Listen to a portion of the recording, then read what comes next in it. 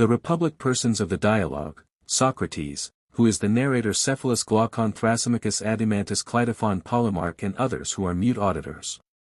The scene is laid in the house of Cephalus at the Piraeus, and the whole dialogue is narrated by Socrates the day after it actually took place to Timaeus, Hermocrates, Critias, and a nameless person, who are introduced in the Timaeus. Book I went down yesterday to the Piraeus with Glaucon the son of Ariston, that I might offer up my prayers to the goddess, 13, and also because I wanted to see in what manner they would celebrate the festival, which was a new thing. I was delighted with the procession of the inhabitants, but that of the Thracians was equally, if not more, beautiful. When we had finished our prayers and viewed the spectacle, we turned in the direction of the city, and at that instant Polemarch the son of Cephalus chanced to catch sight of us from a distance as we were starting on our way home, and told his servant to run and bid us wait for him. The servant took hold of me by the cloak behind, and said, "Polemarch desires you to wait." I turned round, and asked him where his master was. "There he is," said the youth, "coming after you, if you will only wait." "Certainly we will," said Glaucon, and in a few minutes Polemarch appeared, and with him Adimantus, Glaucon's brother, Niceratus the son of Nicias, and several others who had been at the procession. Polemarch said to me, "I perceive, Socrates, that you and your companion are already on your way to the city." "You are not far wrong," I said. "But do you see," he rejoined, "how many we are?" "Of course." "And are you stronger than all these? For if not, you will have to remain where you are." "May there not be the alternative," I said, "that we may persuade you to let us go?" "But can you persuade us, if we refuse to listen to you?" he said. "Certainly not," replied Glaucon. "Then we are not going to listen, of that you may be assured." Adimantus added, "Has no one told you of the torch race on horseback in honor of the goddess which will take place in the evening?" "With horses?" I replied, "That is a novelty. Will horsemen carry torches and pass them one to another during the race?" "Yes," said Polemarch, "and not only so, but a festival will be celebrated at night, which you certainly ought to see. Let us rise soon after supper and see this festival. There will be a gathering of young men, and we will have a good talk. Stay then, and do not be perverse." Glaucon said, "I suppose, since you insist, that we must." "Very good," I replied. Accordingly we went with Polemarch to his house, and there we found his brothers Lysias and Euthydemus, and with them Thrasymachus the Chalcedonian, Charmantides the Paeonian, and Cleitophon the son of Aristonomus. There too was Cephalus the father of Polemarch, whom I had not seen for a long time, and I thought him very much aged. He was seated on a cushioned chair, and had a garland on his head, for he had been sacrificing in the court, and there were some other chairs in the room arranged in a semicircle, upon which we sat down by him. He saluted me eagerly, and then he said, "You don't come to see me, Socrates, as often as you ought. If I were still able to go and see you I would not ask you to come to me. But at my age I can hardly get to the city, and therefore you should come oftener to the Piraeus. For let me tell you, that the more the pleasures of the body fade away, the greater to me is the pleasure and charm of conversation. Do not then deny my request, but make our house your resort and keep company with these young men.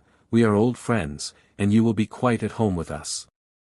I replied, "There is nothing which for my part one like better, Cephalus, than conversing with aged men, for I regard them as travelers who have gone a journey which I too may have to go, and of whom I ought to inquire, whether the way is smooth and easy, or rugged and difficult.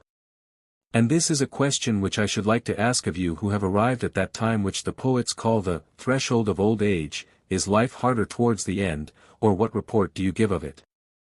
"I will tell you, Socrates," he said, "what my own feeling is. Men of my age flock together, we are birds of a feather, as the old proverb says, and at our meetings the tale of my acquaintance commonly is, I cannot eat, I cannot drink, the pleasures of youth and love are fled away, there was a good time once, but now that is gone, and life is no longer life. Some complain of the slights which are put upon them by relations, and they will tell you sadly of how many evils their old age is the cause. But to me, Socrates, these complainers seem to blame that which is not really in fault. For if old age were the cause, I too being old, and every other old man, would have felt as they do. But this is not my own experience, nor that of others whom I have known. How well I remember the aged poet Sophocles, when in answer to the question, "How does love suit with age, Sophocles, are you still the man you were?" "Peace," he replied, "most gladly have I escaped the thing of which you speak, I feel as if I had escaped from a mad and furious master." His words have often occurred to my mind since, and they seem as good to me now as at the time when he uttered them. For certainly old age has a great sense of calm and freedom. When the passions relax their hold, then, as Sophocles says, we are freed from the grasp not of one mad master only, but of many. The truth is, Socrates, that these regrets, and also the complaints about relations, are to be attributed to the same cause, which is not old age, but men's characters and tempers, for he who is of a calm and happy nature will hardly feel the pressure of age, but to him who is of an opposite disposition youth and age are equally a burden. I listened in admiration, and wanting to draw him out, that he might go on. "Yes, Cephalus," I said, "but I rather suspect that people in general are not convinced by you when you speak thus. They think that old age sits lightly upon you, not because of your happy disposition, but because you are rich, and wealth is well known to be a great comforter." "You are right," he replied, "they are not convinced, and there is something in what they say, not, however, so much as they imagine." I might answer them as Themistocles answered the Seriphian who was abusing him and saying that he was famous, not for his own merits but because he was an Athenian. "If you had been a native of my country or I of yours, neither of us would have been famous." And to those who are not rich and are impatient of old age, the same reply may be made, for to the good poor man old age cannot be a light burden, nor can a bad rich man ever have peace with himself.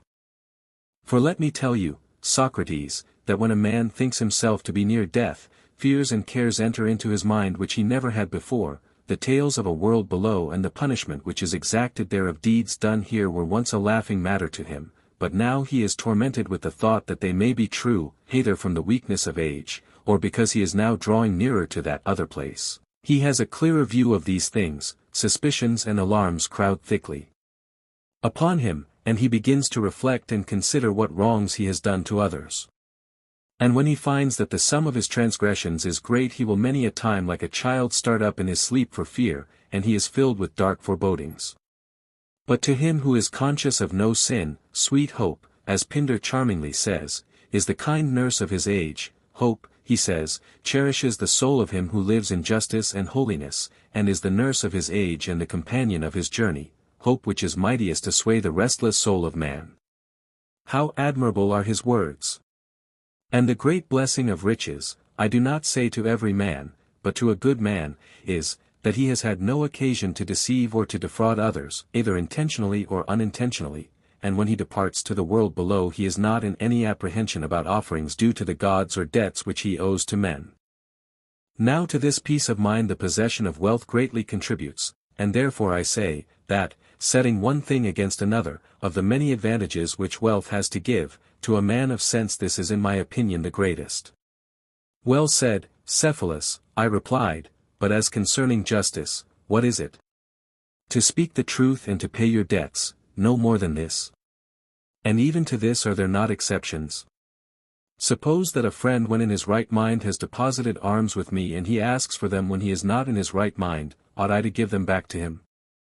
No one would say that I ought or that I should be right in doing so, any more than they would say that I ought always to speak the truth to one who is in his condition. You are quite right, he replied. But then, I said, speaking the truth and paying your debts is not a correct definition of justice. I fear, said Cephalus, that I must go now, for I have to look after the sacrifices, and I hand over the argument to Polemarch and the company. Is not Polemarch your heir?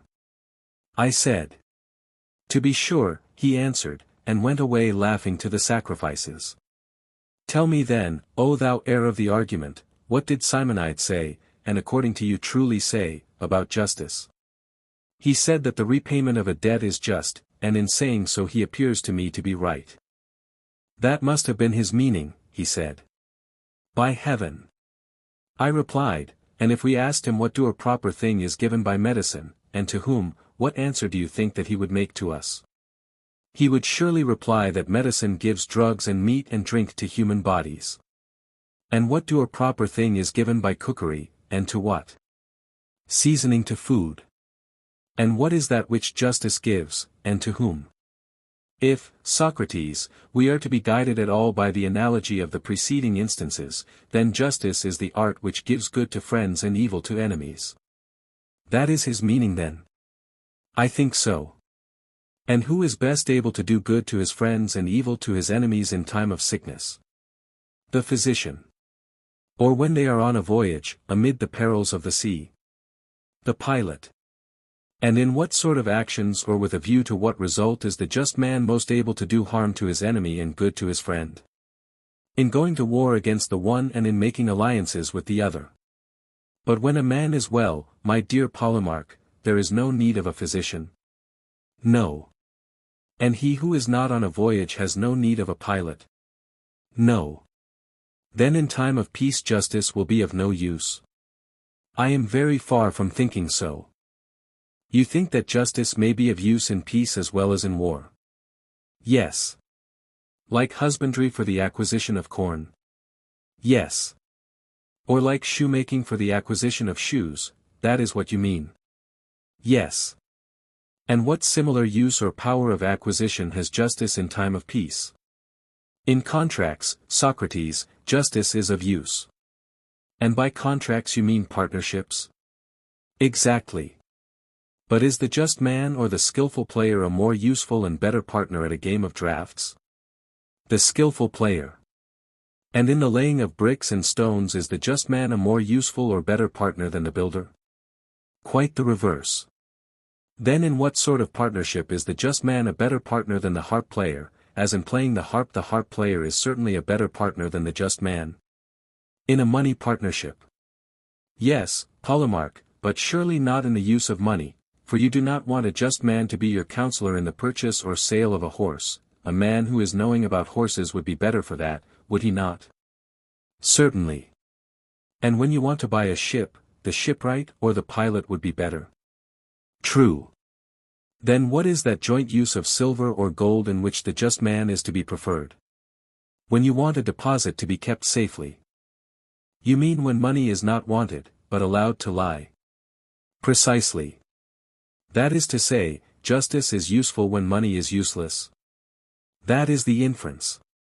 And when you want to keep a pruning hook safe, then justice is useful to the individual and to the state, but when you want to use it, then the art of the vinedresser. Clearly. And when you want to keep a shield or a lyre, and not to use them, you would say that justice is useful, but when you want to use them, then the art of the soldier or of the musician. Certainly. And so of all other things, justice is useful when they are useless, and useless when they are useful. That is the inference. Then justice is not good for much. But let us consider this further point, is not he who can best strike a blow in a boxing match or in any kind of fighting best able to ward off a blow? Certainly. And he who is most skillful in preventing or escaping 14 from a disease is best able to create one? True. And he is the best guard of a camp who is best able to steal a march upon the enemy? Certainly. Then he who is a good keeper of anything is also a good thief. That, I suppose, is to be inferred. Then if the just man is good at keeping money, he is good at stealing it. That is implied in the argument. Then after all the just man has turned out to be a thief. And this is a lesson which I suspect you must have learnt out of Homer, for he, speaking of Autolycus, the maternal grandfather of Odysseus, who is a favorite of his, affirms that he was excellent above all men in theft and perjury. And so, you and Homer and Simonides are agreed that justice is an art of theft, to be practiced however, for the good of friends and for the harm of enemies. That was what you were saying? No, certainly not that, though I do not now know what I did say, but I still stand by the latter words. Well, there is another question. By friends and enemies do we mean those who are so really, or only in seeming? Surely, he said, a man may be expected to love those whom he thinks good, and to hate those whom he thinks evil. Yes, but do not persons often err about good and evil? Many who are not good seem to be so, and conversely. That is true. Then to them the good will be enemies and the evil will be their friends. True. And in that case they will be right in doing good to the evil and evil to the good. Clearly. But the good are just and would not do an injustice. True. Then according to your argument it is just to injure those who do no wrong. Nay, Socrates, the doctrine is immoral. Then I suppose that we ought to do good to the just and harm to the unjust. I like that better. But see the consequence, many a man who is ignorant of human nature has friends who are bad friends, and in that case he ought to do harm to them, and he has good enemies whom he ought to benefit, but, if so, we shall be saying the very opposite of that which we affirm to be the meaning of Simonides. Very true, he said, and I think that we had better correct an error into which we seem to have fallen in the use of the words friend and enemy. What was the error, Polemarch? I asked. We assumed that he is a friend who seems to be or who is thought good. And how is the error to be corrected? We should rather say that he is a friend who is, as well as seems, good, and that he who seems only, and is not good, only seems to be and is not a friend, and of an enemy the same may be said. You would argue that the good are our friends and the bad our enemies? Yes. And instead of saying simply as we did at first, that it is just to do good to our friends and harm to our enemies, we should further say, it is just to do good to our friends when they are good and harm to our enemies when they are evil?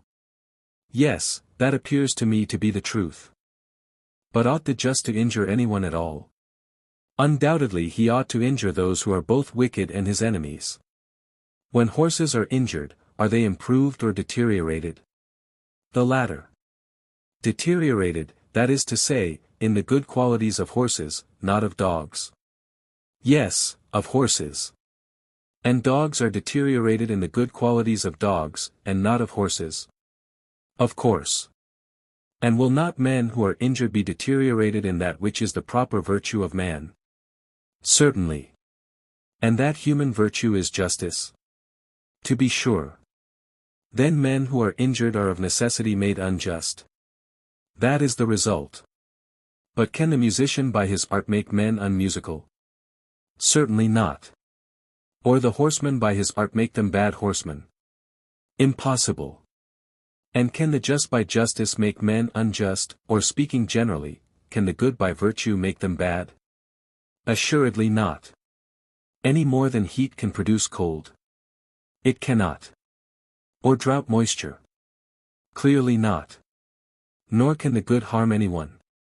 Impossible. And the just is the good? Certainly. Then to injure a friend or anyone else is not the act of a just man, but of the opposite, who is the unjust. I think that what you say is quite true, Socrates. Then if a man says that justice consists in the repayment of debts, and that good is the debt which a just man owes to his friends, and evil the debt which he owes to his enemies, to say this is not wise, for it is not true, if, as has been clearly shown, the injuring of another can be in no case just. I agree with you, said Polemarch. Then you and I are prepared to take up arms against anyone who attributes such a saying to Simonides or Bias or Pittacus, or any other wise man or seer. I am quite ready to do battle at your side, he said. Shall I tell you whose I believe the saying to be? Whose? I believe that Periander or Perdiccas or Xerxes or Ismenias the Theban, or some other rich and mighty man, who had a great opinion of his own power, was the first to say that justice is doing good to your friends and harm to your enemies. Most true, he said. Yes, I said, but if this definition of justice also breaks down, what other can be offered? Several times in the course of the discussion Thrasymachus had made an attempt to get the argument into his own hands, and had been put down by the rest of the company, who wanted to hear the end. But when Polemarch and I had done speaking and there was a pause, he could no longer hold his peace, and, gathering himself up, he came at us like a wild beast, seeking to devour us. We were quite panic-stricken at the sight of him. He roared out to the whole company, "What folly, Socrates, has taken possession of you all? And why, silly billies, do you knock under to one another? I say that if you want really to know what justice is, you should not only ask but answer, and you should not seek honor to yourself from the refutation of an opponent, but have your own answer, for there is many a one who can ask and cannot answer. And now I will not have you say that justice is duty or advantage or profit or gain or interest, for this sort of nonsense will not do for me. I must have clearness and accuracy. I was panic-stricken at his words, and could not look at him without trembling. Indeed, I believe that if I had not fixed my eye upon him, I should have been struck dumb, but when I saw his fury rising, I looked at him first, and was therefore able to reply to him. Thrasymachus, I said, with a quiver, don't be hard upon us.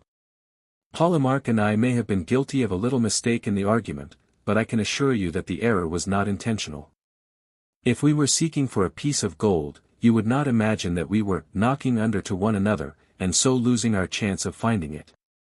And why, when we are seeking for justice, a thing more precious than many pieces of gold, do you say that we are weakly yielding to one another and not doing our utmost to get at the truth? Nay, my good friend, we are most willing and anxious to do so, but the fact is that we cannot. And if so, you people who know all things should pity us and not be angry with us. How characteristic of Socrates! He replied, with a bitter laugh, that's your ironical style. Did I not foresee, have I not already told you, that whatever he was asked he would refuse to answer, and try irony or any other shuffle, in order that he might avoid answering? You are a philosopher, Thrasymachus, I replied, and well know that if you ask a person what numbers make up 12, taking care to prohibit him whom you ask from answering twice 6, or 3 times 4, or 6 times 2, or 4 times 3, for this sort of nonsense will not do for me, then obviously, if that is your way of putting the question, no one can answer you. But suppose that he were to retort, Thrasymachus, what do you mean? If one of these numbers which you interdict be the true answer to the question, am I falsely to say some other number which is not the right one? Is that your meaning? How would you answer him? Just as if the two cases were at all alike. He said. Why should they not be? I replied, and even if they are not, but only appear to be so to the person who is asked, ought he not to say what he thinks, whether you and I forbid him or not? I presume then that you are going to make one of the interdicted answers. I dare say that I may, notwithstanding the danger, if upon reflection I approve of any of them. But what if I give you an answer about justice other and better, he said, than any of these? What do you deserve to have done to you? Done to me. As becomes the ignorant, I must learn from the wise, that is what I deserve to have done to me. What, and no payment? A pleasant notion. I will pay when I have the money, I replied. But you have, Socrates, said Glaucon, and you, Thrasymachus, need be under no anxiety about money, for we will all make a contribution for Socrates. Yes, he replied, and then Socrates will do as he always does, refuse to answer himself, but take and pull to pieces the answer of someone else. And now why do you not praise me? But of course you won't. Let me first understand you, I replied. Justice, as you say, is the interest of the stronger. What, Thrasymachus, is the meaning of this? You cannot mean to say that because Polydamas, the Pancratiast, is stronger than we are, and finds the eating of beef conducive to his bodily strength, that to eat beef is therefore equally for our good who are weaker than he is, and right and just for us? That's abominable of you, Socrates. You take the words in the sense which is most damaging to the argument. Not at all, my good sir, I said, I am trying to understand them, and I wish that you would be a little clearer. Well, he said, have you never heard that forms of government differ? There are tyrannies, and there are democracies, and there are aristocracies? Yes, I know. And the government is the ruling power in each state. Certainly. And the different forms of government make laws democratical, aristocratical, tyrannical, with a view to their several interests, and these laws, which are made by them for their own interests, are the justice which they deliver to their subjects, and him who transgresses them they punish as a breaker of the law, and unjust. And that is what I mean when I say that in all states there is the same principle of justice, which is the interest of the government, and as the government must be supposed to have power, the only reasonable conclusion is, that everywhere there is one principle of justice, which is the interest of the stronger. Now I understand you, I said, and whether you are right or not I will try to discover. But let me remark, that in defining justice you have yourself used the word interest, which you forbade me to use. It is true, however, that in your definition the words, of the stronger, are added. A small addition, you must allow, he said. Great or small, never mind about that, we must first inquire whether what you are saying is the truth. Now we are both agreed that justice is interest of some sort, but you go on to say, of the stronger. About this addition I am not so sure, and must therefore consider further. Proceed. I will, and first tell me, do you admit that it is just for subjects to obey their rulers? I do. But are the rulers of states absolutely infallible, or are they sometimes liable to err? To be sure, he replied, they are liable to err. Then in making their laws they may sometimes make them rightly, and sometimes not. True. But there is no need of any witness, said Polemarch, for Thrasymachus himself acknowledges that rulers may sometimes command what is not for their own interest, and that for subjects to obey them is justice. Yes, Polemarch, Thrasymachus said that for subjects to do what was commanded by their rulers is just. Yes, Cleitophon, but he also said that justice is the interest of the stronger, and, while admitting both these propositions, he further acknowledged that the stronger may command the weaker who are his subjects to do what is not for his own interest, whence follows that justice is the injury quite as much as the interest of the stronger. But, said Cleitophon, he meant by the interest of the stronger what the stronger thought to be his interest, this was what the weaker had to do, and this was affirmed by him to be justice. Those were not his words, rejoined Polemarch. Never mind, I replied, if he now says that they are, let us accept his statement.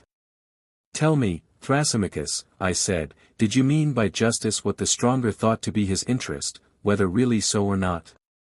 Certainly not, he said.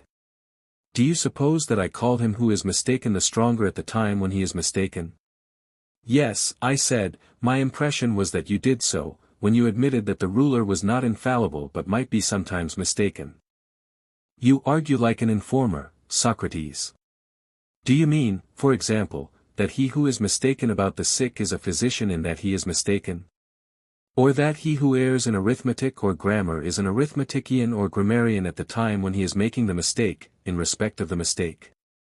True, we say that the physician or arithmetician or grammarian has made a mistake, but this is only a way of speaking, for the fact is that neither the grammarian nor any other person of skill ever makes a mistake in so far as he is what his name implies. They none of them err unless their skill fails them, and then they cease to be skilled artists. No artist or sage or ruler errs at the time when he is what his name implies, though he is commonly said to err, and I adopted the common mode of speaking. But to be perfectly accurate, since you are such a lover of accuracy, we should say that the ruler, in so far as he is a ruler, is unerring, and, being unerring, always commands that which is for his own interest, and the subject is required to execute his commands. And therefore, as I said at first and now repeat, justice is the interest of the stronger. Indeed, Thrasymachus, and do I really appear to you to argue like an informer? Certainly, he replied. And the pilot, that is to say, the true pilot, is he a captain of sailors or a mere sailor? A captain of sailors. The circumstance that he sails in the ship is not to be taken into account, neither is he to be called a sailor. The name pilot by which he is distinguished has nothing to do with sailing, but is significant of his skill and of his authority over the sailors. Very true, he said. Now, I said, every art has an interest. Certainly. For which the art has to consider and provide. Yes, that is the aim of art. And the interest of any art is the perfection of it, this and nothing else. What do you mean? I mean what I may illustrate negatively by the example of the body. Suppose you were to ask me whether the body is self-sufficing or has wants, I should reply, certainly the body has wants, for the body may be ill and require to be cured, and has therefore interests to which the art of medicine ministers, and this is the origin and intention of medicine, as you will acknowledge. Am I not right? Quite right, he replied. But is the art of medicine or any other art faulty or deficient in any quality in the same way that the eye may be deficient in sight or the ear fail of hearing, and therefore requires another art to provide for the interests of seeing and hearing? Has art in itself, I say, any similar liability to fault or defect, and does every art require another supplementary art to provide for its interests, and that another and another without end? Or have the arts to look only after their own interests? Or have they no need either of themselves or of another? Having no faults or defects, they have no need to correct them, either by the exercise of their own art or of any other, they have only to consider the interest of their subject matter. And such a pilot and ruler will provide and prescribe for the interest of the sailor who is under him, and not for his own or the ruler's interest. He gave a reluctant yes. Then, I said, Thrasymachus, there is no one in any rule who, in so far as he is a ruler, considers or enjoins what is for his own interest, but always what is for the interest of his subject or suitable to his art, to that he looks, and that alone he considers in everything which he says and does. When we had got to this point in the argument, and everyone saw that the definition of justice had been completely upset, Thrasymachus, instead of replying to me, said, Tell me, Socrates, have you got a nurse? Why do you ask such a question, I said, when you ought rather to be answering? Because she leaves you to snivel, and never wipes your nose. She has not even taught you to know the shepherd from the sheep. What makes you say that? I replied. Because you fancy that the shepherd or neatherd fattens or tends the sheep or oxen with a view to their own good and not to the good of himself or his master, and you further imagine that the rulers of states, if they are true rulers, never think of their subjects as sheep, and that they are not studying their own advantage day and night. But all this is reversed in the case of the unjust man. I am speaking, as before, of injustice on a large scale in which the advantage of the unjust is most apparent, and my meaning will be most clearly seen if we turn to that highest form of injustice in which the criminal is the happiest of men, and the sufferers or those who refuse to do injustice are the most miserable, that is to say tyranny, which by fraud and force takes away the property of others, not little by little but wholesale, comprehending in one, things sacred as well as profane, private and public, for which acts of wrong, if he were detected perpetrating any one of them singly, he would be punished and incur great disgrace. They who do such wrong in particular cases are called robbers of temples, and man-stealers, and burglars and swindlers and thieves. But when a man besides taking away the money of the citizens has made slaves of them, then, instead of these names of reproach, he is termed happy and blessed, not only by the citizens but by all who hear of his having achieved the consummation of injustice. For mankind censure injustice, fearing that they may be the victims of it and not because they shrink from committing it. For my own part one openly declare that I am not convinced, and that I do not believe injustice to be more gainful than justice, even if uncontrolled and allowed to have free play. For, granting that there may be an unjust man who is able to commit injustice either by fraud or force, still this does not convince me of the superior advantage of injustice, and there may be others who are in the same predicament with myself. Perhaps we may be wrong. If so, you in your wisdom should convince us that we are mistaken in preferring justice to injustice. And how am I to convince you, he said, if you are not already convinced by what I have just said? What more can I do for you? Would you have me put the proof bodily into your souls? Heaven forbid. I said, I would only ask you to be consistent, or, if you change, change openly and let there be no deception.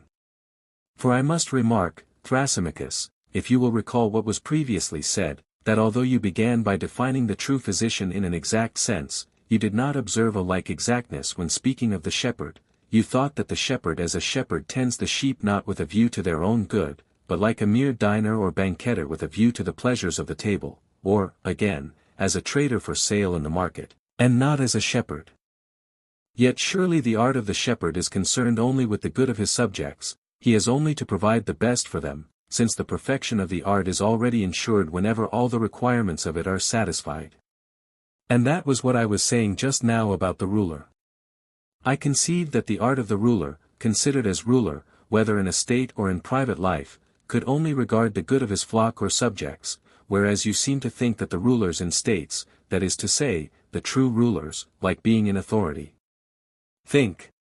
Nay, I am sure of it. Then why in the case of lesser offices do men never take them willingly without payment, unless under the idea that they govern for the advantage not of themselves but of others?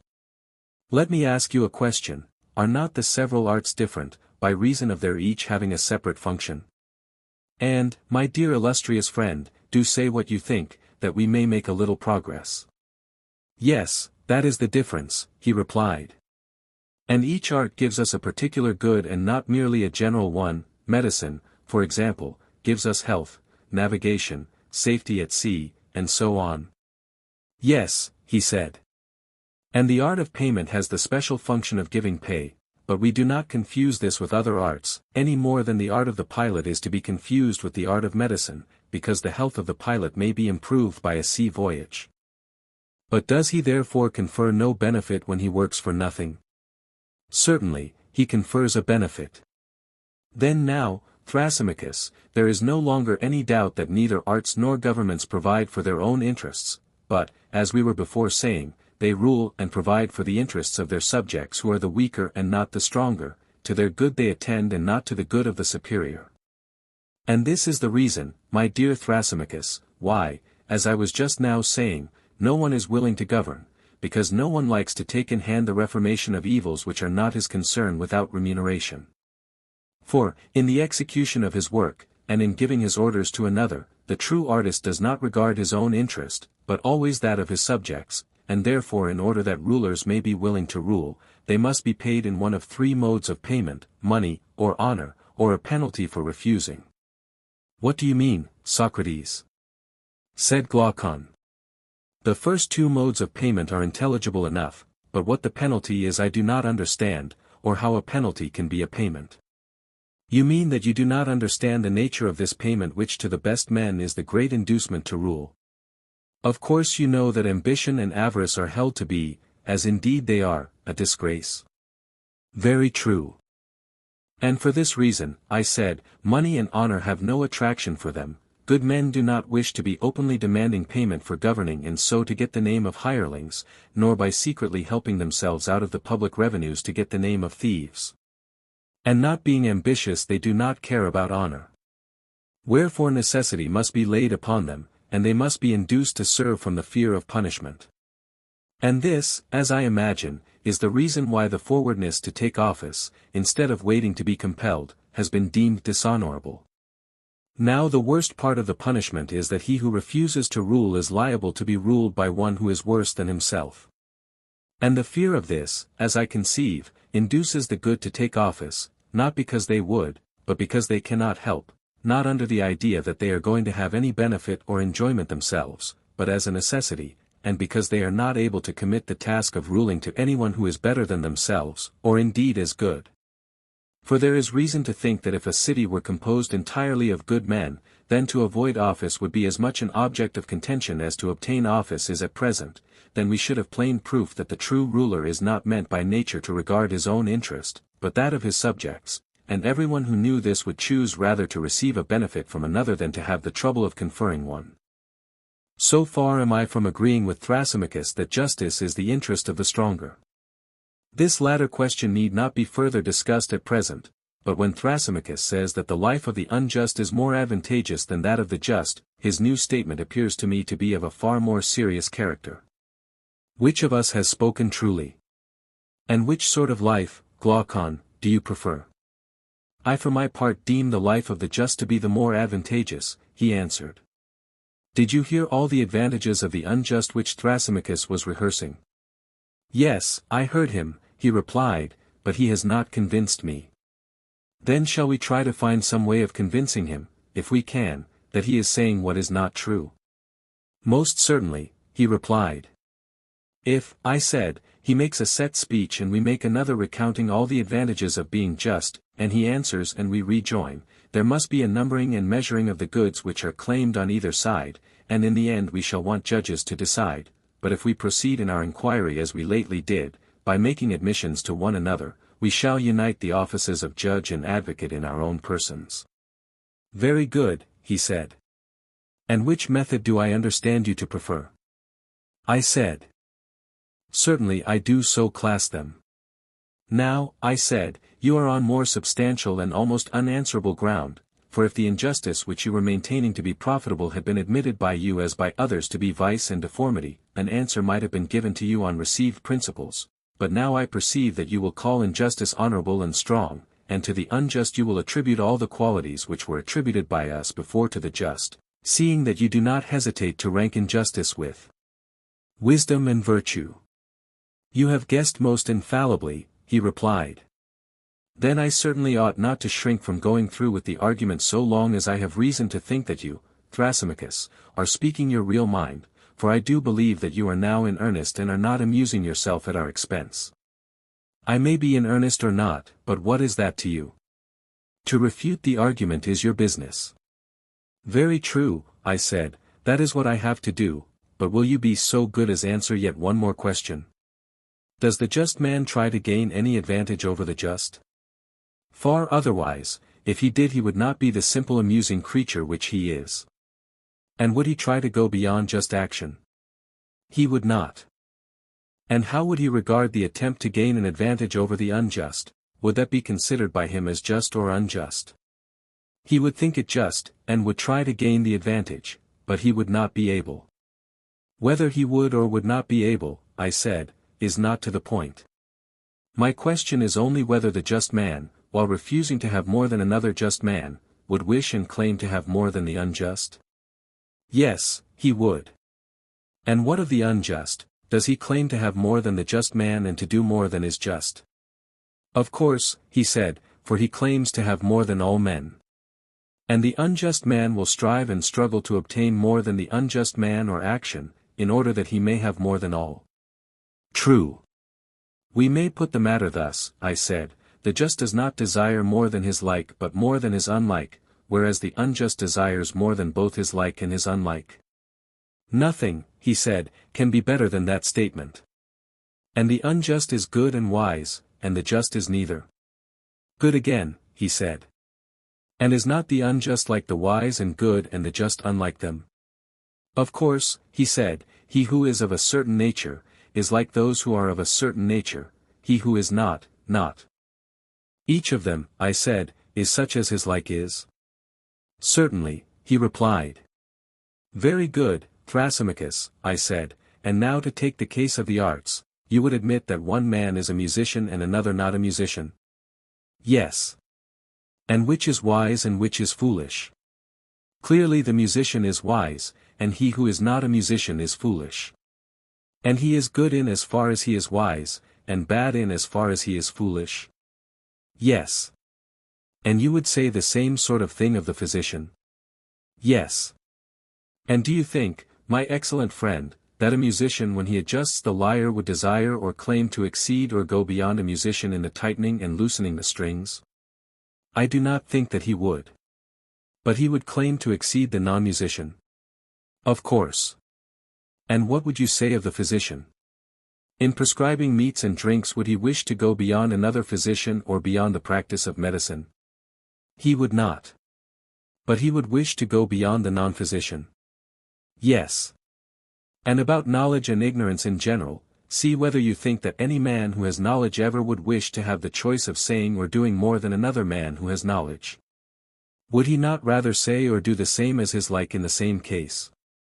That, I suppose, can hardly be denied. And what of the ignorant? Would he not desire to have more than either the knowing or the ignorant? I dare say. And the knowing is wise? Yes.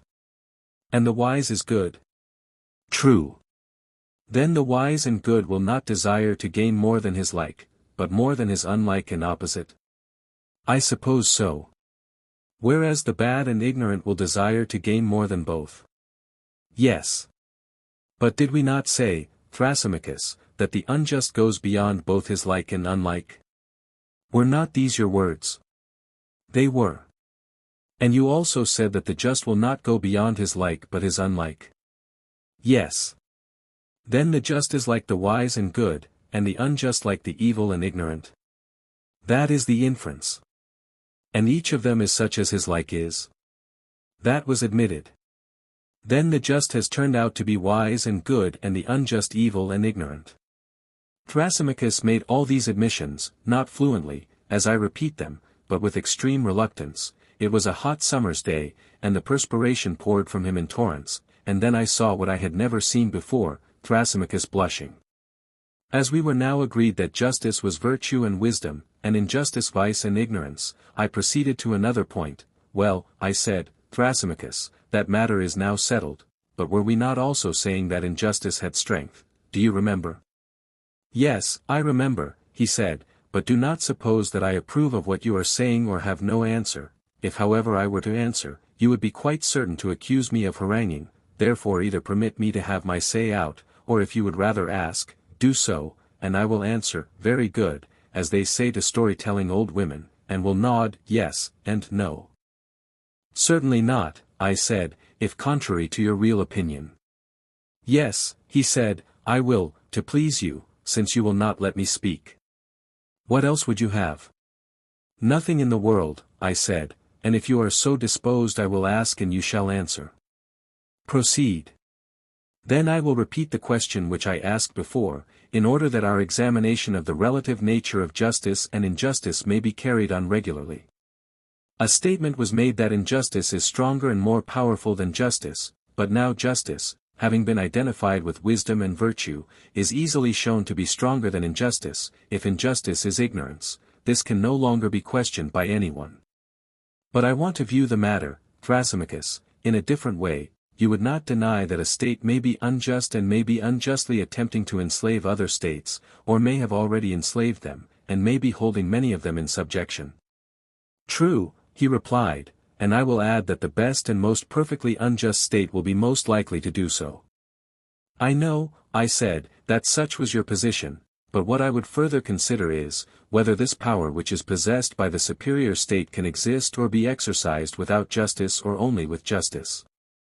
If you are right in your view, and justice is wisdom, then only with justice, but if I am right, then without justice. I am delighted, Thrasymachus, to see you not only nodding assent and dissent, but making answers which are quite excellent. That is out of civility to you, he replied. You are very kind, I said, and would you have the goodness also to inform me, whether you think that a state, or an army, or a band of robbers and thieves, or any other gang of evildoers could act at all if they injured one another? No indeed, he said, they could not. But if they abstained from injuring one another, then they might act together better. Yes. And this is because injustice creates divisions and hatreds and fighting, and justice imparts harmony and friendship. Is not that true, Thrasymachus? I agree, he said, because I do not wish to quarrel with you. How good of you, I said, but I should like to know also whether injustice, having this tendency to arouse hatred, wherever existing, among slaves or among freemen, will not make them hate one another and set them at variance and render them incapable of common action. Certainly.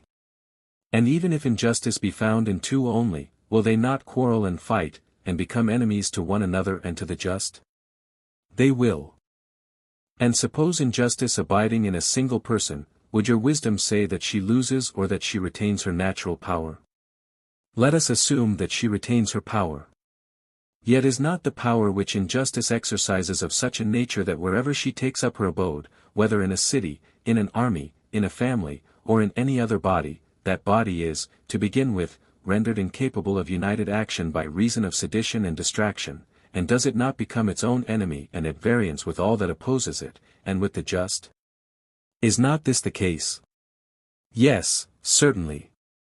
And is not injustice equally fatal when existing in a single person, in the first place rendering him incapable of action because he is not at unity with himself, and in the second place making him an enemy to himself and the just? Is not that true, Thrasymachus? Yes. And oh my friend, I said, surely the gods are just? Granted that they are. But if so, the unjust will be the enemy of the gods, and the just will be their friend? Feast away in triumph, and take your fill of the argument. I will not oppose you, lest I should displease the company. Well then, proceed with your answers, and let me have the remainder of my repast. For we have already shown that the just are clearly wiser and better and abler than the unjust, and that the unjust are incapable of common action, nay more, that to speak as we did of men who are evil acting at any time vigorously together, is not strictly true, for if they had been perfectly evil, they would have laid hands upon one another, but it is evident that there must have been some remnant of justice in them, which enabled them to combine, if there had not been they would have injured one another as well as their victims. They were but half villains in their enterprises, for had they been whole villains, and utterly unjust, they would have been utterly incapable of action. That, as I believe, is the truth of the matter, and not what you said at first. But whether the just have a better and happier life than the unjust is a further question which we also propose to consider. I think that they have, and for the reasons which I have given, but still I should like to examine further, for no light matter is at stake, nothing less than the rule of human life. Proceed. I will proceed by asking a question. Would you not say that a horse has some end? I should. And the end or use of a horse or of anything would be that which could not be accomplished, or not so well accomplished, by any other thing. I do not understand, he said. Let me explain. Can you see, except with the eye? Certainly not. Or hear, except with the ear? No. These then may be truly said to be the ends of these organs? They may. But you can cut off a vine branch with a dagger or with a chisel, and in many other ways. Of course. And yet not so well as with a pruning hook made for the purpose. True. May we not say that this is the end of a pruning hook? We may. Then now I think you will have no difficulty in understanding my meaning when I ask the question whether the end of anything would be that which could not be accomplished, or not so well accomplished, by any other thing. I understand your meaning, he said, and assent. And that to which an end is appointed has also an excellence. Need I ask again whether the eye has an end? It has. And has not the eye an excellence? Yes. And the ear has an end and an excellence also? True. And the same is true of all other things, they have each of them an end and a special excellence. That is so. Well, and can the eyes fulfill their end if they are wanting in their own proper excellence and have a defect instead? How can they, he said, if they are blind and cannot see? You mean to say, if they have lost their proper excellence, which is sight, but I have not arrived at that point yet. I would rather ask the question more generally, and only inquire whether the things which fulfill their ends fulfill them by their own proper excellence, and fail of fulfilling them by their own defect. Certainly, he replied. I might say the same of the ears, when deprived of their own proper excellence they cannot fulfill their end. True. And the same observation will apply to all other things. I agree. Well, and has not the soul an end which nothing else can fulfill? For example, to superintend and command and deliberate and the like. Are not these functions proper to the soul, and can they rightly be assigned to any other? To no other. And is not life to be reckoned among the ends of the soul? Assuredly, he said. And has not the soul an excellence also? Yes. And can she or can she not fulfill her own ends when deprived of that excellence? She cannot. Then an evil soul must necessarily be an evil ruler and superintendent, and a good soul a good ruler? Yes, necessarily. And we have admitted that justice is the excellence of the soul, and injustice the defect of the soul. That has been admitted. Then the just soul and the just man will live well, and the unjust man will live ill. That is what your argument proves. And he who lives well is blessed and happy, and he who lives ill the reverse of happy. Certainly. Then the just is happy, and the unjust miserable. So be it. But happiness and not misery is profitable. Of course. Then, my blessed Thrasymachus, injustice can never be more profitable than justice. Let this, Socrates, he said, be your entertainment at the Bend idea. For which I am indebted to you, I said, now that you have grown gentle towards me and have left off scolding. Nevertheless, I have not been well entertained, but that was my own fault and not yours. As an epicure snatches a taste of every dish which is successively brought to table, he not having allowed himself time to enjoy the one before, so have I gone from one subject to another without having discovered what I sought at first, the nature of justice. I left that inquiry and turned away to consider whether justice is virtue and wisdom or evil and folly, and when there arose a further question about the comparative advantages of justice and injustice, I could not refrain from passing on to that. And the result of the whole discussion has been that I know nothing at all. For I know not what justice is, and therefore I am not likely to know whether it is or is not a virtue, nor can I say whether the just man is happy or unhappy. Book 2. With these words I was thinking that I had made an end of the discussion, but the end, in truth, proved to be only a beginning. For Glaucon, who is always the most pugnacious of men, was dissatisfied at Thrasymachus' retirement. He wanted to have the battle out. So he said to me, Socrates, do you wish really to persuade us, or only to seem to have persuaded us, that to be just is always better than to be unjust? I should wish really to persuade you, I replied, if I could. Then you certainly have not succeeded. Let me ask you now, how would you arrange goods? Are there not some which we welcome for their own sakes, and independently of their consequences, as, for example, harmless pleasures and enjoyments, which delight us at the time, although nothing follows from them? I agree in thinking that there is such a class, I replied. Is there not also a second class of goods, such as knowledge, sight, health, which are desirable not only in themselves, but also for their results?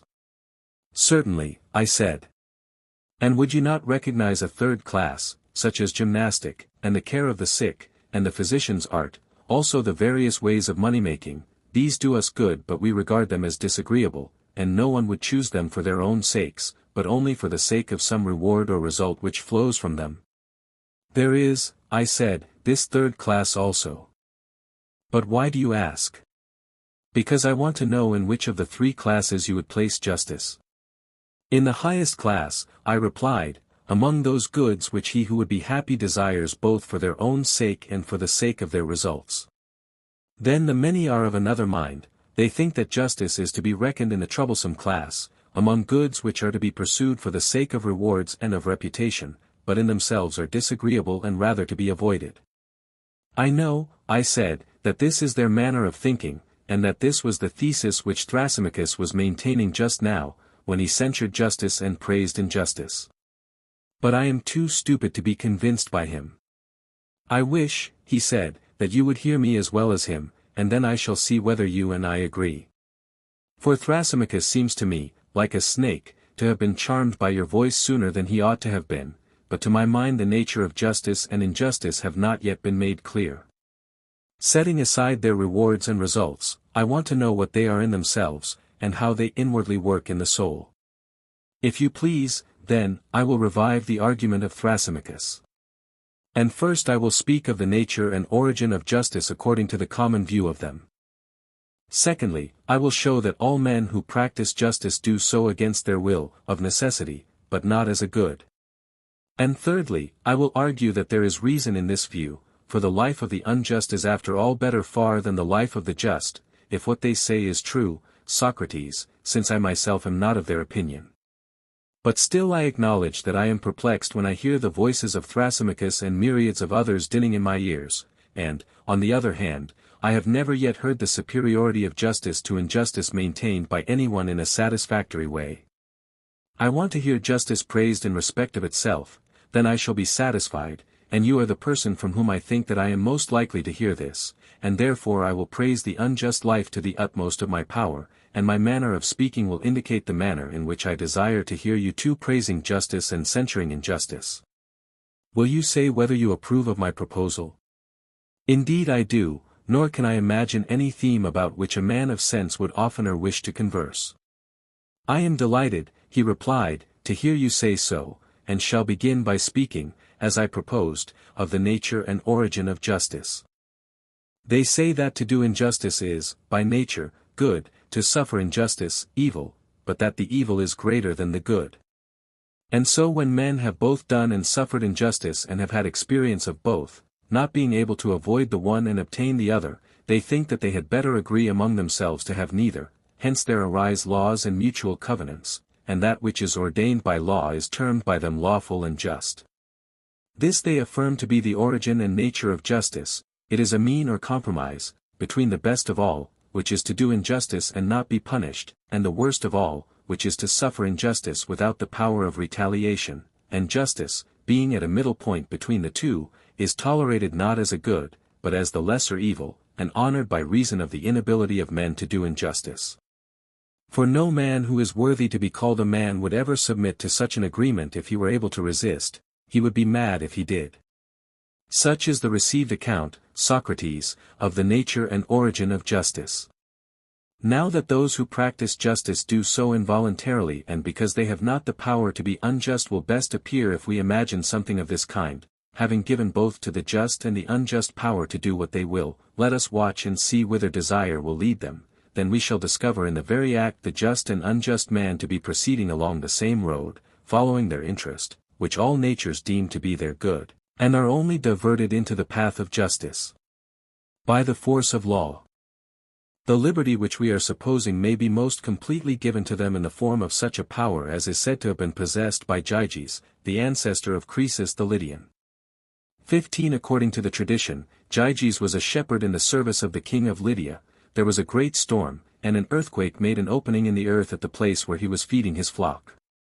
Amazed at the sight, he descended into the opening, where, among other marvels, he beheld a hollow brazen horse, having doors, at which he stooping and looking in saw a dead body of stature, as appeared to him, more than human, and having nothing on but a gold ring. This he took from the finger of the dead and reascended. Now the shepherds met together, according to custom, that they might send their monthly report about the flocks to the king. Into their assembly he came having the ring on his finger, and as he was sitting among them he chanced to turn the collet of the ring inside his hand, when instantly he became invisible to the rest of the company and they began to speak of him as if he were no longer present. He was astonished at this, and again touching the ring he turned the collet outwards and reappeared. He made several trials of the ring, and always with the same result. When he turned the collet inwards he became invisible, when outwards he reappeared. If you could imagine anyone obtaining this power of becoming invisible, and never doing any wrong or touching what was another's, he would be thought by the lookers-on to be a most wretched idiot, although they would praise him to one another's faces, and keep up appearances with one another from a fear that they too might suffer injustice. Enough of this.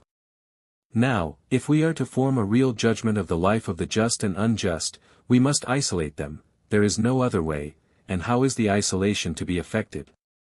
I answer, let the unjust man be entirely unjust, and the just man entirely just.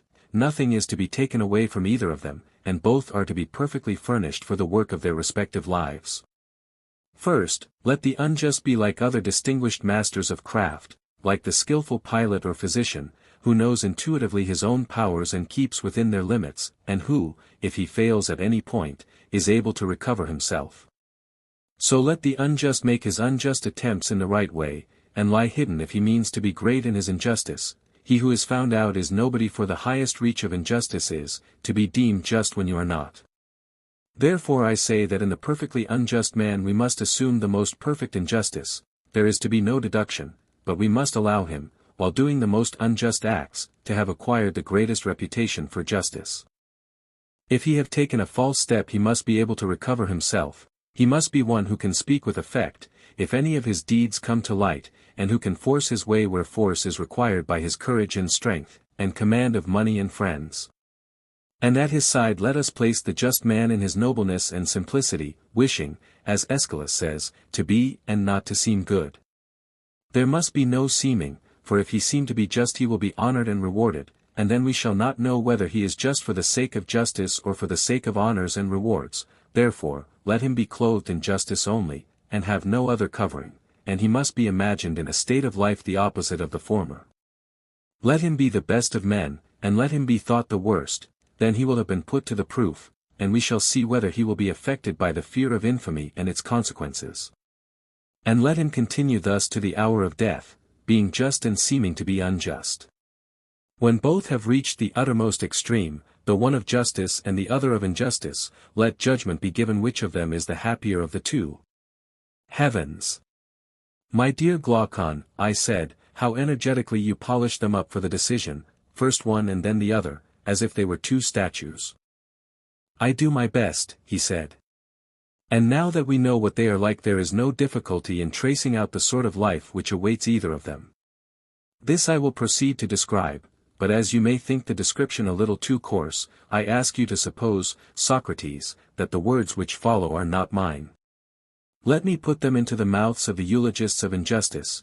They will tell you that the just man who is thought unjust will be scourged, racked, bound, will have his eyes burnt out, and, at last, after suffering every kind of evil, he will be impaled. Then he will understand that he ought to seem only, and not to be, just. The words of Aeschylus may be more truly spoken of the unjust than of the just. For the unjust is pursuing a reality, he does not live with a view to appearances, he wants to be really unjust and not to seem only. His mind has a soil deep and fertile, out of which spring his prudent counsels. 16 In the first place, he is thought just, and therefore bears rule in the city. He can marry whom he will, and give in marriage to whom he will. Also he can trade and deal where he likes, and always to his own advantage, because he has no misgivings about injustice, and at every contest, whether in public or private, he gets the better of his antagonists, and gains at their expense, and is rich, and out of his gains he can benefit his friends, and harm his enemies. Moreover, he can offer sacrifices, and dedicate gifts to the gods abundantly and magnificently, and can honor the gods or any man whom he wants to honor in a far better style than the just, and therefore he is likely to be dearer than they are to the gods. More, however, is made of appearances by this class of persons than by the others, for they throw in the good opinion of the gods, and will tell you of a shower of benefits which the heavens, as they say, rain upon the pious, and this accords with the testimony of the noble Hesiod and Homer, the first of whom says, that the gods make the oaks of the just, to bear acorns at their summit, and bees in the middle, and the sheep are bowed down with the weight of their fleeces. 17 And many other blessings of a like kind are provided for them. And Homer has a very similar strain, for he speaks of one whose fame is, as the fame of some blameless king who, like a god, maintains justice, to whom the black earth brings forth wheat and barley, whose trees are bowed with fruit, and his sheep never fail to bear, and the sea gives him fish. 18 Still grander are the gifts of heaven which Musaeus and his son 19 vouchsafe to the just. They take them down into the world below, where they have the saints lying on couches at a feast, everlastingly drunk, crowned with garlands. Their idea seems to be that an immortality of drunkenness is the highest meed of virtue. Some extend their rewards yet further. The posterity, as they say, of the faithful and just shall survive to the third and fourth generation. This is the style in which they praise justice. But about the wicked there is another strain. They bury them in a slough in Hades, and make them carry water in a sieve. Also while they are yet living they bring them to infamy, and inflict upon them the punishments which Glaucon described as the portion of the just who are reputed to be unjust. Nothing else does their invention supply. Such is their manner of praising the one and censuring the other. Once more, Socrates, I will ask you to consider another way of speaking about justice and injustice, which is not confined to the poets, but is found in prose writers.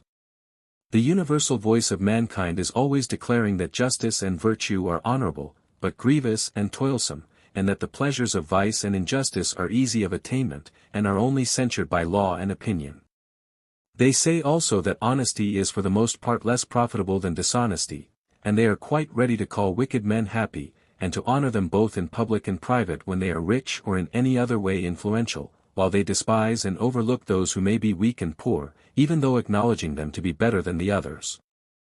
But most extraordinary of all is their mode of speaking about virtue and the gods. They say that the gods apportion calamity and misery to many good men, and good and happiness to the wicked. And mendicant prophets go to rich men's doors and persuade them that they have a power committed to them by the gods of making an atonement for a man's own or his ancestors' sins by sacrifices or charms, with rejoicings and feasts, and they promise to harm an enemy, whether just or unjust, at a small cost, with magic arts and incantations binding heaven, as they say, to execute their will. And the poets are the authorities to whom they appeal, now smoothing the path of vice with the words of Hesiod. Vice may be had in abundance without trouble, the way is smooth and her dwelling place is near. But before virtue the gods have set toil, 20 and a tedious and uphill road. Then citing Homer as a witness that the gods may be influenced by men, for he also says, the gods, too, may be turned from their purpose, and men pray to them and avert their wrath by sacrifices and soothing entreaties, and by libations and the odor of fat, when they have sinned and transgressed.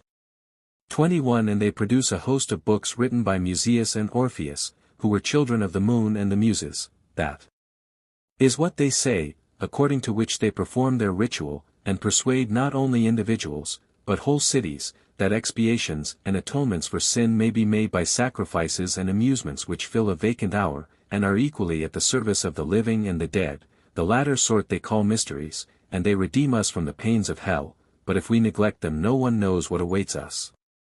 He proceeded, and now when the young hear all this said about virtue and vice, and the way in which gods and men regard them, how are their minds likely to be affected, my dear Socrates, those of them, I mean, who are quick-witted, and, like bees on the wing, light on every flower, and from all that they hear are prone to draw conclusions as to what manner of persons they should be and in what way they should walk if they would make the best of life. Probably the youth will say to himself in the words of Pindar, can I by justice or by crooked ways of deceit ascend a loftier tower which may be a fortress to me all my days? For what men say is that, if I am really just and am not also thought just, profit there is none, but the pain and loss on the other hand are unmistakable. But if, though unjust, I acquire the reputation of justice, a heavenly life is promised to me. Since then, as philosophers prove, appearance tyrannizes over truth and is lord of happiness, to appearance I must devote myself. I will describe around me a picture and shadow of virtue to be the vestibule and exterior of my house, behind I will trail the subtle and crafty fox, as Archilochus, greatest of sages, recommends. But I hear someone exclaiming that the concealment of wickedness is often difficult, to which I answer, nothing great is easy. Nevertheless, the argument indicates this, if we would be happy, to be the path along which we should proceed. With a view to concealment we will establish secret brotherhoods and political clubs. And there are professors of rhetoric who teach the art of persuading courts and assemblies, and so, partly by persuasion and partly by force, I shall make unlawful gains and not be punished. Still I hear a voice saying that the gods cannot be deceived, neither can they be compelled. But what if there are no gods? Or, suppose them to have no care of human things, why in either case should we mind about concealment? And even if there are gods, and they do care about us, yet we know of them only from tradition and the genealogies of the poets, and these are the very persons who say that they may be influenced and turned by sacrifices and soothing entreaties and by offerings. Let us be consistent then, and believe both or neither. If the poets speak truly, why then we had better be unjust and offer of the fruits of injustice, for if we are just, although we may escape the vengeance of heaven, we shall lose the gains of injustice, but, if we are unjust, we shall keep the gains, and by our sinning and praying and sinning, the gods will be propitiated, and we shall not be punished. But there is a world below in which either we or our posterity will suffer for our unjust deeds. Yes, my friend, will be the reflection, but there are mysteries and atoning deities, and these have great power. That is what mighty cities declare, and the children of the gods, who were their poets and prophets, bear a like testimony. On what principle, then, shall we any longer choose justice rather than the worst injustice? When, if we only unite the latter with a deceitful regard to appearances, we shall fare to our mind both with gods and men, in life and after death, as the most numerous and the highest authorities tell us. Knowing all this, Socrates, how can a man who has any superiority of mind or person or rank or wealth, be willing to honor justice, or indeed to refrain from laughing when he hears justice praised?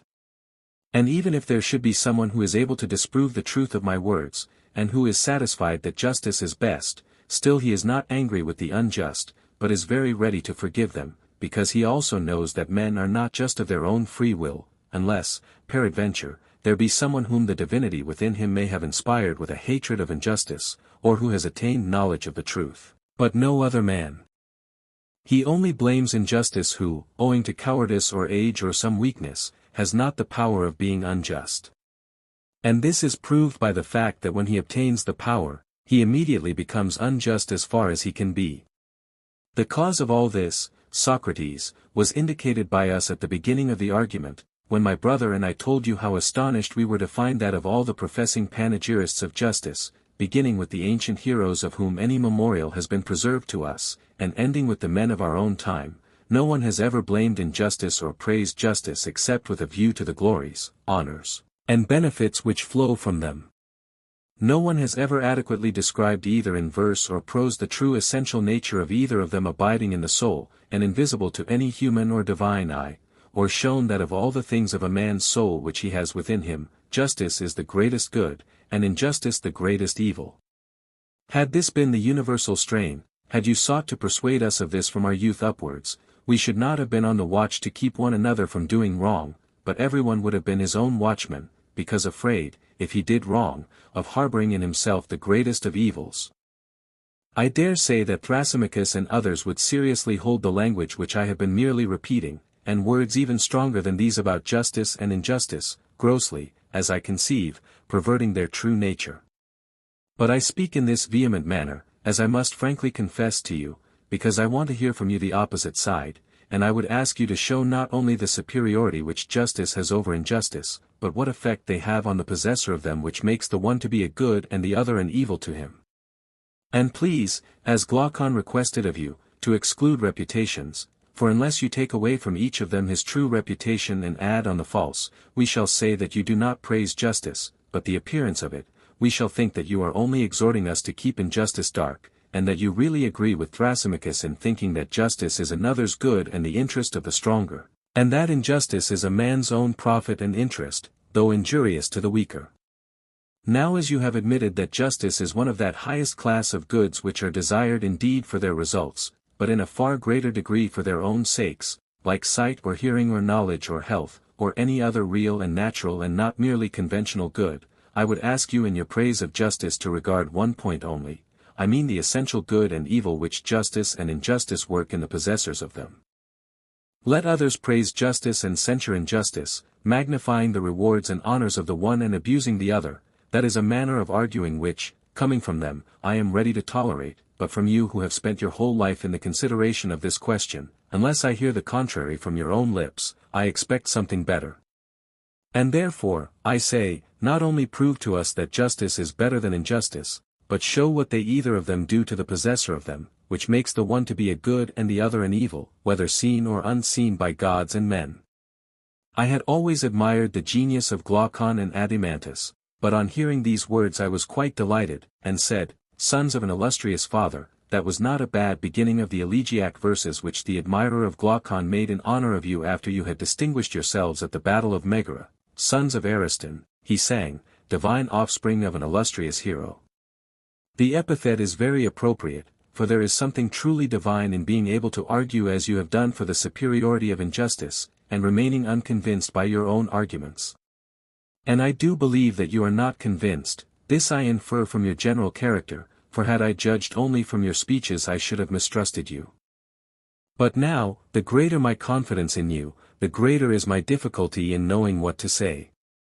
For I am in a strait between two, on the one hand I feel that I am unequal to the task, and my inability is brought home to me by the fact that you were not satisfied with the answer which I made to Thrasymachus, proving, as I thought, the superiority which justice has over injustice. And yet I cannot refuse to help, while breath and speech remain to me. I am afraid that there would be an impiety in being present when justice is evil spoken of and not lifting up a hand in her defense. And therefore I had best give such help as I can. Glaucon and the rest entreated me by all means not to let the question drop, but to proceed in the investigation. They wanted to arrive at the truth, first, about the nature of justice and injustice, and secondly, about their relative advantages. I told them, what I really thought, that the inquiry would be of a serious nature, and would require very good eyes. Seeing then, I said, that we are no great wits, I think that we had better adopt a method which I may illustrate thus. Suppose that a short-sighted person had been asked by someone to read small letters from a distance, and it occurred to someone else that they might be found in another place which was larger and in which the letters were larger, if they were the same, and he could read the larger letters first, and then proceed to the lesser. This would have been thought a rare piece of good fortune. Can any other origin of a state be imagined? There can be no other. Then, as we have many wants, and many persons are needed to supply them, one takes a helper for one purpose and another for another, and when these partners and helpers are gathered together in one habitation, the body of inhabitants is termed a state. True, he said. And they exchange with one another, and one gives, and another receives, under the idea that the exchange will be for their good. Very true. Then, I said, let us begin and create an idea a state, and yet the true creator is necessity, who is the mother of our invention. Of course, he replied. Now the first and greatest of necessities is food, which is the condition of life and existence. Certainly. The second is a dwelling, and the third clothing and the like. True. And now let us see how our city will be able to supply this great demand. We may suppose that one man is a husbandman, another a builder, someone else a weaver. Shall we add to them a shoemaker, or perhaps some other purveyor to our bodily wants? Quite right. The barest notion of a state must include 4 or 5 men. Clearly. And how will they proceed? Will each bring the result of his labors into a common stock? The individual husbandman, for example, producing for 4, and laboring 4 times as long and as much as he need in the provision of food with which he supplies others as well as himself, or will he have nothing to do with others and not be at the trouble of producing for them, but provide for himself alone 1/4 of the food in 1/4 of the time, and in the remaining 3/4 of his time be employed in making a house or a coat or a pair of shoes, having no partnership with others, but supplying himself all his own wants? Adimantus thought that he should aim at producing food only and not at producing everything. Probably, I replied, that would be the better way, and when I hear you say this, I am myself reminded that we are not all alike. There are diversities of natures among us which are adapted to different occupations. Very true. And will you have a work better done when the workman has many occupations, or when he has only one? When he has only one. Further, there can be no doubt that a work is spoilt when not done at the right time. No doubt. For business is not disposed to wait until the doer of the business is at leisure, but the doer must follow up what he is doing, and make the business his first object. He must. And if so, we must infer that all things are produced more plentifully and easily and of a better quality when one man does one thing which is natural to him and does it at the right time, and leaves other things. Undoubtedly. Then more than 4 citizens will be required, for the husbandman will not make his own plough or mattock, or other implements of agriculture, if they are to be good for anything. Neither will the builder make his tools, and he too needs many, and in like manner the weaver and shoemaker. True. Then carpenters, and smiths, and many other artisans, will be sharers in our little state, which is already beginning to grow. True. Then, again, within the city, how will they exchange their productions? To secure such an exchange was, as you will remember, one of our principal objects when we formed them into a society and constituted a state. Clearly they will buy and sell. Then they will need a marketplace, and a money token for purposes of exchange. Certainly. Suppose now that a husbandman, or an artisan, brings some production to market, and he comes at a time when there is no one to exchange with him, is he to leave his calling and sit idle in the marketplace? Not at all. He will find people there who, seeing the want, undertake the office of salesman. In well-ordered states they are commonly those who are the weakest in bodily strength, and therefore of little use for any other purpose. Their duty is to be in the market, and to give money in exchange for goods to those who desire to sell and to take money from those who desire to buy. This want, then, creates a class of retail traders in our state. Is not retailer the term which is applied to those who sit in the marketplace engaged in buying and selling, while those who wander from one city to another are called merchants? Yes, he said. And there is another class of servants, who are intellectually hardly on the level of companionship, still they have plenty of bodily strength for labor, which accordingly they sell, and are called, if I do not mistake, hirelings, hire being the name which is given to the price of their labor. True. Then hirelings will help to make up our population. Yes. And now, Adimantus, is our state matured and perfected? I think so. Where, then, is justice, and where is injustice, and in what part of the state did they spring up? Probably in the dealings of these citizens with one another. I cannot imagine that they are more likely to be found anywhere else. I dare say that you are right in your suggestion, I said. We had better think the matter out, and not shrink from the inquiry. Let us then consider, first of all, what will be their way of life, now that we have thus established them. Will they not produce corn, and wine, and clothes, and shoes, and build houses for themselves? And when they are housed, They will work, in summer, commonly, stripped and barefoot, but in winter substantially clothed and shod.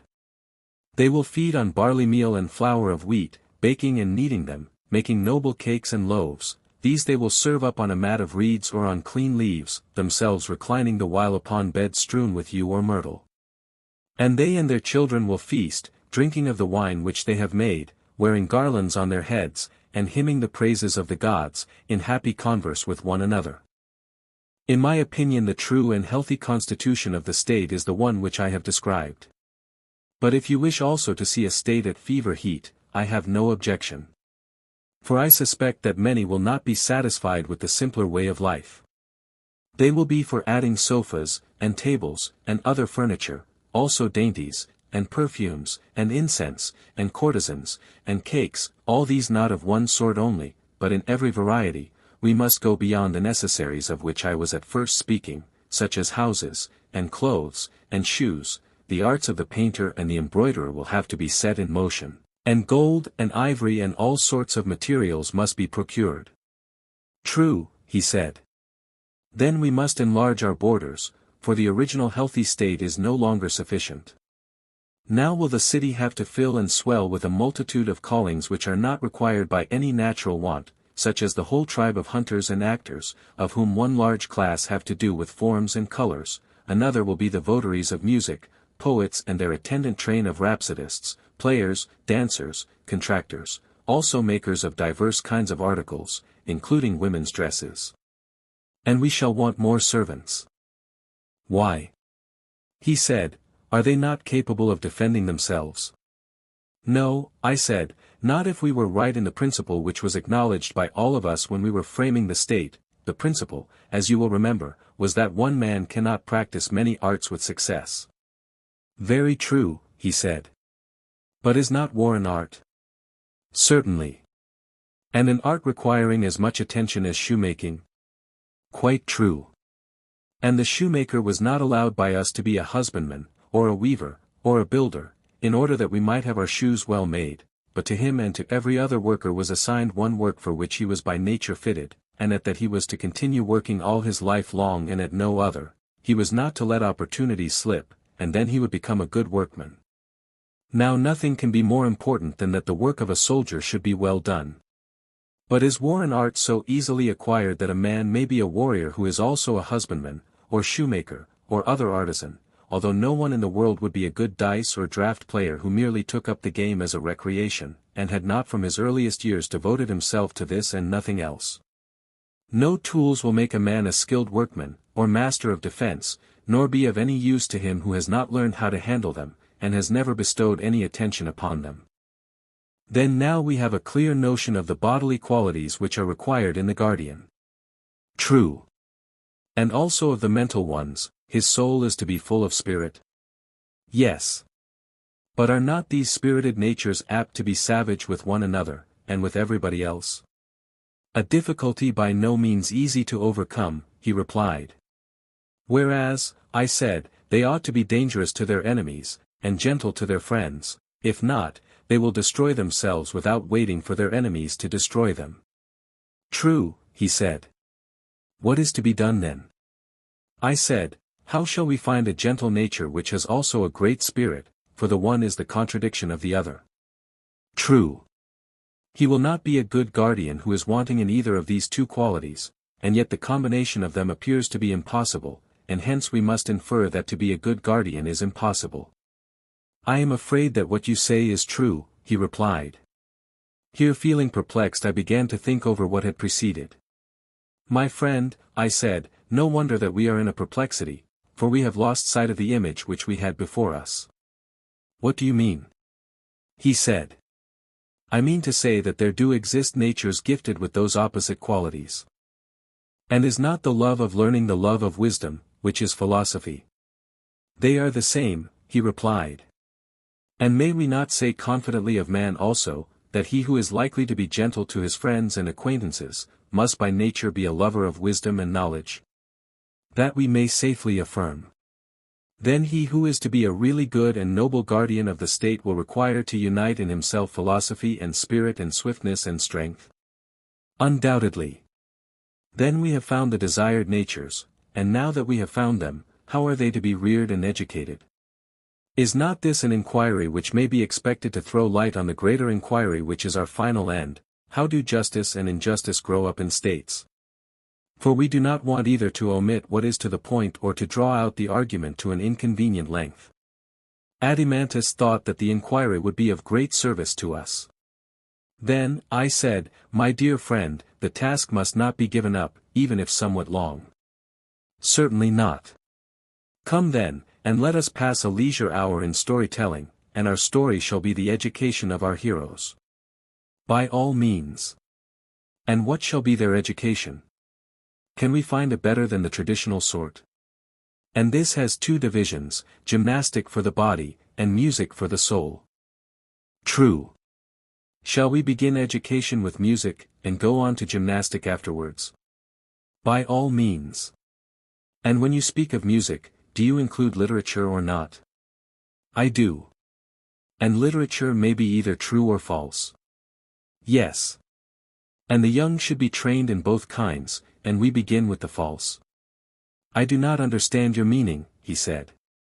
You know, I said, that we begin by telling children stories which, though not wholly destitute of truth, are in the main fictitious, and these stories are told them when they are not of an age to learn gymnastics.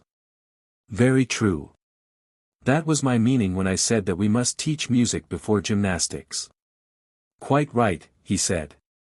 You know also that the beginning is the most important part of any work, especially in the case of a young and tender thing, for that is the time at which the character is being formed and the desired impression is more readily taken. Quite true. And shall we just carelessly allow children to hear any casual tales which may be devised by casual persons, and to receive into their minds ideas for the most part the very opposite of those which we should wish them to have when they are grown up? We cannot. Then the first thing will be to establish a censorship of the writers of fiction, and let the censors receive any tale of fiction which is good, and reject the bad, and we will desire mothers and nurses to tell their children the authorized ones only. Let them fashion the mind with such tales, even more fondly than they mold the body with their hands, but most of those which are now in use must be discarded. Of what tales are you speaking? He said. You may find a model of the lesser in the greater, I said, for they are necessarily of the same type, and there is the same spirit in both of them. Very likely, he replied, but I do not as yet know what you would term the greater. Those, I said, which are narrated by Homer and Hesiod, and the rest of the poets, who have ever been the great storytellers of mankind. But which stories do you mean, he said, and what fault do you find with them? A fault which is most serious, I said, the fault of telling a lie, and, what is more, a bad lie. But when is this fault committed? Whenever an erroneous representation is made of the nature of gods and heroes, as when a painter paints a portrait not having the shadow of a likeness to the original. Yes, he said, that sort of thing is certainly very blamable, but what are the stories which you mean? First of all, I said, there was that greatest of all lies in high places, which the poet told about Uranus, and which was a bad lie too, I mean what Hesiod says that Uranus did, and how Cronus retaliated on him. No, we shall never mention the battles of the giants, or let them be embroidered on garments, and we shall be silent about the innumerable other quarrels of gods and heroes with their friends and relatives. If they would only believe us we would tell them that quarreling is unholy, and that never up to this time has there been any quarrel between citizens. This is what old men and old women should begin by telling children, and when they grow up, the poets also should be told to compose for them in a similar spirit. 23 But the narrative of Hephaestus binding here his mother, or how on another occasion Zeus sent him flying for taking her part when she was being beaten, and all the battles of the gods in Homer, these tales must not be admitted into our state, whether they are supposed to have an allegorical meaning or not. For a young person cannot judge what is allegorical and what is literal. Anything that he receives into his mind at that age is likely to become indelible and unalterable, and therefore it is most important that the tales which the young first hear should be models of virtuous thoughts. There you are right, he replied, but if anyone asks where are such models to be found and of what tales are you speaking, how shall we answer him? I said to him, you and I, Adeimantus, at this moment are not poets, but founders of a state, now the founders of a state ought to know the general forms in which poets should cast their tales, and the limits which must be observed by them, but to make the tales is not their business. Very true, he said, but what are these forms of theology which you mean? Something of this kind, I replied. God is always to be represented as he truly is, whatever be the sort of poetry, epic, lyric or tragic, in which the representation is given. Right. And is he not truly good? And must he not be represented as such? Certainly. And no good thing is hurtful? No, indeed. And that which is not hurtful hurts not? Certainly not. And that which hurts not does no evil? No. And can that which does no evil be a cause of evil? Impossible. And the good is advantageous? Yes. And therefore the cause of well-being? Yes. It follows therefore that the good is not the cause of all things, but of the good only? Assuredly. Then God, if he be good, is not the author of all things, as the many assert, but he is the cause of a few things only, and not of most things that occur to men. For few are the goods of human life, and many are the evils, and the good is to be attributed to God alone, of the evils the causes are to be sought elsewhere, and not in him. That appears to me to be most true, he said. Then we must not listen to Homer or to any other poet who is guilty of the folly of saying that two casks lie at the threshold of Zeus, full of lots, one of good, the other of evil lots, 24, and that he to whom Zeus gives a mixture of the two, sometimes meets with evil fortune, at other times with good, but that he to whom is given the cup of unmingled ill, him wild hunger drives o'er the beauteous earth. And again, Zeus, who is the dispenser of good and evil to us. And if anyone asserts that the violation of oaths and treaties, which was really the work of Pandarus, 25, was brought about by Athene and Zeus, or that the strife and contention of the gods was instigated by Themis and Zeus, 26, he shall not have our approval, neither will we allow our young men to hear the words of Aeschylus, that God plants guilt among men when he desires utterly to destroy a house. And if a poet writes of the sufferings of Niobe, the subject of the tragedy in which these iambic verses occur, or of the house of Pelops, or of the Trojan War or on any similar theme, either we must not permit him to say that these are the works of God, or if they are of God, he must devise some explanation of them such as we are seeking. He must say that God did what was just and right, and they were the better for being punished, but that those who are punished are miserable, and that God is the author of their misery. The poet is not to be permitted to say, though he may say that the wicked are miserable because they require to be punished, and are benefited by receiving punishment from God, but that God being good is the author of evil to anyone is to be strenuously denied, and not to be said or sung or heard in verse or prose by anyone whether old or young in any well-ordered commonwealth. Such a fiction is suicidal, ruinous, impious. I agree with you, he replied, and am ready to give my assent to the law.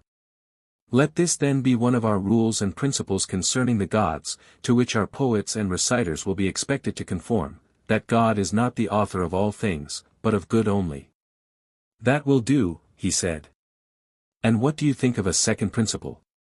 Shall I ask you whether God is a magician, and of a nature to appear insidiously now in one shape, and now in another, sometimes himself changing and passing into many forms, sometimes deceiving us with the semblance of such transformations, or is he one and the same immutably fixed in his own proper image? I cannot answer you, he said, without more thought. Well, I said, but if we suppose a change in anything, that change must be effected either by the thing itself, or by some other thing. Most certainly. And things which are at their best are also least liable to be altered or discomposed. For example, when healthiest and strongest, the human frame is least liable to be affected by meats and drinks, and the plant which is in the fullest vigor also suffers least from winds or the heat of the sun or any similar causes. That necessarily follows, he said, in my judgment. Then, I said, my dear friend, let none of the poets tell us that, the gods, taking the disguise of strangers from other lands, walk up and down cities in all sorts of forms, 27 and let no one slander Proteus and Thetis, neither let anyone, either in tragedy or in any other kind of poetry, introduce here disguised in the likeness of a priestess asking an alms, For the life-giving daughters of Inachus the river of Argos, let us have no more lies of that sort.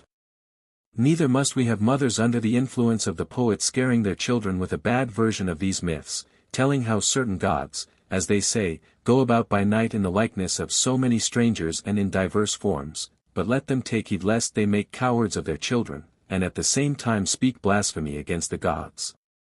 Heaven forbid, he said. But although the gods are themselves unchangeable, still by witchcraft and deception they may make us think that they appear in various forms. Perhaps, he replied. Well, but can you imagine that God will be willing to lie, whether in word or deed, or to put forth a phantom of himself? I cannot say, he replied. Do you not know, I said, that the true lie, if such an expression may be allowed, is hated of gods and men? What do you mean? He said. I mean that no one is willingly deceived in that which is the truest and highest part of himself, or about the truest and highest matters, there, above all, he is most afraid of a lie having possession of him. Still, he said, I do not comprehend you. The reason is, I replied, that you attribute some profound meaning to my words, but I am only saying that deception, or being deceived or uninformed about the highest realities in the highest part of themselves, which is the soul, and in that part of them to have and to hold the lie, is what mankind least like, that, I say, is what they utterly detest. There is nothing more hateful to them. And, as I was just now remarking, this ignorance in the soul of him who is deceived may be called the true lie, for the lie in words is only a kind of imitation and shadowy image of a previous affection of the soul, not pure unadulterated falsehood. Am I not right? Perfectly right. The true lie is hated not only by the gods, but also by men. Yes. Whereas the lie in words is in certain cases useful and not hateful, in dealing with enemies, that would be an instance, or again, when those whom we call our friends in a fit of madness or illusion are going to do some harm, then it is useful and is a sort of medicine or preventive, also in the tales of mythology, of which we were just now speaking, because we do not know the truth about ancient times, we make falsehood as much like truth as we can, and so turn it to account. Very true, he said. But can any of these reasons apply to God? Can we suppose that he is ignorant of antiquity, and therefore has recourse to invention? That would be ridiculous, he said. Then the lying poet has no place in our idea of God. I should say not. Or perhaps he may tell a lie because he is afraid of enemies. That is inconceivable. But he may have friends who are senseless or mad. But no mad or senseless person can be a friend of God. Then no motive can be imagined why God should lie. None whatever. Then the superhuman and divine is absolutely incapable of falsehood? Yes. Then is God perfectly simple and true both in word and deed. 28 He changes not, he deceives not, either by sign or word, by dream or waking vision. Your thoughts, he said, are the reflection of my own. You agree with me then, I said, that this is the second type or form in which we should write and speak about divine things. The gods are not magicians who transform themselves, neither do they deceive mankind in any way. I grant that. Then, although we are admirers of Homer, we do not admire the lying dream which Zeus sends to Agamemnon, neither will we praise the verses of Aeschylus in which Thetis says that Apollo at her nuptials was celebrating in song her fair progeny whose days were to be long, and to know no sickness. And when he had spoken of my lot as in all things blessed of heaven he raised a note of triumph and cheered my soul. And I thought that the word of Phoebus, being divine and full of prophecy, would not fail.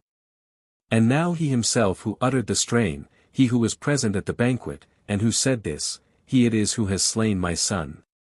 29 These are the kind of sentiments about the gods which will arouse our anger, and he who utters them shall be refused a chorus, neither shall we allow teachers to make use of them in the instruction of the young, meaning, as we do, that our guardians, as far as men can be, should be true worshippers of the gods and like them. I entirely agree, he said, in these principles, and promise to make them my laws.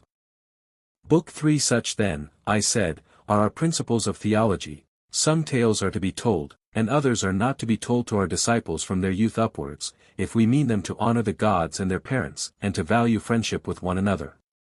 Yes, and I think that our principles are right, he said. But if they are to be courageous, must they not learn other lessons besides these, and lessons of such a kind as will take away the fear of death? Can any man be courageous who has the fear of death in him? Certainly not, he said. And can he be fearless of death, or will he choose death in battle rather than defeat and slavery, who believes the world below to be real and terrible? Impossible. Then we must assume a control over the narrators of this class of tales as well as over the others, and beg them not simply to revile but rather to commend the world below, intimating to them that their descriptions are untrue, and will do harm to our future warriors. That will be our duty, he said. Then, I said, we shall have to obliterate many obnoxious passages, beginning with the verses, I would rather be a serf on the land of a poor and portionless man than rule over all the dead who have come to naught. 30. We must also expunge the verse, which tells us how Plato feared, lest the mansions grim and squalid which the gods abhor should be seen both of mortals and immortals. 31. And again, O heavens! Verily in the house of Hades there is soul and ghostly form but no mind at all. 32. Again of Tiresias, to him even after death did Persephone grant mind, that he alone should be wise, but the other souls are flitting shades. 33. Again, the soul flying from the limbs had gone to Hades, lamenting her fate, leaving manhood and youth. 34. Again, and the soul, with shrilling cry, passed like smoke beneath the earth. 35. And, as bats in hollow of mystic cavern, whenever any of them has dropped out of the string and falls from the rock, fly shrilling and cling to one another, so did they with shrilling cry hold together as they moved. 36. And we must beg Homer and the other poets not to be angry if we strike out these and similar passages, not because they are unpoetical, or unattractive to the popular ear, but because the greater the poetical charm of them, the less are they meet for the ears of boys and men who are meant to be free, and who should fear slavery more than death. Undoubtedly. Also we shall have to reject all the terrible and appalling names which describe the world below, Cocytus and Styx, ghosts under the earth, and sapless shades, and any similar words of which the very mention causes a shudder to pass through the inmost soul of him who hears them. I do not say that these horrible stories may not have a use of some kind, but there is a danger that the nerves of our guardians may be rendered too excitable and effeminate by them. There is a real danger, he said. Then we must have no more of them. True. Another and a nobler strain must be composed and sung by us. Clearly. And shall we proceed to get rid of the weepings and wailings of famous men? They will go with the rest. But shall we be right in getting rid of them? Reflect, our principle is that the good man will not consider death terrible to any other good man who is his comrade. Yes, that is our principle. And therefore he will not sorrow for his departed friend as though he had suffered anything terrible. He will not. Such an one, as we further maintain, is sufficient for himself and his own happiness, and therefore is least in need of other men. True, he said. And for this reason the loss of a son or brother, or the deprivation of fortune, is to him of all men least terrible. Assuredly. And therefore he will be least likely to lament, and will bear with the greatest equanimity any misfortune of this sort which may befall him. Yes, he will feel such a misfortune far less than another. Then we shall be right in getting rid of the lamentations of famous men, and making them over to women, and not even to women who are good for anything, or to men of a baser sort, that those who are being educated by us to be the defenders of their country may scorn to do the like. That will be very right. Then we will once more entreat Homer and the other poets not to depict Achilles 37 who is the son of a goddess, first lying on his side, then on his back, and then on his face, then starting up and sailing in a frenzy along the shores of the barren sea, now taking the sooty ashes in both his hands 38 and pouring them over his head, or weeping and wailing in the various modes which Homer has delineated. Nor should he describe Priam the kinsman of the gods as praying and beseeching, rolling in the dirt, calling each man loudly by his name. 39 Still more earnestly will we beg of him at all events not to introduce the gods lamenting and saying, Alas! My misery!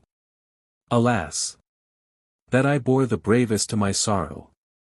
40 But if he must introduce the gods, at any rate let him not dare so completely to misrepresent the greatest of the gods, as to make him say, O heavens!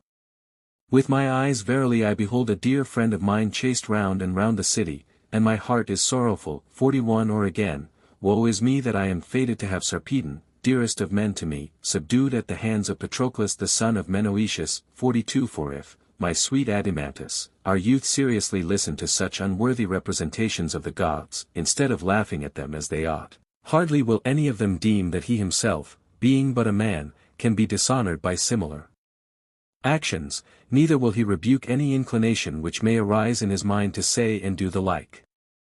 And instead of having any shame or self-control, he will be always whining and lamenting on slight occasions. Yes, he said, that is most true. Yes, I replied, but that surely is what ought not to be, as the argument has just proved to us, and by that proof we must abide until it is disproved by a better. It ought not to be. Neither ought our guardians to be given to laughter. For a fit of laughter which has been indulged to excess almost always produces a violent reaction. So I believe. Then persons of worth, even if only mortal men, must not be represented as overcome by laughter, and still less must such a representation of the gods be allowed. Still less of the gods, as you say, he replied. Then we shall not suffer such an expression to be used about the gods as that of Homer when he describes how inextinguishable laughter arose among the blessed gods, when they saw Hephaestus bustling about the mansion. 43 On your views, we must not admit them. On my views, if you like to father them on me, that we must not admit them is certain.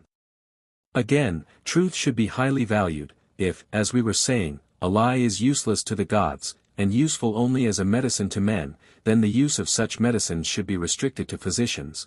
Private individuals have no business with them. Clearly not, he said. Then if anyone at all is to have the privilege of lying, the rulers of the state should be the persons, and they, in their dealings either with enemies or with their own citizens, may be allowed to lie for the public good. But nobody else should meddle with anything of the kind, and although the rulers have this privilege, for a private man to lie to them in return is to be deemed a more heinous fault than for the patient or the pupil of a gymnasium not to speak the truth about his own bodily illnesses to the physician or to the trainer, or for a sailor not to tell the captain what is happening about the ship and the rest of the crew, and how things are going with himself or his fellow sailors. Most true, he said. If, then, the ruler catches anybody beside himself lying in the state, any of the craftsmen, whether he be priest or physician or carpenter, 44 he will punish him for introducing a practice which is equally subversive and destructive of ship or state.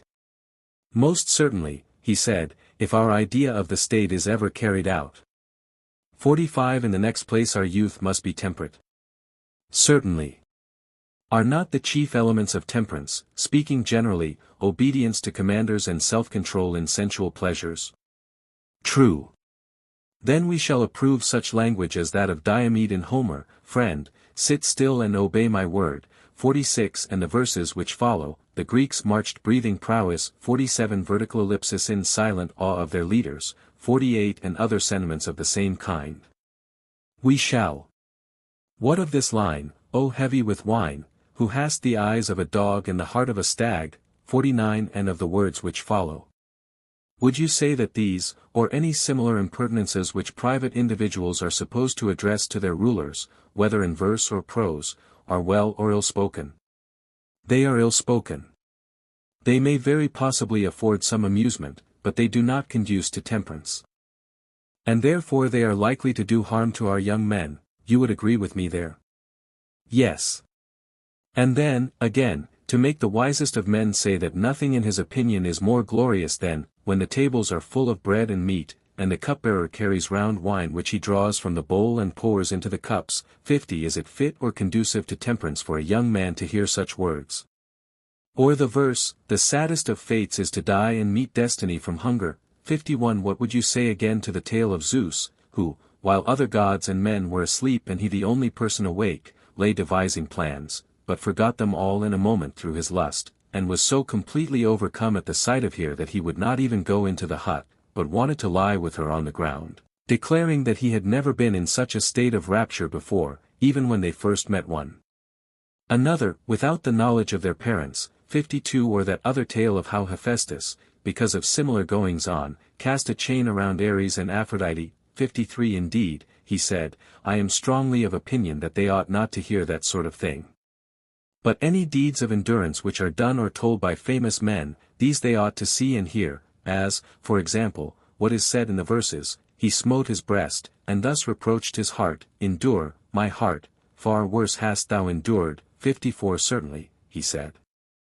In the next place, we must not let them be receivers of gifts or lovers of money. Certainly not. Neither must we sing to them of gifts persuading gods, and persuading reverend kings. 55 Neither is Phoenix, the tutor of Achilles, to be approved or deemed to have given his pupil good counsel when he told him that he should take the gifts of the Greeks and assist them. 56 But that without a gift he should not lay aside his anger. Neither will we believe or acknowledge Achilles himself to have been such a lover of money that he took Agamemnon's gifts, or that when he had received payment he restored the dead body of Hector, but that without payment he was unwilling to do so. 57 Undoubtedly, he said, these are not sentiments which can be approved. Loving Homer as I do, 58 I hardly like to say that in attributing these feelings to Achilles, or in believing that they are truly attributed to him, he is guilty of downright impiety. As little can I believe the narrative of his insolence to Apollo, where he says, Thou hast wronged me, O Fardarter, most abominable of deities.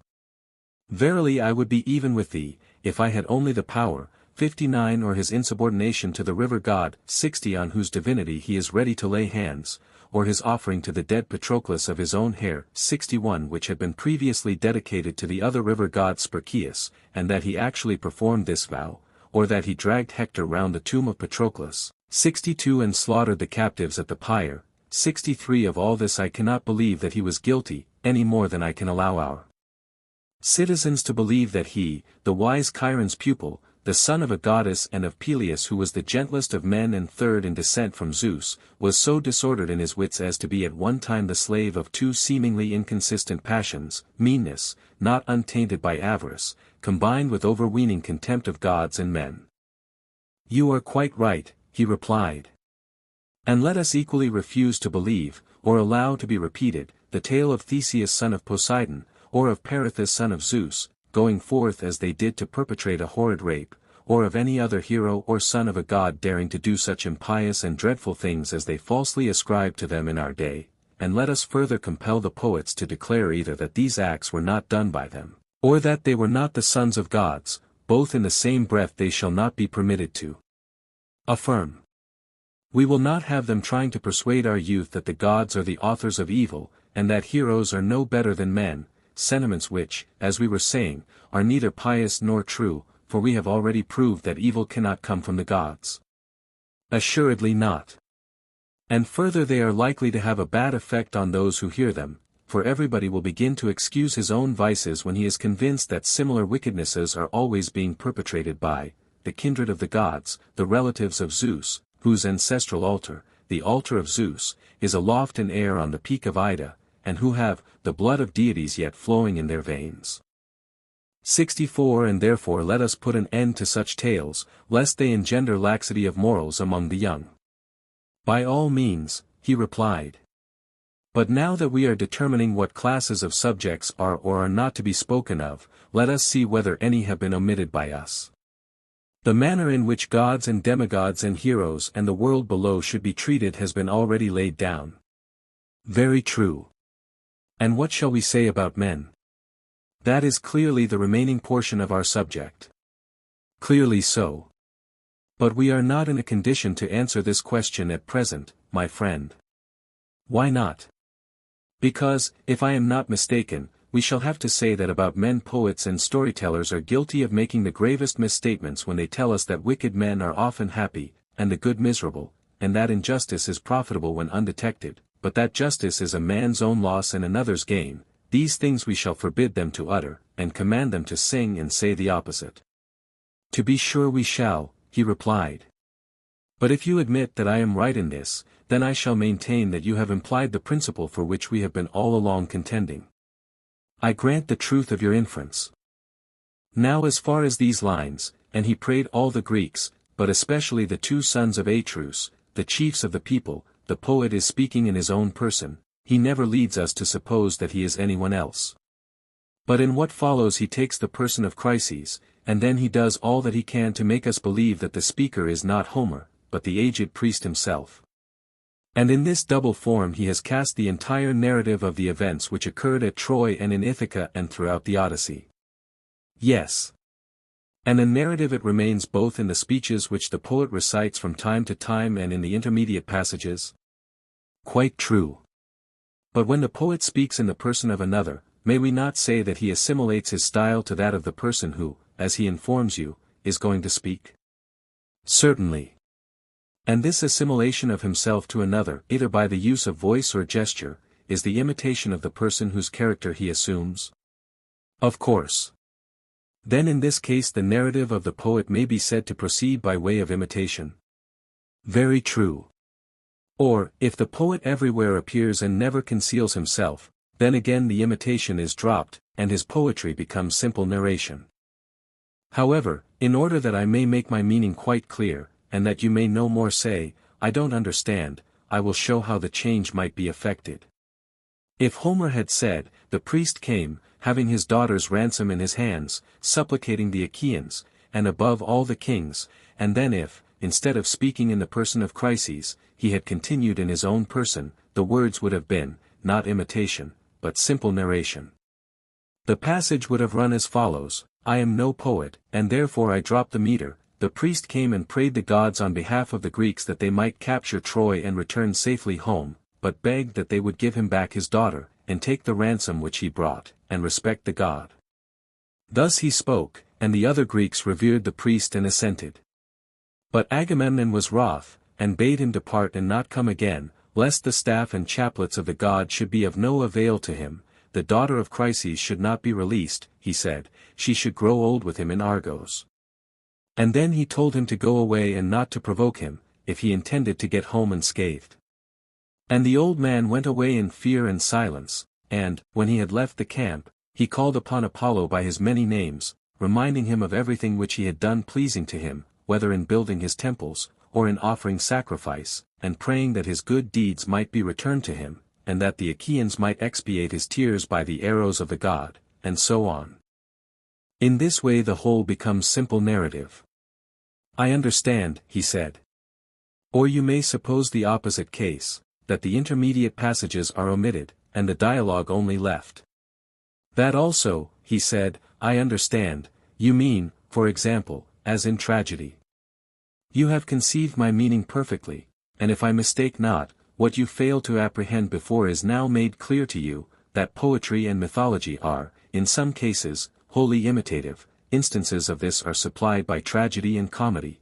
There is likewise the opposite style, in which the poet is the only speaker. Of this the dithyramb affords the best example, and the combination of both is found in epic, and in several other styles of poetry. Do I take you with me? Yes, he said, I see now what you meant. I will ask you to remember also what I began by saying, that we had done with the subject and might proceed to the style. Yes, I remember. In saying this, I intended to imply that we must come to an understanding about the mimetic art, whether the poets, in narrating their stories, are to be allowed by us to imitate, and if so, whether in whole or in part, and if the latter, in what parts, or should all imitation be prohibited? You mean, I suspect, to ask whether tragedy and comedy shall be admitted into our state. Yes, I said, but there may be more than this in question, I really do not know as yet, but whither the argument may blow, thither we go. And go we will, he said.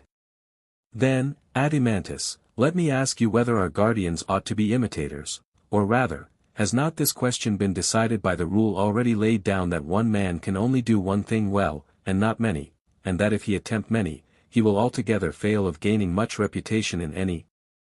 Certainly. And this is equally true of imitation. No one man can imitate many things as well as he would imitate a single one. He cannot. Then the same person will hardly be able to play a serious part in life, and at the same time to be an imitator and imitate many other parts as well, for even when two species of imitation are nearly allied, the same persons cannot succeed in both, as, for example, the writers of tragedy and comedy. Did you not just now call them imitations? Yes, I did, and you are right in thinking that the same persons cannot succeed in both. Any more than they can be rhapsodists and actors at once. True. Neither are comic and tragic actors the same, yet all these things are but imitations. They are so. And human nature, Adimantus, appears to have been coined into yet smaller pieces, and to be as incapable of imitating many things well, as of performing well the actions of which the imitations are copies. Quite true, he replied. If then we adhere to our original notion and bear in mind that our guardians, setting aside every other business, are to dedicate themselves wholly to the maintenance of freedom in the state, making this their craft, and engaging in no work which does not bear on this end, they ought not to practice or imitate anything else. If they imitate at all, they should imitate from youth upward only those characters which are suitable to their profession, the courageous, temperate, holy, free, and the like, but they should not depict or be skillful at imitating any kind of illiberality or baseness, lest from imitation they should come to be what they imitate. Did you never observe how imitations, beginning in early youth and continuing far into life, at length grow into habits and become a second nature, affecting body, voice, and mind? Yes, certainly, he said. Then, I said, we will not allow those for whom we profess a care and of whom we say that they ought to be good men, to imitate a woman, whether young or old, quarreling with her husband, or striving and vaunting against the gods in conceit of her happiness, or when she is in affliction, or sorrow, or weeping, and certainly not one who is in sickness, love, or labor. Very right, he said. Neither must they represent slaves, male or female, performing the offices of slaves. They must not. And surely not bad men, whether cowards or any others, who do the reverse of what we have just been prescribing, who scold or mock or revile one another in drink or out of drink, or who in any other manner sin against themselves and their neighbors in word or deed, as the manner of such is. Neither should they be trained to imitate the action or speech of men or women who are mad or bad, for madness, like vice, is to be known but not to be practiced or imitated. Very true, he replied. Neither may they imitate smiths or other artificers, or oarsmen, or boatswains, or the like. How can they, he said, when they are not allowed to apply their minds to the callings of any of these? Nor may they imitate the neighing of horses, the bellowing of bulls, the murmur of rivers and roll of the ocean, thunder, and all that sort of thing. Nay, he said, if madness be forbidden, neither may they copy the behavior of madmen. You mean, I said, if I understand you aright, that there is one sort of narrative style which may be employed by a truly good man when he has anything to say, and that another sort will be used by a man of an opposite character and education. But there is another sort of character who will narrate anything, and, the worse he is, the more unscrupulous he will be, nothing will be too bad for him, and he will be ready to imitate anything, not as a joke, but in right good earnest, and before a large company. As I was just now saying, he will attempt to represent the roll of thunder, the noise of wind and hail, or the creaking of wheels, and pulleys, and the various sounds of flutes, pipes, trumpets, and all sorts of instruments. He will bark like a dog, bleat like a sheep, or crow like a cock. His entire art will consist in imitation of voice and gesture, and there will be very little narration. That, he said, will be his mode of speaking. These, then, are the two kinds of style. Yes. And you would agree with me in saying that one of them is simple and has but slight changes, and if the harmony and rhythm are also chosen for their simplicity, the result is that the speaker, if he speaks correctly, is always pretty much the same in style, and he will keep within the limits of a single harmony, for the changes are not great, and in like manner he will make use of nearly the same rhythm. That is quite true, he said. Whereas the other requires all sorts of harmonies and all sorts of rhythms, if the music and the style are to correspond, because the style has all sorts of changes. That is also perfectly true, he replied. And do not the two styles, or the mixture of the two, comprehend all poetry, and every form of expression in words? No one can say anything except in one or other of them or in both together. They include all, he said. And shall we receive into our state all the three styles, or one only of the two unmixed styles? Or would you include the mixed? I should prefer only to admit the pure imitator of virtue. Yes, I said, Adimantus, but the mixed style is also very charming, and indeed the pantomimic, which is the opposite of the one chosen by you, is the most popular style with children and their attendants, and with the world in general. I do not deny it. But I suppose you would argue that such a style is unsuitable to our state, in which human nature is not twofold or manifold, for one man plays one part only. Yes, quite unsuitable. And this is the reason why in our state, and in our state only, we shall find a shoemaker to be a shoemaker and not a pilot also, and a husbandman to be a husbandman and not a die-cast also, and a soldier and not a trader also, and the same throughout. True, he said. And therefore when any one of these pantomimic gentlemen, who are so clever that they can imitate anything, comes to us, and makes a proposal to exhibit himself and his poetry, we will fall down and worship him as a sweet and holy and wonderful being, but we must also inform him that in our state such as he are not permitted to exist, the law will not allow them. And so when we have anointed him with myrrh, and set a garland of wool upon his head, we shall send him away to another city. For we mean to employ for our soul's health the rougher and severer poet or storyteller, who will imitate the style of the virtuous only, and will follow those models which we prescribed at first when we began the education of our soldiers. We certainly will, he said, if we have the power. Then now, my friend, I said, that part of music or literary education which relates to the story or myth may be considered to be finished, for the matter and manner have both been discussed. I think so too, he said. Next in order will follow melody and song. That is obvious. Everyone can see already what we ought to say about them, if we are to be consistent with ourselves. I fear, said Glaucon, laughing, that the word everyone hardly includes me, for I cannot at the moment say what they should be, though I may guess. At any rate you can tell that a song or ode has three parts, the words, the melody, and the rhythm, that degree of knowledge I may presuppose? Yes, he said, so much as that you may. And as for the words, there will surely be no difference between words which are and which are not set to music, both will conform to the same laws, and these have been already determined by us. Yes.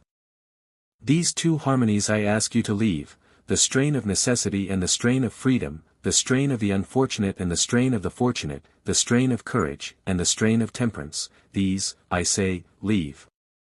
And these, he replied, are the Dorian and Phrygian harmonies of which I was just now speaking. Then, I said, if these and these only are to be used in our songs and melodies, we shall not want multiplicity of notes or a panharmonic scale. I suppose not. Then we shall not maintain the artificers of lyres with three corners and complex scales, or the makers of any other many-stringed curiously harmonized instruments. Certainly not. But what do you say to flute makers and flute players? Would you admit them into our state when you reflect that in this composite use of harmony the flute is worse than all the stringed instruments put together, even the panharmonic music is only an imitation of the flute? Clearly not. There remain then only the lyre and the harp for use in the city, and the shepherds may have a pipe in the country. That is surely the conclusion to be drawn from the argument. The preferring of Apollo and his instruments to Marsyas and his instruments is not at all strange, I said. Not at all, he replied. And so, by the dog of Egypt, we have been unconsciously purging the state, which not long ago we termed luxurious. And we have done wisely, he replied. Then let us now finish the purgation, I said. Next in order to harmonies, rhythms will naturally follow, and they should be subject to the same rules, for we ought not to seek out complex systems of meter, or meters of every kind, but rather to discover what rhythms are the expressions of a courageous and harmonious life, and when we have found them, we shall adapt the foot and the melody to words having a like spirit, not the words to the foot and melody. To say what these rhythms are will be your duty, you must teach me them, as you have already taught me the harmonies. But, indeed, he replied, I cannot tell you. I only know that there are some three principles of rhythm out of which metrical systems are framed, just as in sounds there are 4 notes 65 out of which all the harmonies are composed, that is an observation which I have made. But of what sort of lives they are severally the imitations I am unable to say. Then, I said, we must take Damon into our counsels, and he will tell us what rhythms are expressive of meanness, or insolence, or fury, or other unworthiness, and what are to be reserved for the expression of opposite feelings.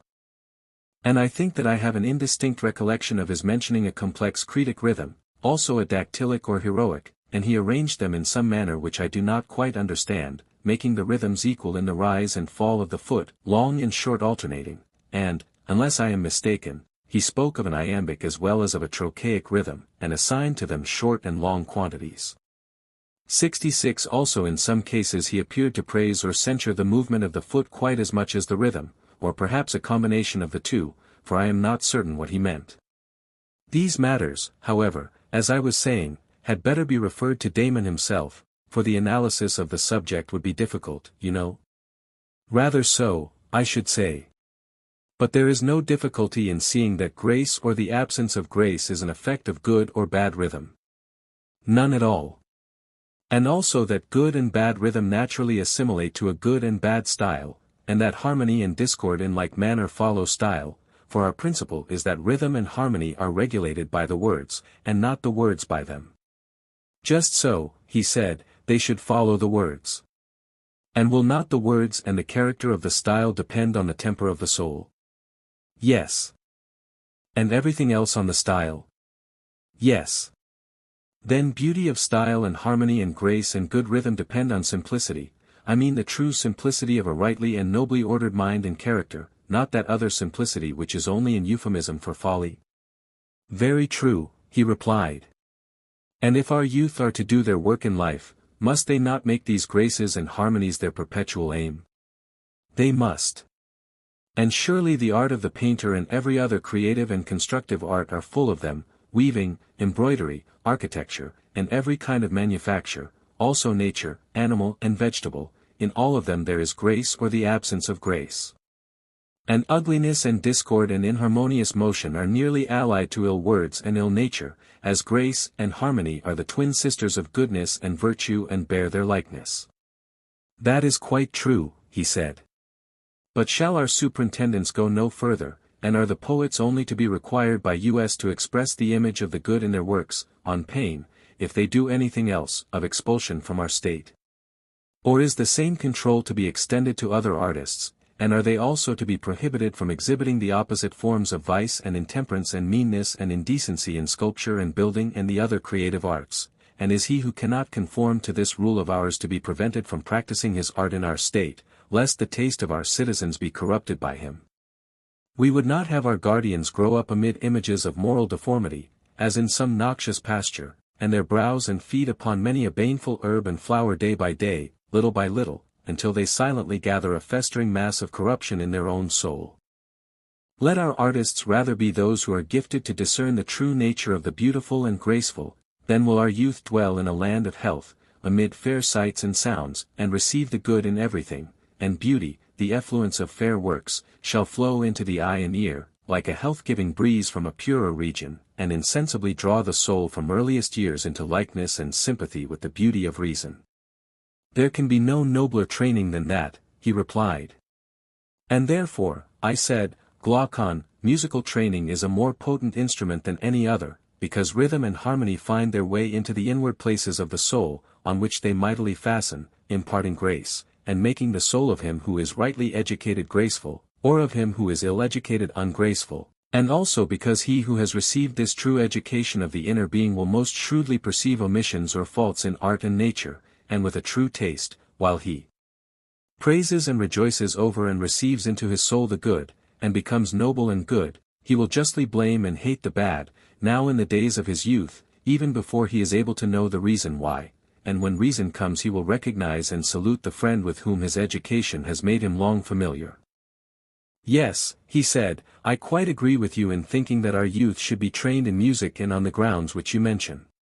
Just as in learning to read, I said, we were satisfied when we knew the letters of the alphabet, which are very few, in all their recurring sizes and combinations, not slighting them as unimportant whether they occupy a space large or small, but everywhere eager to make them out, and not thinking ourselves perfect in the art of reading until we recognize them wherever they are found, true, or, as we recognize the reflection of letters in the water, or in a mirror, only when we know the letters themselves, the same art and study giving us the knowledge of both, exactly. Even so, as I maintain, neither we nor our guardians, whom we have to educate, can ever become musical until we and they know the essential forms of temperance, courage, liberality, magnificence, and their kindred, as well as the contrary forms, in all their combinations, and can recognize them and their images wherever they are found, not slighting them either in small things or great, but believing them all to be within the sphere of one art and study.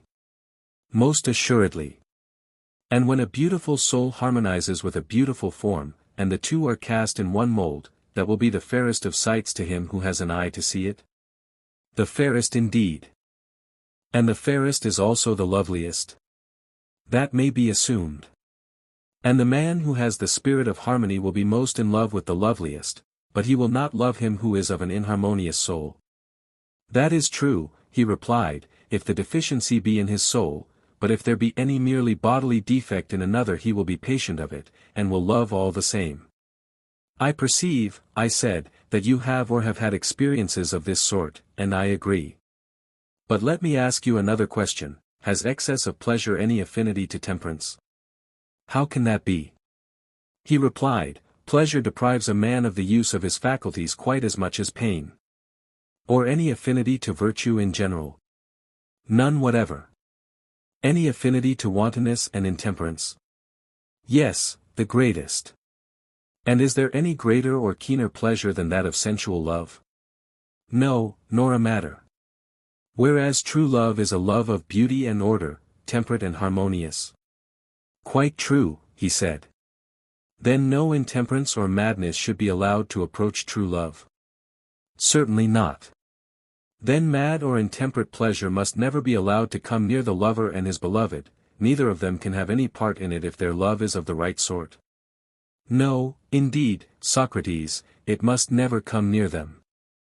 Then I suppose that in the city which we are founding you would make a law to the effect that a friend should use no other familiarity to his love than a father would use to his son, and then only for a noble purpose, and he must first have the other's consent, and this rule is to limit him in all his intercourse, and he is never to be seen going further, or, if he exceeds, he is to be deemed guilty of coarseness and bad taste. I quite agree, he said.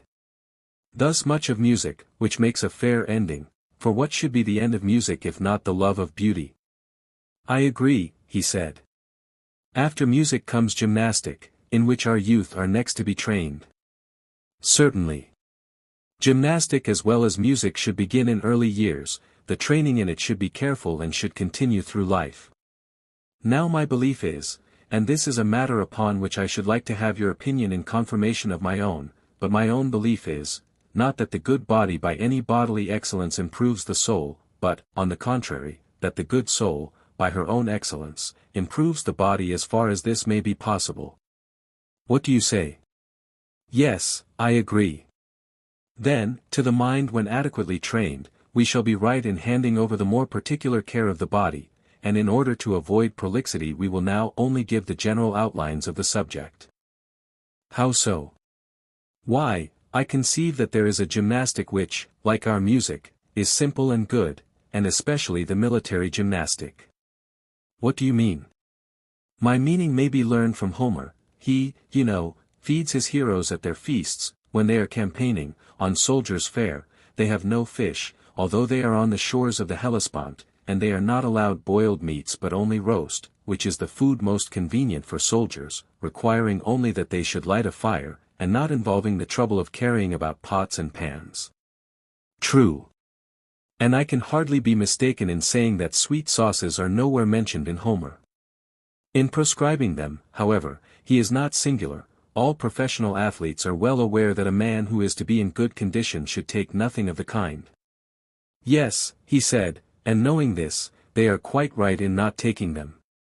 Then you would not approve of Syracusan dinners, and the refinements of Sicilian cookery?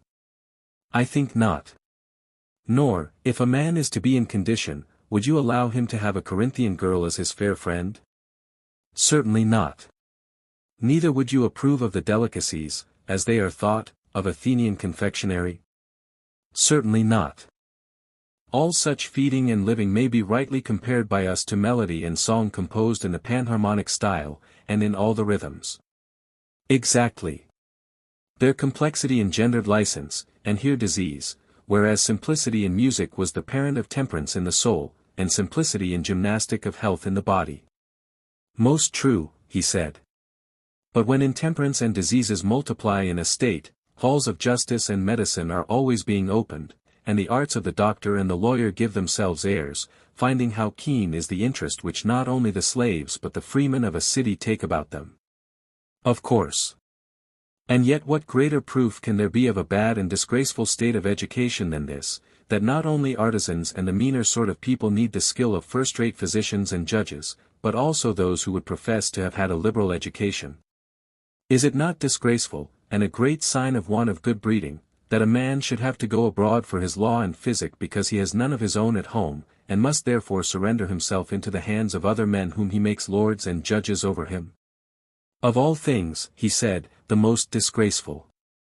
Would you say, most, I replied, when you consider that there is a further stage of the evil in which a man is not only a lifelong litigant, passing all his days in the courts either as plaintiff or defendant, but is actually led by his bad taste to pride himself on his litigiousness. He imagines that he is a master in dishonesty, able to take every crooked turn, and wriggle into and out of every hole, bending like a withy and getting out of the way of justice, and all for what? In order to gain small points not worth mentioning, he not knowing that so to order his life as to be able to do without a napping judge is a far higher and nobler sort of thing.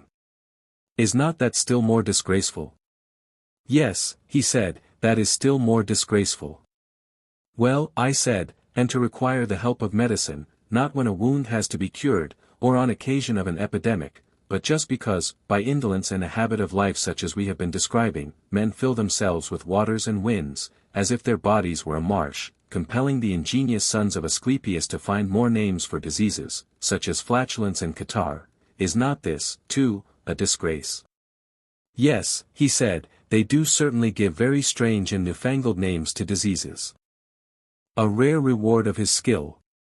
Yes, I said, a reward which a man might fairly expect who never understood that, if Asclepius did not instruct his descendants in valetudinarian arts, the omission arose, not from ignorance or inexperience of such a branch of medicine, but because he knew that in all well-ordered states every individual has an occupation to which he must attend, and has therefore no leisure to spend in continually being ill.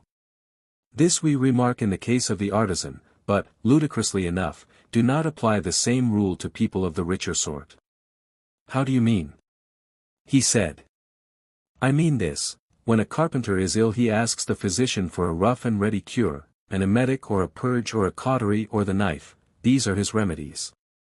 And if someone prescribes for him a course of dietetics, and tells him that he must swathe and swaddle his head, and all that sort of thing, he replies at once that he has no time to be ill, and that he sees no good in a life which is spent in nursing his disease to the neglect of his customary employment, and therefore bidding goodbye to this sort of physician, he resumes his ordinary habits, and either gets well and lives and does his business, or, if his constitution fails, he dies and has no more trouble. Yes, he said, and a man in his condition of life ought to use the art of medicine thus far only. Has he not, I said, an occupation, and what profit would there be in his life if he were deprived of his occupation? Quite true, he said. But with the rich man this is otherwise, of him we do not say that he has any specially appointed work which he must perform, if he would live. He is generally supposed to have nothing to do. Then you never heard of the saying of Socrates, that as soon as a man has a livelihood he should practice virtue? Nay, he said, I think that he had better begin somewhat sooner. Let us not have a dispute with him about this, I said, but rather ask ourselves, is the practice of virtue obligatory on the rich man, or can he live without it? And if obligatory on him, then let us raise a further question, whether this dieting of disorders, which is an impediment to the application of the mind in carpentering and the mechanical arts, does not equally stand in the way of the sentiment of Socrates. Of that, he replied, there can be no doubt, such excessive care of the body, when carried beyond the rules of gymnastic, is most inimical to the practice of virtue. 67 Yes, indeed, I replied, and equally incompatible with the management of a house, an army, or an office of state, and, what is most important of all, irreconcilable with any kind of study or thought or self-reflection. There is a constant suspicion that headache and giddiness are to be ascribed to philosophy, and hence all practicing or making trial of virtue in the higher sense is absolutely stopped. For a man is always fancying that he is being made ill, and is in constant anxiety about the state of his body. Yes, likely enough. And therefore our politic Asclepius may be supposed to have exhibited the power of his art only to persons who, being generally of healthy constitution and habits of life, had a definite ailment, such as these he cured by purges and operations, and bade them live as usual, herein consulting the interests of the state. But bodies which disease had penetrated through and through he would not have attempted to cure by gradual processes of evacuation and infusion. He did not want to lengthen out good-for-nothing lives, or to have weak fathers begetting weaker sons. If a man was not able to live in the ordinary way he had no business to cure him, for such a cure would have been of no use either to himself, or to the state. Then, he said, you regard Asclepius as a statesman. Clearly, and his character is further illustrated by his sons. Note that they were heroes in the days of old and practiced the medicines of which I am speaking at the siege of Troy. You will remember how, when Pandarus wounded Menelaus, they sucked the blood out of the wound, and sprinkled soothing remedies. 68 But they never prescribed what the patient was afterwards to eat or drink in the case of Menelaus, any more than in the case of Eurypylus. The remedies, as they conceived, were enough to heal any man who before he was wounded was healthy and regular in his habits, and even though he did happen to drink a posset of Pramnian wine, he might get well all the same. But they would have nothing to do with unhealthy and intemperate subjects, whose lives were of no use either to themselves or others. The art of medicine was not designed for their good, and though they were as rich as Midas, the sons of Asclepius would have declined to attend them. They were very acute persons, those sons of Asclepius. Naturally so, I replied. Nevertheless, the tragedians and Pindar, disobeying our behests, although they acknowledged that Asclepius was the son of Apollo, say also that he was bribed into healing a rich man who was at the point of death, and for this reason he was struck by lightning. But we, in accordance with the principle already affirmed by us, will not believe them when they tell us both. If he was the son of a god, we maintain that he was not avaricious, or, if he was avaricious, he was not the son of a god. All that, Socrates, is excellent, but I should like to put a question to you. Ought there not to be good physicians in a state, and are not the best those who have treated the greatest number of constitutions good and bad? And are not the best judges in like manner those who are acquainted with all sorts of moral natures? Yes, I said, I too would have good judges and good physicians. But do you know whom I think good? Will you tell me? I will, if I can. Let me however note that in the same question you join two things which are not the same. How so? He asked. Why, I said, you join physicians and judges. Now the most skillful physicians are those who, from their youth upwards, have combined with the knowledge of their art the greatest experience of disease. They had better not be robust in health, and should have had all manner of diseases in their own persons. For the body, as I conceive, is not the instrument with which they cure the body. In that case we could not allow them ever to be or to have been sickly, but they cure the body with the mind, and the mind which has become and is sick can cure nothing. That is very true, he said. But with the judge it is otherwise, since he governs mind by mind. He ought not therefore to have been trained among vicious minds, and to have associated with them from youth upwards, and to have gone through the whole calendar of crime, only in order that he may quickly infer the crimes of others as he might their bodily diseases from his own self-consciousness. The honorable mind which is to form a healthy judgment should have had no experience or contamination of evil habits when young. And this is the reason why in youth good men often appear to be simple, and are easily practiced upon by the dishonest, because they have no examples of what evil is in their own souls. Yes, he said, they are far too apt to be deceived. Therefore, I said, the judge should not be young, he should have learned to know evil, not from his own soul, but from late and long observation of the nature of evil in others. Knowledge should be his guide, not personal experience. Yes, he said, that is the ideal of a judge.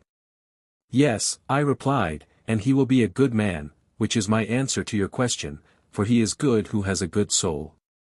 But the cunning and suspicious nature of which we spoke, he who has committed many crimes, and fancies himself to be a master in wickedness, when he is amongst his fellows, is wonderful in the precautions which he takes, because he judges of them by himself, but when he gets into the company of men of virtue, who have the experience of age, he appears to be a fool again, owing to his unseasonable suspicions. He cannot recognize an honest man, because he has no pattern of honesty in himself. At the same time, as the bad are more numerous than the good, and he meets with them oftener, he thinks himself, and is by others thought to be, rather wise than foolish. Most true, he said. Then the good and wise judge whom we are seeking is not this man, but the other, for vice cannot know virtue too, but a virtuous nature, educated by time, will acquire a knowledge both of virtue and vice. The virtuous, and not the vicious, man has wisdom, in my opinion. And in mine also. This is the sort of medicine, and this is the sort of law, which you will sanction in your state. They will minister to better natures, giving health both of soul and of body, but those who are diseased in their bodies they will leave to die, and the corrupt and incurable souls they will put an end to themselves. That is clearly the best thing both for the patients and for the state. And thus our youth, having been educated only in that simple music which, as we said, inspires temperance, will be reluctant to go to law. Clearly. And the musician, who, keeping to the same track, is content to practice the simple gymnastic, will have nothing to do with medicine unless in some extreme case. That I quite believe.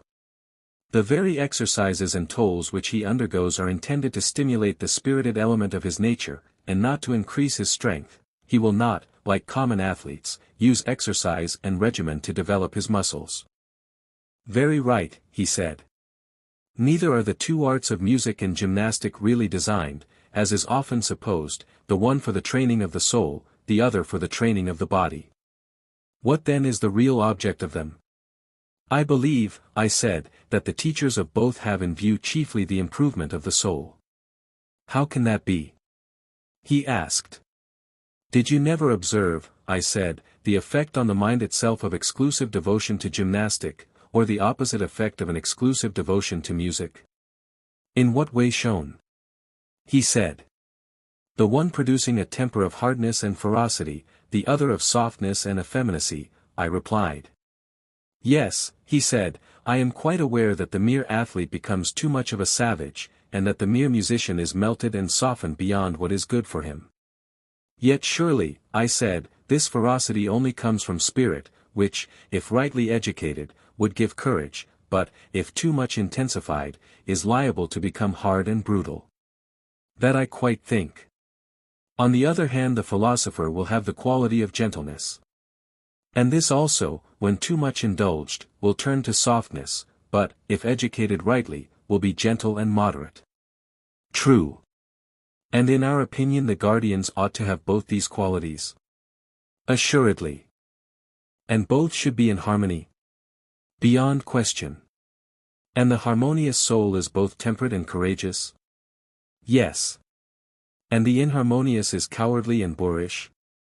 Very true.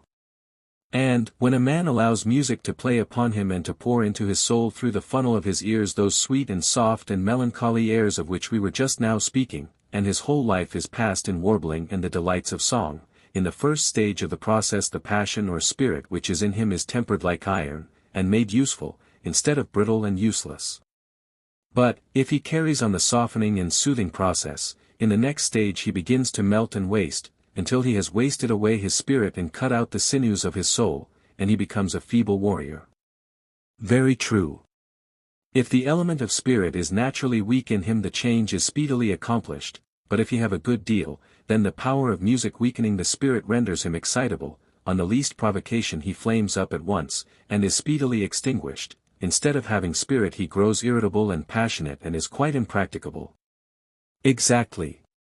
And so in gymnastics, if a man takes violent exercise and is a great feeder, and the reverse of a great student of music and philosophy, at first the high condition of his body fills him with pride and spirit, and he becomes twice the man that he was. Certainly. And what happens? If he do nothing else, and holds no converse with the Muses, does not even that intelligence which there may be in him, having no taste of any sort of learning or inquiry or thought or culture, grow feeble and dull and blind, his mind never waking up or receiving nourishment, and his senses not being purged of their mists. True, he said. And he ends by becoming a hater of philosophy, uncivilized, never using the weapon of persuasion. He is like a wild beast, all violence and fierceness, and knows no other way of dealing, and he lives in all ignorance and evil conditions, and has no sense of propriety and grace. That is quite true, he said. And as there are two principles of human nature, one the spirited and the other the philosophical, some God, as I should say, has given mankind two arts answering to them, and only indirectly to the soul and body, in order that these two principles, like the strings of an instrument, may be relaxed or drawn tighter until they are duly harmonized. That appears to be the intention. And he who mingles music with gymnastic in the fairest proportions, and best attempers them to the soul, may be rightly called the true musician and harmonist in a far higher sense than the tuner of the strings. You are quite right, Socrates. And such a presiding genius will be always required in our state if the government is to last. Yes, he will be absolutely necessary. Such, then, are our principles of nurture and education. Where would be the use of going into further details about the dances of our citizens, or about their hunting and coursing, their gymnastic and equestrian contests? For these all follow the general principle, and having found that, we shall have no difficulty in discovering them. I dare say that there will be no difficulty. Very good, I said, then what is the next question? Must we not ask who are to be rulers and who subjects? Certainly. There can be no doubt that the elder must rule the younger. Clearly. And that the best of these must rule. That is also clear. Now, are not the best husbandmen those who are most devoted to husbandry? Yes. And as we are to have the best of guardians for our city, must they not be those who have most the character of guardians? Yes. And to this end they ought to be wise and efficient, and to have a special care of the state. True. And a man will be most likely to care about that which he loves. To be sure. And he will be most likely to love that which he regards as having the same interests with himself, and that of which the good or evil fortune is supposed by him at any time most to affect his own. Very true, he replied. Then there must be a selection. Let us note among the guardians those who in their whole life show the greatest eagerness to do what is for the good of their country, and the greatest repugnance to do what is against her interests. Those are the right men. And they will have to be watched at every age, in order that we may see whether they preserve their resolution, and never, under the influence either of force or enchantment, forget or cast off their sense of duty to the state. How cast off? He said. I will explain to you, I replied. A resolution may go out of a man's mind either with his will or against his will, with his will when he gets rid of a falsehood and learns better, against his will whenever he is deprived of a truth.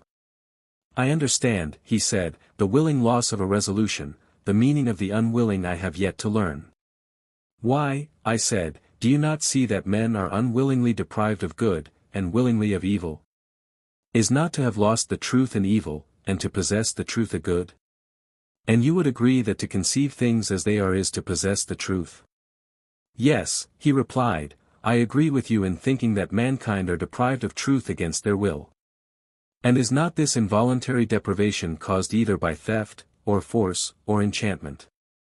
Still, he replied, I do not understand you. Very right, he replied. And then, I said, we must try them with enchantments, that is the third sort of test, and see what will be their behavior, like those who take colts amid noise and tumult to see if they are of a timid nature, so must we take our youth amid terrors of some kind, and again pass them into pleasures, and prove them more thoroughly than gold is proved in the furnace, that we may discover whether they are armed against all enchantments, and of a noble bearing always, good guardians of themselves and of the music which they have learned, and retaining under all circumstances a rhythmical and harmonious nature, such as will be most serviceable to the individual and to the state. And he who at every age, as boy and youth and in mature life, has come out of the trial victorious and pure, shall be appointed a ruler and guardian of the state. he shall be honored in life and death, and shall receive sepulture and other memorials of honor, the greatest that we have to give. But him who fails, we must reject. I am inclined to think that this is the sort of way in which our rulers and guardians should be chosen and appointed. I speak generally, and not with any pretension to exactness. And, speaking generally, I agree with you, he said. And perhaps the word guardian, in the fullest sense, ought to be applied to this higher class only, who preserve us against foreign enemies and maintain peace among our citizens at home, that the one may not have the will, or the others the power, to harm us. The young men whom we before called guardians may be more properly designated auxiliaries and supporters of the principles of the rulers. I agree with you, he said. How then may we devise one of those needful falsehoods of which we lately spoke, just one royal lie which may deceive the rulers, if that be possible, and at any rate the rest of the city? What sort of lie? He said. Nothing new, I replied, only an old Phoenician tale of what has often occurred before now in other places, as the poets say, and have made the world believe, though not in our time, and I do not know whether such an event could ever happen again, or could now even be made probable, if it did. How your words seem to hesitate on your lips. You will not wonder, I replied, at my hesitation when you have heard. Speak, he said, and fear not. Well then, I will speak, although I really know not how to look you in the face, or in what words to utter the audacious fiction, which I propose to communicate gradually, first to the rulers, then to the soldiers, and lastly to the people. They are to be told that their youth was a dream, and the education and training which they received from us, an appearance only. In reality during all that time they were being formed and fed in the womb of the earth, where they themselves and their arms and appurtenances were manufactured. When they were completed, the earth, their mother, sent them up, and so, their country being their mother and also their nurse, they are bound to advise for her good, and to defend her against attacks, and her citizens they are to regard as children of the earth and their own brothers. You had good reason, he said, to be ashamed of the lie which you were going to tell. True, I replied, but there is more coming, I have only told you half. Citizens, we shall say to them in our tale, you are brothers, yet God has framed you differently. Some of you have the power of command, and in the composition of these he has mingled gold, wherefore also they have the greatest honor. Others he has made of silver, to be auxiliaries, others again who are to be husbandmen and craftsmen he has composed of brass and iron, and the species will generally be preserved in the children. But as all are of the same original stock, a golden parent will sometimes have a silver son, or a silver parent a golden son. And God proclaims as a first principle to the rulers, and above all else, that there is nothing which they should so anxiously guard, or of which they are to be such good guardians, as of the purity of the race. They should observe what elements mingle in their offspring, for if the son of a golden or silver parent has an admixture of brass and iron, then nature orders a transposition of ranks, and the eye of the ruler must not be pitiful towards the child because he has to descend in the scale and become a husbandman or artisan, just as there may be sons of artisans who having an admixture of gold or silver in them are raised to honor, and become guardians or auxiliaries. For an oracle says that when a man of brass or iron guards the state, it will be destroyed. Such is the tale. Is there any possibility of making our citizens believe in it? Not in the present generation, he replied, there is no way of accomplishing this, but their sons may be made to believe in the tale, and their sons' sons, and posterity after them. I see the difficulty, I replied, yet the fostering of such a belief will make them care more for the city and for one another. Enough, however, of the fiction, which may now fly abroad upon the wings of rumor, while we arm our earth-born heroes, and lead them forth under the command of their rulers.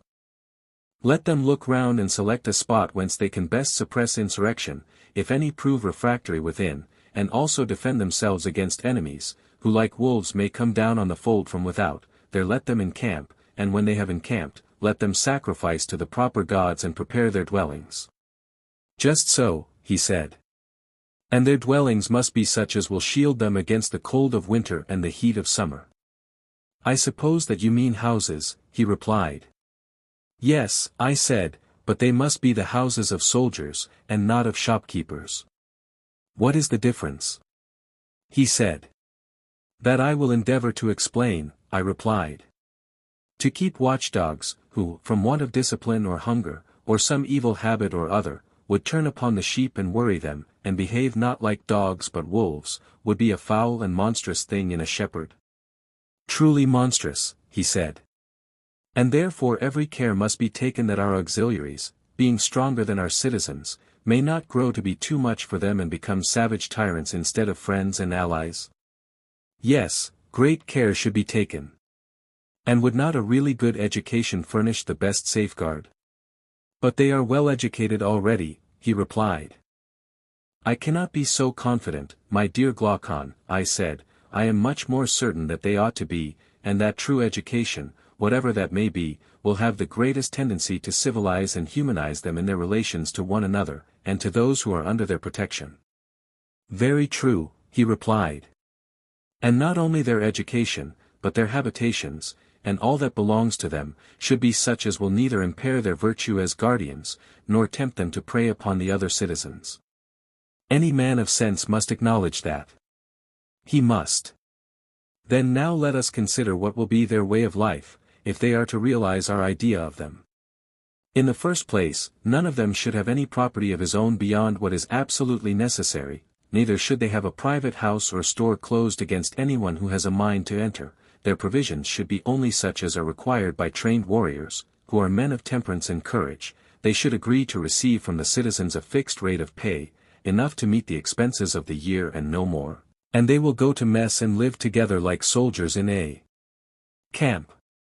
Gold and silver we will tell them that they have from God, the diviner metal is within them, and they have therefore no need of the dross which is current among men, and ought not to pollute the divine by any such earthly admixture, for that commoner metal has been the source of many unholy deeds, but their own is undefiled. And they alone of all the citizens may not touch or handle silver or gold, or be under the same roof with them, or wear them, or drink from them. And this will be their salvation, and they will be the saviors of the state. But should they ever acquire homes or lands or monies of their own, they will become housekeepers and husbandmen instead of guardians, enemies and tyrants instead of allies of the other citizens, hating and being hated, plotting and being plotted against. They will pass their whole life in much greater terror of internal than of external enemies, and the hour of ruin, both to themselves and to the rest of the state, will be at hand. For all which reasons may we not say that thus shall our state be ordered, and that these shall be the regulations appointed by us for guardians concerning their houses and all other matters? Yes, said Glaucon. Book 4. Here Adeimantus interposed a question. How would you answer, Socrates, said he, if a person were to say that you are making 69 these people miserable, and that they are the cause of their own unhappiness? The city in fact belongs to them, but they are none the better for it, whereas other men acquire lands, and build large and handsome houses, and have everything handsome about them, offering sacrifices to the gods on their own account, and practicing hospitality. Moreover, as you were saying just now, they have gold and silver, and all that is usual among the favorites of fortune, but our poor citizens are no better than mercenaries who are quartered in the city and are always mounting guard. Yes, I said, and you may add that they are only fed, and not paid in addition to their food, like other men, and therefore they cannot, if they would, take a journey of pleasure. They have no money to spend on a mistress or any other luxurious fancy, which, as the world goes, is thought to be happiness, and many other accusations of the same nature might be added. But, said he, let us suppose all this to be included in the charge. You mean to ask, I said, what will be our answer? Yes. If we proceed along the old path, my belief, I said, is that we shall find the answer. And our answer will be that, even as they are, our guardians may very likely be the happiest of men, but that our aim in founding the state was not the disproportionate happiness of any one class, but the greatest happiness of the whole. We thought that in a state which is ordered with a view to the good of the whole we should be most likely to find justice, and in the ill-ordered state injustice, and, having found them, we might then decide which of the two is the happier. At present, I take it, we are fashioning the happy state, not piecemeal, or with a view of making a few happy citizens, but as a whole, and by and by we will proceed to view the opposite kind of state. Suppose that we were painting a statue, and someone came up to us and said, why do you not put the most beautiful colors on the most beautiful parts of the body? The eyes ought to be purple, but you have made them black. To him we might fairly answer, Sir, you would not surely have us beautify the eyes to such a degree that they are no longer eyes. Consider rather whether, by giving this and the other features their due proportion, we make the whole beautiful. And so I say to you, do not compel us to assign to the guardians a sort of happiness which will make them anything but guardians, for we too can clothe our husbandmen in royal apparel, and set crowns of gold on their heads, and bid them till the ground as much as they like, and no more. Our potters also might be allowed to repose on couches, and feast by the fireside, passing round the wine-cup, while their will is conveniently at hand, and working at pottery only as much as they like. In this way we might make every class happy, and then, as you imagine, the whole state would be happy. But do not put this idea into our heads, for, if we listen to you, the husbandman will be no longer a husbandman, the potter will cease to be a potter, and no one will have the character of any distinct class in the state. Now this is not of much consequence where the corruption of society, and pretension to be what you are not, is confined to cobblers, but when the guardians of the laws and of the government are only seeming and not real guardians, then see how they turn the state upside down, and on the other hand they alone have the power of giving order and happiness to the state. We mean our guardians to be true saviors and not the destroyers of the state, whereas our opponent is thinking of peasants at a festival, who are enjoying a life of revelry, not of citizens who are doing their duty to the state. But, if so, we mean different things, and he is speaking of something which is not a state. And therefore we must consider whether in appointing our guardians we would look to their greatest happiness individually, or whether this principle of happiness does not rather reside in the state as a whole. But if the latter be the truth, then the guardians and auxiliaries, and all others equally with them, must be compelled or induced to do their own work in the best way. And thus the whole state will grow up in a noble order, and the several classes will receive the proportion of happiness which nature assigns to them. I think that you are quite right. I wonder whether you will agree with another remark which occurs to me. What may that be? There seem to be two causes of the deterioration of the arts. What are they? Wealth, I said, and poverty. How do they act? The process is as follows: when a potter becomes rich, will he, think you, any longer take the same pains with his art? Certainly not. He will grow more and more indolent and careless. Very true. And the result will be that he becomes a worse potter? Yes, he greatly deteriorates. But, on the other hand, if he has no money, and cannot provide himself with tools or instruments, he will not work equally well himself, nor will he teach his sons or apprentices to work equally well. Certainly not. Then, under the influence either of poverty or of wealth, workmen and their work are equally liable to degenerate. That is evident. Here, then, is a discovery of new evils, I said, against which the guardians will have to watch, or they will creep into the city unobserved. What evils? Wealth, I said, and poverty. The one is the parent of luxury and indolence, and the other of meanness and viciousness, and both of discontent. That is very true, he replied, but still I should like to know, Socrates, how our city will be able to go to war, especially against an enemy who is rich and powerful, if deprived of the sinews of war. There would certainly be a difficulty, I replied, in going to war with one such enemy, but there is no difficulty where there are two of them. How so? He asked. In the first place, I said, if we have to fight, our side will be trained warriors fighting against an army of rich men. That is true, he said. And do you not suppose, Adeimantus, that a single boxer who was perfect in his art would easily be a match for two stout and well-to-do gentlemen who were not boxers? Hardly, if they came upon him at once. What, now, I said, if he were able to run away and then turn and strike at the one who first came up? And supposing he were to do this several times under the heat of a scorching sun, might he not, being an expert, overturn more than one stout personage? Certainly, he said, there would be nothing wonderful in that. And yet rich men probably have a greater superiority in the science and practice of boxing than they have in military qualities. Likely enough. Then we may assume that our athletes will be able to fight with 2 or 3 times their own number. I agree with you, for I think you right. And suppose that, before engaging, our citizens send an embassy to one of the two cities, telling them what is the truth: silver and gold we neither have nor are permitted to have, but you may. Do you therefore come and help us in war, and take the spoils of the other city, who, on hearing these words, would choose to fight against lean wiry dogs, rather than, with the dogs on their side, against fat and tender sheep? That is not likely, and yet there might be a danger to the poor state if the wealth of many states were to be gathered into one. But how simple of you to use the term state at all of any but our own. Why so? You ought to speak of other states in the plural number. Not one of them is a city, but many cities, as they say in the game. For indeed any city, however small, is in fact divided into two, one the city of the poor, the other of the rich. These are at war with one another, and in either there are many smaller divisions, and you would be altogether beside the mark if you treated them all as a single state. But if you deal with them as many, and give the wealth or power or persons of the one to the others, you will always have a great many friends and not many enemies. And your state, while the wise order which has now been prescribed continues to prevail in her, will be the greatest of states, I do not mean to say in reputation or appearance, but in deed and truth, though she number not more than 1,000 defenders. A single state which is her equal you will hardly find, either among Hellenes or barbarians, though many that appear to be as great and many times greater. That is most true, he said. And what, I said, will be the best limit for our rulers to fix when they are considering the size of the state and the amount of territory which they are to include, and beyond which they will not go?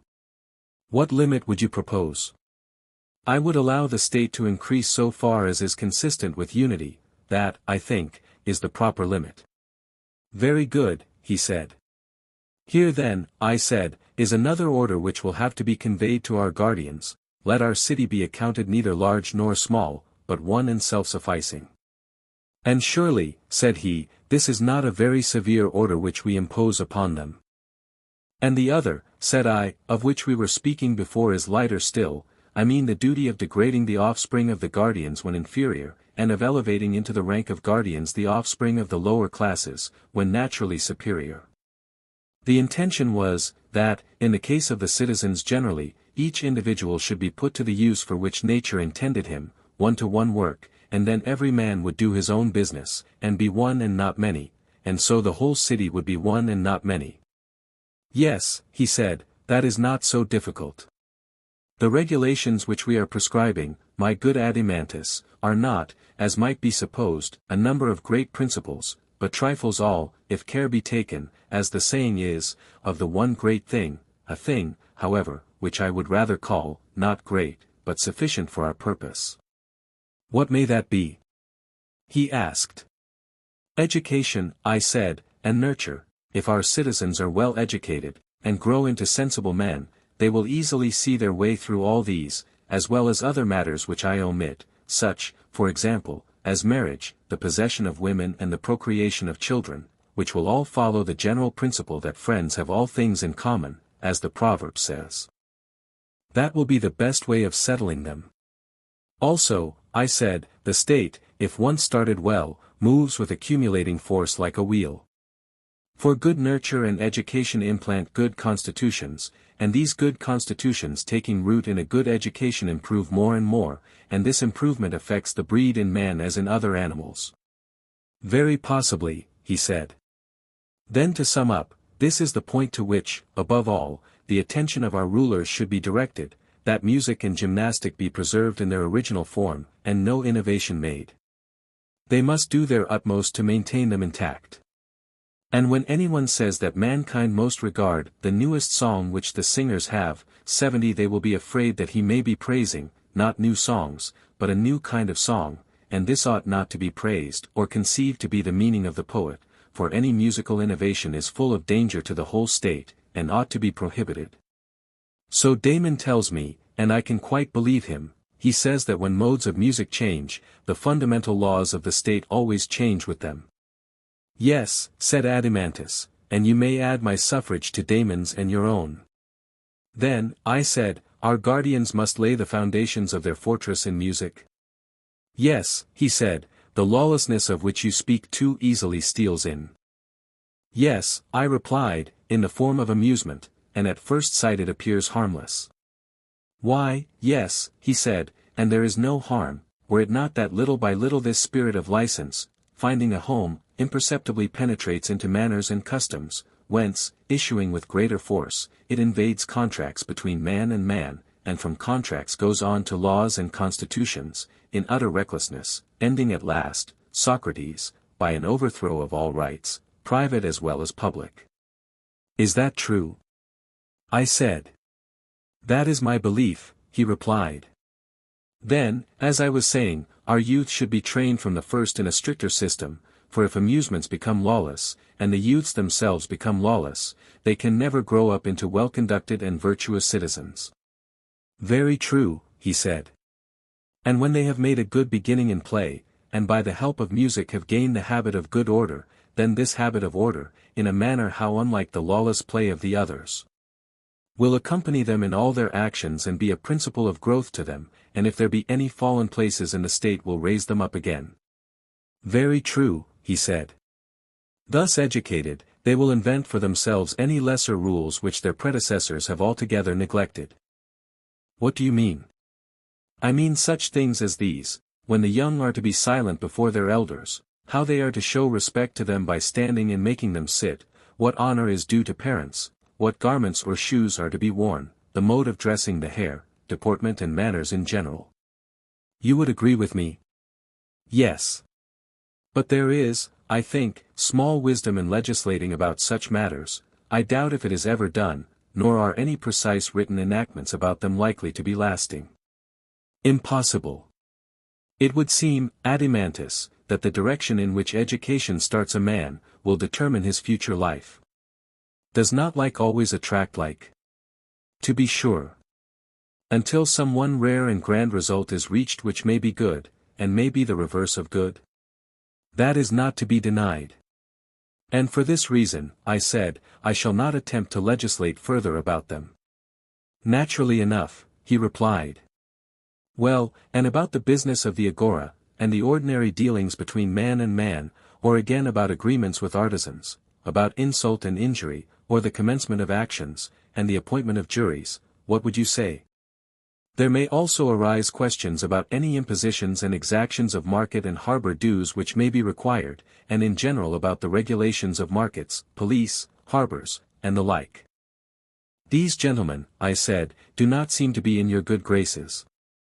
Assuredly not. Nor would you praise the behavior of states which act like the men whom I was just now describing.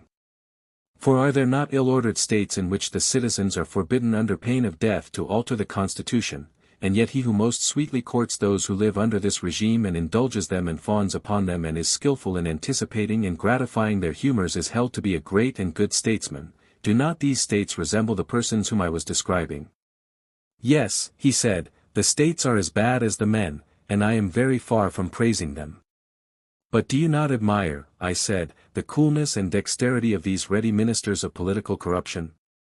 Yes, he said, I do, but not of all of them, for there are some whom the applause of the multitude has deluded into the belief that they are really statesmen, and these are not much to be admired.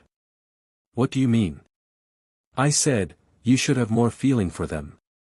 When a man cannot measure, and a great many others who cannot measure declare that he is 4 cubits high, can he help believing what they say? Nay, he said, certainly not in that case. But, O heavens! Shall we condescend to legislate on any of these particulars?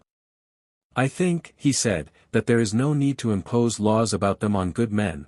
What regulations are necessary they will find out soon enough for themselves. Yes, I said, my friend, if God will only preserve to them the laws which we have given them. And without divine help, said Adimantus, they will go on forever making and mending their laws and their lives in the hope of attaining perfection. You would compare them, I said, to those invalids who, having no self-restraint, will not leave off their habits of intemperance. Exactly. Yes, I said, and what a delightful life they lead. They are always doctoring and increasing and complicating their disorders, and always fancying that they will be cured by any nostrum which anybody advises them to try.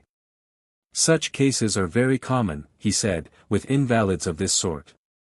Yes, I replied, and the charming thing is that they deem him their worst enemy who tells them the truth, which is simply that, unless they give up eating and drinking and wenching and idling, neither drug nor cautery nor spell nor amulet nor any other remedy will avail. Charming, he replied. I see nothing charming in going into a passion with a man who tells you what is right. Well, then, do not be angry with them, for are they not as good as a play, trying their hand at paltry reforms such as I was describing? They are always fancying that by legislation they will make an end of frauds in contracts, and the other rascalities which I was mentioning, not knowing that they are in reality cutting off the heads of a hydra. Yes, he said, that is just what they are doing.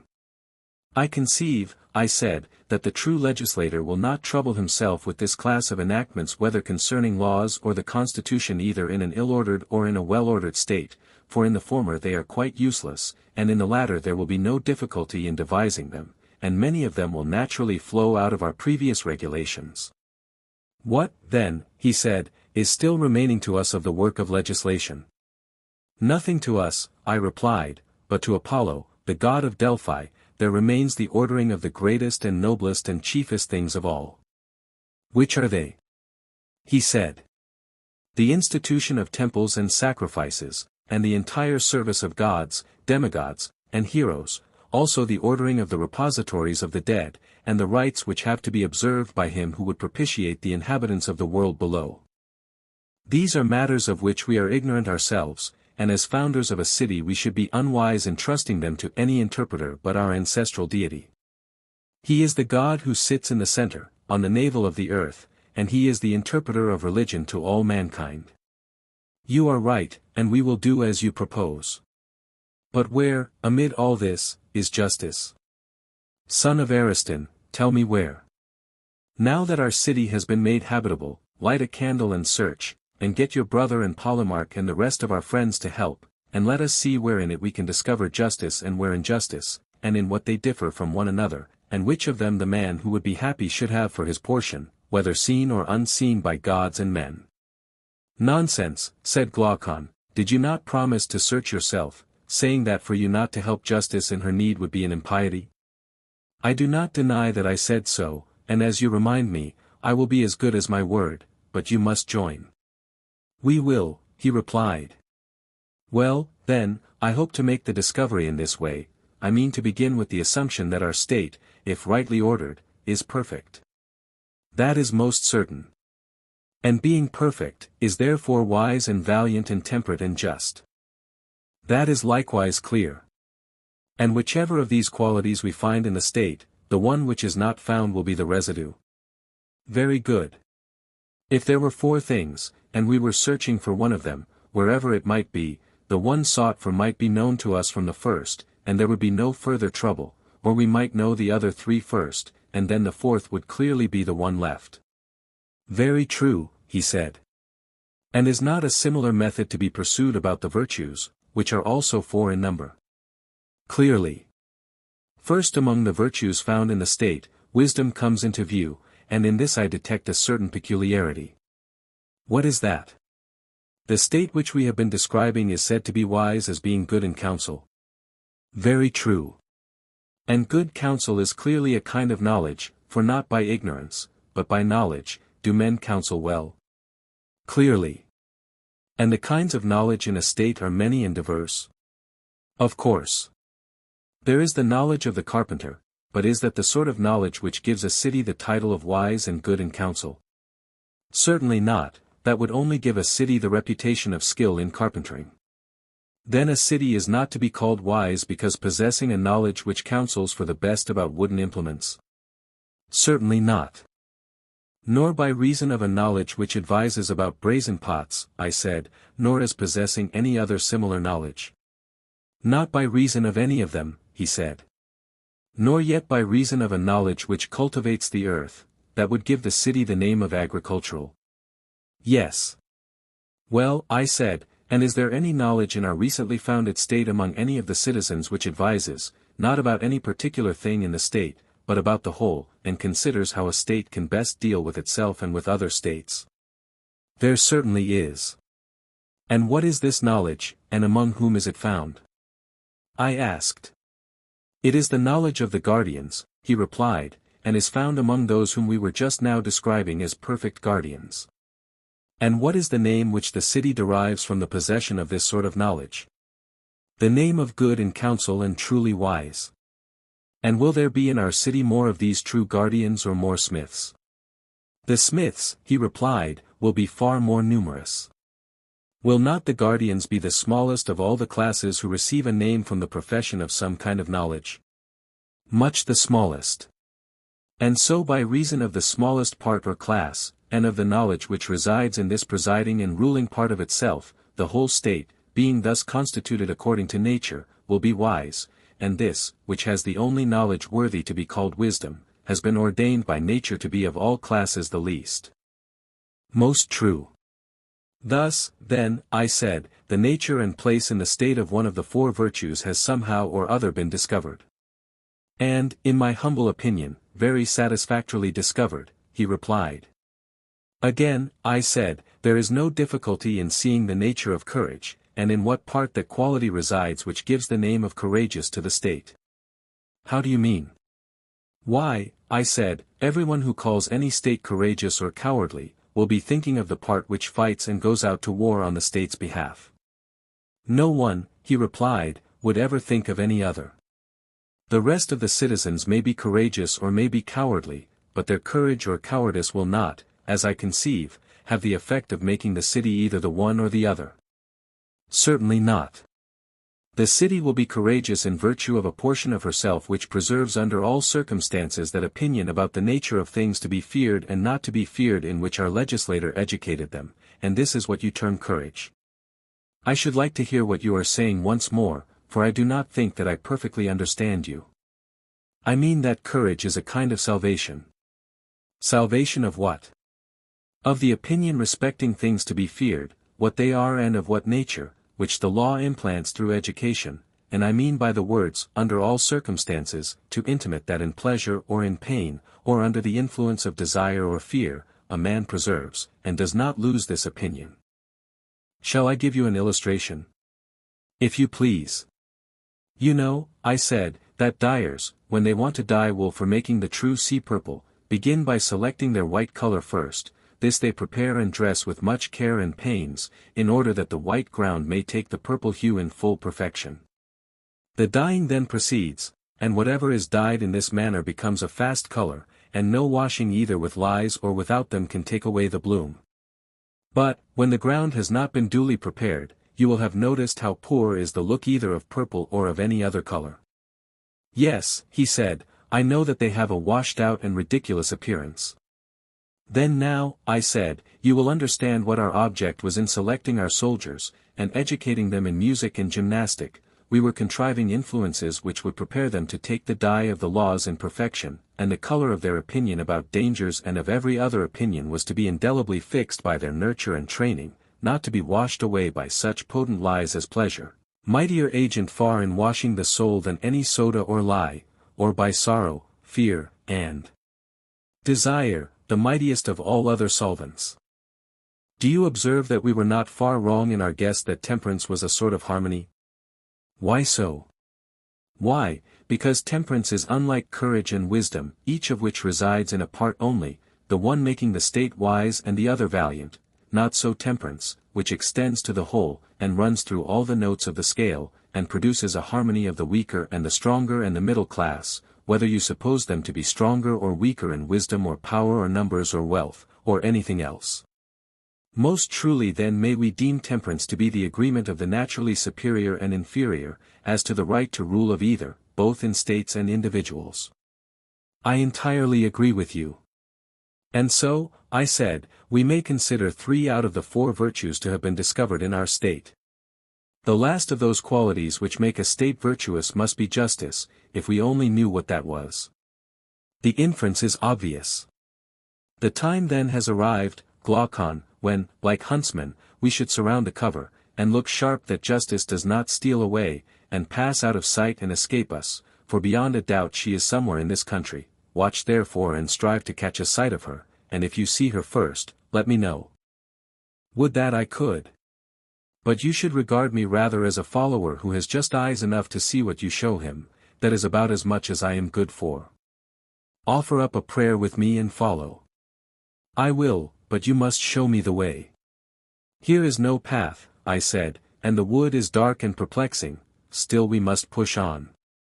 Let us push on. Here I saw something, halloo. I said, I begin to perceive a track, and I believe that the quarry will not escape. Good news, he said.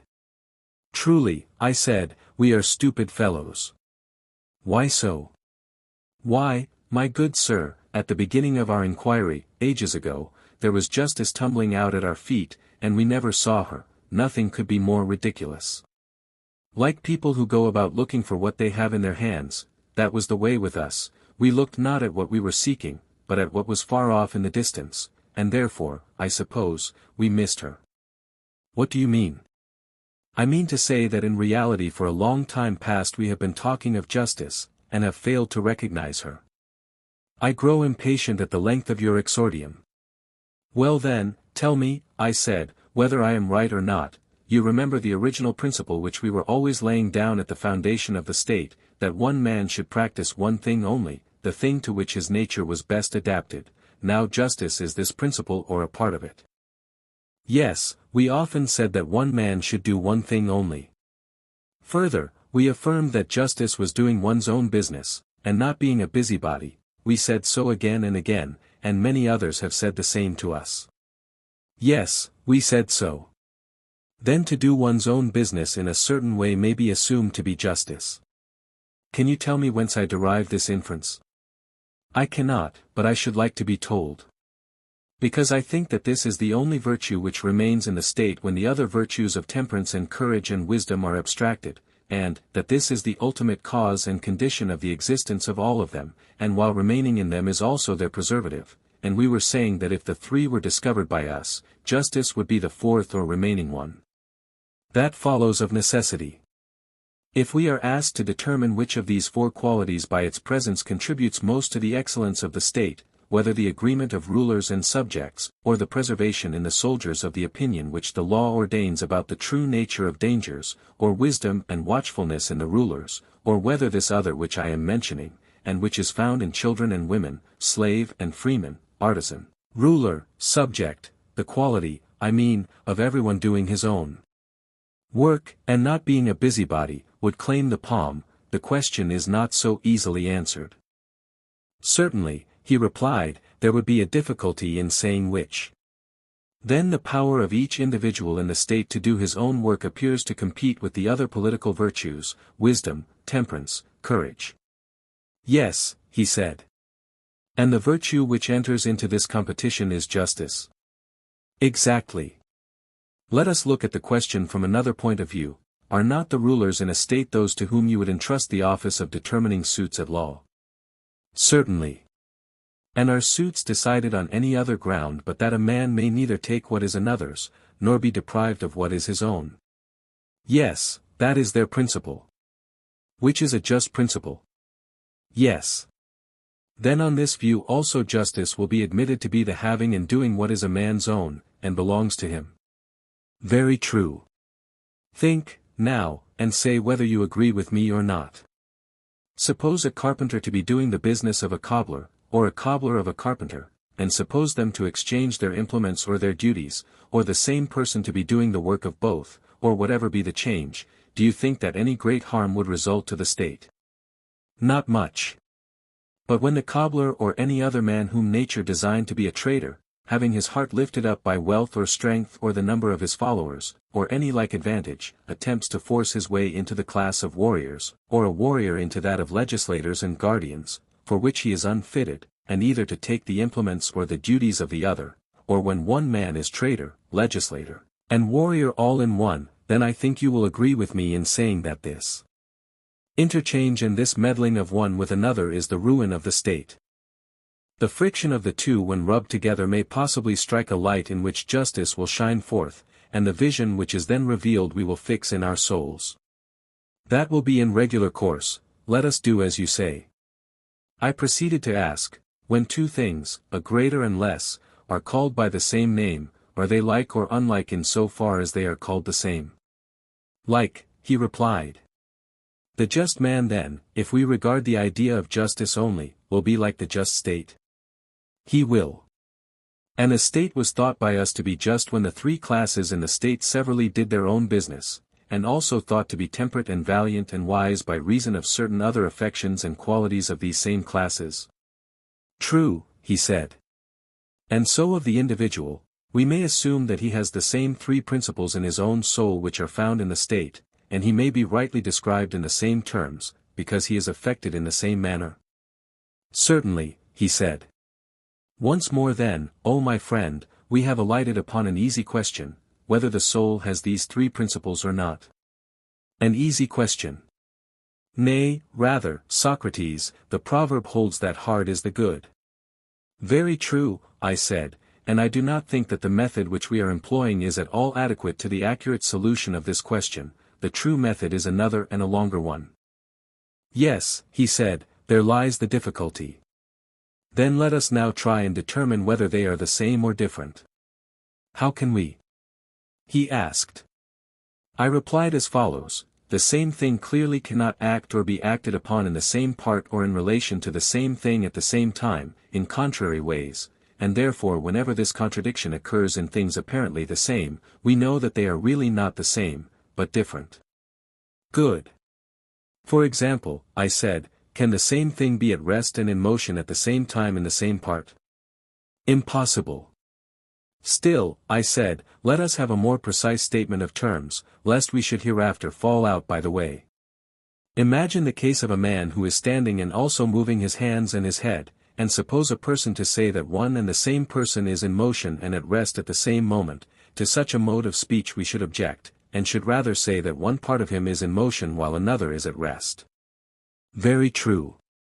And suppose the objector to refine still further, and to draw the nice distinction that not only parts of tops, but whole tops, when they spin round with their pegs fixed on the spot, are at rest and in motion at the same time, and he may say the same of anything which revolves in the same spot, his objection would not be admitted by us, because in such cases things are not at rest and in motion in the same parts of themselves. We should rather say that they have both an axis and a circumference, and that the axis stands still, for there is no deviation from the perpendicular, and that the circumference goes round. But if, while revolving, the axis inclines either to the right or left, forwards or backwards, then in no point of view can they be at rest. That is the correct mode of describing them, he replied. Then none of these objections will confuse us, or incline us to believe that the same thing at the same time, in the same part or in relation to the same thing, can act or be acted upon in contrary ways. Certainly not, according to my way of thinking. Yet, I said, that we may not be compelled to examine all such objections, and prove at length that they are untrue. Let us assume their absurdity, and go forward on the understanding that hereafter, if this assumption turn out to be untrue, all the consequences which follow shall be withdrawn. Yes, he said, that will be the best way. Well, I said, would you not allow that assent and dissent, desire and aversion, attraction and repulsion, are all of them opposites, whether they are regarded as active or passive, for that makes no difference in the fact of their opposition? Yes, he said, they are opposites. Well, I said, and hunger and thirst, and the desires in general, and again willing and wishing, all these you would refer to the classes already mentioned. You would say, would you not, that the soul of him who desires is seeking after the object of his desire, or that he is drawing to himself the thing which he wishes to possess, or again, when a person wants anything to be given him, his mind, longing for the realization of his desire, intimates his wish to have it by a nod of assent, as if he had been asked a question. Very true. And what would you say of unwillingness and dislike and the absence of desire? Should not these be referred to the opposite class of repulsion and rejection? Certainly. Admitting this to be true of desire generally, let us suppose a particular class of desires, and out of these we will select hunger and thirst, as they are termed, which are the most obvious of them.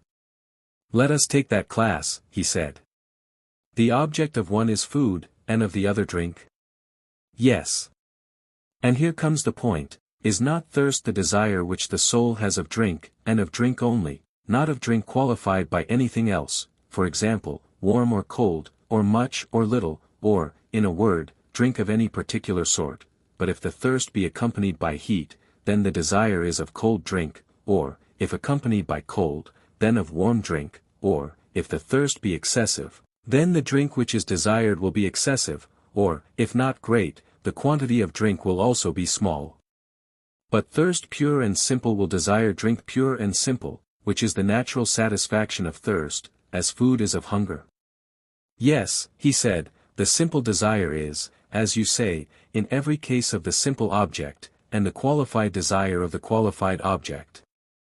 But here a confusion may arise, and I should wish to guard against an opponent starting up and saying that no man desires drink only, but good drink, or food only, but good food, for good is the universal object of desire, and thirst being a desire, will necessarily be thirst after good drink, and the same is true of every other desire. Yes, he replied, the opponent might have something to say. Nevertheless I should still maintain, that of relatives some have a quality attached to either term of the relation, others are simple and have their correlative simple. I do not know what you mean. Well, you know of course that the greater is relative to the less. Certainly. And the much greater to the much less. Yes. And the sometime greater to the sometime less, and the greater that is to be to the less that is to be? Certainly, he said. And so of more and less, and of other correlative terms, such as the double and the half, or again, the heavier and the lighter, the swifter and the slower, and of hot and cold, and of any other relatives, is not this true of all of them? Yes. And does not the same principle hold in the sciences? The object of science is knowledge, assuming that to be the true definition, but the object of a particular science is a particular kind of knowledge. I mean, for example, that the science of house building is a kind of knowledge which is defined and distinguished from other kinds and is therefore termed architecture. Certainly. Because it has a particular quality which no other has? Yes. And it has this particular quality because it has an object of a particular kind, and this is true of the other arts and sciences? Yes. Now, then, if I have made myself clear, you will understand my original meaning in what I said about relatives. My meaning was, that if one term of a relation is taken alone, the other is taken alone, if one term is qualified, the other is also qualified. I do not mean to say that relatives may not be disparate, or that the science of health is healthy, or of disease necessarily diseased, or that the sciences of good and evil are therefore good and evil, but only that, when the term science is no longer used absolutely, but has a qualified object which in this case is the nature of health and disease, it becomes defined, and is hence called not merely science, but the science of medicine. I quite understand, and I think as you do. Would you not say that thirst is one of these essentially relative terms, having clearly a relation? Yes, thirst is relative to drink. And a certain kind of thirst is relative to a certain kind of drink, but thirst taken alone is neither of much nor little, nor of good nor bad, nor of any particular kind of drink, but of drink only? Certainly. Then let us finally determine that there are two principles existing in the soul. And what of passion, or spirit? Is it a third, or akin to one of the preceding? I should be inclined to say, akin to desire. Well, I said, there is a story which I remember to have heard, and in which I put faith. The story is, that Leontius, the son of Aglaon, coming up one day from the Piraeus, under the north wall on the outside, observed some dead bodies lying on the ground at the place of execution. He felt a desire to see them, and also a dread and abhorrence of them. For a time he struggled and covered his eyes, but at length the desire got the better of him, and forcing them open, he ran up to the dead bodies, saying, "Look, ye wretches, take your fill of the fair sight." I have heard the story myself, he said. The moral of the tale is, that anger at times goes to war with desire, as though they were two distinct things. Yes, that is the meaning, he said. And are there not many other cases in which we observe that when a man's desires violently prevail over his reason, he reviles himself, and is angry at the violence within him, and that in this struggle, which is like the struggle of factions in a state, his spirit is on the side of his reason, but for the passionate or spirited element to take part with the desires when reason decides that she should not be opposed. 71 is a sort of thing which I believe that you never observed occurring in yourself, nor, as I should imagine, in anyone else. Certainly not. Suppose that a man thinks he has done a wrong to another, the nobler he is the less able is he to feel indignant at any suffering, such as hunger, or cold, or any other pain which the injured person may inflict upon him. These he deems to be just, and, as I say, his anger refuses to be excited by them. True, he said. But when he thinks that he is the sufferer of the wrong, then he boils and chafes, and is on the side of what he believes to be justice, and because he suffers hunger or cold or other pain he is only the more determined to persevere and conquer. His noble spirit will not be quelled until he either slays or is slain, or until he hears the voice of the shepherd, that is, reason, bidding his dog bark no more. The illustration is perfect, he replied, and in our state, as we were saying, the auxiliaries were to be dogs, and to hear the voice of the rulers, who are their shepherds.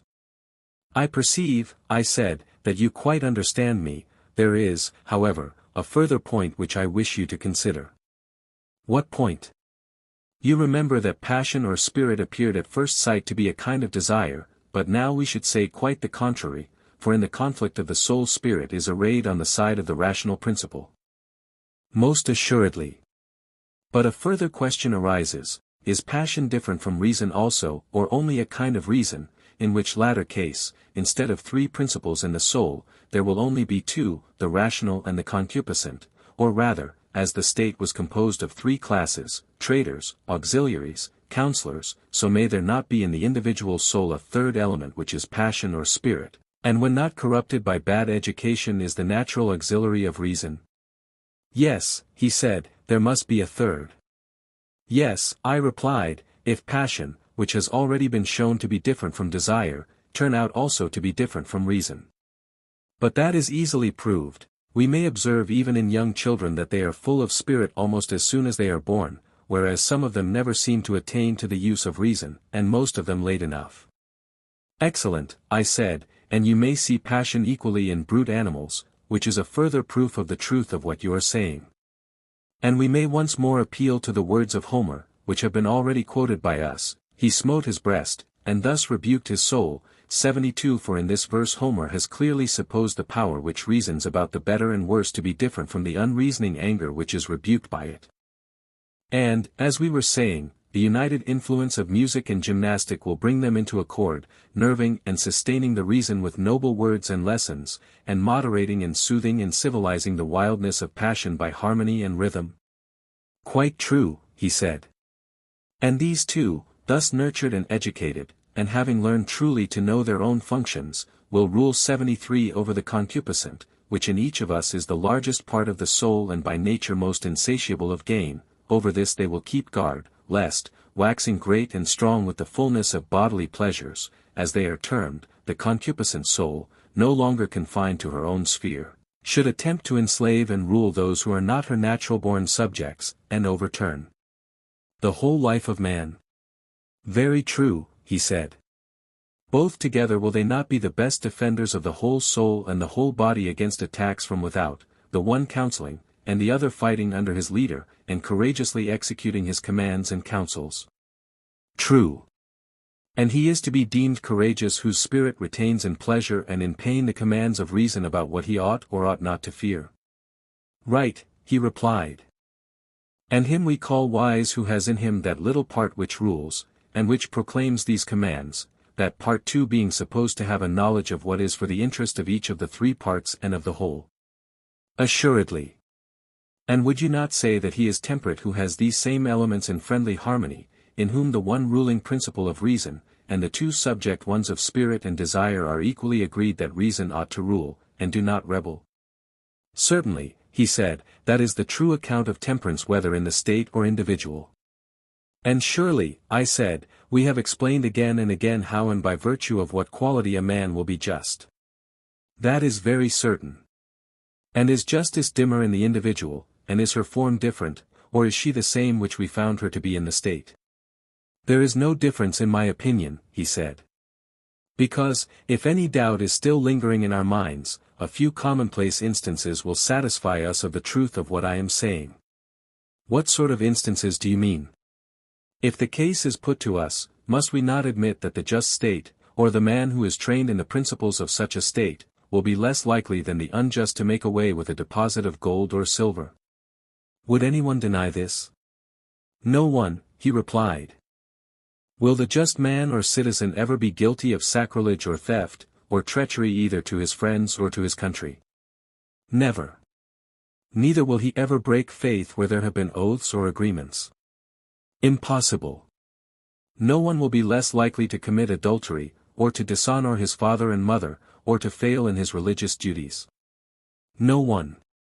And the reason is that each part of him is doing its own business, whether in ruling or being ruled. Exactly so. Are you satisfied then that the quality which makes such men in such states is justice, or do you hope to discover some other? Not I, indeed. Then our dream has been realized, and the suspicion which we entertained at the beginning of our work of construction, that some divine power must have conducted us to a primary form of justice, has now been verified? Yes, certainly. And the division of labor which required the carpenter and the shoemaker and the rest of the citizens to be doing each his own business, and not another's, was a shadow of justice, and for that reason it was of use? Clearly. But in reality justice was such as we were describing, being concerned however, not with the outward man, but with the inward, which is the true self and concernment of man, for the just man does not permit the several elements within him to interfere with one another, or any of them to do the work of others. He sets in order his own inner life, and is his own master and his own law, and at peace with himself. And when he has bound together the three principles within him, which may be compared to the higher, lower, and middle notes of the scale, and the intermediate intervals, when he has bound all these together, and is no longer many, but has become one entirely temperate and perfectly adjusted nature, then he proceeds to act, if he has to act, whether in a matter of property, or in the treatment of the body, or in some affair of politics or private business, always thinking and calling that which preserves and cooperates with this harmonious condition, just and good action, and the knowledge which presides over it, wisdom, and that which at any time impairs this condition, he will call unjust action, and the opinion which presides over it ignorance. You have said the exact truth, Socrates. Very good, and if we were to affirm that we had discovered the just man and the just state, and the nature of justice in each of them, we should not be telling a falsehood? Most certainly not. May we say so, then? Let us say so. And now, I said, injustice has to be considered. Clearly.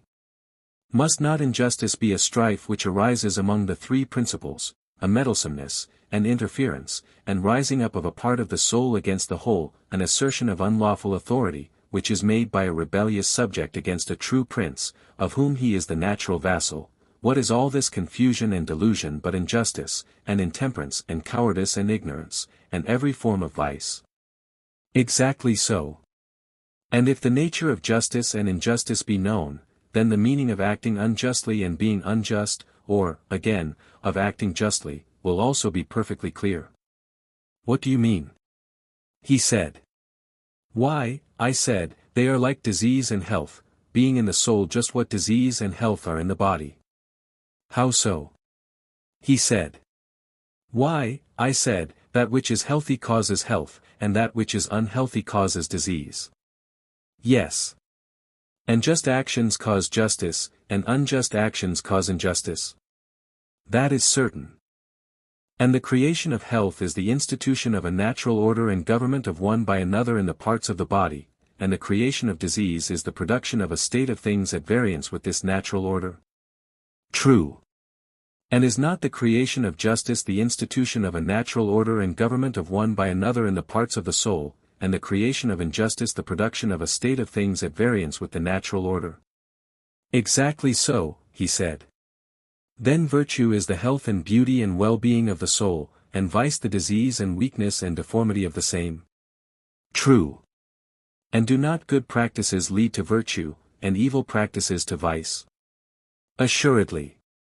Still our old question of the comparative advantage of justice and injustice has not been answered, which is the more profitable, to be just and act justly and practice virtue, whether seen or unseen of gods and men, or to be unjust and act unjustly, if only unpunished and unreformed? In my judgment, Socrates, the question has now become ridiculous.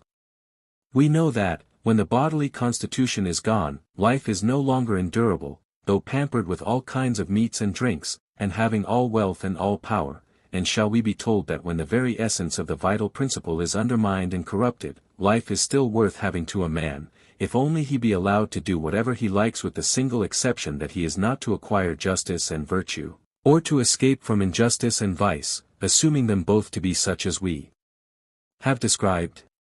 Yes, I said, the question is, as you say, ridiculous. Still, as we are near the spot at which we may see the truth in the clearest manner with our own eyes, let us not faint by the way. Certainly not, he replied. Come up hither, I said, and behold the various forms of vice, those of them, I mean, which are worth looking at. I am following you, he replied, proceed. I said, the argument seems to have reached a height from which, as from some tower of speculation, a man may look down and see that virtue is one, but that the forms of vice are innumerable, there being 4 special ones which are deserving of note. What do you mean? He said. I mean, I replied, that there appear to be as many forms of the soul as there are distinct forms of the state.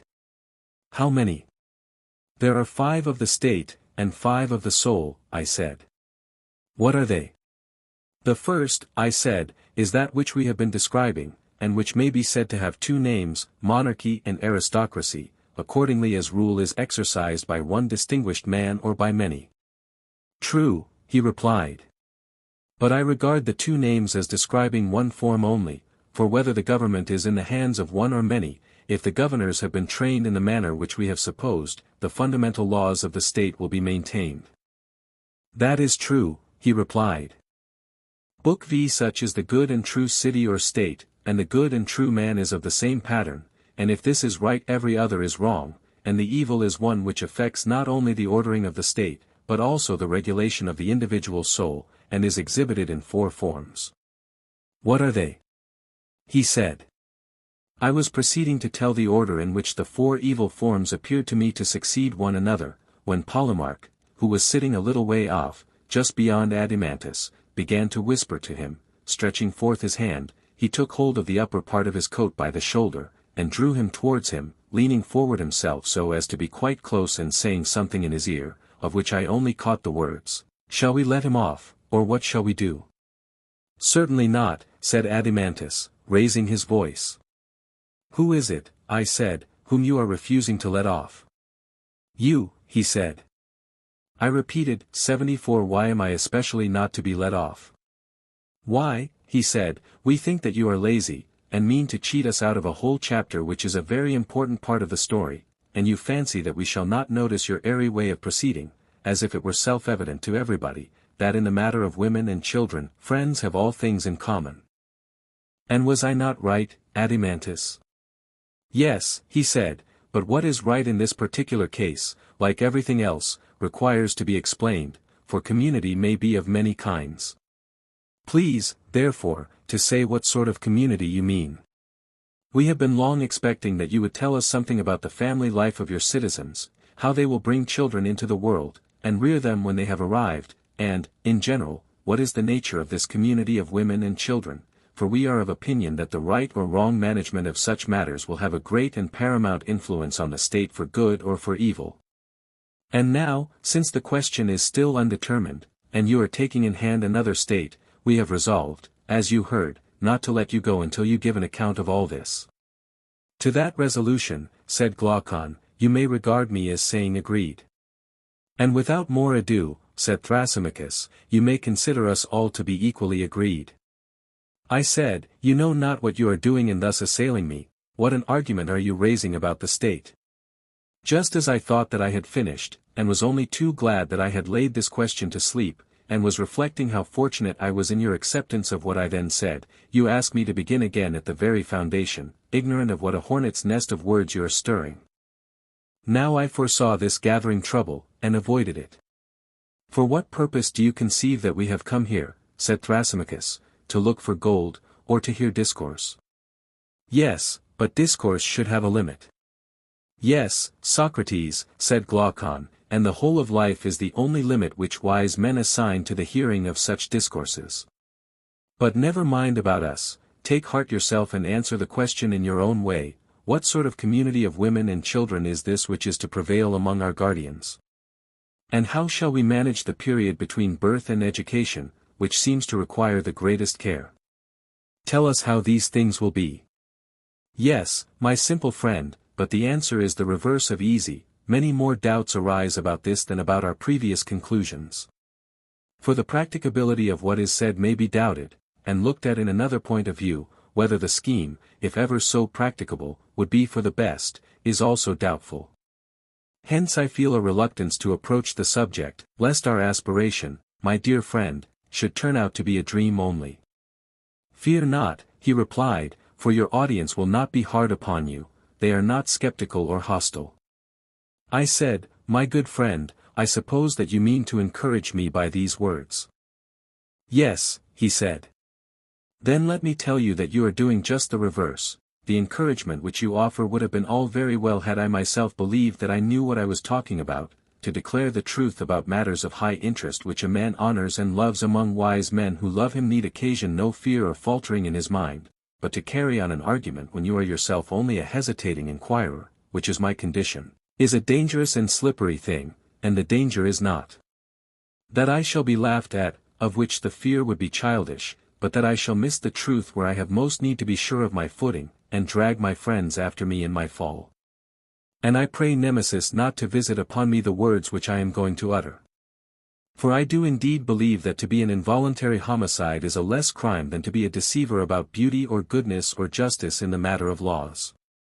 75 And that is a risk which I would rather run among enemies than among friends, and therefore you do well to encourage me.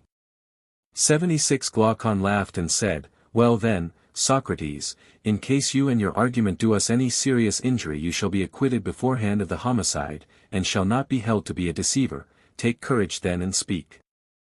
Well, I said, the law says that when a man is acquitted he is free from guilt, and what holds at law may hold an argument.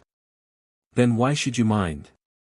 Well, I replied, I suppose that I must retrace my steps and say what I perhaps ought to have said before in the proper place.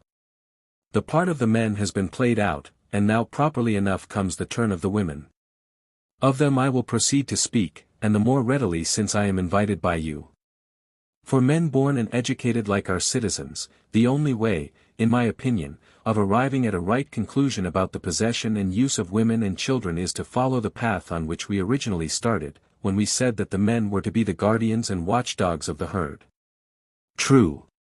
Let us further suppose the birth and education of our women to be subject to similar or nearly similar regulations, then we shall see whether the result accords with our design. What do you mean? What I mean may be put into the form of a question, I said, are dogs divided into he's and she's, or do they both share equally in hunting and in keeping watch and in the other duties of dogs? Or do we entrust to the males the entire and exclusive care of the flocks, while we leave the females at home, under the idea that the bearing and suckling their puppies is labor enough for them? No, he said, they share alike, the only difference between them is that the males are stronger and the females weaker. But can you use different animals for the same purpose, unless they are bred and fed in the same way? You cannot.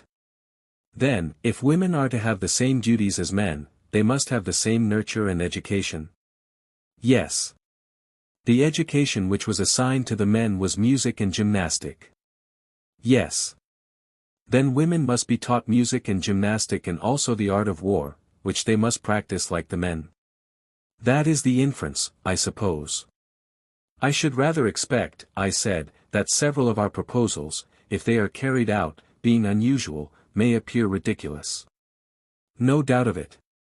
Yes, and the most ridiculous thing of all will be the sight of women naked in the palestra, exercising with the men, especially when they are no longer young. They certainly will not be a vision of beauty, any more than the enthusiastic old men who in spite of wrinkles and ugliness continue to frequent the gymnasia.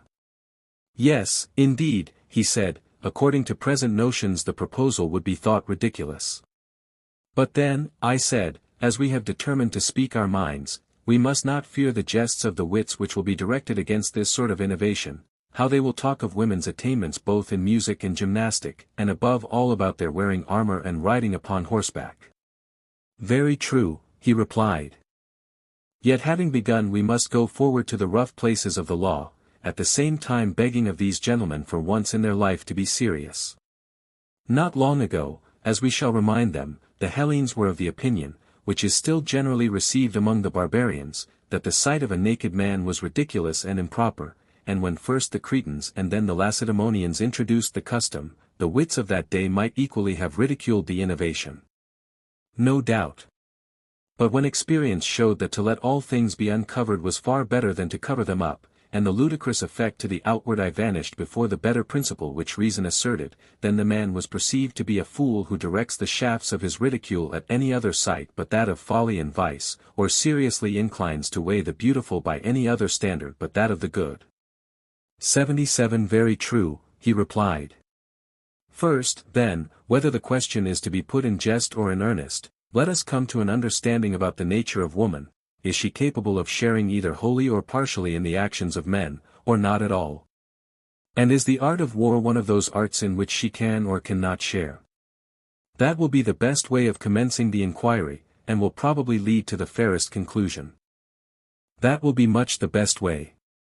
Shall we take the other side first and begin by arguing against ourselves? In this manner the adversary's position will not be undefended. Why not? He said. Then let us put a speech into the mouths of our opponents. They will say, Socrates and Glaucon, no adversary need convict you, for you yourselves, at the first foundation of the state, admitted the principle that everybody was to do the one work suited to his own nature. And certainly, if I am not mistaken, such an admission was made by us. And do not the natures of men and women differ very much indeed? And we shall reply, of course they do. Then we shall be asked, whether the tasks assigned to men and to women should not be different, and such as are agreeable to their different natures? Certainly they should. But if so, have you not fallen into a serious inconsistency in saying that men and women, whose natures are so entirely different, ought to perform the same actions? What defense will you make for us, my good sir, against anyone who offers these objections? That is not an easy question to answer when asked suddenly, and I do beg of you to draw out the case on our side. Yes, he replied, such is very often the case, but what has that to do with us and our argument? A great deal, for there is certainly a danger of our getting unintentionally into a verbal opposition. In what way? Why we valiantly and pugnaciously insist upon the verbal truth, that different natures ought to have different pursuits, but we never considered at all what was the meaning of sameness or difference of nature, or why we distinguished them when we assigned different pursuits to different natures and the same to the same natures. Why, no, he said, that was never considered by us. I said, suppose that by way of illustration we were to ask the question whether there is not an opposition in nature between bald men and hairy men, and if this is admitted by us, then, if bald men are cobblers, we should forbid the hairy men to be cobblers, and conversely. That would be a jest, he said. Yes, I said, a jest, and why? Because we never meant when we constructed the state, that the opposition of natures should extend to every difference, but only to those differences which affected the pursuit in which the individual is engaged. We should have argued, for example, that a physician and one who is in mind a physician 78 may be said to have the same nature. True. Whereas the physician and the carpenter have different natures. Certainly. And if, I said, the male and female sex appear to differ in their fitness for any art or pursuit, we should say that such pursuit or art ought to be assigned to one or the other of them, but if the difference consists only in women bearing and men begetting children, this does not amount to a proof that a woman differs from a man in respect of the sort of education she should receive, and we shall therefore continue to maintain that our guardians and their wives ought to have the same pursuits. Very true, he said. Next, we shall ask our opponent how, in reference to any of the pursuits or arts of civic life, the nature of a woman differs from that of a man. That will be quite fair. And perhaps he, like yourself, will reply that to give a sufficient answer on the instant is not easy, but after a little reflection there is no difficulty. Yes, perhaps. Suppose then that we invite him to accompany us in the argument, and then we may hope to show him that there is nothing peculiar in the constitution of women which would affect them in the administration of the state. By all means. Let us say to him, Come now, and we will ask you a question. When you spoke of a nature gifted or not gifted in any respect, did you mean to say that one man will acquire a thing easily, another with difficulty? A little learning will lead the one to discover a great deal, whereas the other, after much study and application, no sooner learns than he forgets. Or again, did you mean that the one has a body which is a good servant to his mind, while the body of the other is a hindrance to him? Would not these be the sort of differences which distinguish the man gifted by nature from the one who is ungifted? No one will deny that. And can you mention any pursuit of mankind in which the male sex has not all these gifts and qualities in a higher degree than the female? Need I waste time in speaking of the art of weaving, and the management of pancakes and preserves, in which womankind does really appear to be great, and in which for her to be beaten by a man is of all things the most absurd? You are quite right, he replied, in maintaining the general inferiority of the female sex. Although many women are in many things superior to many men, yet on the whole what you say is true. And if so, my friend, I said, there is no special faculty of administration in a state which a woman has because she is a woman, or which a man has by virtue of his sex, but the gifts of nature are alike diffused in both. All the pursuits of men are the pursuits of women also, but in all of them a woman is inferior to a man. Very true. Then are we to impose all our enactments on men and none of them on women? That will never do. One woman has a gift of healing, another not, one is a musician, and another has no music in her nature. Very true. And one woman has a turn for gymnastic and military exercises, and another is unwarlike and hates gymnastics. Certainly. And one woman is a philosopher, and another is an enemy of philosophy, one has spirit, and another is without spirit. That is also true. Then one woman will have the temper of a guardian, and another not. Was not the selection of the male guardians determined by differences of this sort? Yes.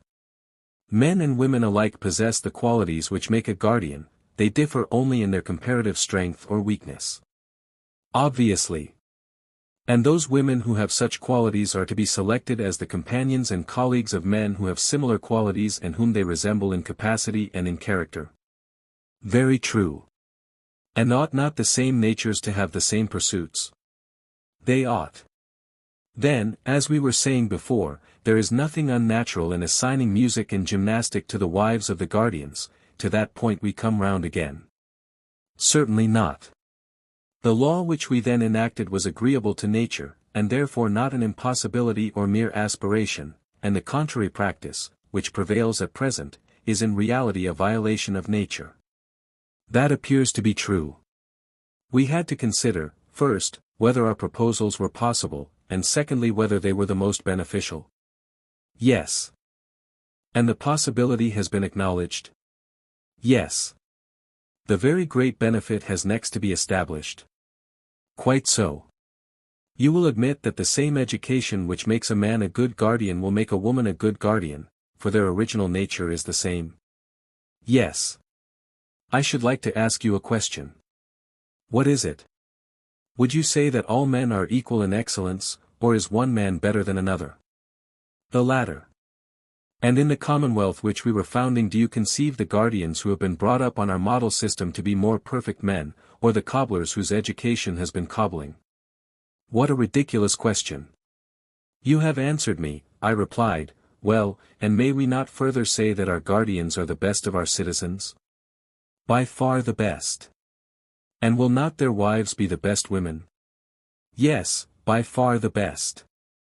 And can there be anything better for the interests of the state than that the men and women of a state should be as good as possible?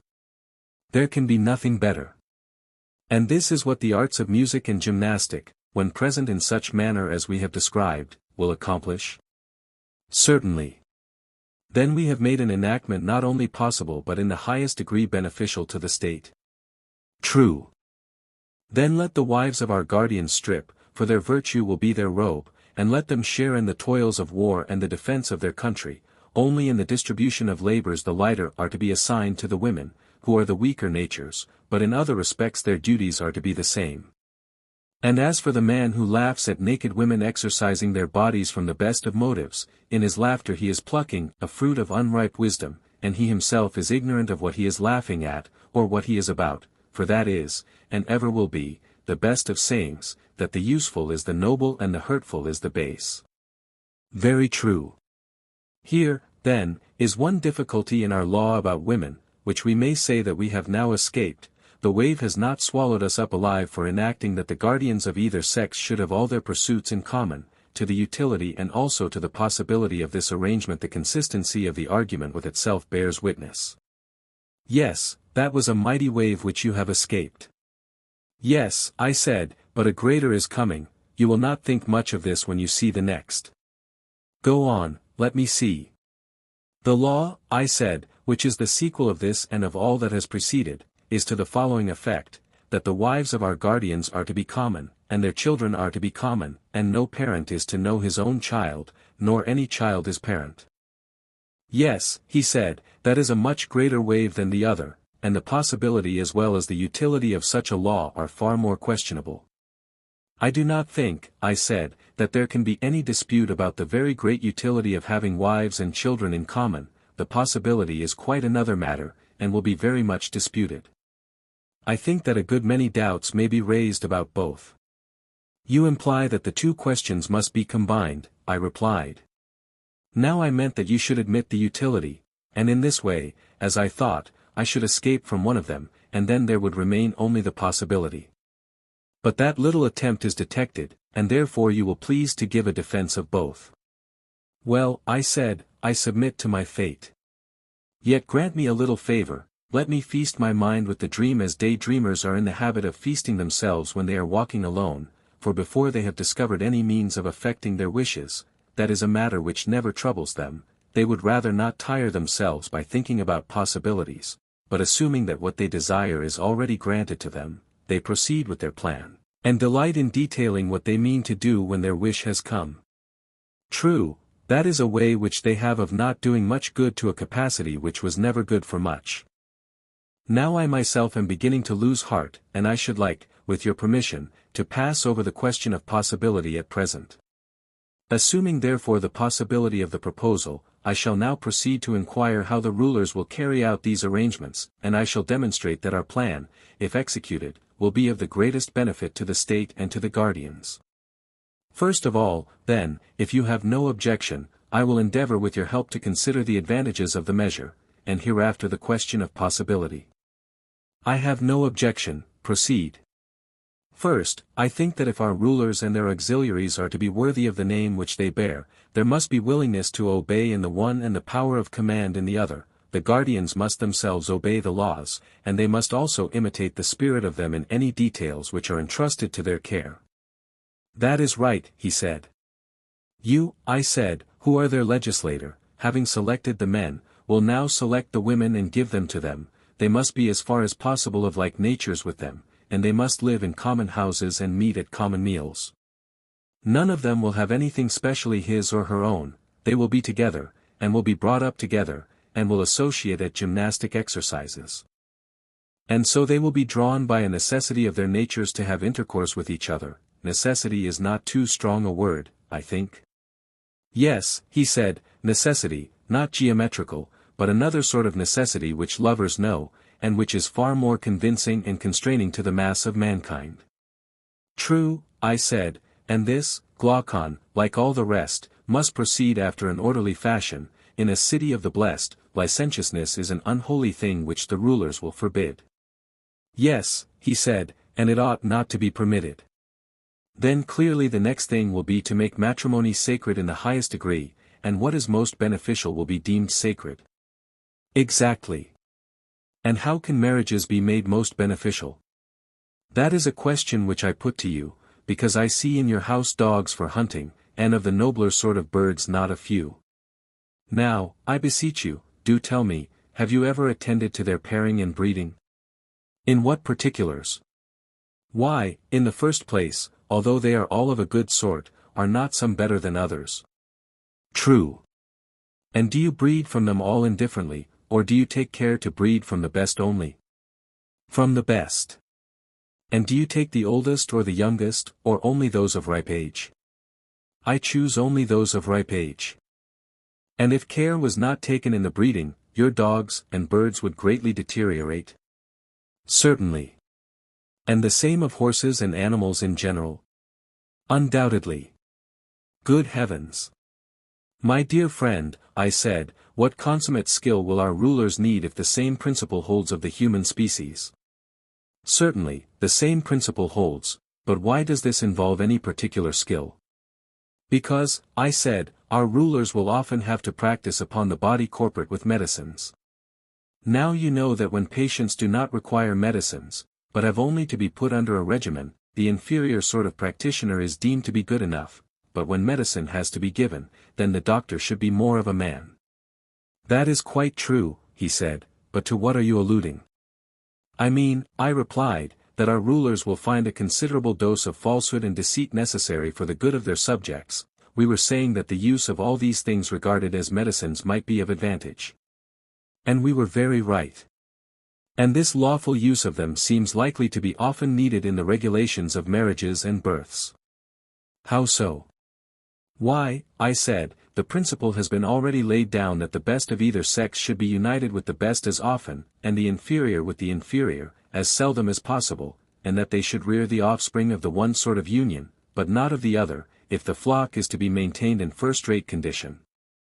Now these goings-on must be a secret which the rulers only know, or there will be a further danger of our herd, as the guardians may be termed, breaking out into rebellion.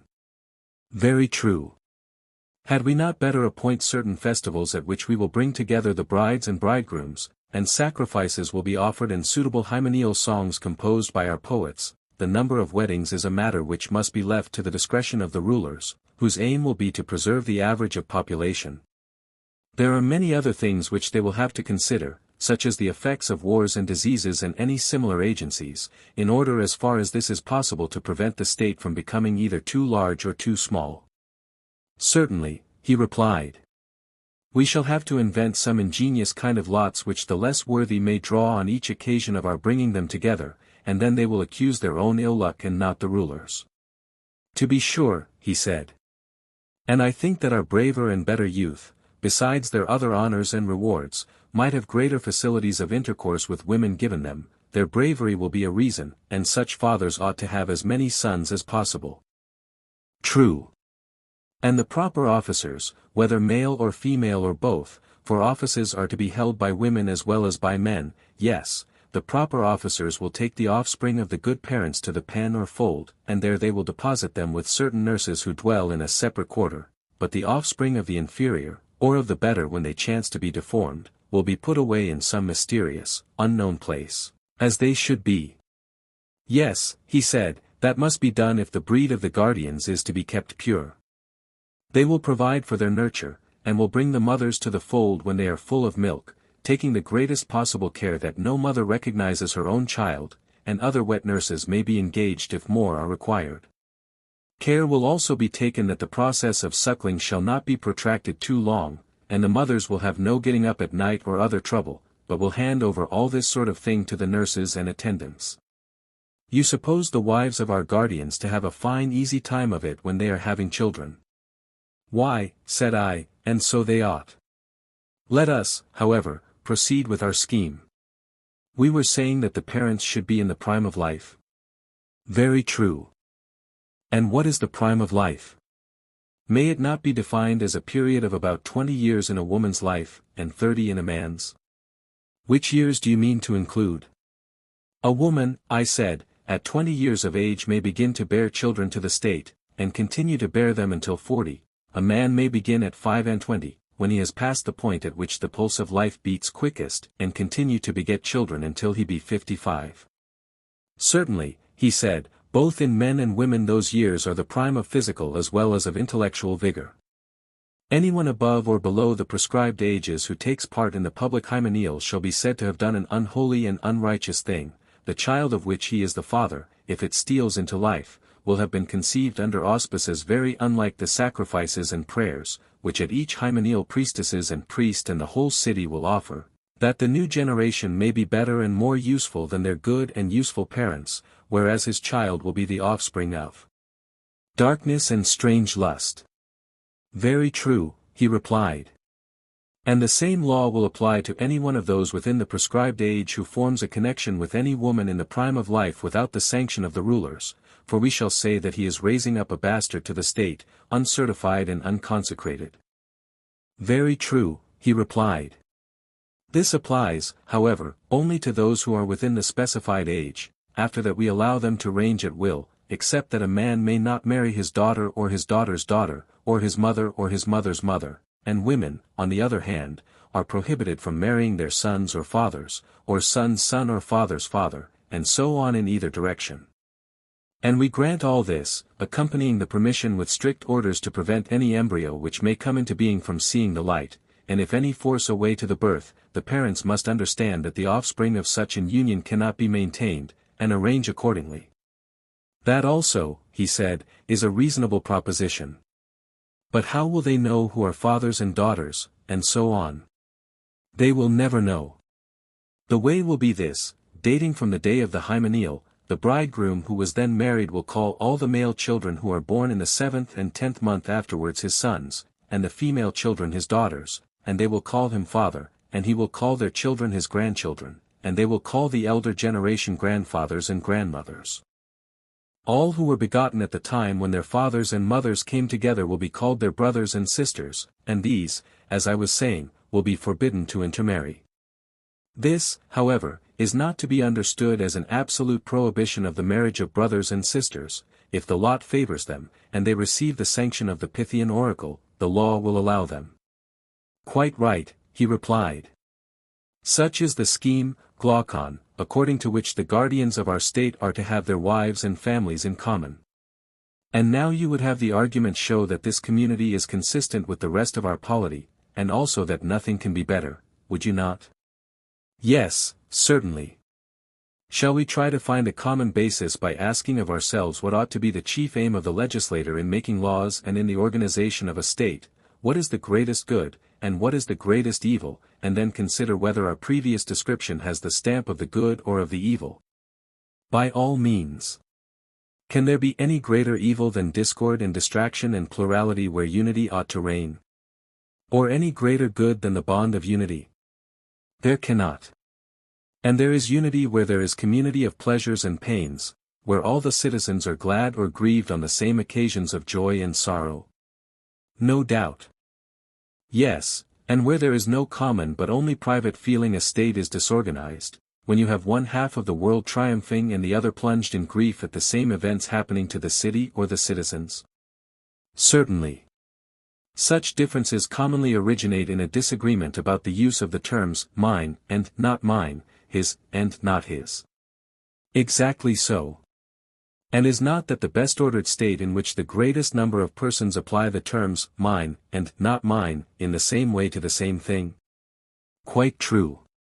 Or that again which most nearly approaches to the condition of the individual, as in the body, when but a finger of one of us is hurt, the whole frame, drawn towards the soul as a center and forming one kingdom under the ruling power therein, feels the hurt and sympathizes altogether with the part affected, and we say that the man has a pain in his finger, and the same expression is used about any other part of the body, which has a sensation of pain at suffering or of pleasure at the alleviation of suffering. Very true, he replied, and I agree with you that in the best ordered state there is the nearest approach to this common feeling which you describe. Then when any one of the citizens experiences any good or evil, the whole state will make his case their own, and will either rejoice or sorrow with him. Yes, he said, that is what will happen in a well-ordered state. It will now be time, I said, for us to return to our state and see whether this or some other form is most in accordance with these fundamental principles. Very good. Our state like every other has rulers and subjects. True. All of whom will call one another citizens. Of course. But is there not another name which people give to their rulers in other states? Generally they call them masters, but in democratic states they simply call them rulers. And in our state what other name besides that of citizens do the people give the rulers? They are called saviors and helpers, he replied. And what do the rulers call the people? Their maintainers and foster fathers. And what do they call them in other states? Slaves. And what do the rulers call one another in other states? Fellow rulers. And what in ours? Fellow guardians. Did you ever know an example in any other state of a ruler who would speak of one of his colleagues as his friend and of another as not being his friend? Yes, very often. And the friend he regards and describes as one in whom he has an interest, and the other as a stranger in whom he has no interest. Exactly. But would any of your guardians think or speak of any other guardian as a stranger? Certainly he would not, for everyone whom they meet will be regarded by them either as a brother or sister, or father or mother, or son or daughter, or as the child or parent of those who are thus connected with him. Capital, I said, but let me ask you once more, shall they be a family in name only, or shall they in all their actions be true to the name? For example, in the use of the word father, would the care of a father be implied and the filial reverence and duty and obedience to him which the law commands? And is the violator of these duties to be regarded as an impious and unrighteous person who is not likely to receive much good either at the hands of God or of man? Are these to be or not to be the strains which the children will hear repeated in their ears by all the citizens about those who are intimated to them to be their parents and the rest of their kinsfolk? These, he said, and none other, for what can be more ridiculous than for them to utter the names of family ties with the lips only and not to act in the spirit of them? Then in our city the language of harmony and concord will be more often heard than in any other. As I was describing before, when anyone is well or ill, the universal word will be, with me it is well, or, it is ill. Most true. And agreeably to this mode of thinking and speaking, were we not saying that they will have their pleasures and pains in common? Yes, and so they will. And they will have a common interest in the same thing which they will alike call, my own. And having this common interest they will have a common feeling of pleasure and pain. Yes, far more so than in other states. And the reason of this, over and above the general constitution of the state, will be that the guardians will have a community of women and children. That will be the chief reason. And this unity of feeling we admitted to be the greatest good, as was implied in our own comparison of a well-ordered state to the relation of the body and the members, when affected by pleasure or pain. That we acknowledged, and very rightly. Then the community of wives and children among our citizens is clearly the source of the greatest good to the state. Certainly. And this agrees with the other principle which we were affirming, that the guardians were not to have houses or lands or any other property, their pay was to be their food, which they were to receive from the other citizens, and they were to have no private expenses, for we intended them to preserve their true character of guardians. Right, he replied. Both the community of property and the community of families, as I am saying, tend to make them more truly guardians. They will not tear the city in pieces by differing about mine and not mine, each man dragging any acquisition which he has made into a separate house of his own, where he has a separate wife and children and private pleasures and pains. But all will be affected as far as may be by the same pleasures and pains because they are all of one opinion about what is near and dear to them, and therefore they all tend towards a common end. Certainly, he replied. And as they have nothing but their persons which they can call their own, suits and complaints will have no existence among them, they will be delivered from all those quarrels of which money or children or relations are the occasion. Of course they will. Neither will trials for assault or insult ever be likely to occur among them. For that equals should defend themselves against equals we shall maintain to be honorable and right, we shall make the protection of the person a matter of necessity. That is good, he said. Yes, and there is a further good in the law, viz. That if a man has a quarrel with another he will satisfy his resentment then and there, and not proceed to more dangerous lengths. Certainly. To the elder shall be assigned the duty of ruling and chastising the younger. Clearly. Nor can there be a doubt that the younger will not strike or do any other violence to an elder, unless the magistrates command him, nor will he slight him in any way. For there are two guardians, shame and fear, mighty to prevent him, shame, which makes men refrain from laying hands on those who are to them in the relation of parents, fear, that the injured one will be succored by the others who are his brothers, sons, fathers. That is true, he replied. Then in every way the laws will help the citizens to keep the peace with one another. Yes, there will be no want of peace. And as the guardians will never quarrel among themselves, there will be no danger of the rest of the city being divided either against them or against one another. None whatever.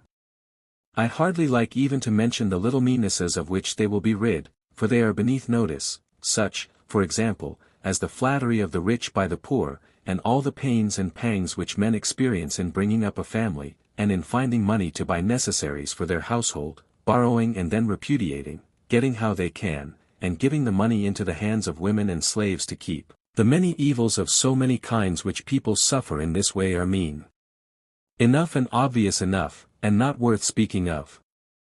And what do you say, now that the life of our protectors is made out to be far better and nobler than that of Olympic victors, is the life of shoemakers, or any other artisans, or of husbandmen, to be compared with it? Certainly not. At the same time I ought here to repeat what I have said elsewhere, that if any of our guardians shall try to be happy in such a manner that he will cease to be a guardian, and is not content with this safe and harmonious life, which, in our judgment, is of all lives the best, but infatuated by some youthful conceit of happiness which gets up into his head, shall seek to appropriate the whole state to himself, then he will have to learn how wisely Hesiod spoke, when he said, half is more than the whole. If he were to consult me, I should say to him, stay where you are, when you have the offer of such a life. You agree then, I said, that men and women are to have a common way of life such as we have described, common education, common children, and they are to watch over the citizens in common whether abiding in the city or going out to war, they are to keep watch together, and to hunt together like dogs, and always and in all things, as far as they are able, women are to share with the men. And in so doing they will do what is best, and will not violate, but preserve the natural relation of the sexes. I agree with you, he replied. The inquiry, I said, has yet to be made, whether such a community be found possible, as among other animals, so also among men, and if possible, in what way possible. You have anticipated the question which I was about to suggest. There is no difficulty, I said, in seeing how war will be carried on by them. How? Why, of course they will go on expeditions together, and will take with them any of their children who are strong enough, that, after the manner of the artisan's child, they may look on at the work which they will have to do when they are grown up, and besides looking on they will have to help and be of use in war, and to wait upon their fathers and mothers.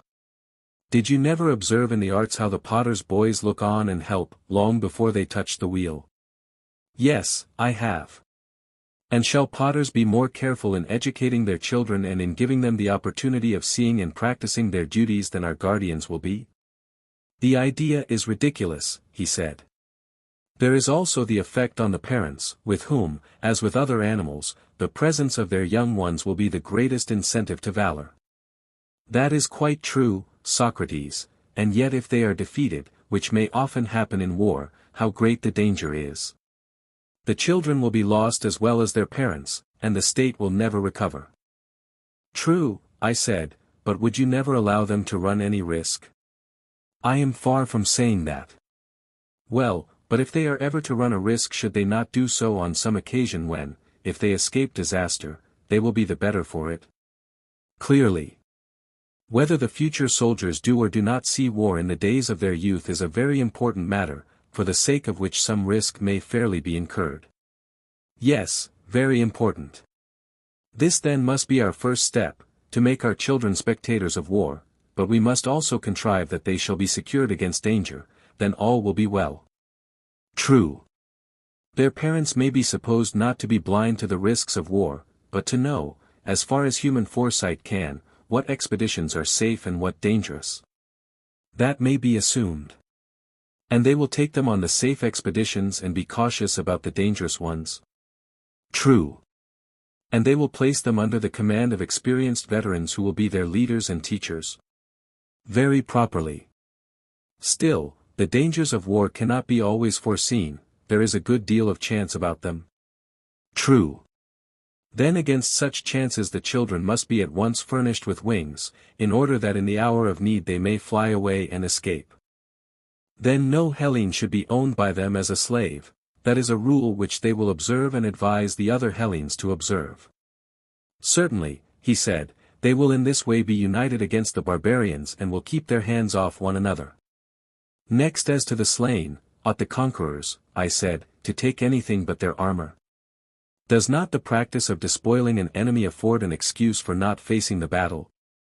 Cowards skulk about the dead, pretending that they are fulfilling a duty, and many an army before now has been lost from this love of plunder.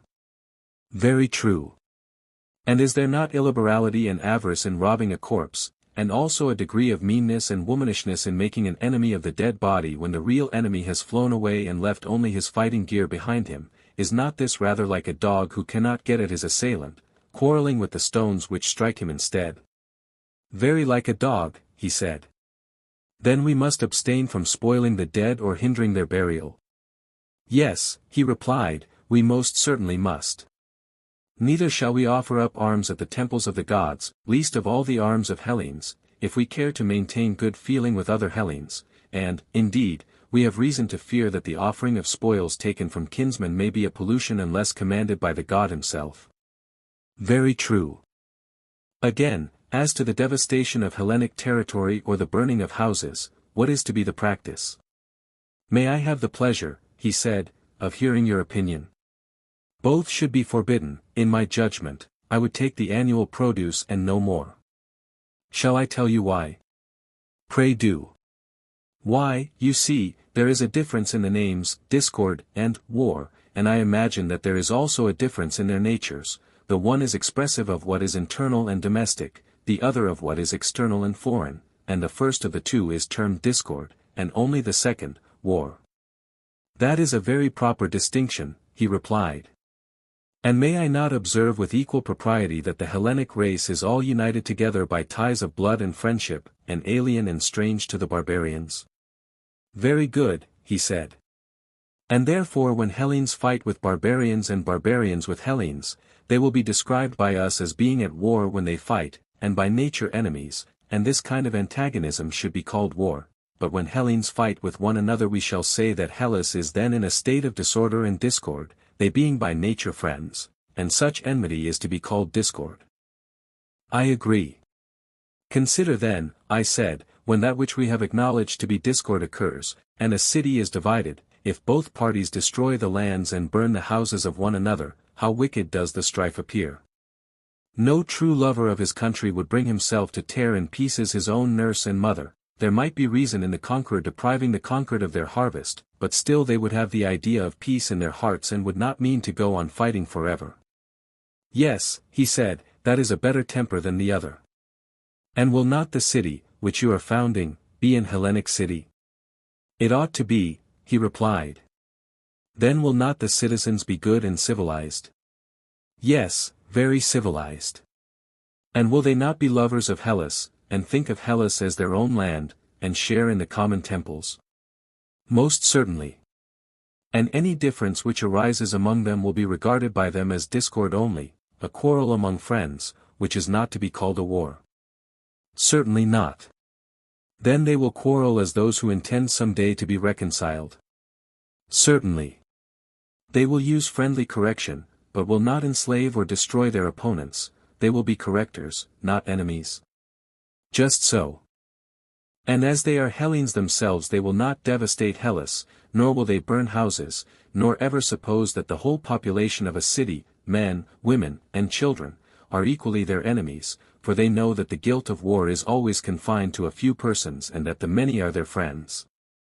And for all these reasons they will be unwilling to waste their lands and raise their houses. Their enmity to them will only last until the many innocent sufferers have compelled the guilty few to give satisfaction.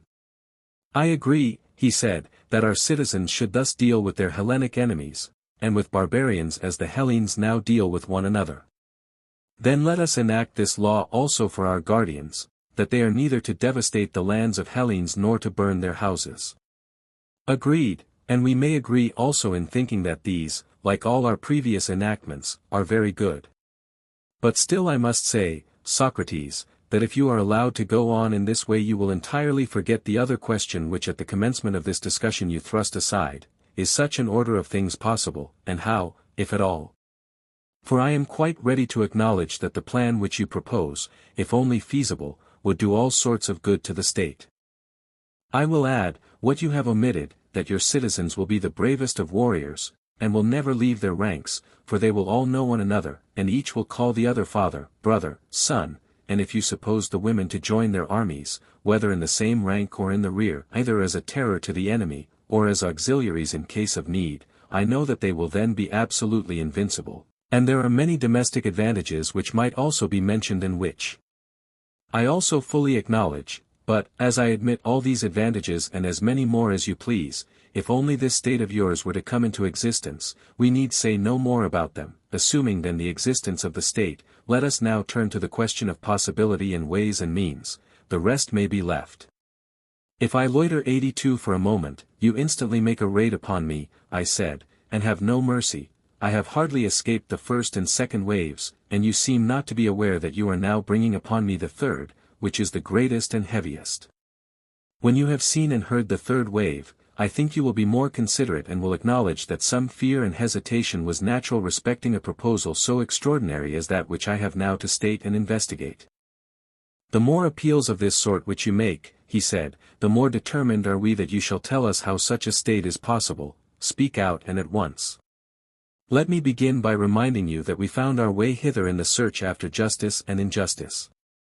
True, he replied, but what of that?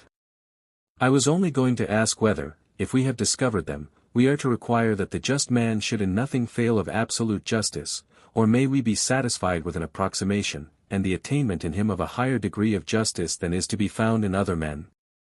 The approximation will be enough. We were inquiring into the nature of absolute justice and into the character of the perfectly just, and into injustice and the perfectly unjust, that we might have an ideal.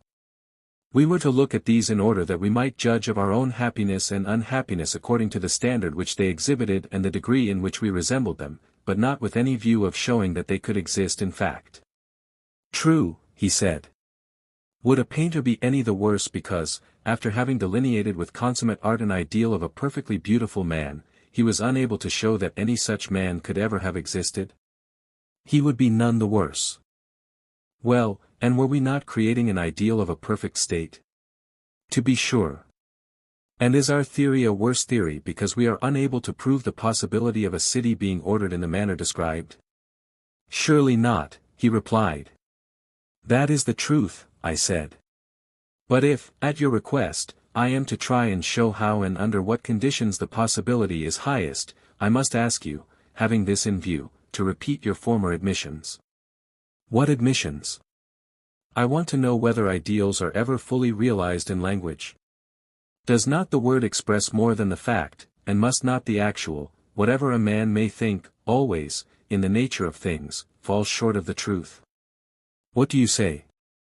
I agree. Then you must not insist on my proving that the actual state will in every respect coincide with the ideal. If we are only able to discover how a city may be governed nearly as we proposed, you will admit that we have discovered the possibility which you demand, and will be contented. I am sure that I should be contented, will not you? Yes, I will. Let me next endeavor to show what is that fault in states which is the cause of their present maladministration, and what is the least change which will enable a state to pass into the truer form, and let the change, if possible, be of one thing only, or, if not, of two. At any rate, let the changes be as few and slight as possible. Certainly, he replied. I think, I said, that there might be a reform of the state if only one change were made, which is not a slight or easy though still a possible one. What is it? He said. Now then, I said, I go to meet that which I liken to the greatest of the waves, yet shall the word be spoken, even though the wave break and drown me in laughter and dishonor, and do you mark my words? Proceed. I said, until philosophers are kings, or the kings and princes of this world have the spirit and power of philosophy, and political greatness and wisdom meet in one, and those commoner natures who pursue either to the exclusion of the other are compelled to stand aside, cities will never have rest from their evils, nor the human race, as I believe, and then only will this our state have a possibility of life and behold the light of day.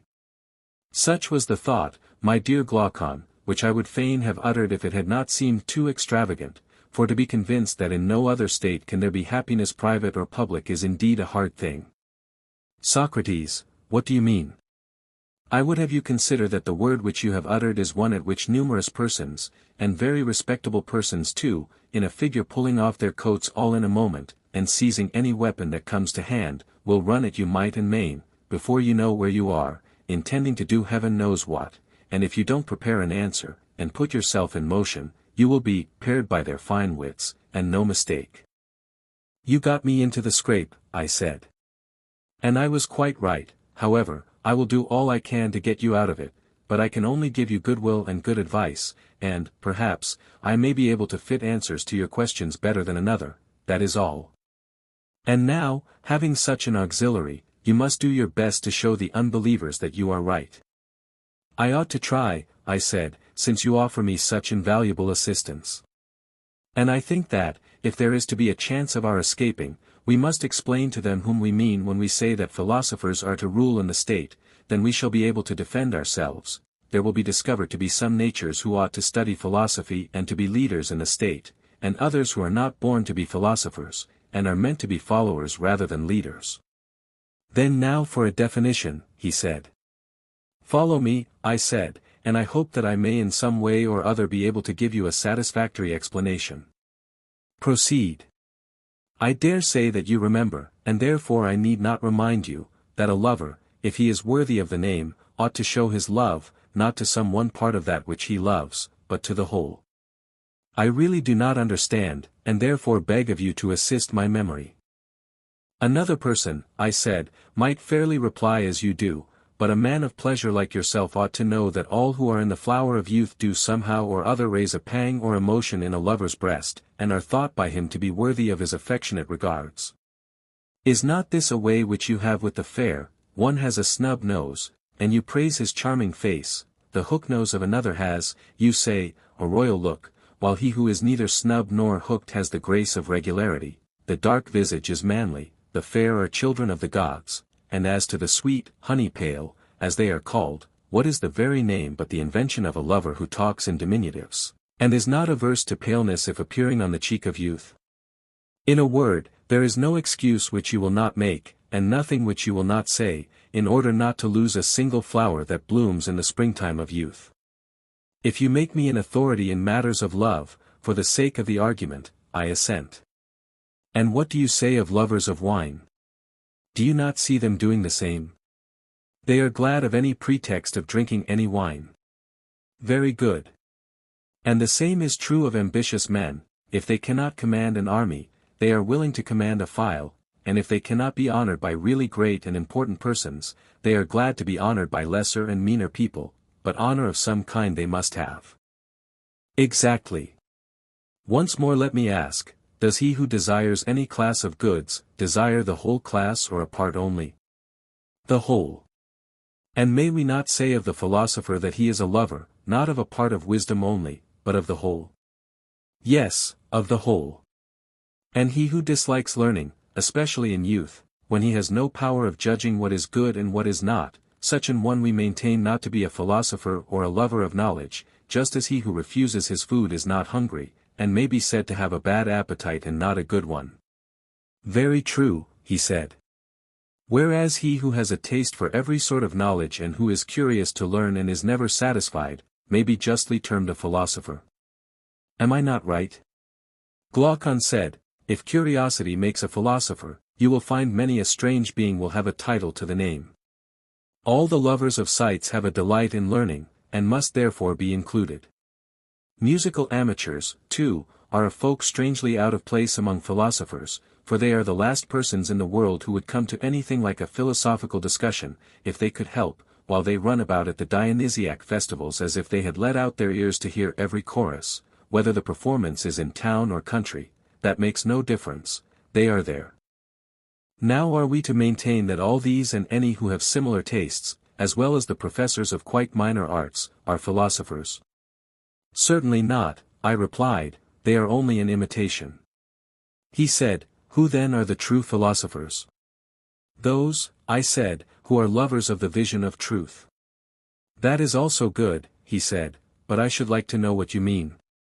To another, I replied, I might have a difficulty in explaining, but I am sure that you will admit a proposition which I am about to make. What is the proposition? That since beauty is the opposite of ugliness, they are two? Certainly.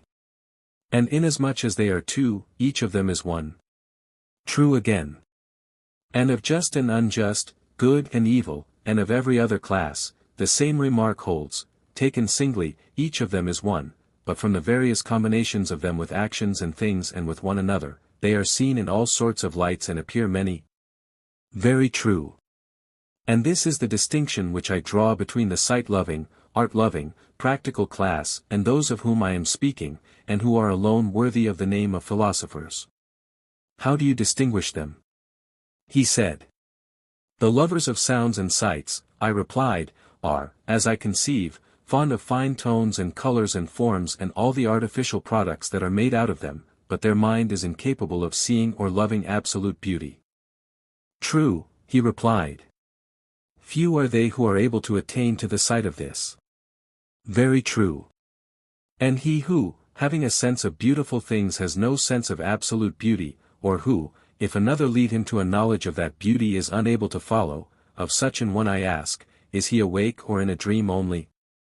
Reflect, is not the dreamer, sleeping or waking, one who likens dissimilar things, who puts the copy in the place of the real object? I should certainly say that such an one was dreaming. But take the case of the other, who recognizes the existence of absolute beauty and is able to distinguish the idea from the objects which participate in the idea, neither putting the objects in the place of the idea nor the idea in the place of the objects. Is he a dreamer, or is he awake? He is wide awake. And may we not say that the mind of the one who knows has knowledge, and that the mind of the other, who opines only, has opinion? Certainly. But suppose that the latter should quarrel with us and dispute our statement, can we administer any soothing cordial or advice to him, without revealing to him that there is sad disorder in his wits? We must certainly offer him some good advice, he replied. Come, then, and let us think of something to say to him. Shall we begin by assuring him that he is welcome to any knowledge which he may have, and that we are rejoiced at his having it? But we should like to ask him a question, does he who has knowledge know something or nothing? You must answer for him. I answer that he knows something. Something that is or is not. Something that is, for how can that which is not ever be known? And are we assured, after looking at the matter from many points of view, that absolute being is or may be absolutely known, but that the utterly non-existent is utterly unknown? Nothing can be more certain. Good. But if there be anything which is of such a nature as to be and not to be, that will have a place intermediate between pure being and the absolute negation of being? Yes, between them. And, as knowledge corresponded to being and ignorance of necessity to not being, for that intermediate between being and not being there has to be discovered a corresponding intermediate between ignorance and knowledge, if there be such. Certainly. Do we admit the existence of opinion? Undoubtedly. As being the same with knowledge, or another faculty? Another faculty. Then opinion and knowledge have to do with different kinds of matter corresponding to this difference of faculties? Yes. And knowledge is relative to being and knows being. But before I proceed further I will make a division. What division? I will begin by placing faculties in a class by themselves. They are powers in us, and in all other things, by which we do as we do. Sight and hearing, for example, I should call faculties. Have I clearly explained the class which I mean? Yes, I quite understand. Then let me tell you my view about them. I do not see them, and therefore the distinctions of figure, color, and the like, which enable me to discern the differences of some things, do not apply to them. In speaking of a faculty I think only of its sphere and its result, and that which has the same sphere and the same result I call the same faculty, but that which has another sphere and another result I call different. Would that be your way of speaking? Yes. And will you be so very good as to answer one more question? Would you say that knowledge is a faculty, or in what class would you place it? Certainly knowledge is a faculty, and the mightiest of all faculties. And is opinion also a faculty? Certainly, he said, for opinion is that with which we are able to form an opinion. And yet you were acknowledging a little while ago that knowledge is not the same as opinion. Why, yes, he said, how can any reasonable being ever identify that which is infallible with that which errs? An excellent answer, proving, I said, that we are quite conscious of a distinction between them. Yes. Then knowledge and opinion having distinct powers have also distinct spheres or subject matters. That is certain. Being is the sphere or subject matter of knowledge, and knowledge is to know the nature of being. Yes. An opinion is to have an opinion. Yes. And do we know what we opine? Or is the subject matter of opinion the same as the subject matter of knowledge? Nay, he replied, that has been already disproven. If difference in faculty implies difference in the sphere or subject matter, and if, as we were saying, opinion and knowledge are distinct faculties, then the sphere of knowledge and of opinion cannot be the same. Then if being is the subject matter of knowledge, something else must be the subject matter of opinion. Yes, something else. Well then, is not being the subject matter of opinion? Or, rather, how can there be an opinion at all about not being? Reflect. When a man has an opinion, has he not an opinion about something? Can he have an opinion which is an opinion about nothing? Impossible. Then what remains to be discovered is the object which partakes equally of the nature of being and not being, and cannot rightly be termed either, pure and simple. This unknown term, when discovered, we may truly call the subject of opinion, and assign each to their proper faculty, the extremes to the faculties of the extremes and the mean to the faculty of the mean. True. This being premised, I would ask the gentleman who is of opinion that there is no absolute or unchangeable idea of beauty, in whose opinion the beautiful is the manifold, he, I say, your lover of beautiful sights, who cannot bear to be told that the beautiful is one, and the just is one, or that anything is one, to him I would appeal, saying, will you be so very kind, sir, as to tell us whether, of all these beautiful things, there is one which will not be found ugly, or of the just, which will not be found unjust, or of the holy, which will not also be unholy? No, he replied, the beautiful will in some point of view be found ugly, and the same is true of the rest. And may not the many which are doubles be also halves? Doubles, that is, of one thing, and halves of another? Quite true. And things great and small, heavy and light, as they are termed, will not be denoted by these any more than by the opposite names. True, both these and the opposite names will always attach to all of them. And can any one of those many things which are called by particular names be said to be this rather than not to be this?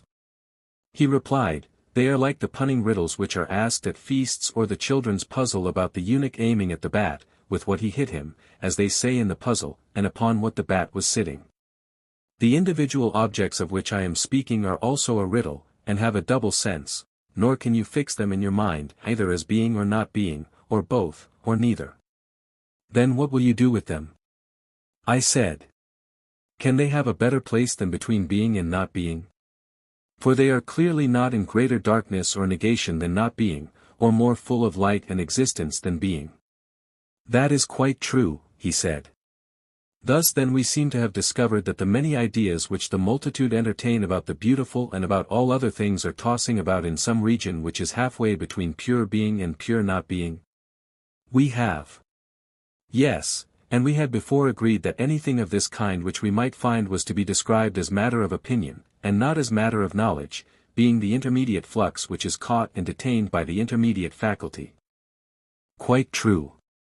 Then those who see the many beautiful, and who yet neither see absolute beauty, nor can follow any guide who points the way thither, who see the many just, and not absolute justice, and the like, such persons may be said to have opinion but not knowledge.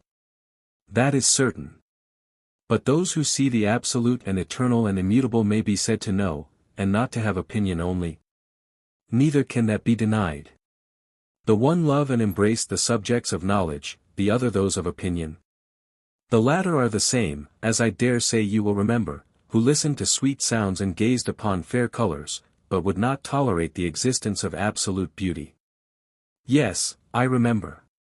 Shall we then be guilty of any impropriety in calling them lovers of opinion rather than lovers of wisdom, and will they be very angry with us for thus describing them? I shall tell them not to be angry, no man should be angry at what is true. But those who love the truth in each thing are to be called lovers of wisdom and not lovers of opinion. Assuredly. Book 6. And thus, Glaucon, after the argument has gone a weary way, the true and the false philosophers have at length appeared in view. I do not think, he said, that the way could have been shortened. I suppose not, I said, and yet I believe that we might have had a better view of both of them if the discussion could have been confined to this one subject and if there were not many other questions awaiting us, which he who desires to see in what respect the life of the just differs from that of the unjust must consider. And what is the next question? He asked. Surely, I said, the one which follows next in order. Inasmuch as philosophers only are able to grasp the eternal and unchangeable, and those who wander in the region of the many and variable are not philosophers, I must ask you which of the two classes should be the rulers of our state. And how can we rightly answer that question? Whichever of the two are best able to guard the laws and institutions of our state, let them be our guardians. Very good. Neither, I said, can there be any question that the guardian who is to keep anything should have eyes rather than no eyes? There can be no question of that.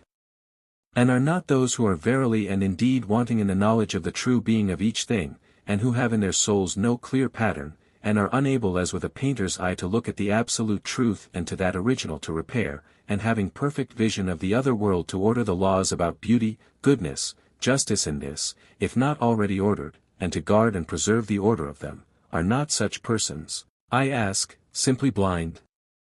Truly, he replied, they are much in that condition.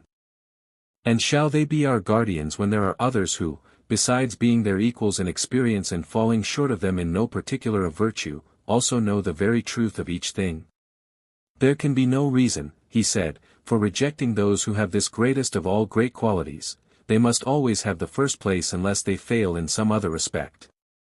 Suppose then, I said, that we determine how far they can unite this and the other excellences. By all means. In the first place, as we began by observing, the nature of the philosopher has to be ascertained. We must come to an understanding about him, and, when we have done so, then, if I am not mistaken, we shall also acknowledge that such an union of qualities is possible, and that those in whom they are united, and those only, should be rulers in the state. What do you mean?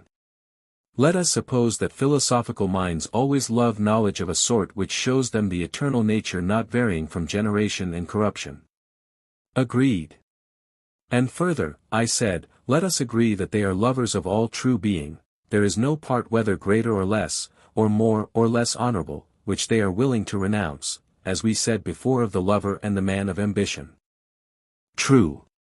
And if they are to be what we were describing, is there not another quality which they should also possess? What quality? Truthfulness. They will never intentionally receive into their mind falsehood, which is their detestation, and they will love the truth. Yes, that may be safely affirmed of them. May be, my friend, I replied, is not the word, say rather, must be affirmed, for he whose nature is amorous of anything cannot help loving all that belongs or is akin to the object of his affections. Right, he said. And is there anything more akin to wisdom than truth? How can there be? Can the same nature be a lover of wisdom and a lover of falsehood? Never. The true lover of learning then must from his earliest youth, as far as in him lies, desire all truth. Assuredly. But then again, as we know by experience, he whose desires are strong in one direction will have them weaker in others. They will be like a stream which has been drawn off into another channel. True. He whose desires are drawn towards knowledge in every form will be absorbed in the pleasures of the soul, and will hardly feel bodily pleasure, I mean, if he be a true philosopher and not a sham one. That is most certain. Certainly not. And again, if he is forgetful and retains nothing of what he learns, will he not be an empty vessel? That is certain. Laboring in vain, he must end in hating himself and his fruitless occupation. Yes. Then a soul which forgets cannot be ranked among genuine philosophic natures. We must insist that the philosopher should have a good memory. Certainly. And once more, the inharmonious and unseemly nature can only tend to disproportion. Undoubtedly. And do you consider truth to be akin to proportion or to disproportion? To proportion. Then, besides other qualities, we must try to find a naturally well-proportioned and gracious mind, which will move spontaneously towards the true being of everything. Certainly. Well, and do not all these qualities, which we have been enumerating, go together, and are they not, in a manner, necessary to a soul, which is to have a full and perfect participation of being? They are absolutely necessary, he replied. And must not that be a blameless study which he only can pursue who has the gift of a good memory, and is quick to learn, noble, gracious, the friend of truth, justice, courage, temperance, who are his kindred? The god of jealousy himself, he said, could find no fault with such a study. And to men like him, I said, when perfected by years and education, and to these only you will entrust the state. Here Adimantus interposed and said, to these statements, Socrates, no one can offer a reply, but when you talk in this way, a strange feeling passes over the minds of your hearers. They fancy that they are led astray a little at each step in the argument, owing to their own want of skill in asking and answering questions. These littles accumulate, and at the end of the discussion they are found to have sustained a mighty overthrow and all their former notions appear to be turned upside down.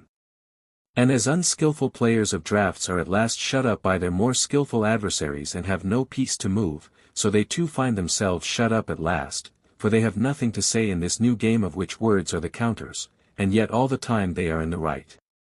The observation is suggested to me by what is now occurring. For any one of us might say, that although in words he is not able to meet you at each step of the argument, he sees as a fact that the votaries of philosophy, when they carry on the study, not only in youth as a part of education, but as the pursuit of their maturer years, most of them become strange monsters, not to say utter rogues, and that those who may be considered the best of them are made useless to the world by the very study which you extol. Well, and do you think that those who say so are wrong? I cannot tell, he replied, but I should like to know what is your opinion. Hear my answer, I am of opinion that they are quite right. Then how can you be justified in saying that cities will not cease from evil until philosophers rule in them, when philosophers are acknowledged by us to be of no use to them? You ask a question, I said, to which a reply can only be given in a parable. Yes, Socrates, and that is a way of speaking to which you are not at all accustomed, I suppose.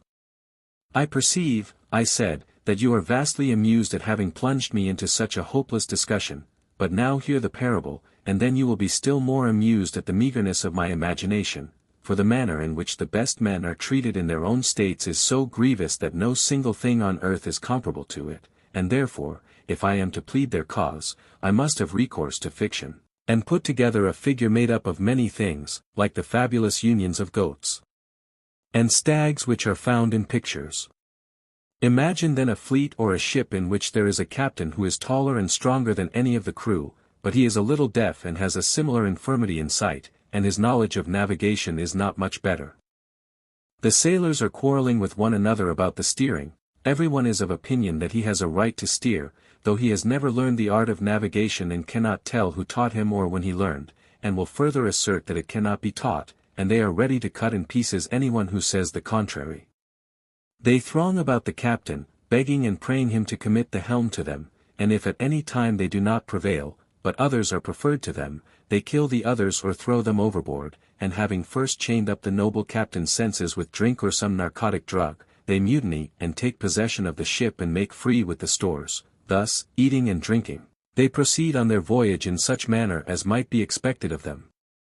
Him who is their partisan and cleverly aids them in their plot for getting the ship out of the captain's hands into their own whether by force or persuasion, they compliment with the name of sailor, pilot, able seaman, and abuse the other sort of man, whom they call a good-for-nothing, but that the true pilot must pay attention to the year and seasons and sky and stars and winds, and whatever else belongs to his art, if he intends to be really qualified for the command of a ship, and that he must and will be the steerer, whether other people like or not. The possibility of this union of authority with the steerer's art has never seriously entered into their thoughts or been made part of their calling.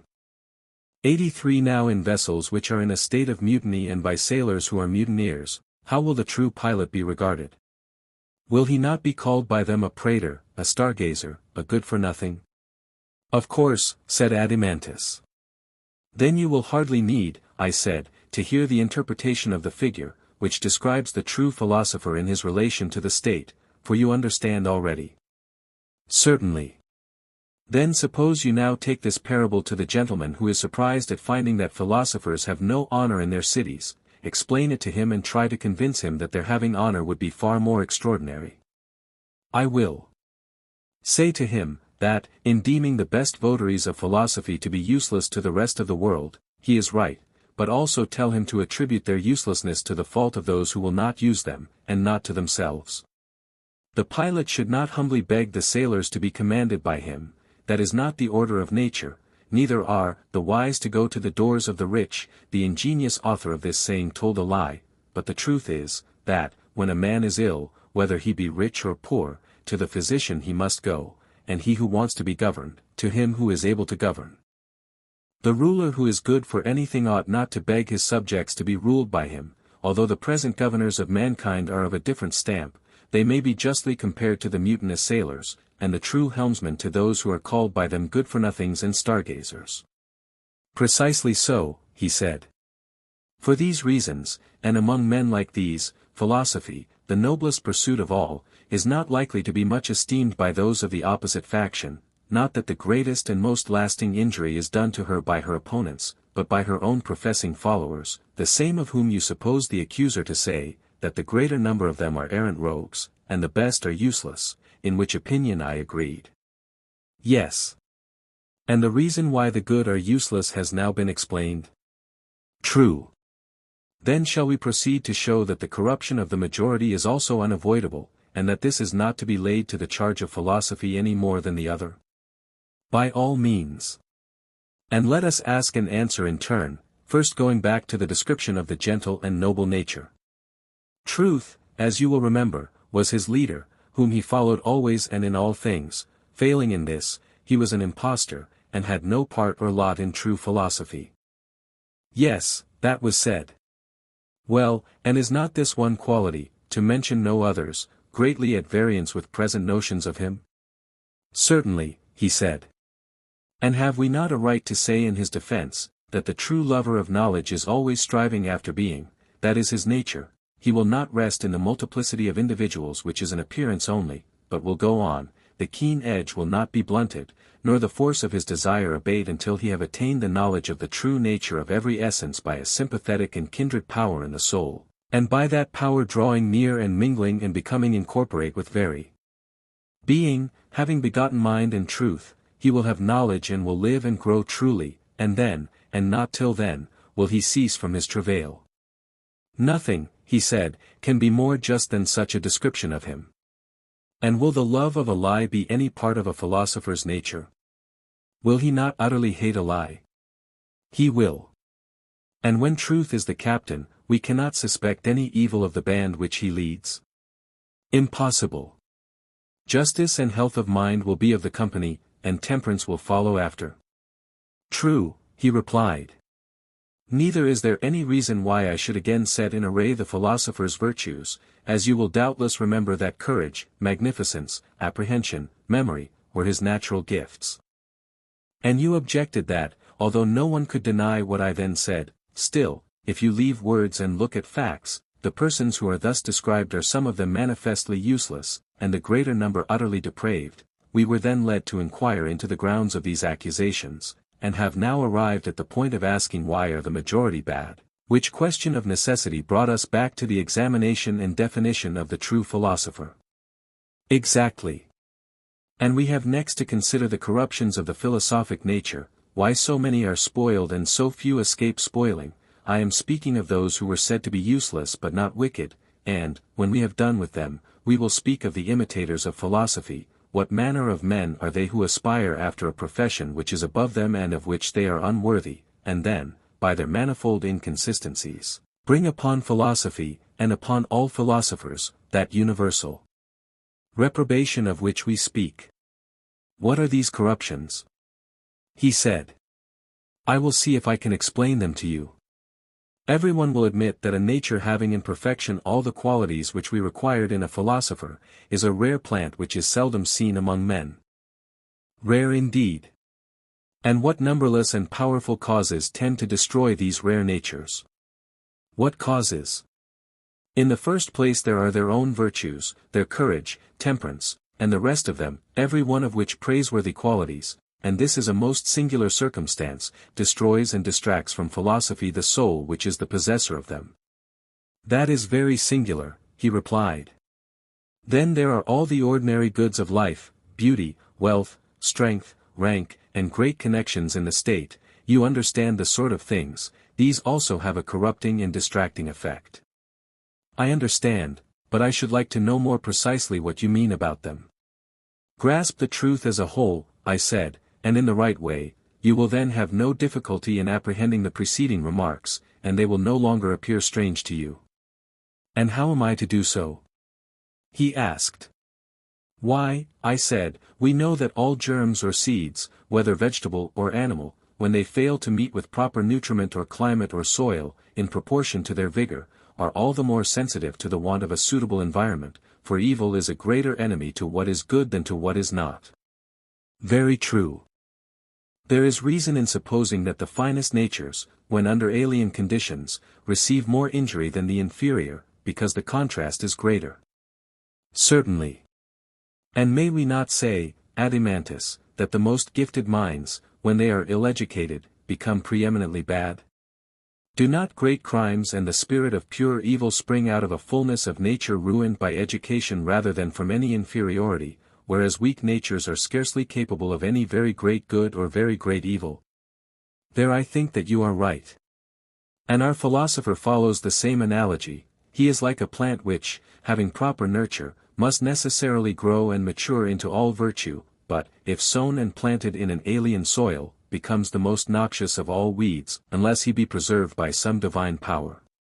Do you really think, as people so often say, that our youth are corrupted by sophists, or that private teachers of the art corrupt them in any degree worth speaking of? Are not the public who say these things the greatest of all sophists? And do they not educate to perfection young and old, men and women alike, and fashion them after their own hearts? When is this accomplished? He said. When they meet together, and the world sits down at an assembly, or in a court of law, or a theater, or a camp, or in any other popular resort, and there is a great uproar, and they praise some things which are being said or done, and blame other things, equally exaggerating both, shouting and clapping their hands, and the echo of the rocks and the place in which they are assembled redoubles the sound of the praise or blame. At such a time will not a young man's heart, as they say, leap within him? Will any private training enable him to stand firm against the overwhelming flood of popular opinion? Or will he be carried away by the stream? Will he not have the notions of good and evil which the public in general have? He will do as they do, and as they are, such will he be. Yes, Socrates, necessity will compel him. And yet, I said, there is a still greater necessity, which has not been mentioned. What is that?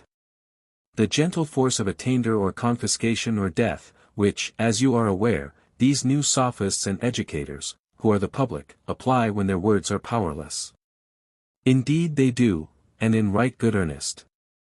Now what opinion of any other sophist, or of any private person, can be expected to overcome in such an unequal contest? None, he replied. No, indeed, I said, even to make the attempt is a great piece of folly. There neither is, nor has been, nor is ever likely to be, any different type of character which has had no other training in virtue but that which is supplied by public opinion. 84, I speak, my friend, of human virtue only. What is more than human, as the proverb says, is not included, for I would not have you ignorant that, in the present evil state of governments, whatever is saved and comes to good is saved by the power of God, as we may truly say. I quite assent, he replied. Then let me crave your assent also to a further observation. What are you going to say? Why, that all those mercenary individuals, whom the many call sophists and whom they deem to be their adversaries, do, in fact, teach nothing but the opinion of the many, that is to say, the opinions of their assemblies, and this is their wisdom. I might compare them to a man who should study the tempers and desires of a mighty strong beast who is fed by him, he would learn how to approach and handle him, also at what times and from what causes he is dangerous or the reverse, and what is the meaning of his several cries, and by what sounds, when another utters them, he is soothed or infuriated, and you may suppose further, that when, by continually attending upon him, he has become perfect in all this, he calls his knowledge wisdom, and makes of it a system or art, which he proceeds to teach, although he has no real notion of what he means by the principles or passions of which he is speaking, but calls this honorable and that dishonorable, or good or evil, or just or unjust, all in accordance with the tastes and tempers of the great brute. Good he pronounces to be that in which the beast delights, and evil to be that which he dislikes, and he can give no other account of them except that the just and noble are the necessary, having never himself seen, and having no power of explaining to others the nature of either, or the difference between them, which is immense. By heaven, would not such an one be a rare educator? Indeed he would. And in what way does he who thinks that wisdom is the discernment of the tempers and tastes of the motley multitude, whether in painting or music, or, finally, in politics, differ from him whom I have been describing? For when a man consorts with the many, and exhibits to them his poem or other work of art or the service which he has done the state, making them his judges 85 when he is not obliged, the so-called necessity of Diomede will oblige him to produce whatever they praise. And yet the reasons are utterly ludicrous which they give in confirmation of their own notions about the honorable and good. Did you ever hear any of them which were not? No, nor am I likely to hear. You recognize the truth of what I have been saying. Then let me ask you to consider further whether the world will ever be induced to believe in the existence of absolute beauty rather than of the many beautiful, or of the absolute in each kind rather than of the many in each kind. Certainly not. Then the world cannot possibly be a philosopher. Impossible. And therefore philosophers must inevitably fall under the censure of the world. They must. And of individuals who consort with the mob and seek to please them. That is evident. Then, do you see any way in which the philosopher can be preserved in his calling to the end? And remember what we were saying of him, that he was to have quickness and memory and courage and magnificence. These were admitted by us to be the true philosopher's gifts. Yes. Will not such an one from his early childhood be in all things first among all, especially if his bodily endowments are like his mental ones? Certainly, he said. And his friends and fellow citizens will want to use him as he gets older for their own purposes. No question. Falling at his feet, they will make requests to him and do him honor and flatter him, because they want to get into their hands now, the power which he will one day possess. That often happens, he said. And what will a man such as he is be likely to do under such circumstances, especially if he be a citizen of a great city, rich and noble, and a tall proper youth? Will he not be full of boundless aspirations, and fancy himself able to manage the affairs of Hellenes and of barbarians, and having got such notions into his head will he not dilate and elevate himself in the fullness of vain pomp and senseless pride? To be sure he will. Now, when he is in this state of mind, if someone gently comes to him and tells him that he is a fool and must get understanding, which can only be got by slaving for it, do you think that, under such adverse circumstances, he will be easily induced to listen? Far otherwise. And even if there be someone who through inherent goodness or natural reasonableness has had his eyes opened a little and is humbled and taken captive by philosophy, how will his friends behave when they think that they are likely to lose the advantage which they were hoping to reap from his companionship? Will they not do and say anything to prevent him from yielding to his better nature and to render his teacher powerless, using to this end private intrigues as well as public prosecutions? There can be no doubt of it. And how can one who is thus circumstanced ever become a philosopher? Impossible. Then were we not right in saying that even the very qualities which make a man a philosopher may, if he be ill-educated, divert him from philosophy, no less than riches and their accompaniments and the other so-called goods of life? We were quite right. Thus, my excellent friend, is brought about all that ruin and failure which I have been describing of the natures best adapted to the best of all pursuits. They are natures which we maintain to be rare at any time, this being the class out of which come the men who are the authors of the greatest evil to states and individuals, and also of the greatest good when the tide carries them in that direction. But a small man never was the doer of any great thing either to individuals or to states. That is most true, he said. And so philosophy is left desolate, with her marriage rite incomplete, for her own have fallen away and forsaken her, and while they are leading a false and unbecoming life, other unworthy persons, seeing that she has no kinsmen to be her protectors, enter in and dishonor her, and fasten upon her the reproaches which, as you say, her reprovers utter, who affirm of her votaries that some are good for nothing, and that the greater number deserve the severest punishment. That is certainly what people say. Yes, and what else would you expect, I said, when you think of the puny creatures who, seeing this land open to them, a land well stocked with fair names and showy titles, like prisoners running out of prison into a sanctuary, take a leap out of their trades into philosophy, those who do so being probably the cleverest hands at their own miserable crafts. For, although philosophy be in this evil case, still there remains a dignity about her which is not to be found in the arts. And many are thus attracted by her whose natures are imperfect and whose souls are maimed and disfigured by their meannesses, as their bodies are by their trades and crafts. Is not this unavoidable? Yes. Are they not exactly like a bald little tinker who has just got out of durance and come into a fortune? He takes a bath and puts on a new coat, and is decked out as a bridegroom going to marry his master's daughter, who is left poor and desolate. A most exact parallel. What will be the issue of such marriages? Will they not be vile and bastard? There can be no question of it. And when persons who are unworthy of education approach philosophy and make an alliance with her who is in a rank above them, what sort of ideas and opinions are likely to be generated?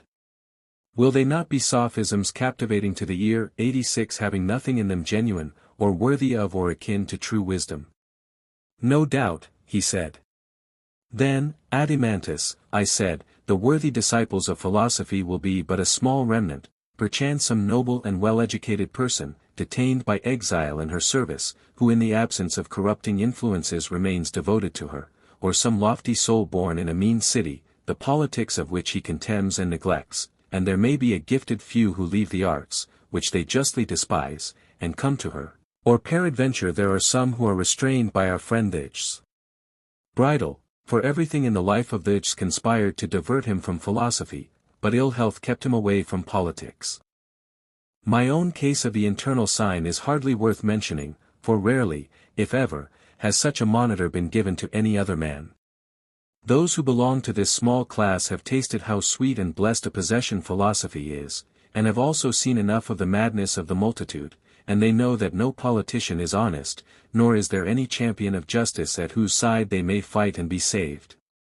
Such an one may be compared to a man who has fallen among wild beasts. He will not join in the wickedness of his fellows, but neither is he able singly to resist all their fierce natures, and therefore seeing that he would be of no use to the state or to his friends, and reflecting that he would have to throw away his life without doing any good either to himself or others, he holds his peace, and goes his own way. He is like one who, in the storm of dust and sleet which the driving wind hurries along, retires under the shelter of a wall, and seeing the rest of mankind full of wickedness, he is content, if only he can live his own life and be pure from evil or unrighteousness, and depart in peace and goodwill, with bright hopes. Yes, he said, and he will have done a great work before he departs. A great work, yes, but not the greatest, unless he find a state suitable to him, for in a state which is suitable to him, he will have a larger growth and be the savior of his country, as well as of himself. The causes why philosophy is in such an evil name have now been sufficiently explained, the injustice of the charges against her has been shown. Is there anything more which you wish to say? Nothing more on that subject, he replied, but I should like to know which of the governments now existing is in your opinion the one adapted to her.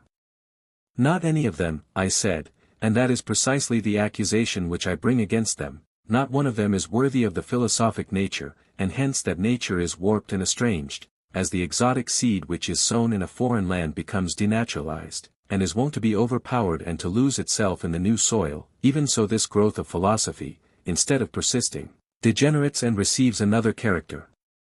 But if philosophy ever finds in the state that perfection which she herself is, then will be seen that she is in truth divine, and that all other things, whether natures of men or institutions, are but human. And now, I know, that you are going to ask, what that state is. No, he said, there you are wrong, for I was going to ask another question. whether it is the state of which we are the founders and inventors, or some other. Yes, I replied, ours in most respects, but you may remember my saying before, that some living authority would always be required in the state having the same idea of the constitution which guided you when as legislator you were laying down the laws. That was said, he replied. Yes, but not in a satisfactory manner. You frightened us by interposing objections, which certainly showed that the discussion would be long and difficult, and what still remains is the reverse of easy. What is there remaining? The question how the study of philosophy may be so ordered as not to be the ruin of the state. All great attempts are attended with risk, hard is the good, as men say. Still, he said, let the point be cleared up, and the inquiry will then be complete. I shall not be hindered, I said, by any want of will, but, if at all, by a want of power. My zeal you may see for yourselves, and please to remark in what I am about to say how boldly and unhesitatingly I declare that states should pursue philosophy, not as they do now, but in a different spirit. In what manner? At present, I said, the students of philosophy are quite young, beginning when they are hardly past childhood. They devote only the time saved from money-making and housekeeping to such pursuits, and even those of them who are reputed to have most of the philosophic spirit, when they come within sight of the great difficulty of the subject, I mean dialectic, take themselves off. Do not make a quarrel, I said, between Thrasymachus and me, who have recently become friends, although, indeed, we were never enemies, for I shall go on striving to the utmost until I either convert him and other men, or do something which may profit them against the day when they live again, and hold the like discourse in another state of existence. You are speaking of a time which is not very near. Rather, I replied, of a time which is as nothing in comparison with eternity. Nevertheless, I do not wonder that the many refuse to believe, for they have never seen that of which we are now speaking realized. They have seen only a conventional imitation of philosophy, consisting of words artificially brought together, not like these of ours having a natural unity. But a human being who in word and work is perfectly molded, as far as he can be, into the proportion and likeness of virtue, such a man ruling in a city which bears the same image, they have never yet seen, neither one nor many of them. Do you think that they ever did? No indeed.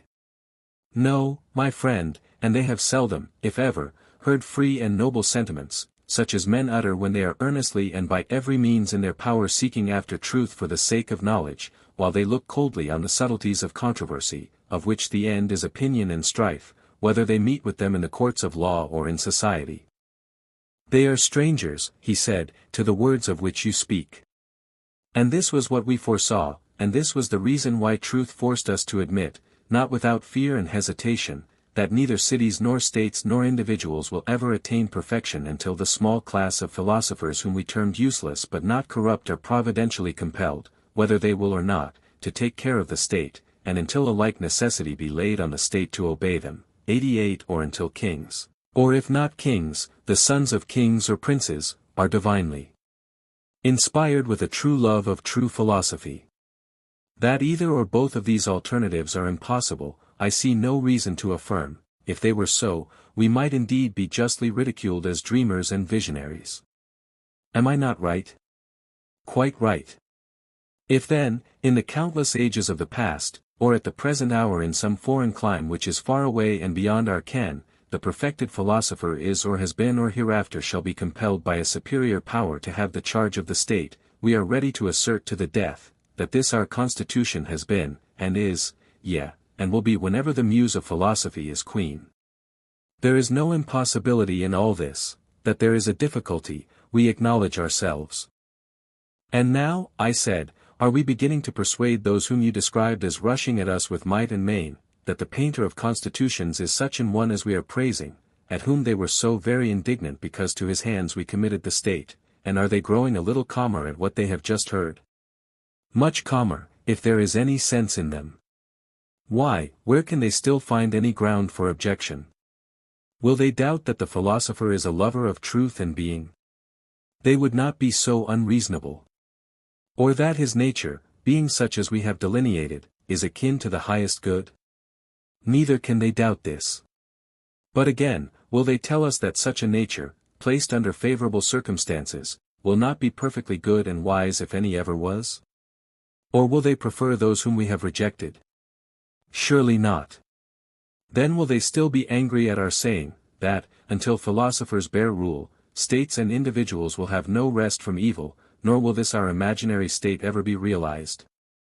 I think that they will be less angry. Shall we assume that they are not only less angry but quite gentle, and that they have been converted and for very shame, if for no other reason, cannot refuse to come to terms? By all means, he said.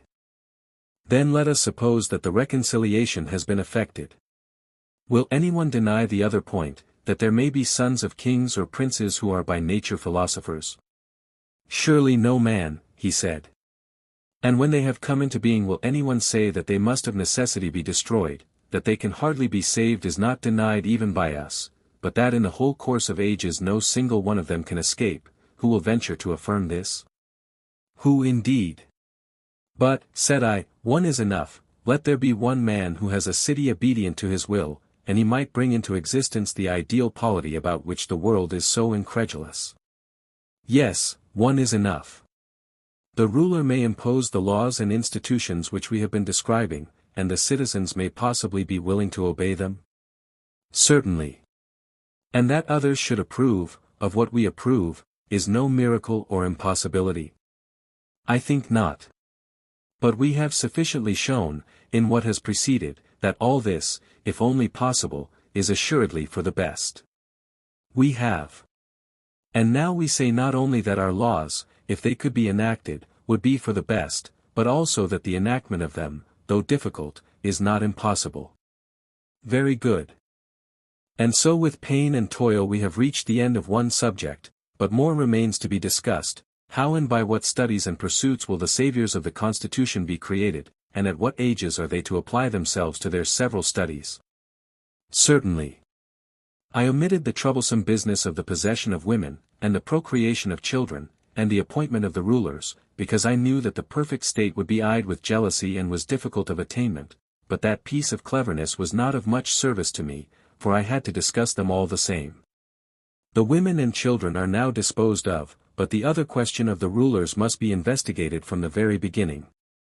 We were saying, as you will remember, that they were to be lovers of their country, tried by the test of pleasures and pains, and neither in hardships, nor in dangers, nor at any other critical moment were to lose their patriotism. He was to be rejected who failed, but he who always came forth pure, like gold tried in the refiner's fire, was to be made a ruler, and to receive honors and rewards in life and after death. This was the sort of thing which was being said, and then the argument turned aside and veiled her face, not liking to stir the question which has now arisen. I perfectly remember, he said. Yes, my friend, I said, and I then shrank from hazarding the bold word, but now let me dare to say, that the perfect guardian must be a philosopher. Yes, he said, let that be affirmed. And do not suppose that there will be many of them, for the gifts which were deemed by us to be essential rarely grow together, they are mostly found in shreds and patches. What do you mean? He said. You are aware, I replied, that quick intelligence, memory, sagacity, cleverness, and similar qualities, do not often grow together, and that persons who possess them and are at the same time high-spirited and magnanimous are not so constituted by nature as to live orderly and in a peaceful and settled manner. They are driven anyway by their impulses, and all solid principle goes out of them. Very true, he said. On the other hand, those steadfast natures which can better be depended upon, which in a battle are impregnable to fear and immovable, are equally immovable when there is anything to be learned. They are always in a torpid state, and are apt to yawn and go to sleep over any intellectual toil. Quite true. And yet we were saying that both qualities were necessary in those to whom the higher education is to be imparted, and who are to share in any office or command. Certainly, he said. And will they be a class which is rarely found? Yes, indeed. Then the aspirant must not only be tested in those labors and dangers and pleasures which we mentioned before, but there is another kind of probation which we did not mention. He must be exercised also in many kinds of knowledge, to see whether the soul will be able to endure the highest of all, or will faint under them, as in any other studies and exercises. Yes, he said, you are quite right in testing him. But what do you mean by the highest of all knowledge? You may remember, I said, that we divided the soul into three parts, and distinguished the several natures of justice, temperance, courage, and wisdom. Indeed, he said, if I had forgotten, I should not deserve to hear more. And do you remember the word of caution which preceded the discussion of them? To what do you refer? We were saying, if I am not mistaken, that he who wanted to see them in their perfect beauty must take a longer and more circuitous way, at the end of which they would appear, but that we could add on a popular exposition of them on a level with the discussion which had preceded. And you replied that such an exposition would be enough for you, and so the inquiry was continued in what to me seemed to be a very inaccurate manner. Whether you were satisfied or not, it is for you to say. Yes, he said, I thought and the others thought that you gave us a fair measure of truth. But, my friend, I said, a measure of such things which in any degree falls short of the whole truth is not fair measure, for nothing imperfect is the measure of anything, although persons are too apt to be contented and think that they need search no further. Not an uncommon case when people are indolent. Yes, I said, and there cannot be any worse fault in a guardian of the state and of the laws. True. The guardian then, I said, must be required to take the longer circuit, and toil at learning as well as at gymnastics, or he will never reach the highest knowledge of all which, as we were just now saying, is his proper calling. What, he said, is there a knowledge still higher than this, higher than justice and the other virtues? Yes, I said, there is. And of the virtues too we must behold not the outline merely, as at present, nothing short of the most finished picture should satisfy us. When little things are elaborated with an infinity of pains, in order that they may appear in their full beauty and utmost clearness, how ridiculous that we should not think the highest truths worthy of attaining the highest accuracy. A right noble thought. 90 But do you suppose that we shall refrain from asking you what is this highest knowledge? Nay, I said, ask if you will, but I am certain that you have heard the answer many times, and now you either do not understand me or, as I rather think, you are disposed to be troublesome, for you have often been told that the idea of good is the highest knowledge, and that all other things become useful and advantageous only by their use of this. You can hardly be ignorant that of this I was about to speak, concerning which, as you have often heard me say, we know so little, and, without which, any other knowledge or possession of any kind will profit us nothing. Do you think that the possession of all other things is of any value if we do not possess the good? Or the knowledge of all other things if we have no knowledge of beauty and goodness? Assuredly not. You are further aware that most people affirm pleasure to be the good, but the finer sort of wit say it is knowledge. Yes. And you are aware too that the latter cannot explain what they mean by knowledge, but are obliged after all to say knowledge of the good? How ridiculous! Yes, I said, that they should begin by reproaching us with our ignorance of the good, and then presume our knowledge of it, for the good they define to be knowledge of the good, just as if we understood them when they use the term good. This is of course ridiculous. Most true, he said. And those who make pleasure their good are in equal perplexity, for they are compelled to admit that there are bad pleasures as well as good. Certainly. And therefore to acknowledge that bad and good are the same. True. There can be no doubt about the numerous difficulties in which this question is involved.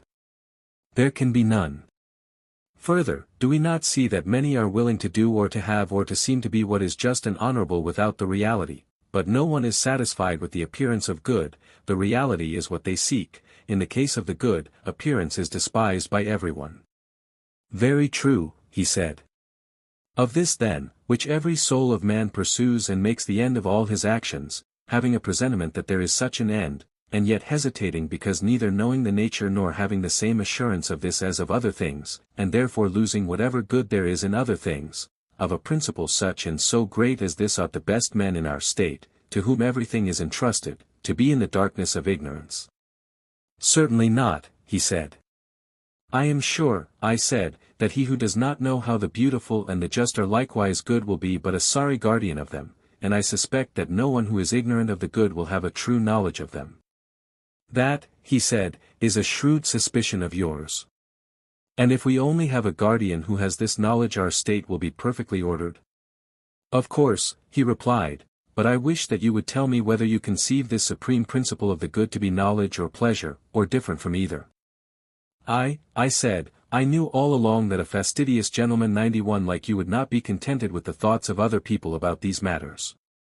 True, Socrates, but I must say that one who like you has passed a lifetime in the study of philosophy should not be always repeating the opinions of others, and never telling his own. Well, but has anyone a right to say positively what he does not know? Not, he said, with the assurance of positive certainty, he has no right to do that, but he may say what he thinks, as a matter of opinion. And do you not know, I said, that all mere opinions are bad, and the best of them blind? You would not deny that those who have any true notion without intelligence are only like blind men who feel their way along the road? Very true. And do you wish to behold what is blind and crooked and base, when others will tell you of brightness and beauty? Still, I must implore you, Socrates, said Glaucon, not to turn away just as you are reaching the goal. If you will only give such an explanation of the good as you have already given of justice and temperance and the other virtues, we shall be satisfied.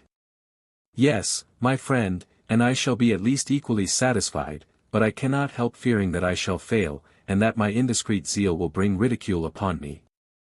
No, sweet sirs, let us not at present ask what is the actual nature of the good, for to reach what is now in my thoughts would be an effort too great for me.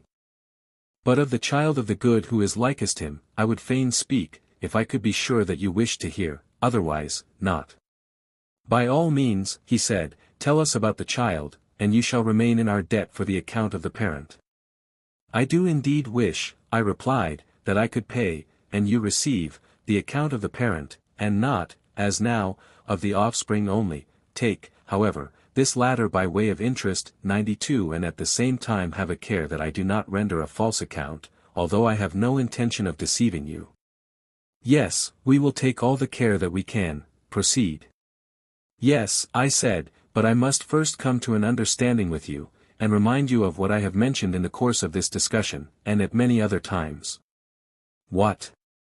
The old story, that there is a many beautiful and a many good, and so of other things which we describe and define, to all of them the term many is applied. True, he said. And there is an absolute beauty and an absolute good, and of other things to which the term many is applied there is an absolute, for they may be brought under a single idea, which is called the essence of each. Very true. The many, as we say, are seen but not known, and the ideas are known but not seen. Exactly. And what is the organ with which we see the visible things? The sight, he said. And with the hearing, I said, we hear, and with the other senses perceive the other objects of sense. True. But have you remarked that sight is by far the most costly and complex piece of workmanship which the artificer of the senses ever contrived? No, I never have, he said. Then reflect, has the ear or voice need of any third or additional nature in order that the one may be able to hear and the other to be heard? Nothing of the sort. No, indeed, I replied, and the same is true of most, if not all, the other senses. You would not say that any of them requires such an addition? Certainly not. But you see that without the addition of some other nature there is no seeing or being seen. How do you mean? Sight being, as I conceive, in the eyes, and he who has eyes wanting to see, color being also present in them, still unless there be a third nature specially adapted to the purpose, the owner of the eyes will see nothing and the colors will be invisible. Of what nature are you speaking? Of that which you term light, I replied. True, he said. Noble, then, is the bond which links together sight and visibility, and great beyond other bonds by no small difference of nature, for light is their bond, and light is no ignoble thing. Nay, he said, the reverse of ignoble. And which, I said, of the gods in heaven would you say was the lord of this element?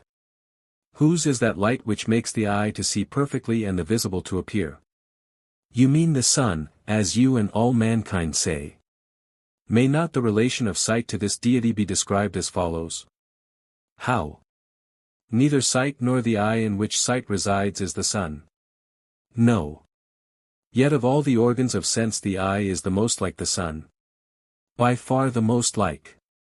And the power which the eye possesses is a sort of effluence which is dispensed from the sun. Exactly. Then the sun is not sight, but the author of sight who is recognized by sight. True, he said. And this is he whom I call the child of the good, whom the good begot in his own likeness, to be in the visible world, in relation to sight and the things of sight, what the good is in the intellectual world in relation to mind and the things of mind. Will you be a little more explicit? He said. Why, I said, that the eyes, when a person directs them towards objects on which the light of day is no longer shining, but the moon and stars only, see dimly, and are nearly blind, they seem to have no clearness of vision in them. Very true. But when they are directed towards objects on which the sun shines, they see clearly and there is sight in them. Certainly. And the soul is like the eye, when resting upon that on which truth and being shine, the soul perceives and understands, and is radiant with intelligence, but when turned towards the twilight of becoming and perishing, then she has opinion only, and goes blinking about, and is first of one opinion and then of another, and seems to have no intelligence. Just so. Now, that which imparts truth to the known and the power of knowing to the knower is what I would have you term the idea of good, and this you will deem to be the cause of science, 93 and of truth in so far as the latter becomes the subject of knowledge, beautiful too, as are both truth and knowledge, you will be right in esteeming this other nature as more beautiful than either, and, as in the previous instance, light and sight may be truly said to be like the sun, and yet not to be the sun, so. In this other sphere, science and truth may be deemed to be like the good, but not the good has a place of honor yet higher. What a wonder of beauty that must be, he said, which is the author of science and truth, and yet surpasses them in beauty, for you surely cannot mean to say that pleasure is the good? God forbid, I replied, but may I ask you to consider the image in another point of view? In what point of view? You would say, would you not, that the sun is not only the author of visibility in all visible things, but of generation and nourishment and growth, though he himself is not generation? Certainly. In like manner the good may be said to be not only the author of knowledge to all things known, but of their being in essence, and yet the good is not essence, but far exceeds essence in dignity and power. Glaucon said, with a ludicrous earnestness, by the light of heaven, how amazing! Yes, I said, and the exaggeration may be set down to you, for you made me utter my fancies. And pray continue to utter them, at any rate let us hear if there is anything more to be said about the similitude of the sun. Yes, I said, there is a great deal more. Then omit nothing, however slight. I will do my best, I said, but I should think that a great deal will have to be omitted. I hope not, he said. You have to imagine, then, that there are two ruling powers, and that one of them is set over the intellectual world, the other over the visible. I do not say heaven, lest you should fancy that I am playing upon the name, Omicron Rho Alpha Nu, Rho Alpha Tau. May I suppose that you have this distinction of the visible and intelligible fixed in your mind? I have. Now take a line which has been cut into two unequal 94 parts, and divide each of them again in the same proportion, and suppose the two main divisions to answer, one to the visible and the other to the intelligible, and then compare the subdivisions in respect of their clearness and want of clearness, and you will find that the first section in the sphere of the visible consists of images. You are aware that students of geometry, arithmetic, and the kindred sciences assume the odd and the even and the figures and three kinds of angles and the like in their several branches of science. These are their hypotheses, which they and everybody are supposed to know, and therefore they do not deign to give any account of them either to themselves or others, but they begin with them, and go on until they arrive at last, and in a consistent manner, at their conclusion. Yes, he said, I know. And do you not know also that although they make use of the visible forms and reason about them, they are thinking not of these, but of the ideals which they resemble, not of the figures which they draw, but of the absolute square and the absolute diameter, and so on, the forms which they draw or make, and which have shadows and reflections in water of their own, are converted by them into images, but they are really seeking to behold the things themselves, which can only be seen with the eye of the mind? That is true.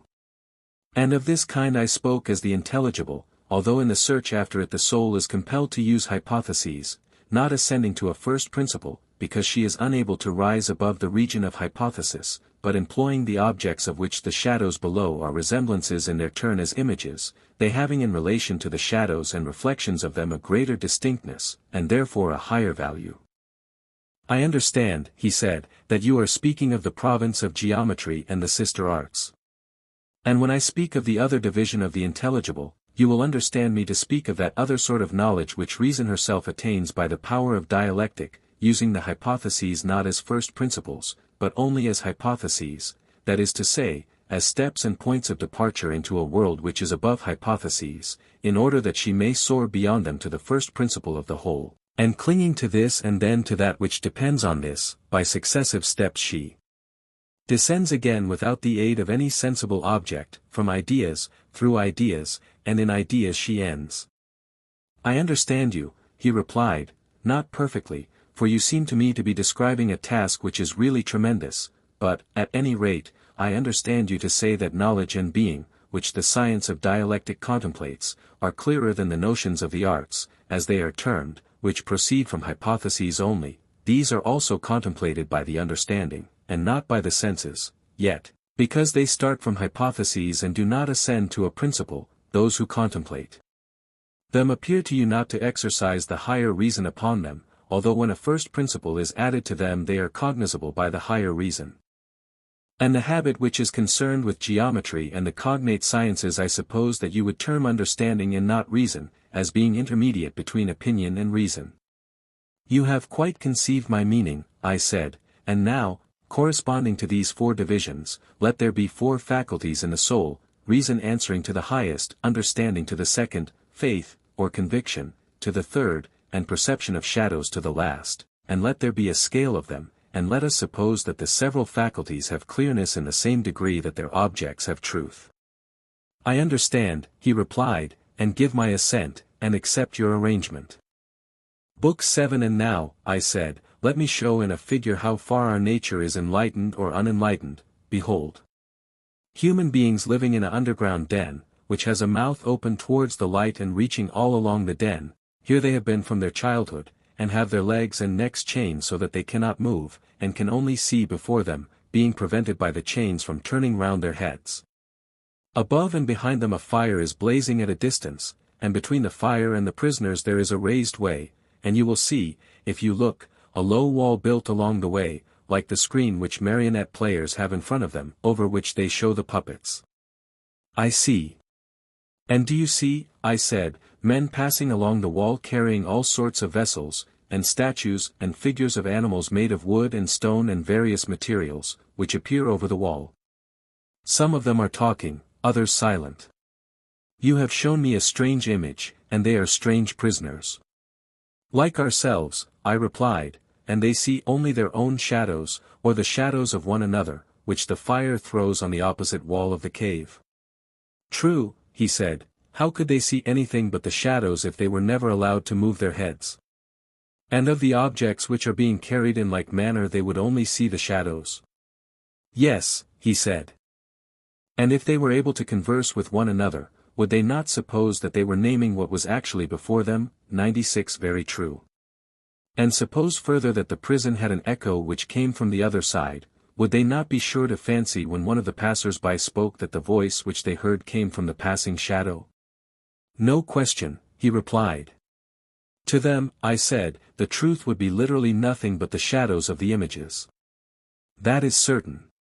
And now look again, and see what will naturally follow if the prisoners are released and disabused of their error.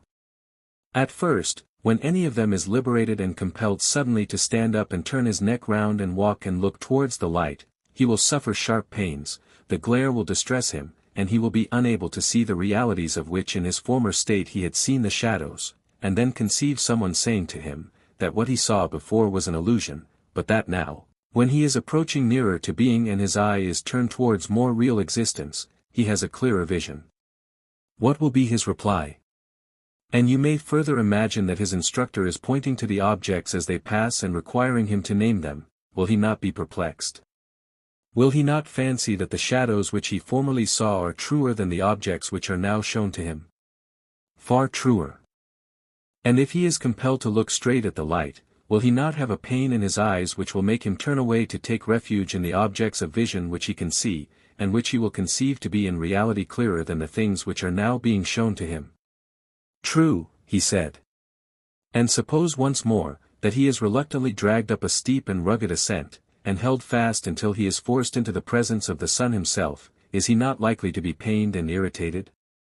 When he approaches the light his eyes will be dazzled, and he will not be able to see anything at all of what are now called realities. Not all in a moment, he said. He will require to grow accustomed to the sight of the upper world. And first he will see the shadows best, next the reflections of men and other objects in the water, and then the objects themselves, then he will gaze upon the light of the moon and the stars and the spangled heaven, and he will see the sky and the stars by night better than the sun or the light of the sun by day. Certainly. Last of all he will be able to see the sun, and not mere reflections of him in the water, but he will see him in his own proper place, and not in another, and he will contemplate him as he is. Certainly. He will then proceed to argue that this is he who gives the season and the years, and is the guardian of all that is in the visible world, and in a certain way the cause of all things which he and his fellows have been accustomed to behold.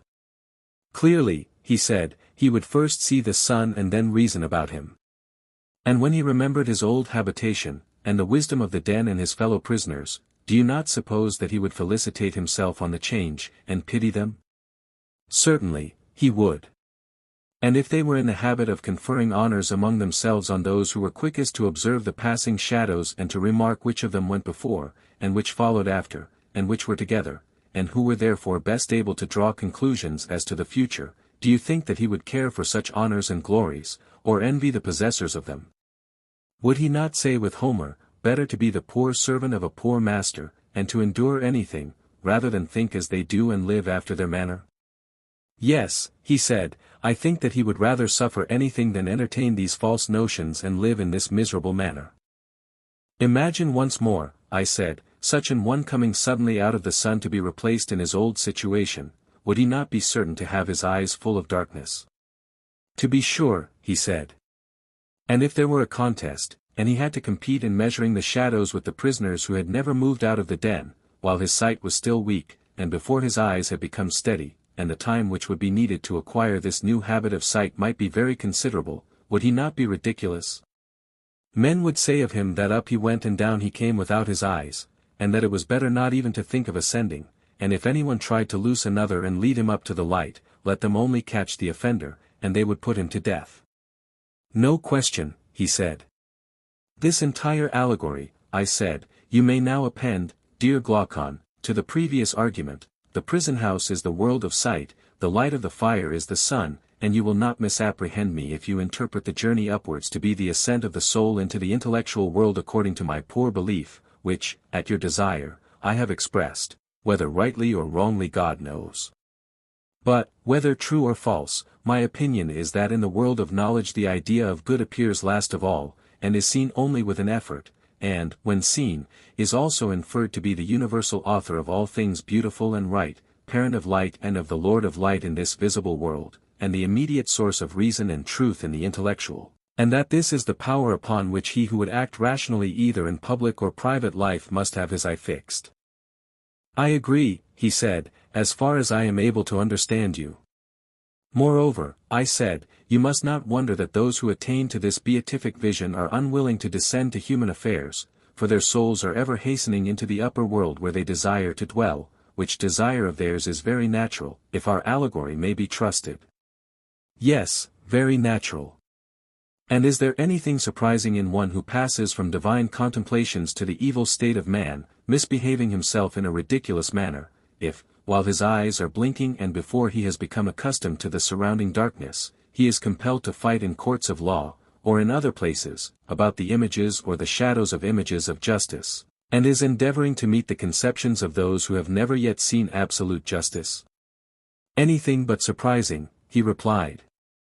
Anyone who has common sense will remember that the bewilderments of the eyes are of two kinds, and arise from two causes, either from coming out of the light or from going into the light, which is true of the mind's eye, quite as much as of the bodily eye, and he who remembers this when he sees anyone whose vision is perplexed and weak, will not be too ready to laugh. He will first ask whether that soul of man has come out of the brighter life, and is unable to see because unaccustomed to the dark, or having turned from darkness to the day is dazzled by excess of light. And he will count the one happy in his condition and state of being, and he will pity the other, or, if he have a mind to laugh at the soul which comes from below into the light, there will be more reason in this than in the laugh which greets him who returns from above out of the light into the den. That, he said, is a very just distinction. But then, if I am right, certain professors of education must be wrong when they say that they can put a knowledge into the soul which was not there before, like sight into blind eyes. They undoubtedly say this, he replied. Whereas, our argument shows that the power and capacity of learning exists in the soul already, and that just as the eye was unable to turn from darkness to light without the whole body, so too the instrument of knowledge can only by the movement of the whole soul be turned from the world of becoming into that of being, and learn by degrees to endure the sight of being, and of the brightest and best of being, or in other words, of the good. Very true. And must there not be some art which will effect conversion in the easiest and quickest manner, not implanting the faculty of sight, for that exists already, but has been turned in the wrong direction, and is looking away from the truth? Yes, he said, such an art may be presumed. And whereas the other so-called virtues of the soul seem to be akin to bodily qualities, for even when they are not originally innate they can be implanted later by habit and exercise, the virtue of wisdom more than anything else contains a divine element which always remains, and by this conversion is rendered useful and profitable, or, on the other hand, hurtful and useless. Did you never observe the narrow intelligence flashing from the keen eye of a clever rogue, how eager he is, how clearly his paltry soul sees the way to his end? He is the reverse of blind, but his keen eyesight is forced into the service of evil, and he is mischievous in proportion to his cleverness. Very true, he said.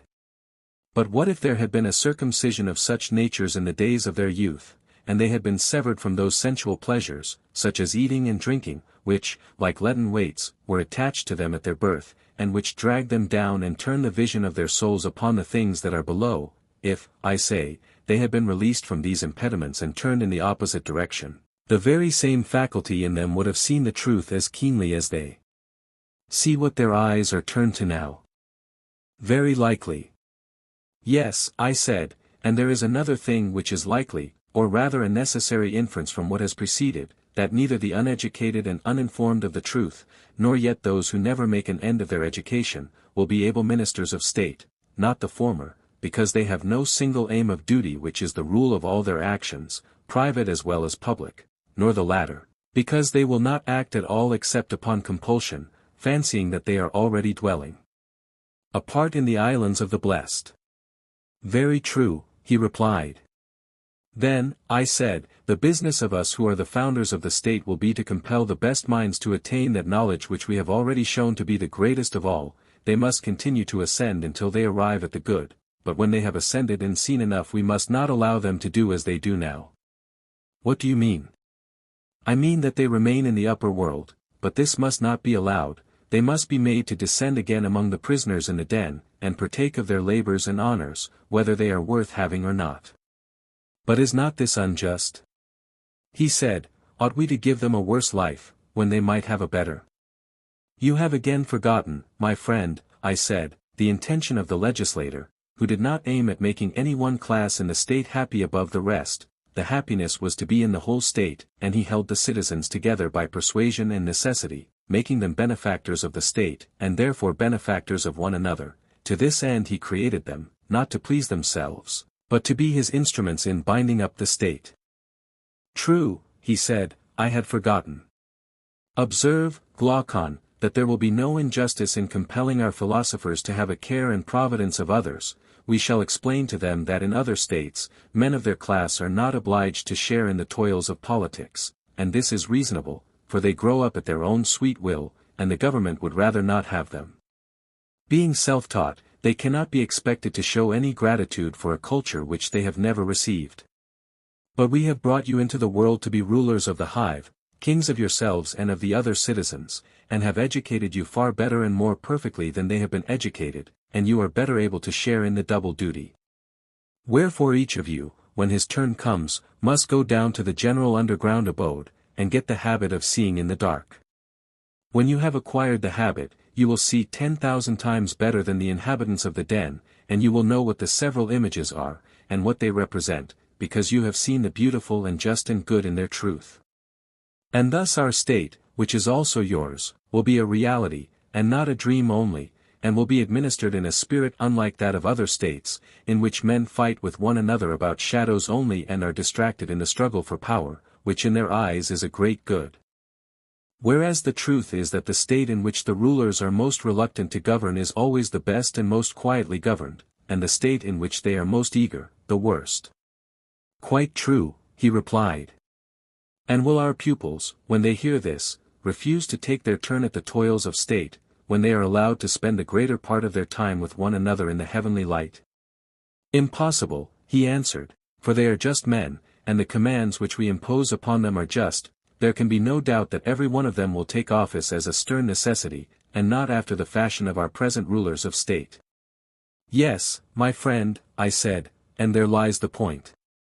You must contrive for your future rulers another and a better life than that of a ruler, and then you may have a well-ordered state, for only in the state which offers this, will they rule who are truly rich, not in silver and gold, but in virtue and wisdom, which are the true blessings of life. Whereas if they go to the administration of public affairs, poor and hungering after their own private advantage, thinking that hence they are to snatch the chief good, order there can never be, for they will be fighting about office, and the civil and domestic broils which thus arise will be the ruin of the rulers themselves and of the whole state. Most true, he replied.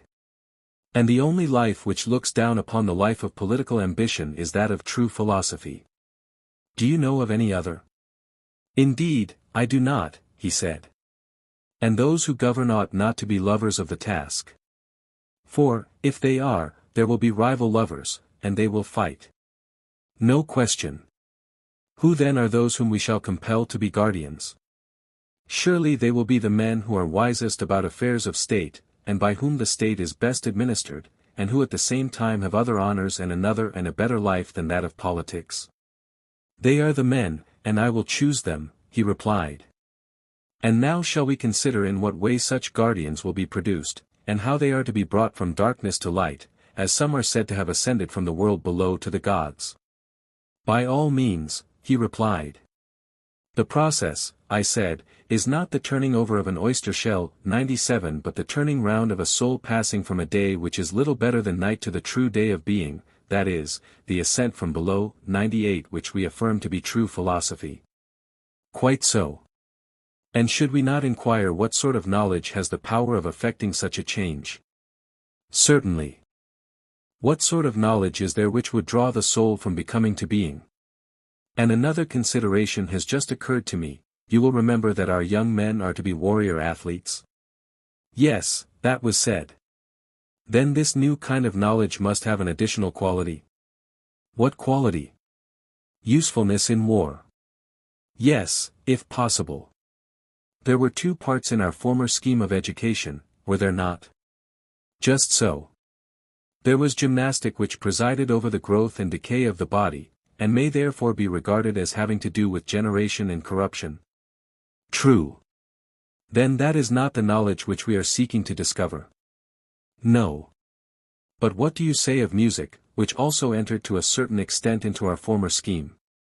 Music, he said, as you will remember, was the counterpart of gymnastic, and trained the guardians by the influences of habit, by harmony making them harmonious, by rhythm rhythmical, but not giving them science, and the words, whether fabulous or possibly true, had kindred elements of rhythm and harmony in them. But in music there was nothing which tended to that good which you are now seeking. You are most accurate, I said, in your recollection. In music there certainly was nothing of the kind. But what branch of knowledge is there, my dear Glaucon, which is of the desired nature, since all the useful arts were reckoned mean by us? Undoubtedly, and yet if music and gymnastic are excluded, and the arts are also excluded, what remains? Well, I said, there may be nothing left of our special subjects, and then we shall have to take something which is not special, but of universal application. What may that be? A something which all arts and sciences and intelligences use in common, and which everyone first has to learn among the elements of education. What is that?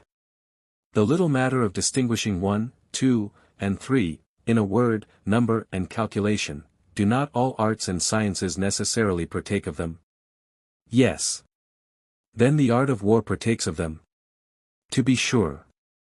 Then Palamedes, whenever he appears in tragedy, proves Agamemnon ridiculously unfit to be a general. Did you never remark how he declares that he had invented number, and had numbered the ships and set in array the ranks of the army at Troy, which implies that they had never been numbered before, and Agamemnon must be supposed literally to have been incapable of counting his own feet? How could he if he was ignorant of number?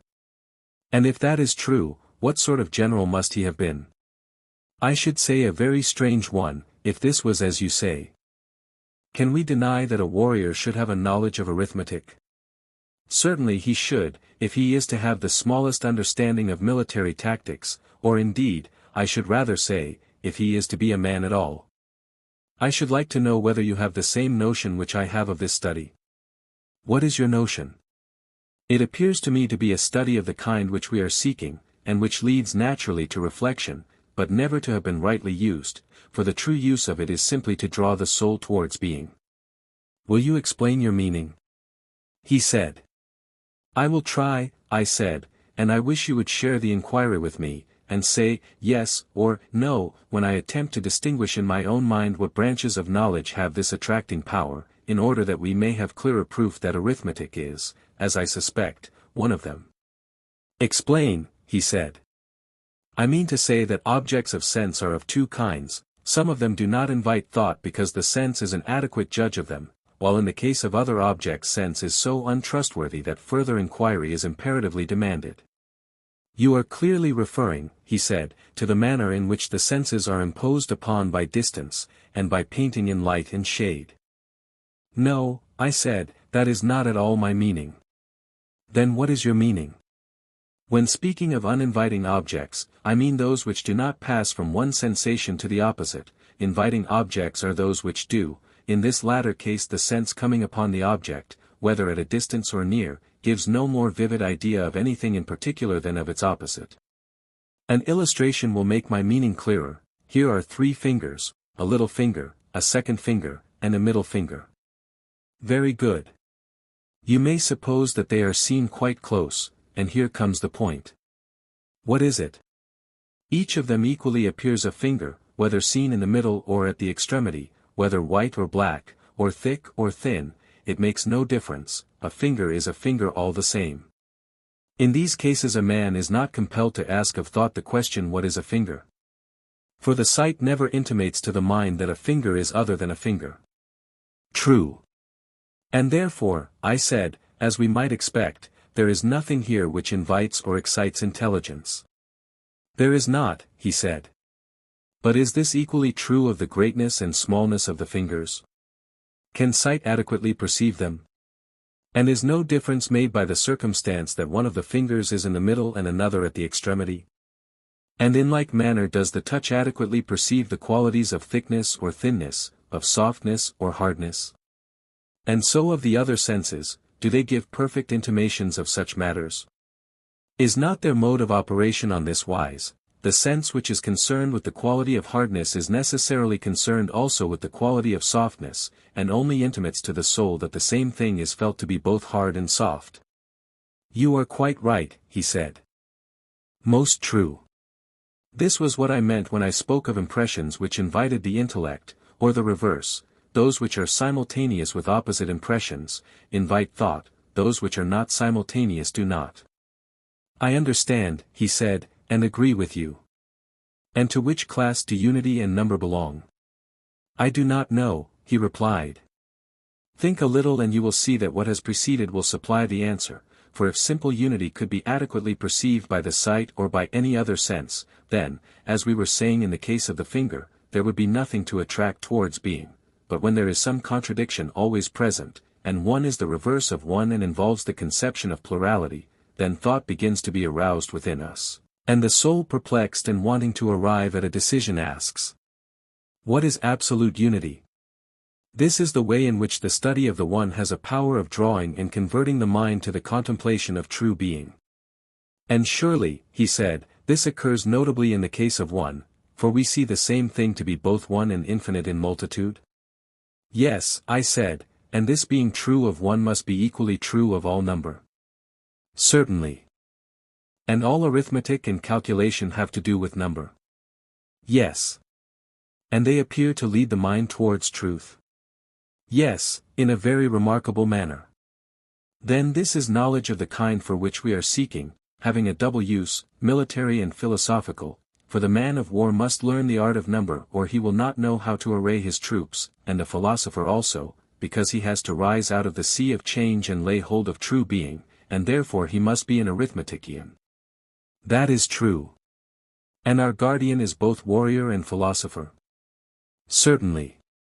Then this is a kind of knowledge which legislation may fitly prescribe, and we must endeavor to persuade those who are to be the principal men of our state to go and learn arithmetic, not as amateurs, but they must carry on the study until they see the nature of numbers with the mind only, nor again, like merchants or retail traders, with a view to buying or selling, but for the sake of their military use, and of the soul herself, and because this will be the easiest way for her to pass from becoming to truth and being. That is excellent, he said. Yes, I said, and now having spoken of it, I must add how charming the science is. And in how many ways it conduces to our desired end, if pursued in the spirit of a philosopher, and not of a shopkeeper. How do you mean? I mean, as I was saying, that arithmetic has a very great and elevating effect, compelling the soul to reason about abstract number, and rebelling against the introduction of visible or tangible objects into the argument. Yes indeed, he said, there is an infinite difference between them. Then shall we propose this as a second branch of knowledge which our youth will study? Let us do so, he replied. And suppose we make astronomy the third, what do you say? I am strongly inclined to it, he said. The observation of the seasons and of months and years is as essential to the general as it is to the farmer or sailor. I am amused, I said, at your fear of the world, which makes you guard against the appearance of insisting upon useless studies, and I quite admit the difficulty of believing that in every man there is an eye of the soul which, when by other pursuits lost and dimmed, is by these purified and re-illumined, and is more precious far than 10,000 bodily eyes, for by it alone is truth seen. Now there are two classes of persons, one class of those who will agree with you and will take your words as a revelation, another class to whom they will be utterly unmeaning, and who will naturally deem them to be idle tales, for they see no sort of profit which is to be obtained from them. And therefore you had better decide at once with which of the two you are proposing to argue. You will very likely say with neither, and that your chief aim in carrying on the argument is your own improvement, at the same time you do not grudge to others any benefit which they may receive. I think that I should prefer to carry on the argument mainly on my own behalf. Then take a step backward, for we have gone wrong in the order of the sciences. What was the mistake? He said. After plane geometry, I said, we proceeded at once to solids in revolution, instead of taking solids in themselves, whereas after the second dimension the third, which is concerned with cubes and dimensions of depth, ought to have followed. That is true, Socrates, but so little seems to be known as yet about these subjects.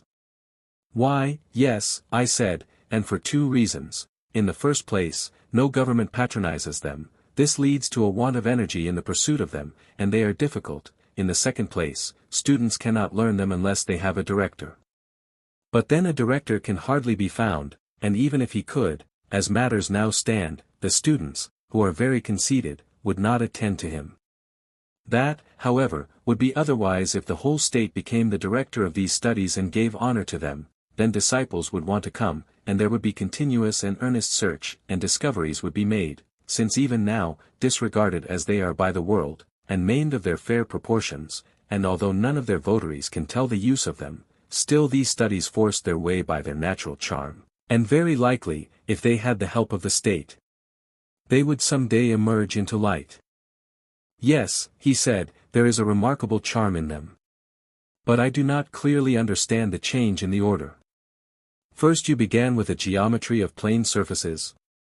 Yes, I said. And you placed astronomy next, and then you made a step backward. Yes, and I have delayed you by my hurry, the ludicrous state of solid geometry, which, in natural order, should have followed, made me pass over this branch and go on to astronomy, or motion of solids. True, he said. Then assuming that the science now omitted would come into existence if encouraged by the state, let us go on to astronomy, which will be fourth.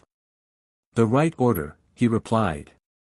And now, Socrates, as you rebuked the vulgar manner in which I praised astronomy before, my praise shall be given in your own spirit. For everyone, as I think, must see that astronomy compels the soul to look upwards and leads us from this world to another. Everyone but myself, I said, to everyone else this may be clear, but not to me. And what then would you say? I should rather say that those who elevate astronomy into philosophy appear to me to make us look downwards and not upwards. What do you mean? He asked. You, I replied, have in your mind a truly sublime conception of our knowledge of the things above. And I dare say that if a person were to throw his head back and study the fretted ceiling, you would still think that his mind was the percipient, and not his eyes. And you are very likely right, and I may be a simpleton, but, in my opinion, that knowledge only which is of being and of the unseen can make the soul look upwards, and whether a man gapes at the heavens or blinks on the ground, seeking to learn some particular of sense, I would deny that he can learn, for nothing of that sort is matter of science. His soul is looking downwards, not upwards. Whether his way to knowledge is by water or by land, whether he floats or only lies on his back. I acknowledge, he said, the justice of your rebuke. Still, I should like to ascertain how astronomy can be learned in any manner more conducive to that knowledge of which we are speaking.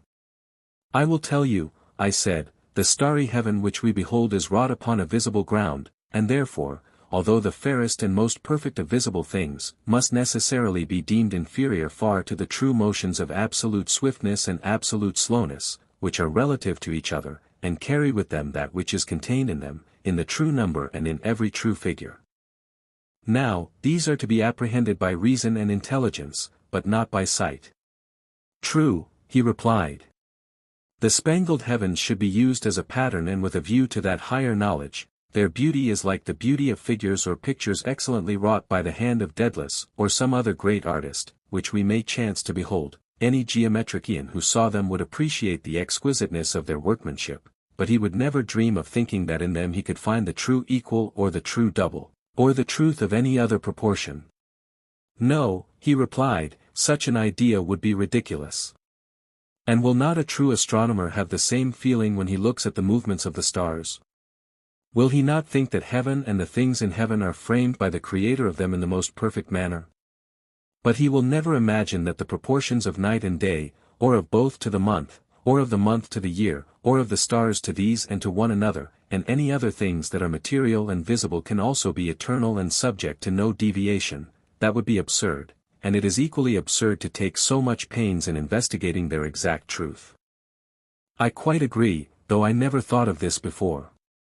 Then, I said, in astronomy, as in geometry, we should employ problems, and let the heavens alone if we would approach the subject in the right way and so make the natural gift of reason to be of any real use.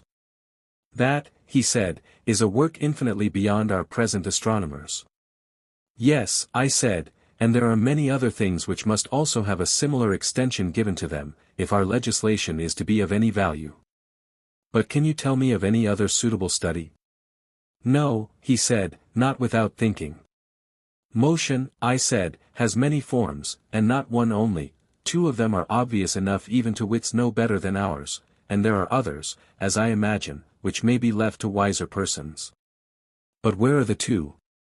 There is a second, I said, which is the counterpart of the one already named. And what may that be? The second, I said, would seem relatively to the ears to be what the first is to the eyes. For I conceive that as the eyes are designed to look up at the stars, so are the ears to hear harmonious motions, and these are sister sciences, as the Pythagoreans say, and we, Glaucon, agree with them. Yes, he replied. But this, I said, is a laborious study, and therefore we had better go and learn of them, and they will tell us whether there are any other applications of these sciences. At the same time, we must not lose sight of our own higher object. What is that? There is a perfection which all knowledge ought to reach, and which our pupils ought also to attain, and not to fall short of, as I was saying that they did in astronomy. For in the science of harmony, as you probably know, the same thing happens. The teachers of harmony compare the sounds and consonances which are heard only, and their labor, like that of the astronomers, is in vain. Yes, by heaven, he said, and 'tis as good as a play to hear them talking about their condensed notes, as they call them. They put their ears close alongside of the strings like persons catching a sound from their neighbor's wall. 100, one set of them declaring that they distinguish an intermediate note and have found the least interval which should be the unit of measurement, the others insisting that the two sounds have passed into the same, either party setting their ears before their understanding. You mean, I said, those gentlemen who tease and torture the strings and rack them on the pegs of the instrument. I might carry on the metaphor and speak after their manner of the blows which the plectrum gives, and make accusations against the strings, both of backwardness and forwardness to sound, but this would be tedious, and therefore I will only say that these are not the men, and that I am referring to the Pythagoreans, of whom I was just now proposing to inquire about harmony. For they too are in error, like the astronomers, they investigate the numbers of the harmonies which are heard, but they never attain to problems. That is to say, they never reach the natural harmonies of number, or reflect why some numbers are harmonious and others not. That, he said, is a thing of more than mortal knowledge. A thing, I replied, which I would rather call useful, that is, if sought after with a view to the beautiful and good, but if pursued in any other spirit, useless. Very true, he said. Now, when all these studies reach the point of intercommunion and connection with one another, and come to be considered in their mutual affinities, then, I think, but not till then, will the pursuit of them have a value for our objects, otherwise there is no profit in them. I suspect so, but you are speaking, Socrates, of a vast work. What do you mean? I said, the prelude or what? Do you not know that all this is but the prelude to the actual strain which we have to learn? For you surely would not regard the skilled mathematician as a dialectician? Assuredly not, he said, I have hardly ever known a mathematician who was capable of reasoning. But do you imagine that men who are unable to give and take a reason will have the knowledge which we require of them? Neither can this be supposed. And so, Glaucon, I said, we have at last arrived at the hymn of dialectic. This is that strain which is of the intellect only, but which the faculty of sight will nevertheless be found to imitate, for sight, as you may remember, was imagined by us after a while to behold the real animals and stars, and last of all the sun himself. And so with dialectic, when a person starts on the discovery of the absolute by the light of reason only, and without any assistance of sense, and perseveres until by pure intelligence he arrives at the perception of the absolute good, he at last finds himself at the end of the intellectual world, as in the case of sight at the end of the visible. Exactly, he said. Then this is the progress which you call dialectic. True. But the release of the prisoners from chains, and their translation from the shadows to the images and to the light, and the ascent from the underground den to the sun, while in his presence they are vainly trying to look on animals and plants and the light of the sun, but are able to perceive even with their weak eyes the images 101 in the water, which are divine, and are the shadows of true existence, not shadows of images cast by a light of fire, which compared with the sun is only an image. This power of elevating the highest principle in the soul to the contemplation of that which is best in existence, with which we may compare the raising of that faculty which is the very light of the body to the sight of that which is brightest in the material and visible world, this power is given, as I was saying, by all that study and pursuit of the arts which has been described. I agree in what you are saying, he replied, which may be hard to believe, yet, from another point of view, is harder still to deny. This, however, is not a theme to be treated of in passing only, but will have to be discussed again and again. And so, whether our conclusion be true or false, let us assume all this, and proceed at once from the prelude or preamble to the chief strain 102 and describe that in like manner. Say, then, what is the nature and what are the divisions of dialectic, and what are the paths which lead thither, for these paths will also lead to our final rest. Dear Glaucon, I said, you will not be able to follow me here, though I would do my best, and you should behold not an image only but the absolute truth, according to my notion. Whether what I told you would or would not have been a reality I cannot venture to say, but you would have seen something like reality, of that I am confident. Doubtless, he replied. But I must also remind you, that the power of dialectic alone can reveal this, and only to one who is a disciple of the previous sciences. Of that assertion you may be as confident as of the last. And assuredly no one will argue that there is any other method of comprehending by any regular process all true existence or of ascertaining what each thing is in its own nature, for the arts in general are concerned with the desires or opinions of men, or are cultivated with a view to production and construction, or for the preservation of such productions and constructions. And as to the mathematical sciences which, as we were saying, have some apprehension of true being, geometry and the like, they only dream about being, but never can they behold the waking reality so long as they leave the hypotheses which they use unexamined, and are unable to give an account of them. For when a man knows not his own first principle, and when the conclusion and intermediate steps are also constructed out of he knows not what, how can he imagine that such a fabric of convention can ever become science? Impossible, he said. Then dialectic, and dialectic alone, goes directly to the first principle and is the only science which does away with hypotheses in order to make her ground secure. The eye of the soul, which is literally buried in an outlandish slough, is by her gentle aid lifted upwards, and she uses as handmaids and helpers in the work of conversion, the sciences which we have been discussing. Custom terms them sciences, but they ought to have some other name, implying greater clearness than opinion and less clearness than science, and this, in our previous sketch, was called understanding. But why should we dispute about names when we have realities of such importance to consider? Why indeed, he said, when any name will do which expresses the thought of the mind with clearness? At any rate, we are satisfied, as before, to have 4 divisions, 2 for intellect and 2 for opinion, and to call the first division science, the second understanding, the third belief, and the fourth perception of shadows, opinion being concerned with becoming, and intellect with being, and so to make a proportion, as being is to becoming, so is pure intellect to opinion. And as intellect is to opinion, so is science to belief, and understanding to the perception of shadows. But let us defer the further correlation and subdivision of the subjects of opinion and of intellect, for it will be a long inquiry, many times longer than this has been. As far as I understand, he said, I agree. And do you also agree, I said, in describing the dialectician as one who attains a conception of the essence of each thing? And he who does not possess and is therefore unable to impart this conception, in whatever degree he fails, may in that degree also be said to fail in intelligence. Will you admit so much? Yes, he said, how can I deny it? And you would say the same of the conception of the good?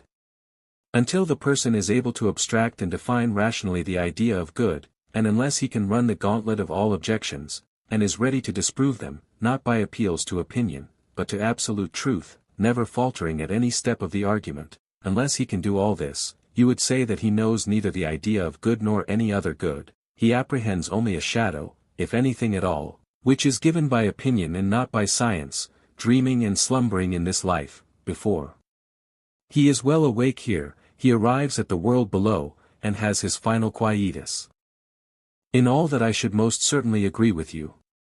And surely you would not have the children of your ideal state, whom you are nurturing and educating, if the ideal ever becomes a reality, you would not allow the future rulers to be like posts, 103 having no reason in them, and yet to be set in authority over the highest matters.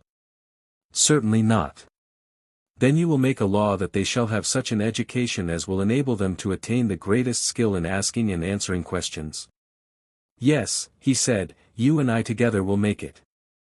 Dialectic, then, as you will agree, is the coping stone of the sciences, and is set over them. No other science can be placed higher, the nature of knowledge can no further go. I agree, he said.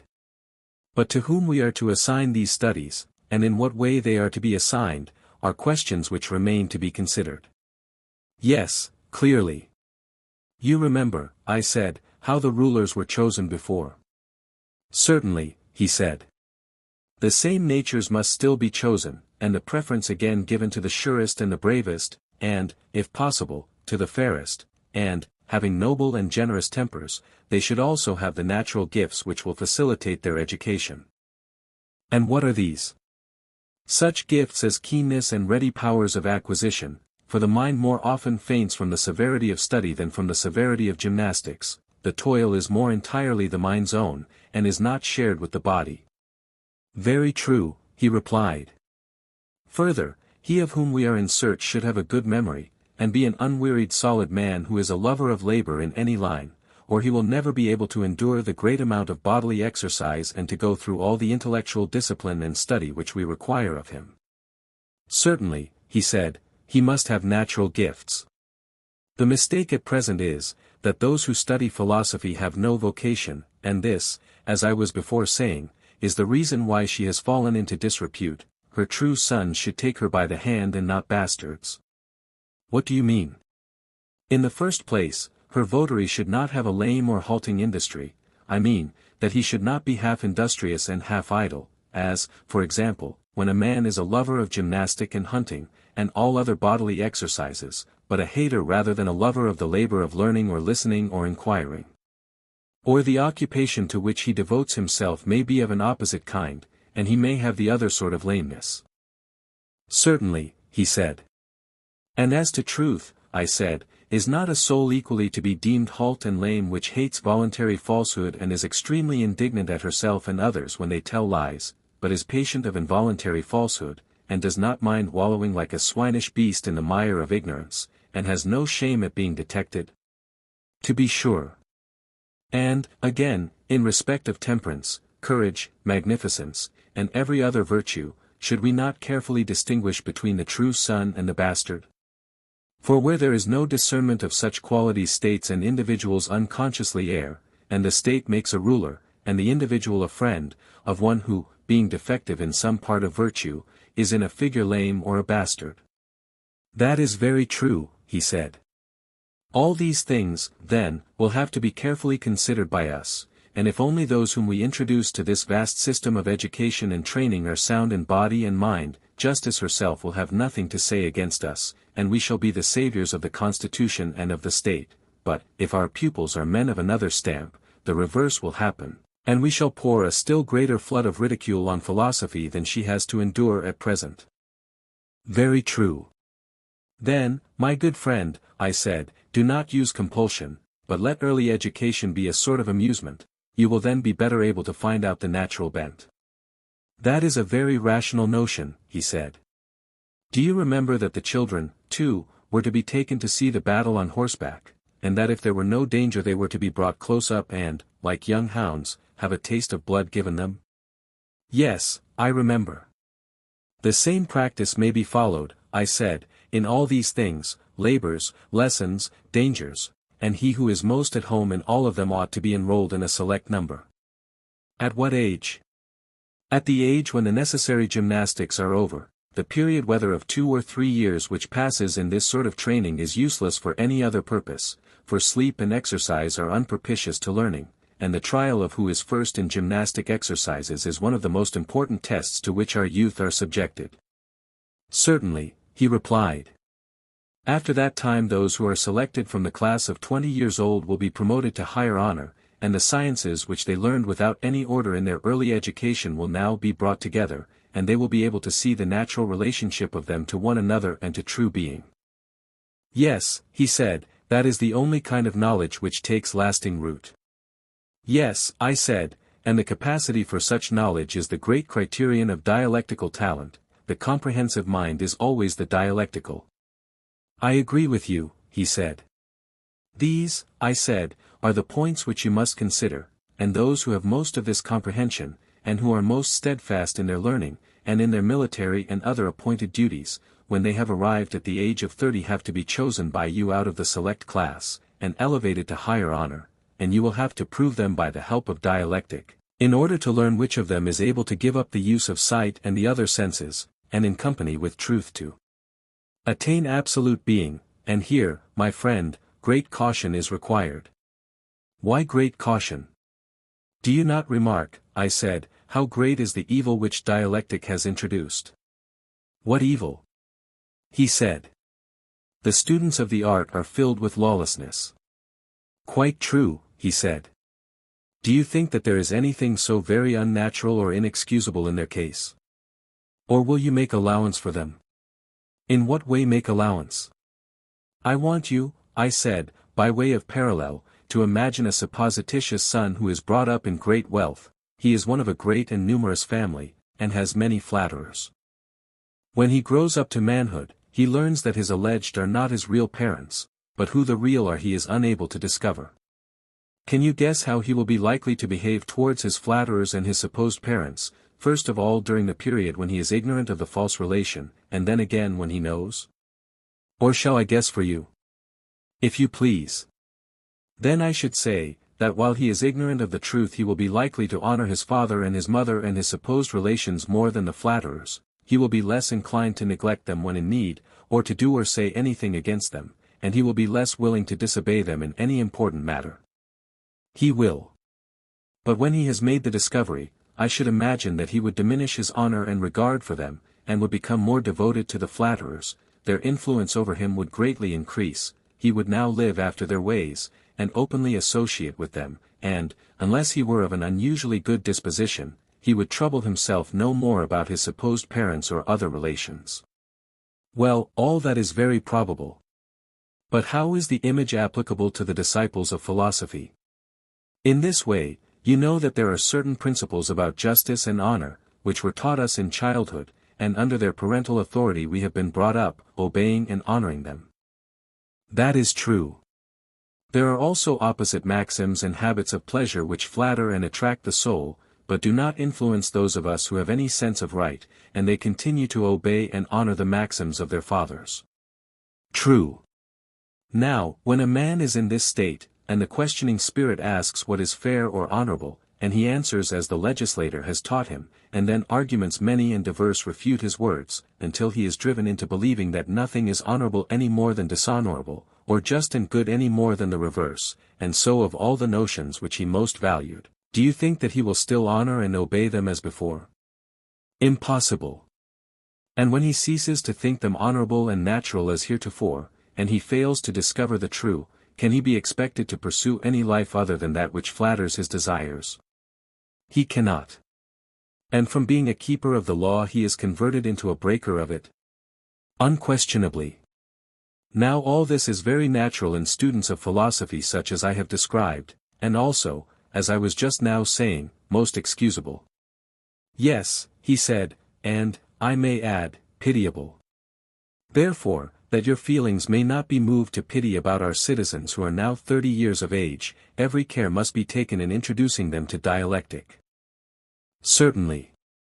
There is a danger lest they should taste the dear delight too early, for youngsters, as you may have observed, when they first get the taste in their mouths, argue for amusement, and are always contradicting and refuting others in imitation of those who refute them, like puppy dogs, they rejoice in pulling and tearing at all who come near them. Yes, he said, there is nothing which they like better.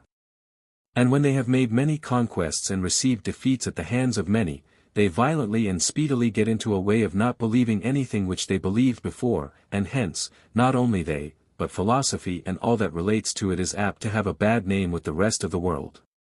Too true, he said. But when a man begins to get older, he will no longer be guilty of such insanity, he will imitate the dialectician who is seeking for truth, and not the eristic, who is contradicting for the sake of amusement, and the greater moderation of his character will increase instead of diminishing the honor of the pursuit. Very true, he said. And did we not make special provision for this, when we said that the disciples of philosophy were to be orderly and steadfast, not, as now, any chance aspirant or intruder? Very true. Suppose, I said, the study of philosophy to take the place of gymnastics and to be continued diligently and earnestly and exclusively for twice the number of years which were passed in bodily exercise, will that be enough? Would you say 6 or 4 years? He asked. Say 5 years, I replied. At the end of the time they must be sent down again into the den and compelled to hold any military or other office which young men are qualified to hold. In this way they will get their experience of life, and there will be an opportunity of trying whether, when they are drawn all manner of ways by temptation, they will stand firm or flinch. And how long is this stage of their lives to last? 15 years, I answered, and when they have reached 50 years of age, then let those who still survive and have distinguished themselves in every action of their lives and in every branch of knowledge come at last to their consummation. The time has now arrived at which they must raise the eye of the soul to the universal light which lightens all things, and behold the absolute good. For that is the pattern according to which they are to order the state and the lives of individuals, and the remainder of their own lives also, making philosophy their chief pursuit, but, when their turn comes, toiling also at politics and ruling for the public good, not as though they were performing some heroic action, but simply as a matter of duty, and when they have brought up in each generation others like themselves and left them in their place to be governors of the state, then they will depart to the islands of the blessed and dwell there, and the city will give them public memorials and sacrifices and honor them, if the Pythian oracle consent, as demigods, but if not, as in any case blessed and divine. You are a sculptor, Socrates, and have made statues of our governors faultless in beauty. Yes, I said, Glaucon, and of our governesses too, for you must not suppose that what I have been saying applies to men only and not to women as far as their natures can go.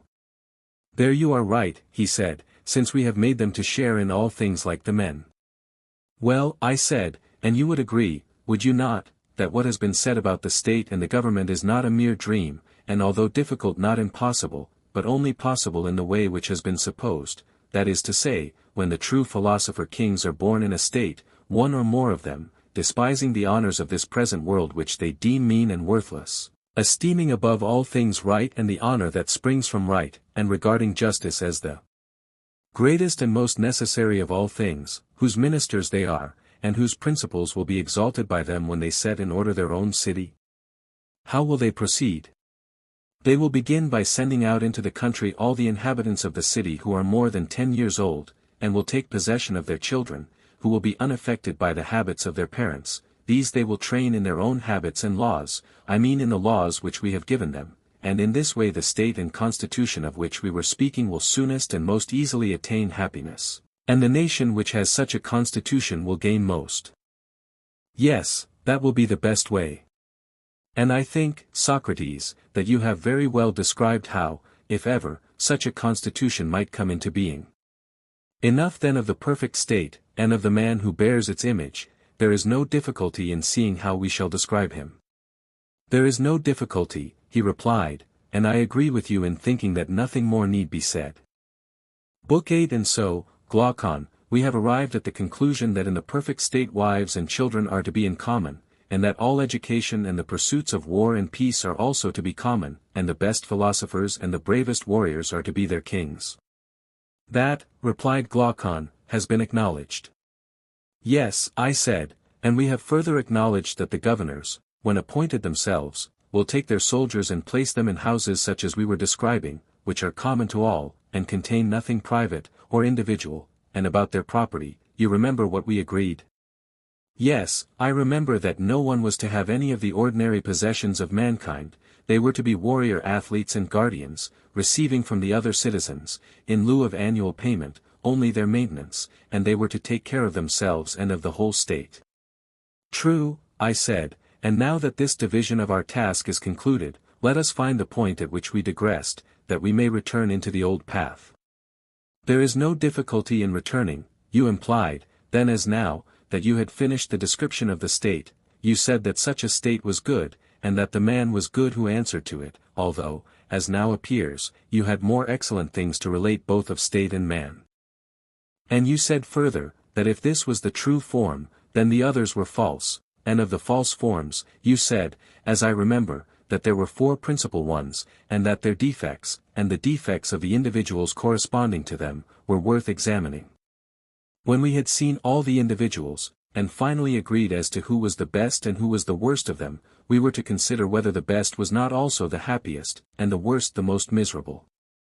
I asked you what were the 4 forms of government of which you spoke, and then Polemarch and Adimantus put in their word, and you began again, and have found your way to the point at which we have now arrived. Your recollection, I said, is most exact. Then, like a wrestler, he replied, you must put yourself again in the same position, and let me ask the same questions, and do you give me the same answer which you were about to give me then? Yes, if I can, I will, I said. I shall particularly wish to hear what were the 4 constitutions of which you were speaking. That question, I said, is easily answered. The 4 governments of which I spoke, so far as they have distinct names, are, first, those of Crete and Sparta, which are generally applauded. What is termed oligarchy comes next. This is not equally approved, and is a form of government which teems with evils. Thirdly, democracy, which naturally follows oligarchy, although very different. And lastly comes tyranny, great and famous, which differs from them all, and is the 4th and worst disorder of a state. I do not know, do you? Of any other constitution which can be said to have a distinct character. There are lordships and principalities which are bought and sold, and some other intermediate forms of government. But these are nondescripts and may be found equally among Hellenes and among barbarians. Yes, he replied, we certainly hear of many curious forms of government which exist among them. Do you know, I said, that governments vary as the dispositions of men vary, and that there must be as many of the one as there are of the other? For we cannot suppose that states are made of oak and rock, and not out of the human natures which are in them, and which in a figure turn the scale and draw other things after them. Yes, he said, the states are as the men are, they grow out of human characters. Then if the constitutions of states are 5, the dispositions of individual minds will also be 5. Certainly. Him who answers to aristocracy, and whom we rightly call just and good, we have already described. We have. Then let us now proceed to describe the inferior sort of natures, being the contentious and ambitious, who answer to the Spartan polity, also the oligarchical, democratical, and tyrannical. Let us place the most just by the side of the most unjust, and when we see them we shall be able to compare the relative happiness or unhappiness of him who leads a life of pure justice or pure injustice. The inquiry will then be completed. And we shall know whether we ought to pursue injustice, as Thrasymachus advises, or in accordance with the conclusions of the argument to prefer justice. Certainly, he replied, we must do as you say. Shall we follow our old plan, which we adopted with a view to clearness, of taking the state first and then proceeding to the individual, and begin with the government of honor? I know of no name for such a government other than timocracy, or perhaps timarchy. We will compare with this the like character in the individual, and, after that, consider oligarchy and the oligarchical man, and then again we will turn our attention to democracy and the democratical man, and lastly, we will go and view the city of tyranny, and once more take a look into the tyrant's soul, and try to arrive at a satisfactory decision. That way of viewing and judging of the matter will be very suitable. First, then, I said, let us inquire how timocracy, the government of honor, arises out of aristocracy, the government of the best. Clearly, all political changes originate in divisions of the actual governing power. A government which is united, however small, cannot be moved. Very true, he said. In what way, then, will our city be moved, and in what manner will the 2 classes of auxiliaries and rulers disagree among themselves or with one another? Shall we, after the manner of Homer, pray the Muses to tell us how discord first arose? Shall we imagine them in solemn mockery, to play and jest with us as if we were children, and to address us in a lofty tragic vein, making believe to be in earnest? How would they address us? After this manner, a city which is thus constituted can hardly be shaken, but, seeing that everything which has a beginning has also an end, even a constitution such as yours will not last forever, but will in time be dissolved. And this is the dissolution, in plants that grow in the earth, as well as in animals that move on the earth's surface. Fertility and sterility of soul and body occur when the circumferences of the circles of each are completed, which in short-lived existences pass over a short space, and in long-lived ones over a long space. But to the knowledge of human fecundity and sterility all the wisdom and education of your rulers will not attain, the laws which regulate them will not be discovered by an intelligence which is alloyed with sense, but will escape them, and they will bring children into the world when they ought not. Now that which is of divine birth has a period which is contained in a perfect number, 104, but the period of human birth is comprehended in a number in which first increments by involution and evolution, or squared and cubed, obtaining 3 intervals and 4 terms of like and unlike, waxing and waning numbers, make all the terms commensurable and agreeable to one another. 105 The base of these, 3, with a third added, 4, when combined with 5, 20, and raised to the third power furnishes two harmonies, the first a square which is 100 times as great, 400 is equal to 4 times 100, 106, and the other a figure having one side equal to the former, but oblong, 107 consisting of 100 numbers squared upon rational diameters of a square, I. Omitting fractions, the side of which is 5, 7 times 7 is equal to 49 times 100 is equal to 4,900, each of them being less by 1, than the perfect square. Which includes the fractions, sc 50, or less by 1082 perfect squares of irrational diameters, of a square the side of which is 5 equals 50 plus 50 is equal to 100, and 100 cubes of 3, 27 times 100 is equal to 2,700 plus 4,900 plus 400 is equal to 8,000. Now this number represents a geometrical figure which has control over the good and evil of births. For when your guardians are ignorant of the law of births, and unite bride and bridegroom out of season, the children will not be goodly or fortunate.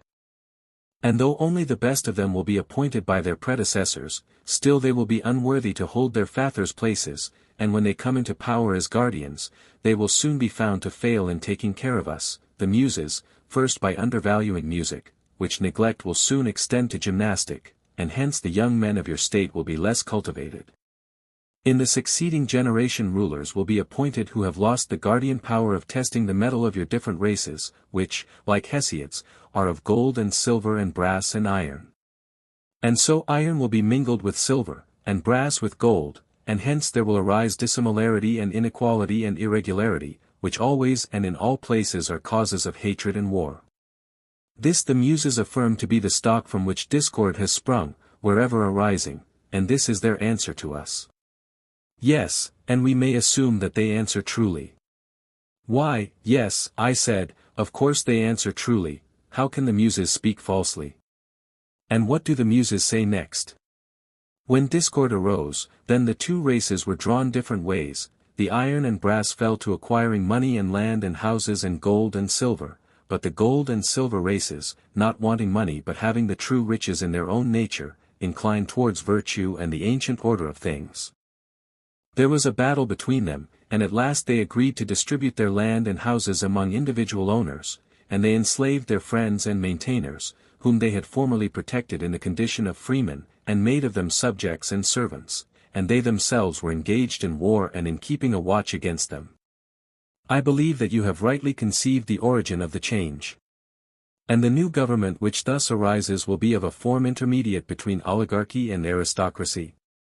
Very true. Such will be the change, and after the change has been made, how will they proceed? Clearly, the new state, being in a mean between oligarchy and the perfect state, will partly follow one and partly the other, and will also have some peculiarities. True, he said. In the honor given to rulers, in the abstinence of the warrior class from agriculture, handicrafts, and trade in general, in the institution of common meals, and in the attention paid to gymnastics and military training, in all these respects this state will resemble the former. True. But in the fear of admitting philosophers to power, because they are no longer to be had simple and earnest, but are made up of mixed elements, and in turning from them to passionate and less complex characters, who are by nature fitted for war rather than peace, and in the value set by them upon military stratagems and contrivances, and in the waging of everlasting wars, this state will be for the most part peculiar. Yes.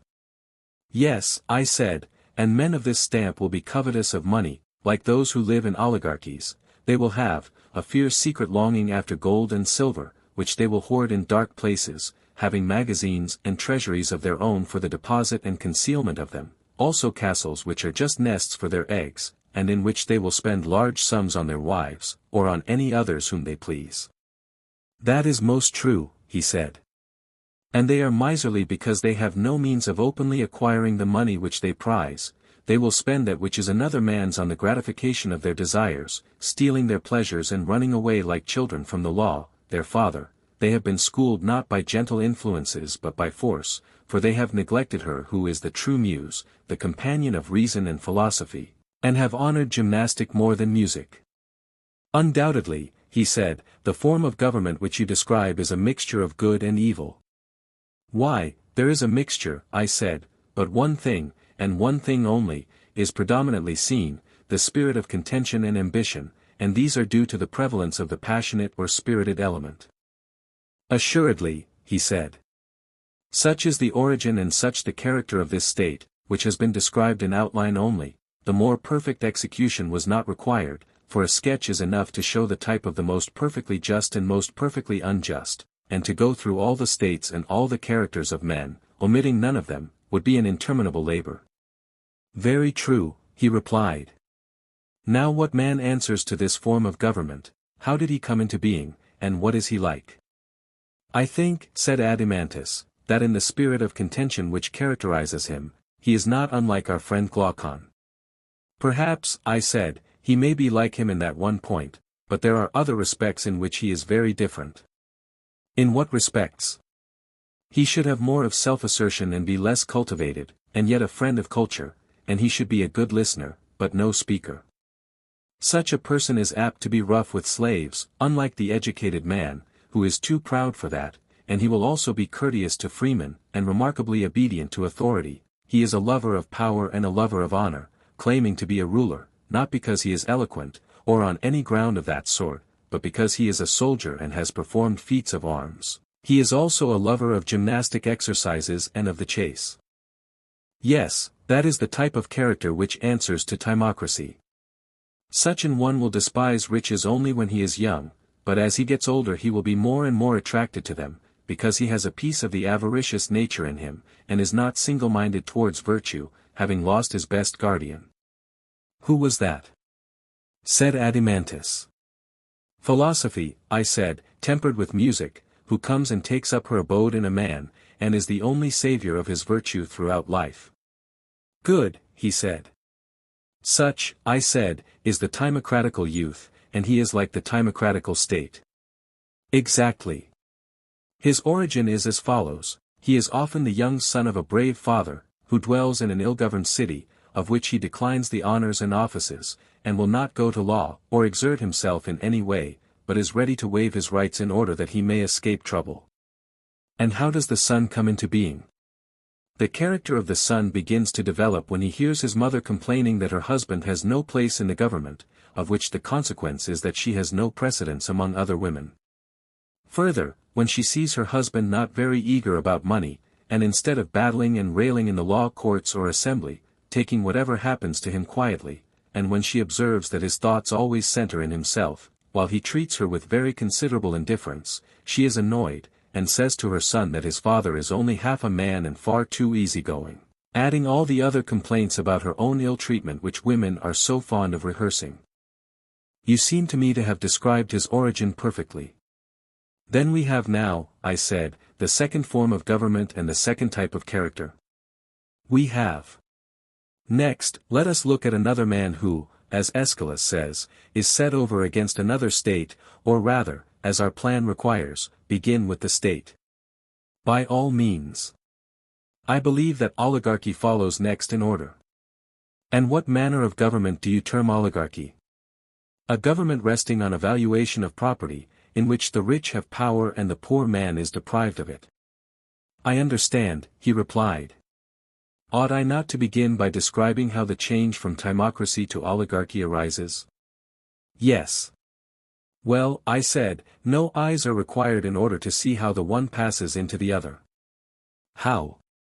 The accumulation of gold in the treasury of private individuals is the ruin of timocracy. They invent illegal modes of expenditure, for what do they or their wives care about the law? Yes, indeed. And then one, seeing another grow rich, seeks to rival him, and thus the great mass of the citizens become lovers of money. Likely enough. And so they grow richer and richer, and the more they think of making a fortune the less they think of virtue, for when riches and virtue are placed together in the scales of the balance, the one always rises as the other falls. True. And in proportion as riches and rich men are honored in the state, virtue and the virtuous are dishonored. Clearly. And what is honored is cultivated, and that which has no honor is neglected. That is obvious. And so at last, instead of loving contention and glory, men become lovers of trade and money, they honor and look up to the rich man, and make a ruler of him, and dishonor the poor man. They do so. They next proceed to make a law which fixes a sum of money as the qualification of citizenship. The sum is higher in one place and lower in another, as the oligarchy is more or less exclusive, and they allow no one whose property falls below the amount fixed to have any share in the government. These changes in the constitution they effect by force of arms, if intimidation has not already done their work. Very true. And this, speaking generally, is the way in which oligarchy is established. Yes, he said, but what are the characteristics of this form of government, and what are the defects of which we were speaking? First of all, I said, consider the nature of the qualification. Just think what would happen if pilots were to be chosen according to their property, and a poor man were refused permission to steer, even though he were a better pilot. You mean that they would shipwreck? Yes, and is not this true of the government of anything? 109 I should imagine so. Nothing more likely. And the son has seen and known all this. He is a ruined man, and his fear has taught him to knock ambition and passion head foremost from his bosom's throne. Humbled by poverty he takes to money-making, and by mean and miserly savings and hard work gets a fortune together. Is not such an one likely to seat the concupiscent and covetous element on the vacant throne and to suffer it to play the great king within him, girt with tiara and chain and scimitar? Most true, he replied. And when he has made reason and spirit sit down on the ground obediently on either side of their sovereign, and taught them to know their place, he compels the one to think only of how lesser sums may be turned into larger ones, and will not allow the other to worship and admire anything but riches and rich men, or to be ambitious of anything so much as the acquisition of wealth and the means of acquiring it. Of all changes, he said, there is none so speedy or so sure as the conversion of the ambitious youth into the avaricious one. And the avaricious, I said, is the oligarchical youth? Yes, he said, at any rate the individual out of whom he came is like the state out of which oligarchy came. Let us then consider whether there is any likeness between them. Very good. First, then, they resemble one another in the value which they set upon wealth. Certainly. Also in their penurious, laborious character, the individual only satisfies his necessary appetites, and confines his expenditure to them, his other desires he subdues, under the idea that they are unprofitable. True. He is a shabby fellow, who saves something out of everything and makes a purse for himself, and this is the sort of man whom the vulgar applaud. Is he not a true image of the state which he represents? He appears to me to be so. At any rate money is highly valued by him as well as by the state. You see that he is not a man of cultivation, I said. I imagine not, he said. Had he been educated he would never have made a blind god director of his chorus, or given him chief honor. 110 Excellent. I said. Yet consider, must we not further admit that owing to this want of cultivation there will be found in him drone-like desires as of pauper and rogue, which are forcibly kept down by his general habit of life? True. Do you know where you will have to look if you want to discover his rogueries? Where must I look? You should see him where he has some great opportunity of acting dishonestly, as in the guardianship of an orphan. It will be clear enough then that in his ordinary dealings which give him a reputation for honesty he coerces his bad passions by an enforced virtue, not making them see that they are wrong, or taming them by reason, but by necessity and fear constraining them, and because he trembles for his possessions. To be sure. Yes, indeed, my dear friend, but you will find that the natural desires of the drone commonly exist in him all the same whenever he has to spend what is not his own. Yes, and they will be strong in him too. The man, then, will be at war with himself, he will be two men, and not one, but, in general, his better desires will be found to prevail over his inferior ones. True. For these reasons such an one will be more respectable than most people, yet the true virtue of a unanimous and harmonious soul will flee far away and never come near him. I should expect so. And surely, the miser individually will be an ignoble competitor in a state for any prize of victory, or other object of honorable ambition. He will not spend his money in the contest for glory, so afraid is he of awakening his expensive appetites and inviting them to help and join in the struggle, in true oligarchical fashion he fights with a small part only of his resources, and the result commonly is that he loses the prize and saves his money. Very true. Can we any longer doubt, then, that the miser and moneymaker answers to the oligarchical state? There can be no doubt. Next comes democracy. Of this the origin and nature have still to be considered by us, and then we will inquire into the ways of the democratic man, and bring him up for judgment. That, he said, is our method. Well, I said, and how does the change from oligarchy into democracy arise? Is it not on this wise? The good at which such a state aims is to become as rich as possible, a desire which is insatiable. What then? The rulers, being aware that their power rests upon their wealth, refuse to curtail by law the extravagance of the spendthrift youth because they gain by their ruin, they take interest from them and buy up their estates and thus increase their own wealth and importance. To be sure. There can be no doubt that the love of wealth and the spirit of moderation cannot exist together in citizens of the same state to any considerable extent, one or the other will be disregarded. That is tolerably clear.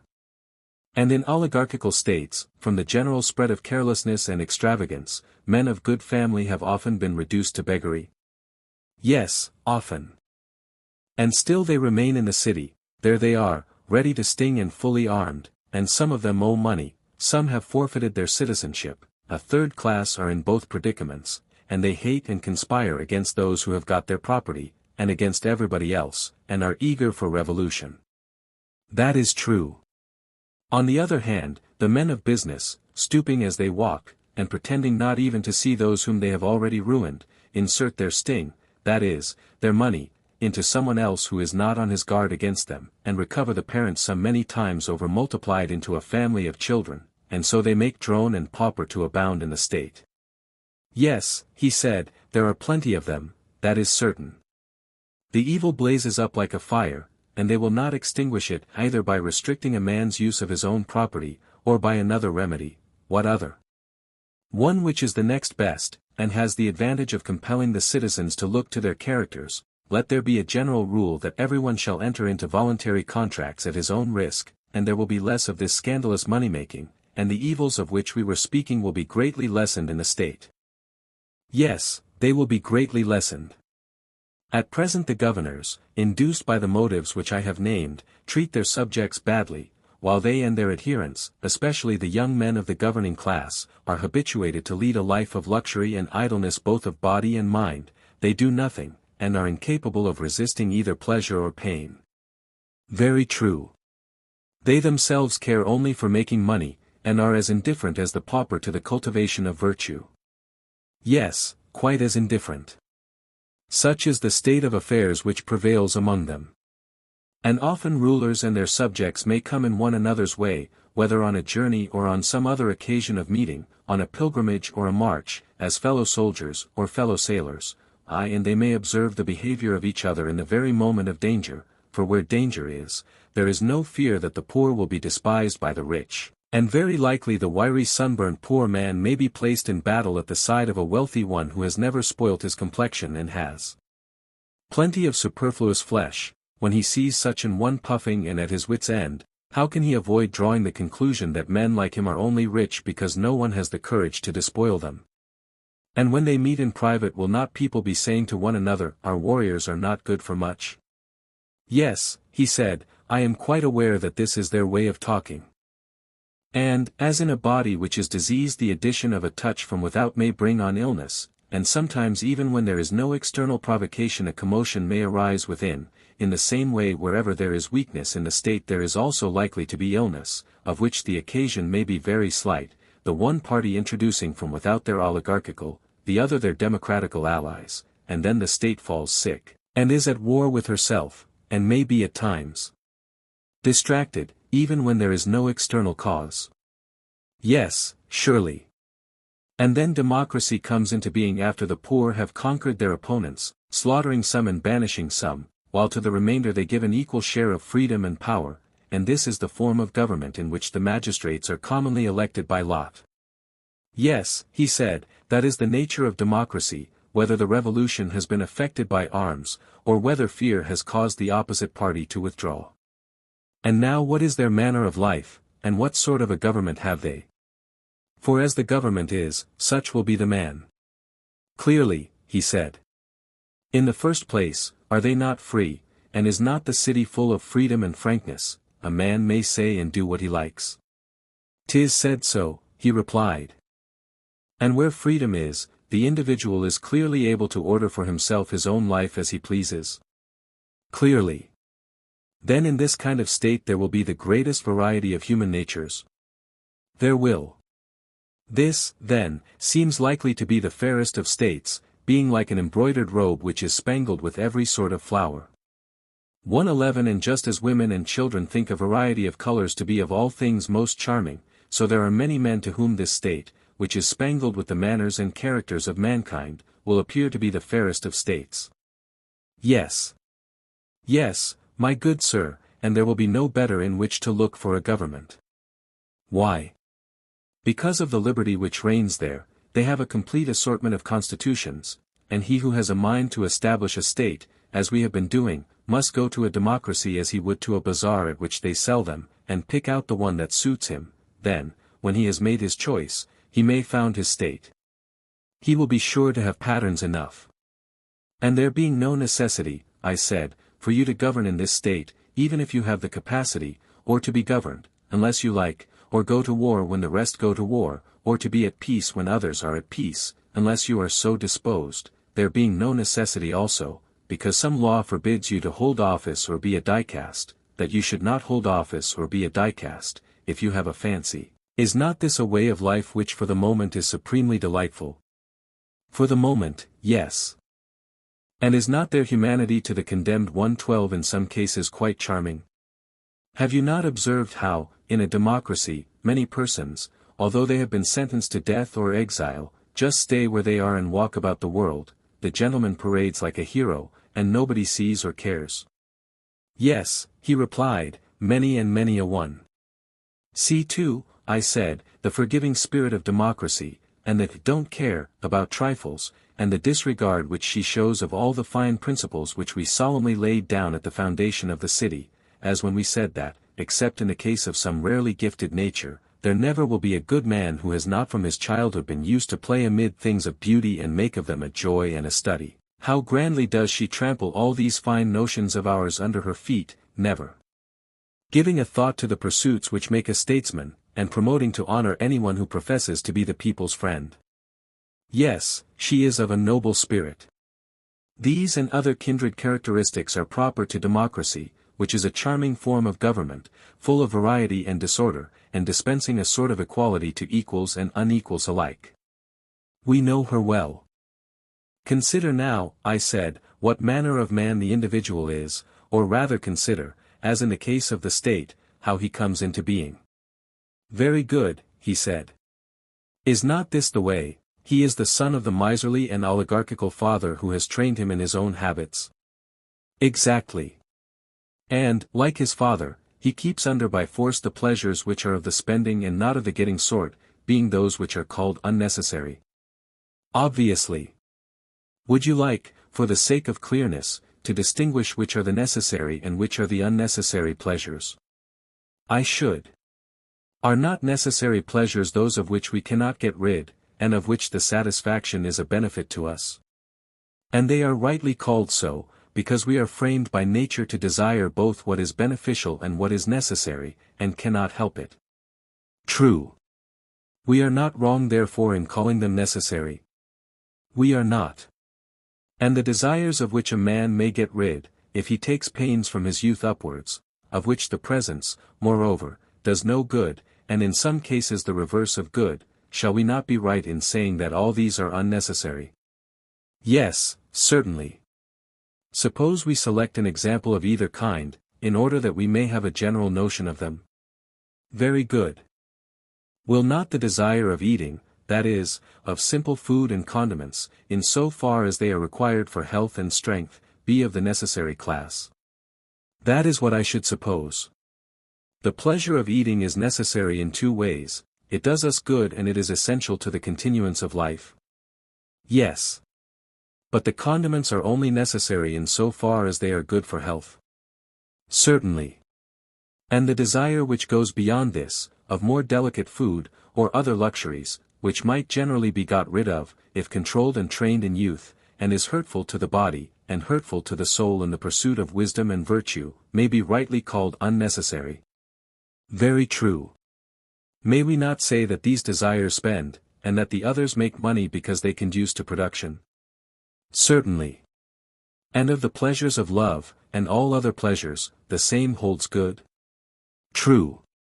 And the drone of whom we spoke was he who was surfeited in pleasures and desires of this sort, and was the slave of the unnecessary desires, whereas he who was subject to the necessary only was miserly and oligarchical. Very true. Again, let us see how the democratical man grows out of the oligarchical.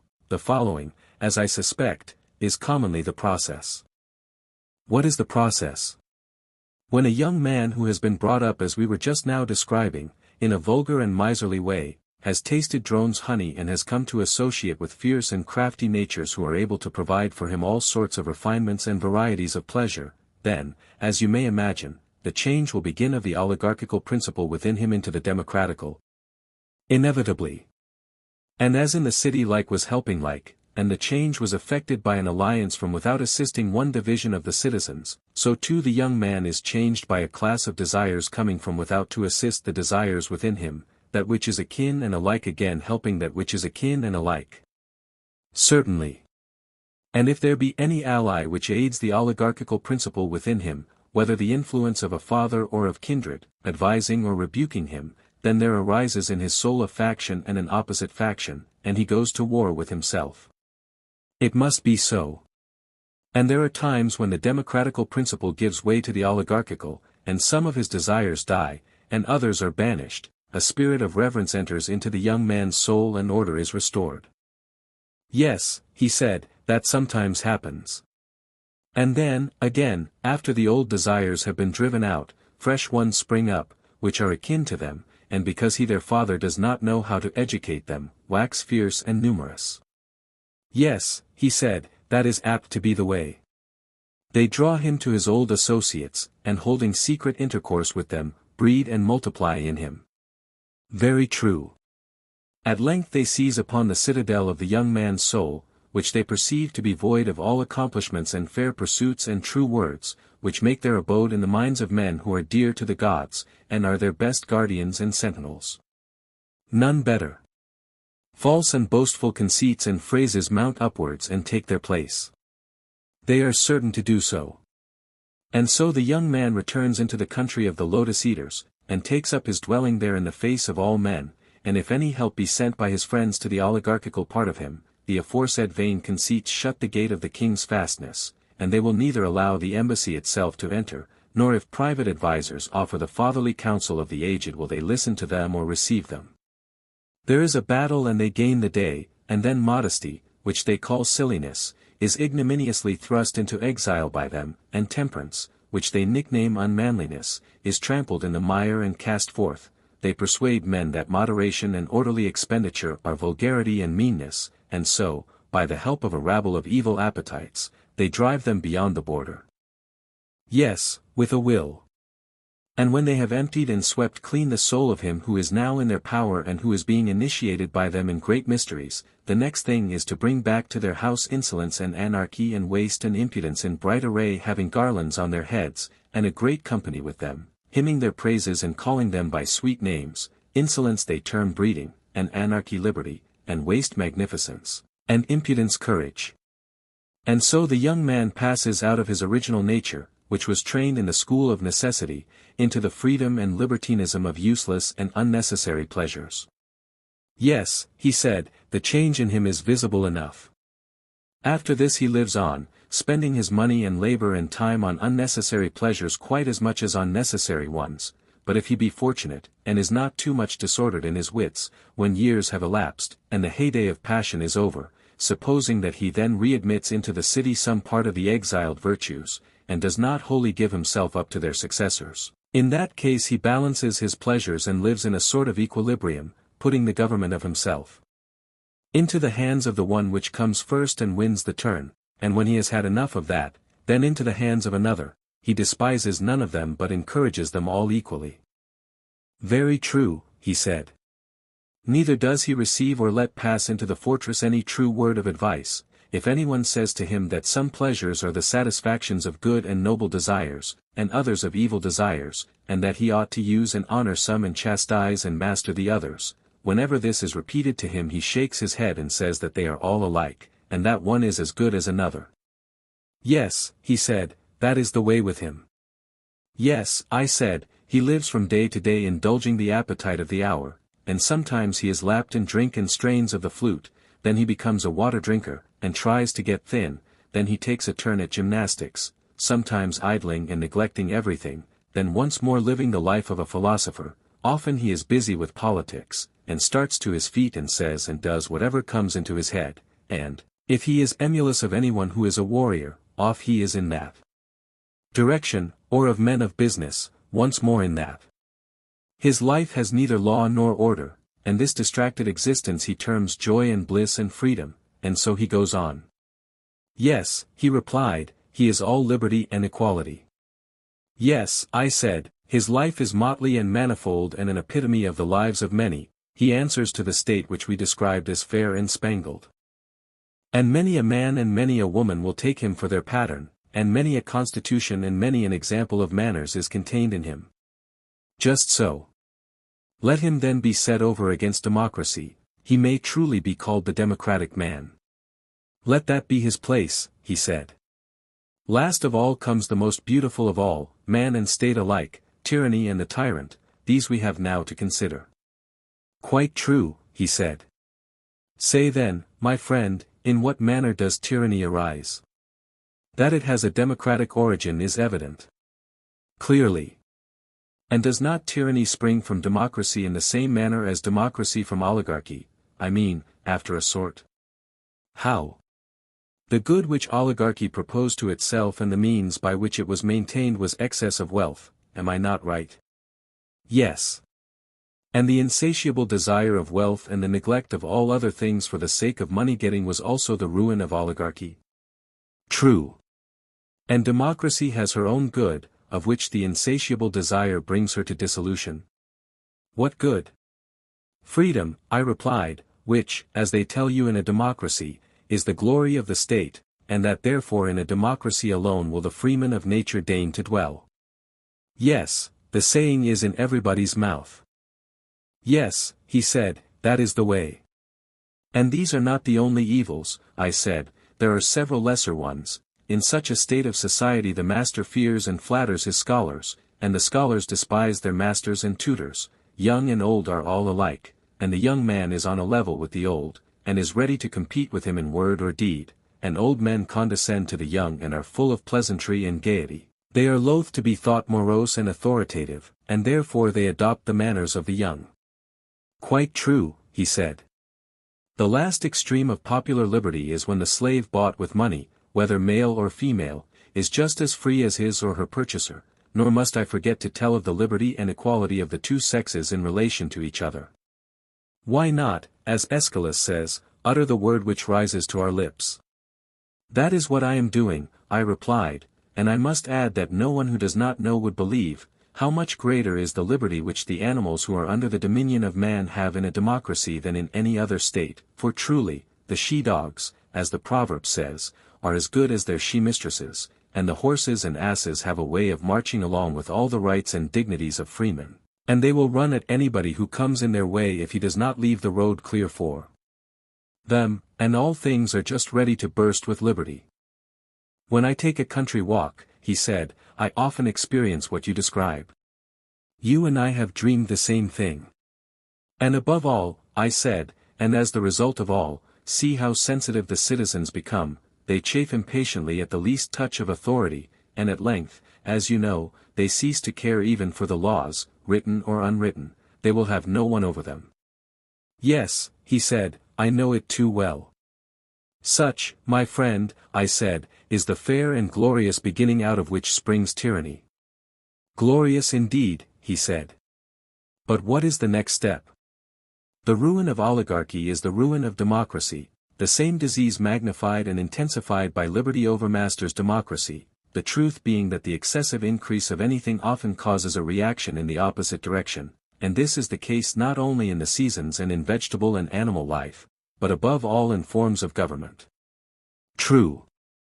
The excess of liberty, whether in states or individuals, seems only to pass into excess of slavery. Yes, the natural order. And so tyranny naturally arises out of democracy, and the most aggravated form of tyranny and slavery out of the most extreme form of liberty. As we might expect. That, however, was not, as I believe, your question. You rather desired to know what is that disorder which is generated alike in oligarchy and democracy, and is the ruin of both. Just so, he replied. Well, I said, I meant to refer to the class of idle spendthrifts, of whom the more courageous are the leaders and the more timid the followers, the same whom we were comparing to drones, some stingless, and others having stings. A very just comparison. These two classes are the plagues of every city in which they are generated, being what phlegm and bile are to the body. And the good physician and lawgiver of the state ought, like the wise bee-master, to keep them at a distance and prevent, if possible, their ever coming in, and if they have anyhow found a way in, then he should have them and their cells cut out as speedily as possible. Yes, by all means, he said. Then, in order that we may see clearly what we are doing, let us imagine democracy to be divided, as indeed it is, into three classes, for in the first place freedom creates rather more drones in the democratic than there were in the oligarchical state. That is true. And in the democracy they are certainly more intensified. How so? Because in the oligarchical state they are disqualified and driven from office, and therefore they cannot train or gather strength, whereas in a democracy they are almost the entire ruling power, and while the keener sort speak and act, the rest keep buzzing about the bema and do not suffer a word to be said on the other side. Hence in democracies almost everything is managed by the drones. Very true, he said. Then there is another class which is always being severed from the mass. What is that? They are the orderly class, which in a nation of traders is sure to be the richest. Naturally so. They are the most squeezable persons and yield the largest amount of honey to the drones. Why, he said, there is little to be squeezed out of people who have little.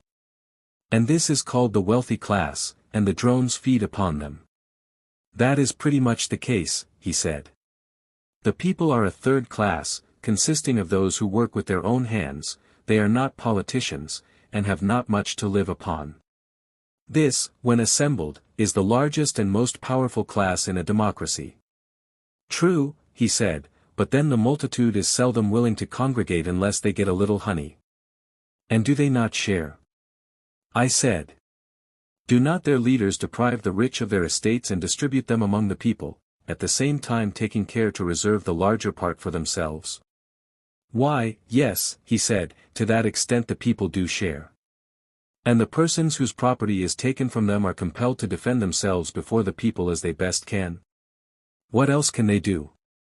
And then, although they may have no desire of change, the others charge them with plotting against the people and being friends of oligarchy. True. And the end is that when they see the people, not of their own accord, but through ignorance, and because they are deceived by informers, seeking to do them wrong, then at last they are forced to become oligarchs in reality. They do not wish to be, but the sting of the drones torments them and breeds revolution in them. That is exactly the truth. Then come impeachments and judgments and trials of one another. True. The people have always some champion whom they set over them and nurse into greatness. Yes, that is their way. This and no other is the root from which a tyrant springs. When he first appears above ground he is a protector. Yes, that is quite clear. How then does a protector begin to change into a tyrant? Clearly when he does what the man is said to do in the tale of the Arcadian temple of Lycaean Zeus. What tale? The tale is that he who has tasted the entrails of a single human victim minced up with the entrails of other victims is destined to become a wolf. Did you never hear it? Oh, yes. And the protector of the people is like him, having a mob entirely at his disposal. He is not restrained from shedding the blood of kinsmen. By the favorite method of false accusation he brings them into court and murders them, making the life of man to disappear, and with unholy tongue and lips tasting the blood of his fellow citizens. Some he kills and others he banishes. At the same time hinting at the abolition of debts and partition of lands, and after this, what will be his destiny? Must he not either perish at the hands of his enemies, or from being a man become a wolf, that is, a tyrant? Inevitably. This, I said, is he who begins to make a party against the rich? The same. After a while he is driven out, but comes back, in spite of his enemies, a tyrant full grown. That is clear. And if they are unable to expel him, or to get him condemned to death by a public accusation, they conspire to assassinate him. Yes, he said, that is their usual way. Then comes the famous request for a bodyguard, which is the device of all those who have got thus far in their tyrannical career: let not the people's friend, as they say, be lost to them. Exactly. The people readily assent, all their fears are for him, they have none for themselves. Very true. And when a man who is wealthy and is also accused of being an enemy of the people sees this, then, my friend, as the oracle said to Croesus, by pebbly Hermus shore he flees and rests not, and is not ashamed to be a coward. 113 And quite right too, said he, for if he were, he would never be ashamed again. But if he is caught he dies. Of course. And he, the protector of whom we spoke, is to be seen, not larding the plain with his bulk, but himself the overthrower of many, standing up in the chariot of state with the reins in his hand, no longer protector, but tyrant absolute. No doubt, he said. And now let us consider the happiness of the man, and also of the state in which a creature like him is generated. Yes, he said, let us consider that. At first, in the early days of his power, he is full of smiles, and he salutes everyone whom he meets, he to be called a tyrant, who is making promises in public and also in private.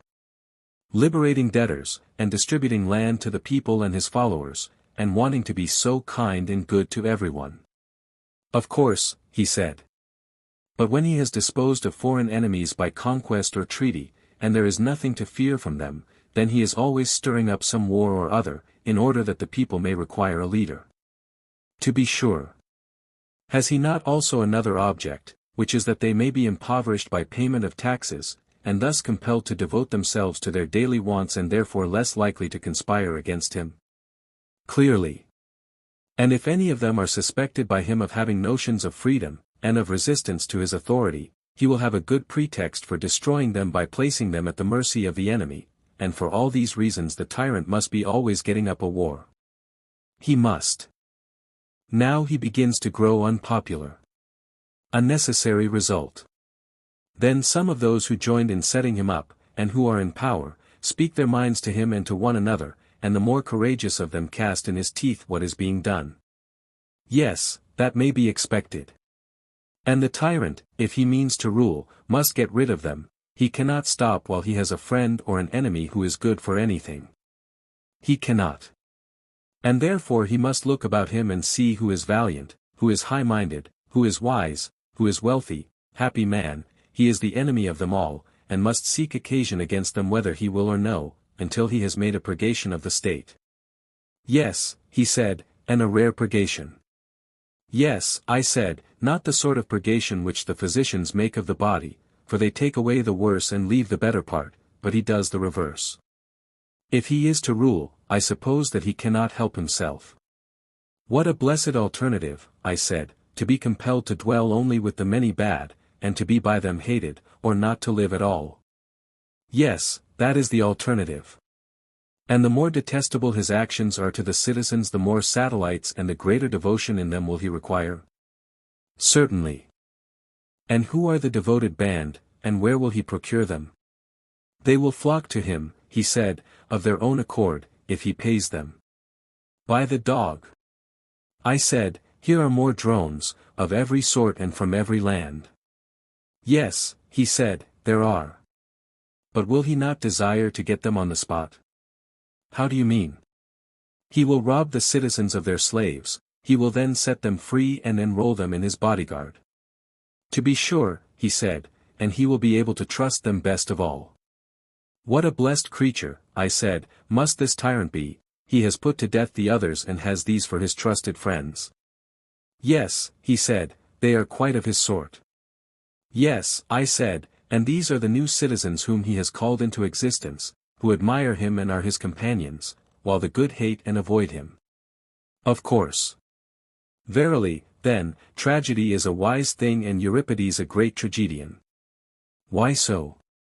Why, because he is the author of the pregnant saying, tyrants are wise by living with the wise, and he clearly meant to say that they are the wise whom the tyrant makes his companions. Yes, he said, and he also praises tyranny as godlike, and many other things of the same kind are said by him and by the other poets. And therefore, I said, the tragic poets being wise men will forgive us and any others who live after our manner if we do not receive them into our state, because they are the eulogists of tyranny. Yes, he said, those who have the wit will doubtless forgive us. But they will continue to go to other cities and attract mobs, and hire voices fair and loud and persuasive, and draw the cities over to tyrannies and democracies. Very true. Moreover, they are paid for this and receive honor, the greatest honor, as might be expected, from tyrants, and the next greatest from democracies, but the higher they ascend our constitution hill, the more their reputation fails, and seems unable from shortness of breath to proceed further. True. But we are wandering from the subject. Let us therefore return and inquire how the tyrant will maintain that fair and numerous and various and ever-changing army of his. If, he said, there are sacred treasures in the city, he will confiscate and spend them, and in so far as the fortunes of attainted persons may suffice, he will be able to diminish the taxes which he would otherwise have to impose upon the people. And when these fail? Why, clearly, he said, then he and his boon companions, whether male or female, will be maintained out of his father's estate. Thus liberty, getting out of all order and reason, passes into the harshest and bitterest form of slavery. True, he said. Very well, and may we not rightly say that we have sufficiently discussed the nature of tyranny, and the manner of the transition from democracy to tyranny? Yes, quite enough, he said. Book 9. Last of all comes the tyrannical man, about whom we have once more to ask, how is he formed out of the democratical? And how does he live, in happiness or in misery? Yes, he said, he is the only one remaining. There is, however, I said, a previous question which remains unanswered. What question? I do not think that we have adequately determined the nature and number of the appetites, and until this is accomplished the inquiry will always be confused.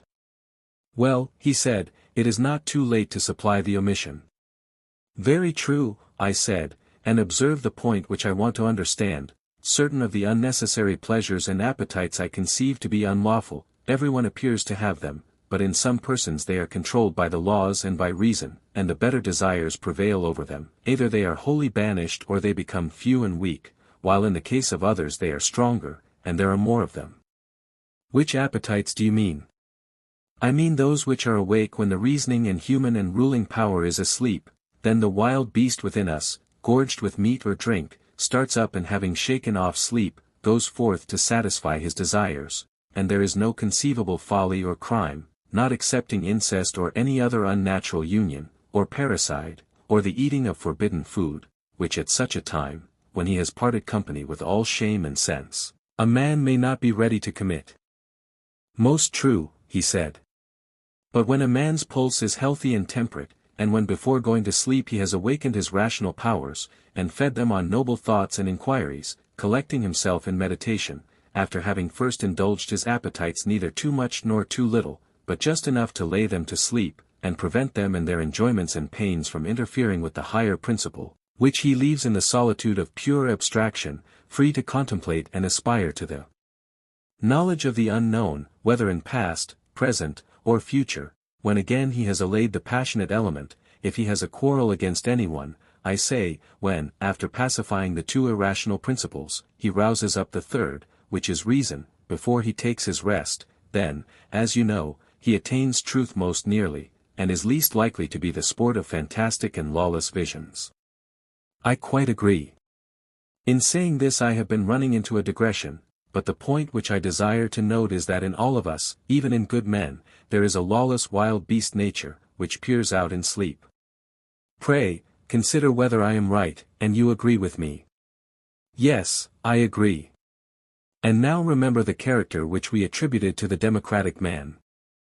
He was supposed from his youth upwards to have been trained under a miserly parent, who encouraged the saving appetites in him, but discountenanced the unnecessary, which aim only at amusement and ornament.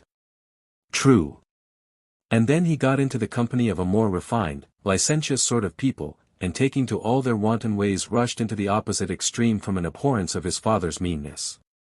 At last, being a better man than his corruptors, he was drawn in both directions until he halted midway and led a life, not of vulgar and slavish passion, but of what he deemed moderate indulgence in various pleasures.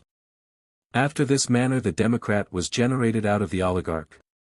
Yes, he said, that was our view of him, and is so still. And now, I said, years will have passed away, and you must conceive this man, such as he is, to have a son, who is brought up in his father's principles. I can imagine him. Then you must further imagine the same thing to happen to the son which has already happened to the father. He is drawn into a perfectly lawless life, which by his seducers is termed perfect liberty, and his father and friends take part with his moderate desires, and the opposite party assist the opposite ones. As soon as these dire magicians and tyrant makers find that they are losing their hold on him, they contrive to implant in him a master passion, to be lord over his idle and spendthrift lusts, a sort of monstrous winged drone, that is the only image which will adequately describe him. Yes, he said, that is the only adequate image of him. And when his other lusts, amid clouds of incense and perfumes and garlands and wines, and all the pleasures of a dissolute life, now let loose, come buzzing around him, nourishing to the utmost the sting of desire which they implant in his drone-like nature, then at last this lord of the soul, having madness for the captain of his guard, breaks out into a frenzy, and if he finds in himself any good opinions or appetites in process of formation, 114 and there is in him any sense of shame remaining, to these better principles he puts an end, and casts them forth until he has purged away temperance and brought in madness to the full. Yes, he said, that is the way in which the tyrannical man is generated. And is not this the reason why of old love has been called a tyrant? I should not wonder. Further, I said, has not a drunken man also the spirit of a tyrant? He has. And you know that a man who is deranged and not right in his mind, will fancy that he is able to rule, not only over men, but also over the gods. That he will. And the tyrannical man in the true sense of the word comes into being when, either under the influence of nature, or habit, or both, he becomes drunken, lustful, passionate. Oh my friend, is not that so? Assuredly. Such is the man and such is his origin. And next, how does he live? Suppose, as people facetiously say, you were to tell me. I imagine, I said, at the next step in his progress, that there will be feasts and carousals and revellings and courtesans, and all that sort of thing. Love is the lord of the house within him, and orders all the concerns of his soul. That is certain. Yes, and every day and every night desires grow up many and formidable, and their demands are many. They are indeed, he said. His revenues, if he has any, are soon spent. True. Then comes debt and the cutting down of his property. Of course. When he has nothing left, must not his desires, crowding in the nest like young ravens, be crying aloud for food, and he, goaded on by them, and especially by love himself, who is in a manner the captain of them, is in a frenzy, and would fain discover whom he can defraud or despoil of his property, in order that he may gratify them. Yes, that is sure to be the case. He must have money, no matter how, if he is to escape horrid pains and pangs. He must.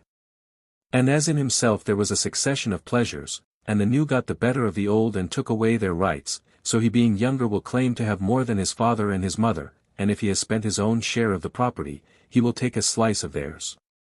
No doubt he will. And if his parents will not give way, then he will try first of all to cheat and deceive them. Very true. And if he fails, then he will use force and plunder them. Yes, probably. And if the old man and woman fight for their own, what then, my friend?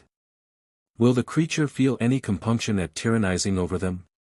Nay, he said, I should not feel at all comfortable about his parents. But, oh heavens! Adimantus, on account of some newfangled love of a harlot, who is anything but a necessary connection, can you believe that he would strike the mother who is his ancient friend and necessary to his very existence, and would place her under the authority of the other, when she is brought under the same roof with her, or that, under like circumstances, he would do the same to his withered old father, first and most indispensable of friends, for the sake of some newly found blooming youth who is the reverse of indispensable? Yes, indeed, he said, I believe that he would. Truly, then, I said, a tyrannical son is a blessing to his father and mother. He is indeed, he replied. He first takes their property, and when that fails, and pleasures are beginning to swarm in the hive of his soul, then he breaks into a house, or steals the garments of some knightly wayfarer, next he proceeds to clear a temple. Meanwhile the old opinions which he had when a child, and which gave judgment about good and evil, are overthrown by those others which have just been emancipated, and are now the bodyguard of love and share his empire. These in his democratic days, when he was still subject to the laws and to his father, were only let loose in the dreams of sleep.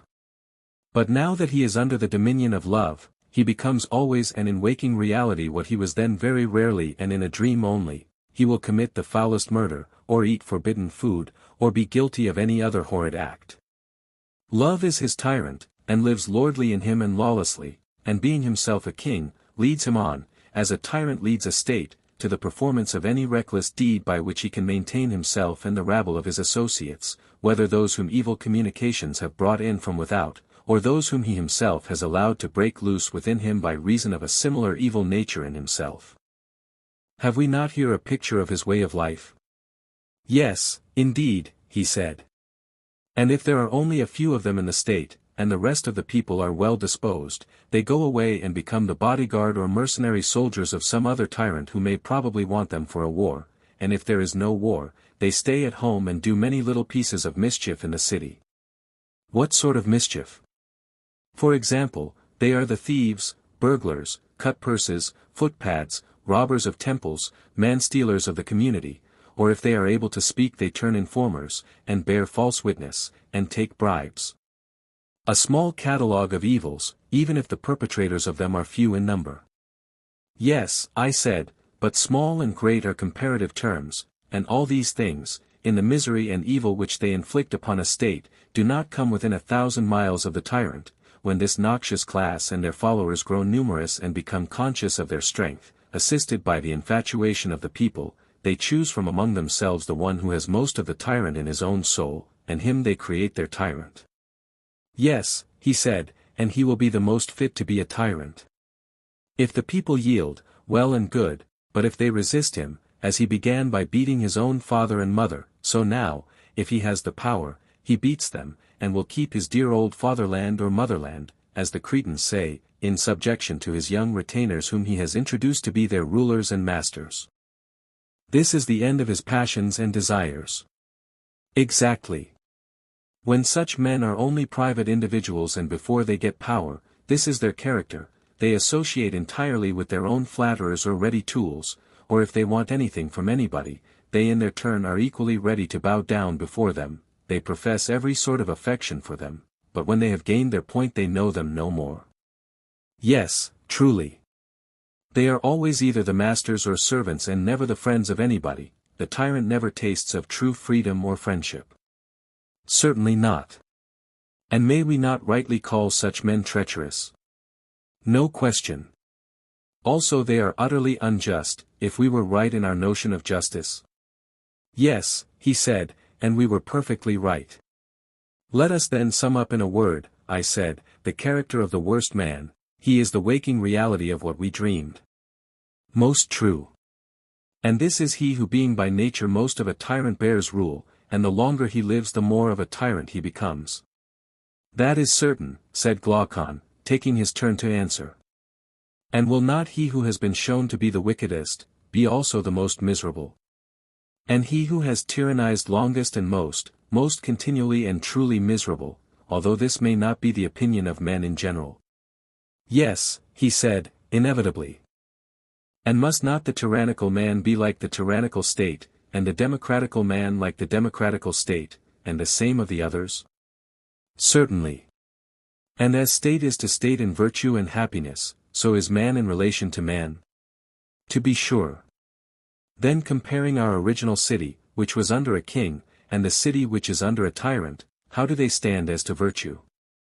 They are the opposite extremes, he said, for one is the very best and the other is the very worst.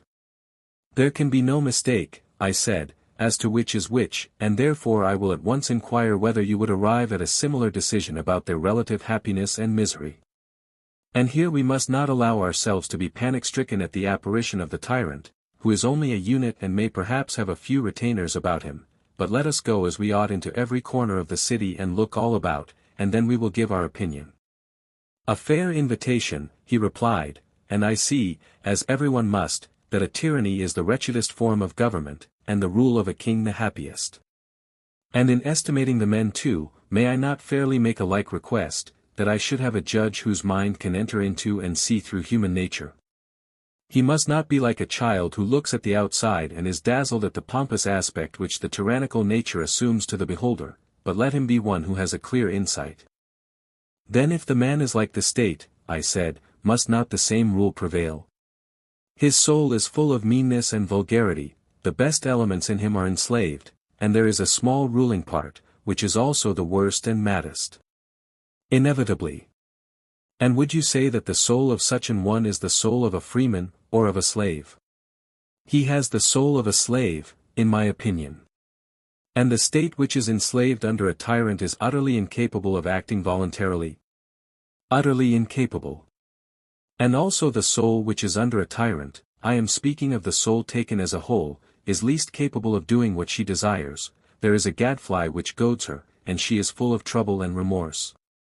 Certainly. And is the city which is under a tyrant rich or poor? Poor. And the tyrannical soul must be always poor and insatiable. True. And must not such a state and such a man be always full of fear? Yes, indeed. Is there any state in which you will find more of lamentation and sorrow and groaning and pain? Certainly not. And is there any man in whom you will find more of this sort of misery than in the tyrannical man, who is in a fury of passions and desires? Impossible. Reflecting upon these and similar evils, you held the tyrannical state to be the most miserable of states. And I was right, he said. Certainly, I said.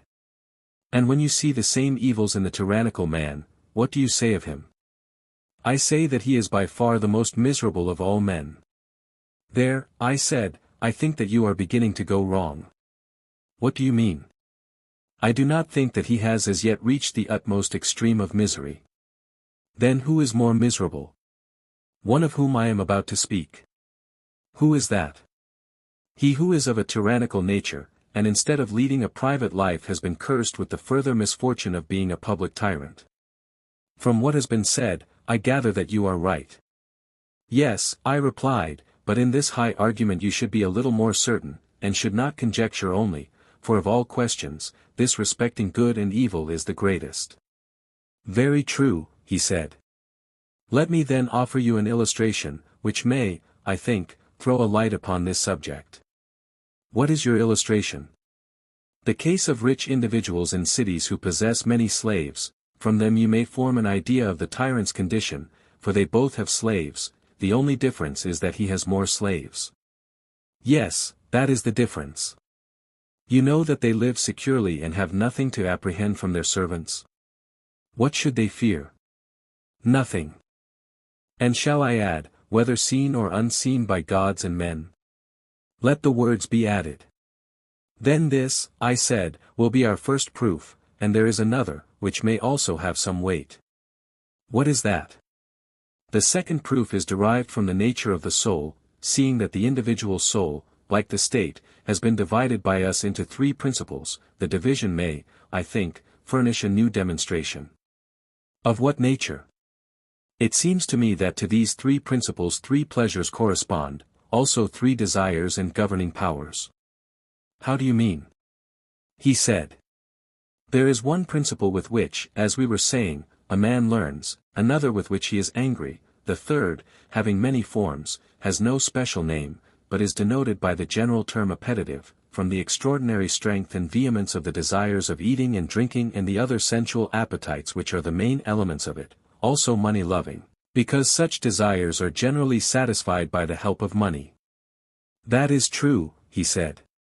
If we were to say that the loves and pleasures of this third part were concerned with gain, we should then be able to fall back on a single notion, and might truly and intelligibly describe this part of the soul as loving gain or money.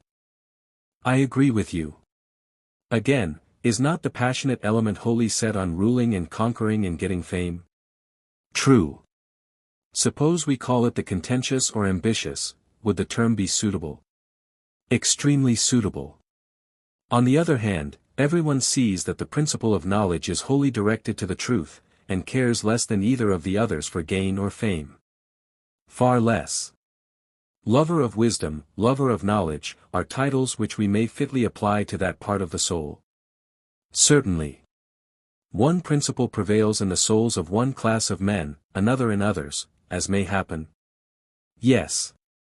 Then we may begin by assuming that there are three classes of men, lovers of wisdom, lovers of honor, lovers of gain. Exactly. And there are three kinds of pleasure, which are their several objects. Very true. Now, if you examine the three classes of men, and ask of them in turn which of their lives is pleasantest, each will be found praising his own and depreciating that of others. The money-maker will contrast the vanity of honor or of learning if they bring no money with the solid advantages of gold and silver. True, he said. And the lover of honor, what will be his opinion? Will he not think that the pleasure of riches is vulgar, while the pleasure of learning, if it brings no distinction, is all smoke and nonsense to him? Very true.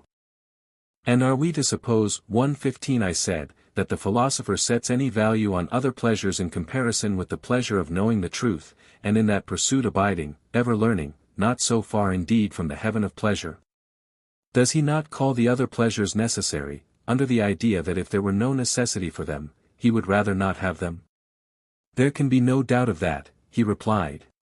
Since, then, the pleasures of each class and the life of each are in dispute, and the question is not which life is more or less honorable, or better or worse, but which is the more pleasant or painless, how shall we know who speaks truly?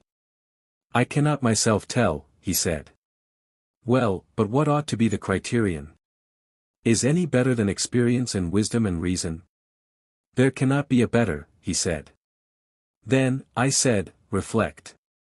Of the three individuals, which has the greatest experience of all the pleasures which we enumerated? Has the lover of gain, in learning the nature of essential truth, greater experience of the pleasure of knowledge than the philosopher has of the pleasure of gain? The philosopher, he replied, has greatly the advantage, for he has of necessity always known the taste of the other pleasures from his childhood upwards, but the lover of gain in all his experience has not of necessity tasted, or, I should rather say, even had he desired, could hardly have tasted, the sweetness of learning and knowing truth. Then the lover of wisdom has a great advantage over the lover of gain, for he has a double experience. Yes, very great. Again, has he greater experience of the pleasures of honor, or the lover of honor of the pleasures of wisdom?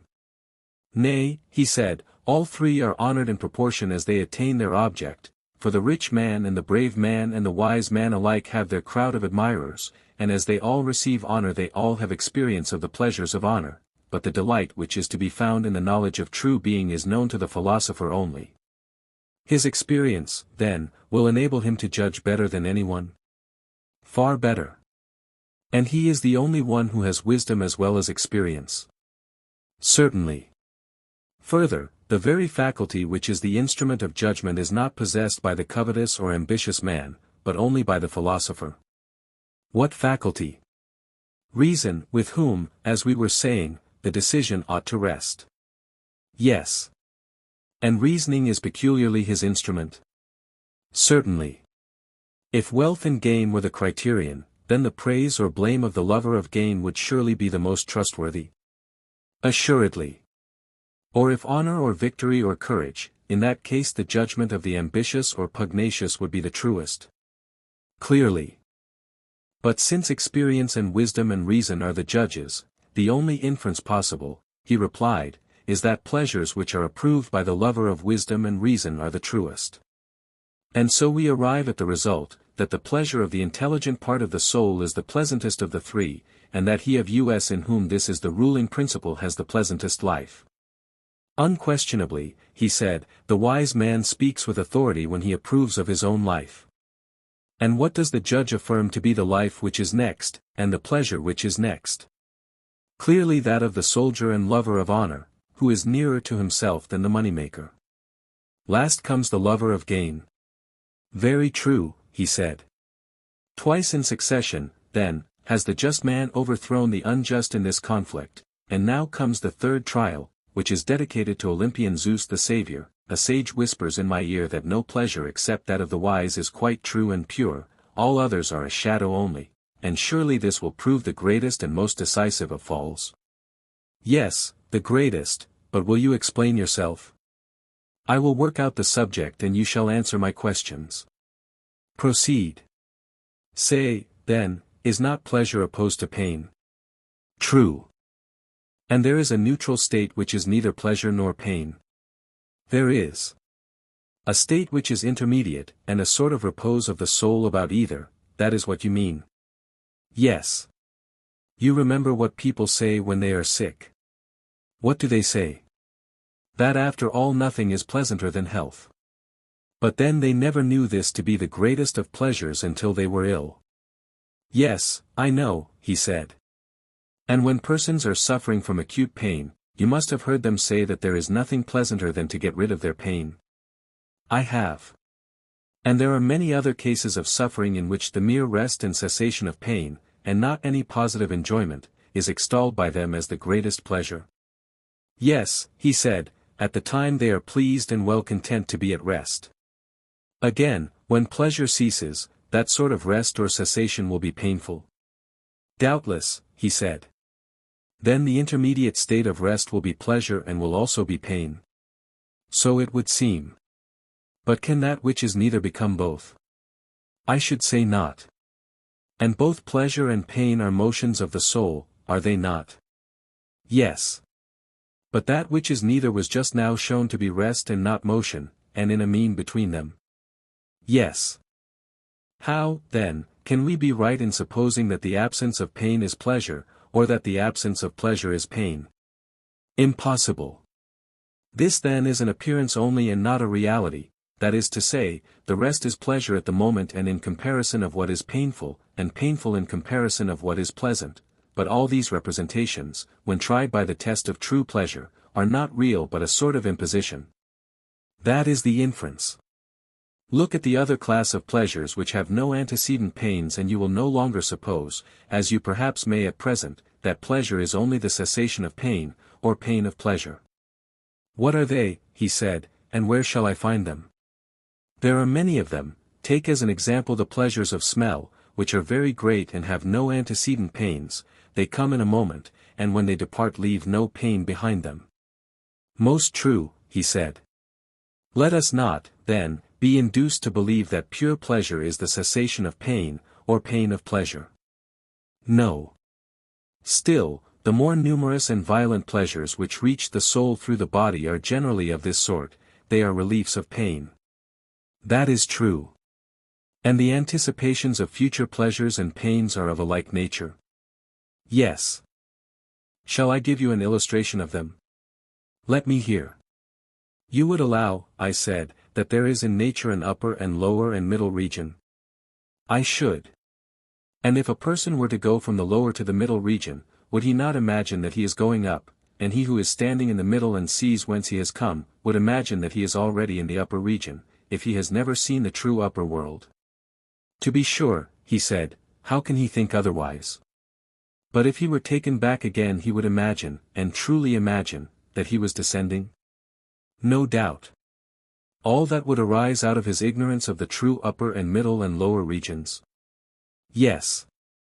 Then can you wonder that persons who are inexperienced in the truth, as they have wrong ideas about many other things, should also have wrong ideas about pleasure and pain and the intermediate state, so that when they are only being drawn towards the painful they feel pain and think the pain which they experience to be real, and in like manner, when drawn away from pain to the neutral or intermediate state, they firmly believe that they have reached the goal of satiety and pleasure, they, not knowing pleasure, err in contrasting pain with the absence of pain, which is like contrasting black with gray instead of white.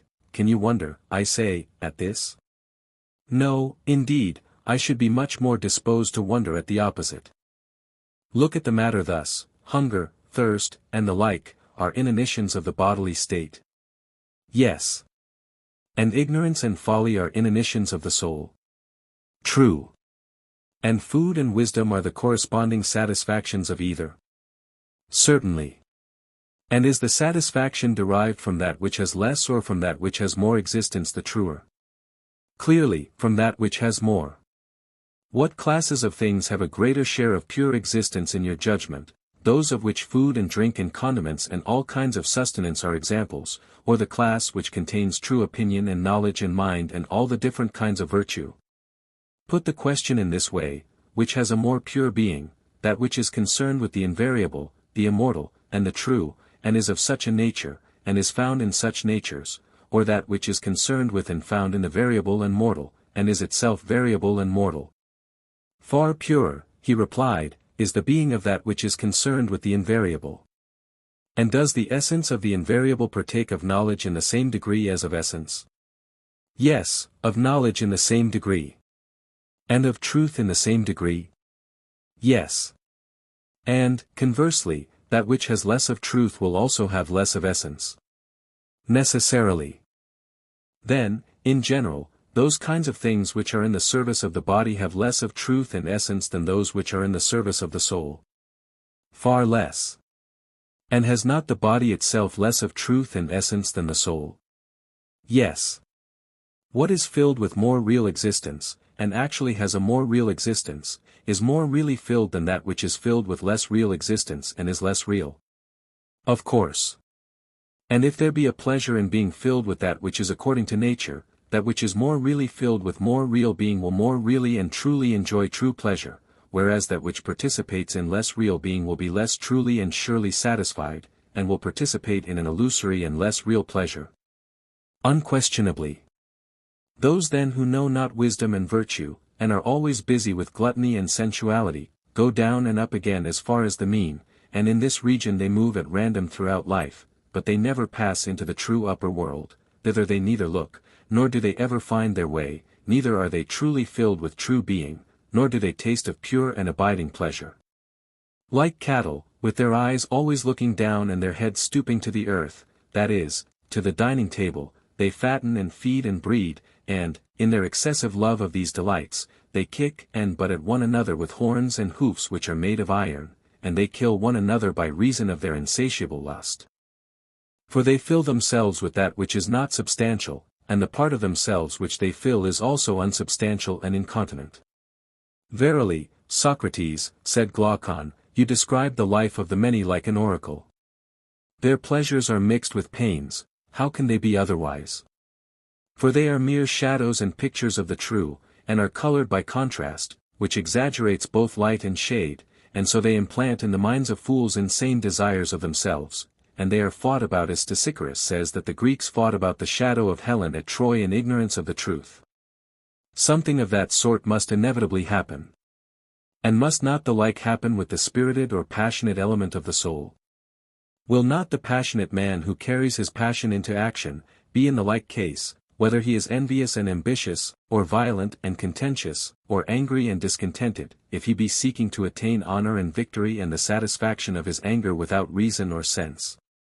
Yes, he said, the same will happen with the spirited element also. Then may we not confidently assert that the lovers of money and honor, when they seek their pleasures under the guidance and in the company of reason and knowledge, and pursue after and win the pleasures which wisdom shows them, will also have the truest pleasures in the highest degree which is attainable to them, inasmuch as they follow truth, and they will have the pleasures which are natural to them, if that which is best for each one is also most natural to him. Yes, certainly, the best is the most natural. And when the whole soul follows the philosophical principle, and there is no division, the several parts are just, and do each of them their own business, and enjoy severally the best and truest pleasures of which they are capable. Exactly. But when either of the two other principles prevails, it fails in attaining its own pleasure, and compels the rest to pursue after a pleasure which is a shadow only and which is not their own. True. And the greater the interval which separates them from philosophy and reason, the more strange and elusive will be the pleasure. Yes. And is not that farthest from reason which is at the greatest distance from law and order? Clearly. And the lustful and tyrannical desires are, as we saw, at the greatest distance. Yes. And the royal and orderly desires are nearest. Yes. Then the tyrant will live at the greatest distance from true or natural pleasure, and the king at the least. Certainly. But if so, the tyrant will live most unpleasantly, and the king most pleasantly? Inevitably. Would you know the measure of the interval which separates them? Will you tell me? There appear to be 3 pleasures, 1 genuine and 2 spurious. Now the transgression of the tyrant reaches a point beyond the spurious. He has run away from the region of law and reason, and taken up his abode with certain slave pleasures which are his satellites, and the measure of his inferiority can only be expressed in a figure. How do you mean? I assume, I said, that the tyrant is in the 3rd place from the oligarch, the democrat was in the middle. Yes. And if there is truth in what has preceded, he will be wedded to an image of pleasure which is thrice removed as to truth from the pleasure of the oligarch. He will. And the oligarch is 3rd from the royal, since we count as one royal and aristocratical. Yes, he is 3rd. Then the tyrant is removed from true pleasure by the space of a number which is 3 times 3. Manifestly. The shadow then of tyrannical pleasure determined by the number of length will be a plane figure. Certainly. And if you raise the power and make the plane a solid, there is no difficulty in seeing how vast is the interval by which the tyrant is parted from the king. Yes, the arithmetician will easily do the sum. Or if some person begins at the other end and measures the interval by which the king is parted from the tyrant in truth of pleasure, he will find him, when the multiplication is completed, living 729 times more pleasantly, and the tyrant more painfully by this same interval. What a wonderful calculation! And how enormous is the distance which separates the just from the unjust in regard to pleasure and pain. Yet a true calculation, I said, and a number which nearly concerns human life, if human beings are concerned with days and nights and months and years. 116 Yes, he said, human life is certainly concerned with them. Then if the good and just man be thus superior in pleasure to the evil and unjust, his superiority will be infinitely greater in propriety of life and in beauty and virtue? Immeasurably greater. Well, I said, and now having arrived at this stage of the argument, we may revert to the words which brought us hither. Was not someone saying that injustice was a gain to the perfectly unjust who was reputed to be just? Yes, that was said. Now then, having determined the power and quality of justice and injustice, let us have a little conversation with him. What shall we say to him? Let us make an image of the soul, that he may have his own words presented before his eyes. Of what sort? An ideal image of the soul, like the composite creations of ancient mythology, such as the Chimera or Scylla or Cerberus, and there are many others in which 2 or more different natures are said to grow into one. There are said to have been such unions. Then do you now model the form of a multitudinous, many-headed monster, having a ring of heads of all manner of beasts, tame and wild, which he is able to generate and metamorphose at will. Certainly, he said, that is what the approver of injustice says. To him the supporter of justice makes answer that he should ever so speak and act as to give the man within him in some way or other the most complete mastery over the entire human creature.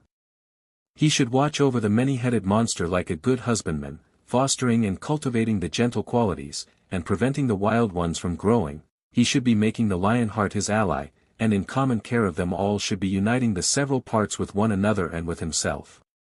Yes, he said, that is quite what the maintainer of justice say. And so from every point of view, whether of pleasure, honor, or advantage, the approver of justice is right and speaks the truth, and the disapprover is wrong and false and ignorant. Yes, from every point of view. Come, now, and let us gently reason with the unjust, who is not intentionally in error. Sweet sir, we will say to him, what think you of things esteemed noble and ignoble? Is not the noble that which subjects the beast to the man, or rather to the God in man, and the ignoble that which subjects the man to the beast. He can hardly avoid saying yes, can he now? Not if he has any regard for my opinion. But, if he agrees so far, we may ask him to answer another question. Then how would a man profit if he received gold and silver on the condition that he was to enslave the noblest part of him to the worst? Who can imagine that a man who sold his son or daughter into slavery for money, especially if he sold them into the hands of fierce and evil men, would be the gainer, however large might be the sum which he received? And will anyone say that he is not a miserable caitiff who remorselessly sells his own divine being to that which is most godless and detestable? Eriphyle took the necklace as the price of her husband's life, but he is taking a bribe in order to compass a worse ruin. Yes, said Glaucon, far worse, I will answer for him. Has not the intemperate been censured of old, because in him the huge multiform monster is allowed to be too much at large? Clearly. And men are blamed for pride and bad temper when the lion and serpent element in them disproportionately grows and gains strength? Yes. And luxury and softness are blamed, because they relax and weaken this same creature, and make a coward of him? Very true. And is not a man reproached for flattery and meanness who subordinates the spirited animal to the unruly monster, and, for the sake of money, of which he can never have enough, habituates him in the days of his youth to be trampled in the mire, and from being a lion to become a monkey? True, he said. From what point of view, then, and on what ground can we say that a man is profited by injustice or intemperance or other baseness, which will make him a worse man, even though he acquire money or power by his wickedness? From no point of view at all. What shall he profit, if his injustice be undetected and unpunished? He who is undetected only gets worse, whereas he who is detected and punished has the brutal part of his nature silenced and humanized, the gentler element in him is liberated, and his whole soul is perfected and ennobled by the acquirement of justice and temperance and wisdom, more than the body ever is by receiving gifts of beauty, strength and health, in proportion as the soul is more honorable than the body. Certainly, he said. To this nobler purpose the man of understanding will devote the energies of his life. And in the first place, he will honor studies which impress these qualities on his soul and will disregard others. Clearly, he said. In the next place, he will regulate his bodily habit and training, and so far will he be from yielding to brutal and irrational pleasures, that he will regard even health as quite a secondary matter. His first object will be not that he may be fair or strong or well, unless he is likely thereby to gain temperance, but he will always desire so to attemper the body as to preserve the harmony of the soul. Certainly he will, if he has true music in him. And in the acquisition of wealth there is a principle of order and harmony which he will also observe. He will not allow himself to be dazzled by the foolish applause of the world, and heap up riches to his own infinite harm. Certainly not, he said. He will look at the city which is within him, and take heed that no disorder occur in it, such as might arise either from superfluity or from want, and upon this principle he will regulate his property and gain or spend according to his means. Very true. And, for the same reason, he will gladly accept and enjoy such honors as he deems likely to make him a better man, but those, whether private or public, which are likely to disorder his life, he will avoid. Then, if that is his motive, he will not be a statesman. By the dog of Egypt, he will. In the city which is his own he certainly will, though in the land of his birth perhaps not, unless he have a divine call. I understand. You mean that he will be a ruler in the city of which we are the founders, and which exists in idea only, for I do not believe that there is such an one anywhere on earth. In heaven, I replied, there is laid up a pattern of it, methinks, which he who desires may behold, and beholding, may set his own house in order. 117 But whether such an one exists, or ever will exist in fact, is no matter, for he will live after the manner of that city, having nothing to do with any other. I think so, he said. Book X Of the many excellences which I perceive in the order of our state, there is none which upon reflection pleases me better than the rule about poetry. To what do you refer? To the rejection of imitative poetry, which certainly ought not to be received, as I see far more clearly now that the parts of the soul have been distinguished. What do you mean? Speaking in confidence, for I should not like to have my words repeated to the tragedians and the rest of the imitative tribe, but I do not mind saying to you, that all poetical imitations are ruinous to the understanding of the hearers, and that the knowledge of their true nature is the only antidote to them. Explain the purport of your remark. Well, I will tell you, although I have always from my earliest youth had an awe and love of Homer, which even now makes the words falter on my lips, for he is the great captain and teacher of the whole of that charming tragic company, but a man is not to be reverenced more than the truth, and therefore I will speak out. Very good, he said. Listen to me then, or rather, answer me. Put your question. Can you tell me what imitation is? For I really do not know. A likely thing, then, that I should know. Why not? For the duller eye may often see a thing sooner than the keener. Very true, he said, but in your presence, even if I had any faint notion, I could not muster courage to utter it. Will you inquire yourself? Well then, shall we begin the inquiry in our usual manner? Whenever a number of individuals have a common name, we assume them to have also a corresponding idea or form. Do you understand me? I do. Let us take any common instance. There are beds and tables in the world, plenty of them, are there not? Yes. But there are only two ideas or forms of them, one the idea of a bed, the other of a table. True. And the maker of either of them makes a bed or he makes a table for our use, in accordance with the idea, that is our way of speaking in this and similar instances, but no artificer makes the ideas themselves, how could he? Impossible. And there is another artist, I should like to know what you would say of him. Who is he? One who is the maker of all the works of all other workmen. What an extraordinary man. Wait a little, and there will be more reason for your saying so. For this is he who is able to make not only vessels of every kind, but plants and animals, himself and all other things, the earth and heaven, and the things which are in heaven or under the earth. He makes the gods also. He must be a wizard and no mistake. Oh! You are incredulous, are you? Do you mean that there is no such maker or creator, or that in one sense there might be a maker of all these things but in another not? Do you see that there is a way in which you could make them all yourself? What way? An easy way enough, or rather, there are many ways in which the feat might be quickly and easily accomplished, none quicker than that of turning a mirror round and round. You would soon enough make the sun and the heavens, and the earth and yourself, and other animals and plants, and all the other things of which we were just now speaking, in the mirror.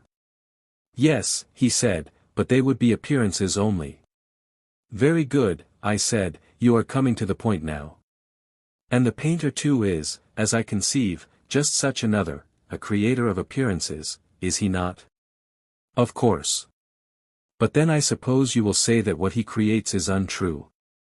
And yet there is a sense in which the painter also creates a bed. Yes, he said, but not a real bed. And what of the maker of the bed? Were you not saying that he too makes, not the idea which, according to our view, is the essence of the bed, but only a particular bed? Yes, I did. Then if he does not make that which exists he cannot make true existence, but only some semblance of existence. And if anyone were to say that the work of the maker of the bed, or of any other workman, has real existence, he could hardly be supposed to be speaking the truth. At any rate, he replied, philosophers would say that he was not speaking the truth. No wonder, then, that his work too is an indistinct expression of truth. No wonder. Suppose now that by the light of the examples just offered we inquire who this imitator is. If you please. Well then, here are three beds, one existing in nature, which is made by God, as I think that we may say, for no one else can be the maker. No. There is another which is the work of the carpenter. Yes. And the work of the painter is a third. Yes. Beds, then, are of three kinds, and there are three artists who superintend them, God, the maker of the bed, and the painter. Yes, there are three of them. God, whether from choice or from necessity, made one bed in nature and one only. Two or more such ideal beds neither ever have been nor ever will be made by God. Why is that? Because even if he had made but two, a third would still appear behind them which both of them would have for their idea, and that would be the ideal bed and not the two others. Very true, he said. God knew this, and he desired to be the real maker of a real bed, not a particular maker of a particular bed, and therefore he created a bed which is essentially and by nature one only. So we believe. Shall we, then, speak of him as the natural author or maker of the bed? Yes, he replied, inasmuch as by the natural process of creation he is the author of this and of all other things. And what shall we say of the carpenter? Is not he also the maker of the bed? Yes. But would you call the painter a creator and maker? Certainly not. Yet if he is not the maker, what is he in relation to the bed? I think, he said, that we may fairly designate him as the imitator of that which the others make. Good, I said, then you call him who is third in the descent from nature an imitator? Certainly, he said. And the tragic poet is an imitator, and therefore, like all other imitators, he is thrice removed from the king and from the truth? That appears to be so. Then about the imitator we are agreed. And what about the painter? I would like to know whether he may be thought to imitate that which originally exists in nature, or only the creations of artists. The latter. As they are or as they appear. You have still to determine this. What do you mean? I mean, that you may look at a bed from different points of view, obliquely or directly or from any other point of view, and the bed will appear different, but there is no difference in reality. And the same of all things.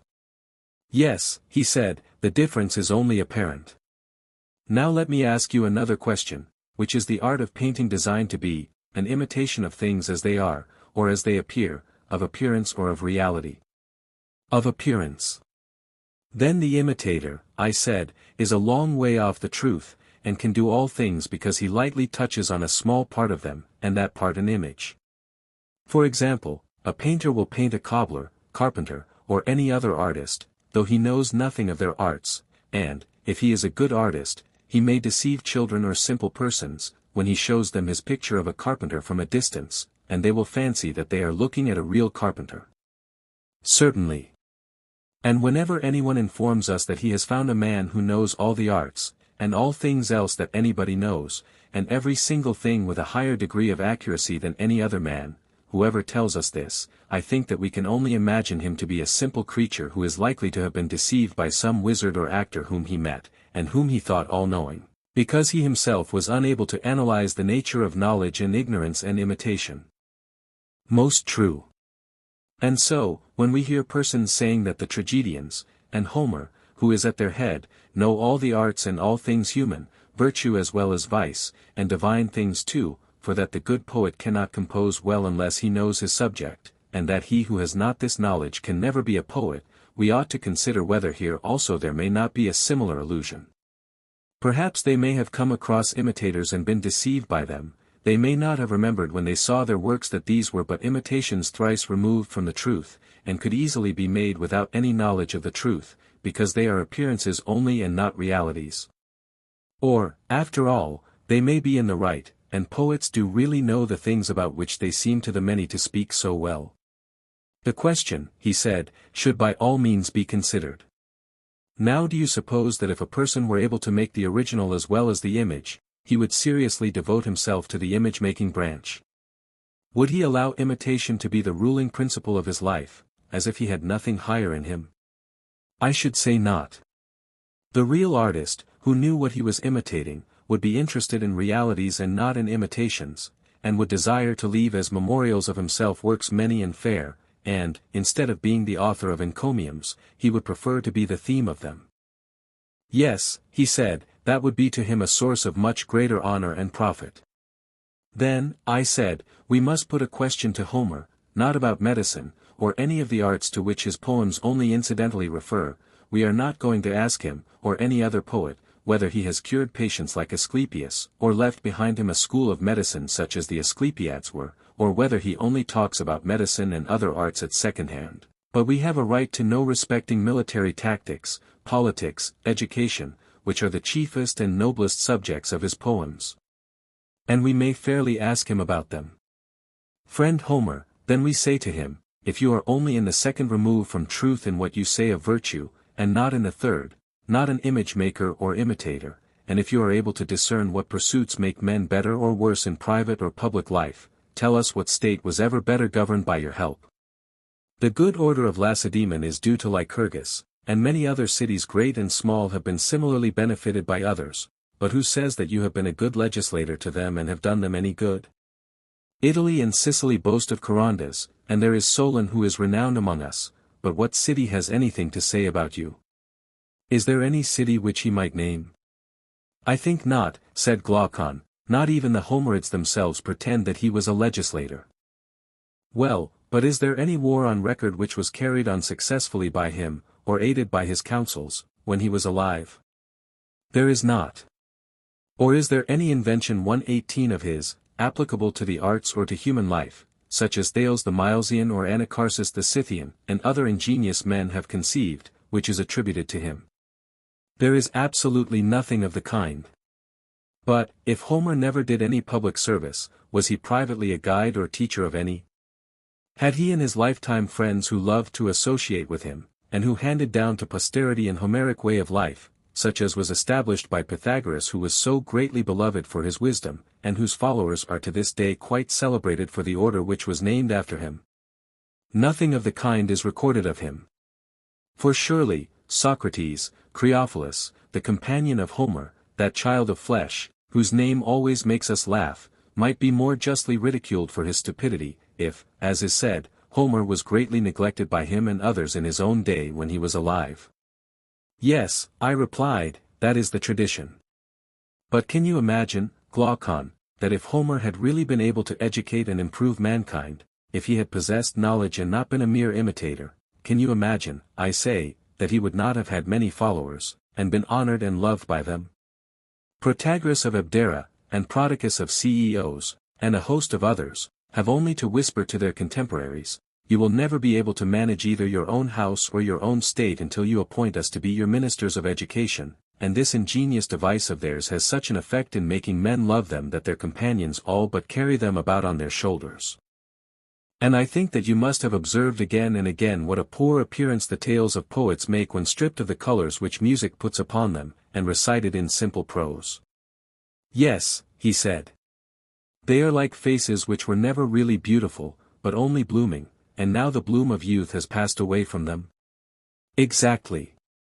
Here is another point, the imitator or maker of the image knows nothing of true existence, he knows appearances only. Am I not right? Yes. Then let us have a clear understanding, and not be satisfied with half an explanation. Proceed. Of the painter we say that he will paint rains, and he will paint a bit? Yes. And the worker in leather and brass will make them? Certainly. But does the painter know the right form of the bit and reins?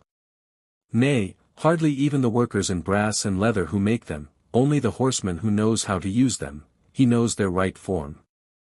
Most true. And may we not say the same of all things? What? That there are three arts which are concerned with all things, one which uses, another which makes, a third which imitates them. Yes. And the excellence or beauty or truth of every structure, animate or inanimate, and of every action of man, is relative to the use for which nature or the artist has intended them. True. Then the user of them must have the greatest experience of them, and he must indicate to the maker the good or bad qualities which develop themselves in use. For example, the flute player will tell the flute maker which of his flutes is satisfactory to the performer, he will tell him how he ought to make them, and the other will attend to his instructions. Of course.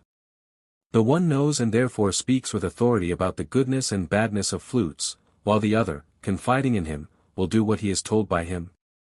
True. The instrument is the same, but about the excellence or badness of it the maker will only attain to a correct belief, and this he will gain from him who knows, by talking to him and being compelled to hear what he has to say, whereas the user will have knowledge. True. But will the imitator have either? Will he know from use whether or no his drawing is correct or beautiful? Or will he have right opinion from being compelled to associate with another who knows and gives him instructions about what he should draw? Neither. Then he will no more have true opinion than he will have knowledge about the goodness or badness of his imitations. I suppose not.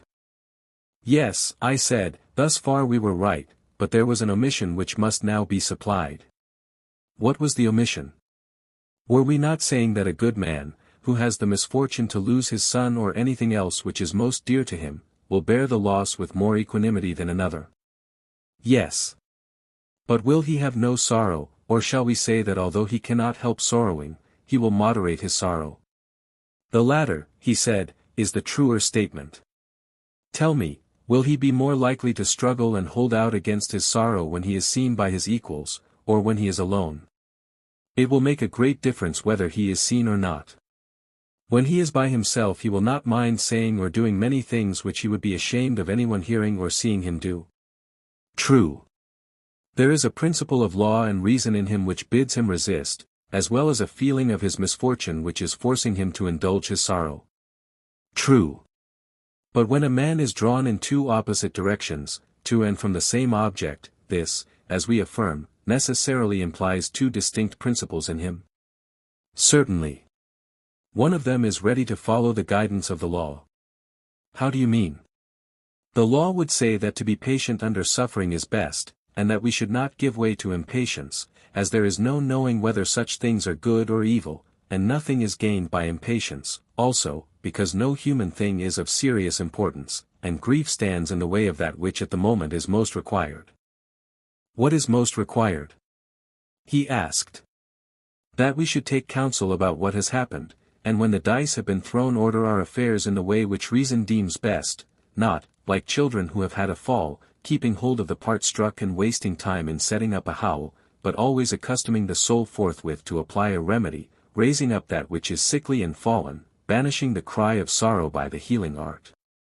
Yes, he said, that is the true way of meeting the attacks of fortune. Yes, I said, and the higher principle is ready to follow this suggestion of reason? Clearly. And the other principle, which inclines us to recollection of our troubles and to lamentation, and can never have enough of them, we may call irrational, useless, and cowardly. Indeed, we may. And does not the latter, I mean the rebellious principle, furnish a great variety of materials for imitation? Whereas the wise and calm temperament, being always nearly equable, is not easy to imitate or to appreciate when imitated, especially at a public festival when a promiscuous crowd is assembled in a theater. For the feeling represented is one to which they are strangers. Certainly. Then the imitative poet who aims at being popular is not by nature made, nor is his art intended, to please or to affect the rational principle in the soul, but he will prefer the passionate and fitful temper, which is easily imitated. Clearly. And now we may fairly take him and place him by the side of the painter, for he is like him in two ways. First, inasmuch as his creations have an inferior degree of truth, in this, I say, he is like him, and he is also like him in being concerned with an inferior part of the soul, and therefore we shall be right in refusing to admit him into a well-ordered state, because he awakens and nourishes and strengthens the feelings and impairs the reason. As in a city when the evil are permitted to have authority and the good are put out of the way, so in the soul of man, as we maintain, the imitative poet implants an evil constitution, for he indulges the irrational nature which has no discernment of greater and less, but thinks the same thing at one time great and at another small. He is a manufacturer of images and is very far removed from the truth. 120 exactly. But we have not yet brought forward the heaviest count in our accusation, the power which poetry has of harming even the good, and there are very few who are not harmed, is surely an awful thing. Yes, certainly, if the effect is what you say. Hear and judge, the best of us, as I conceive, when we listen to a passage of Homer, or one of the tragedians, in which he represents some pitiful hero who is drawling out his sorrows in a long oration, or weeping, and smiting his breast. The best of us, you know, delight in giving way to sympathy, and are in raptures at the excellence of the poet who stirs our feelings most. Yes, of course I know. But when any sorrow of our own happens to us, then you may observe that we pride ourselves on the opposite quality. We would fain be quiet and patient, this is the manly part, and the other which delighted us in the recitation is now deemed to be the part of a woman.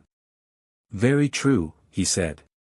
Now can we be right in praising and admiring another who is doing that which any one of us would abominate and be ashamed of in his own person? No, he said, that is certainly not reasonable. Nay, I said, quite reasonable from one point of view. What point of view? If you consider, I said, that when in misfortune we feel a natural hunger and desire to relieve our sorrow by weeping and lamentation, and that this feeling which is kept under control in our own calamities is satisfied and delighted by the poets, the better nature in each of us, not having been sufficiently trained by reason or habit, allows the sympathetic element to break loose because the sorrow is another's, and the spectator fancies that there can be no disgrace to himself in praising and pitying anyone who comes telling him what a good man he is, and making a fuss about his troubles. He thinks that the pleasure is a gain, and why should he be supercilious and lose this and the poem too? Few persons ever reflect, as I should imagine, that from the evil of other men something of evil is communicated to themselves. And so the feeling of sorrow which has gathered strength at the sight of the misfortunes of others is with difficulty repressed in our own. How very true! And does not the same hold also of the ridiculous?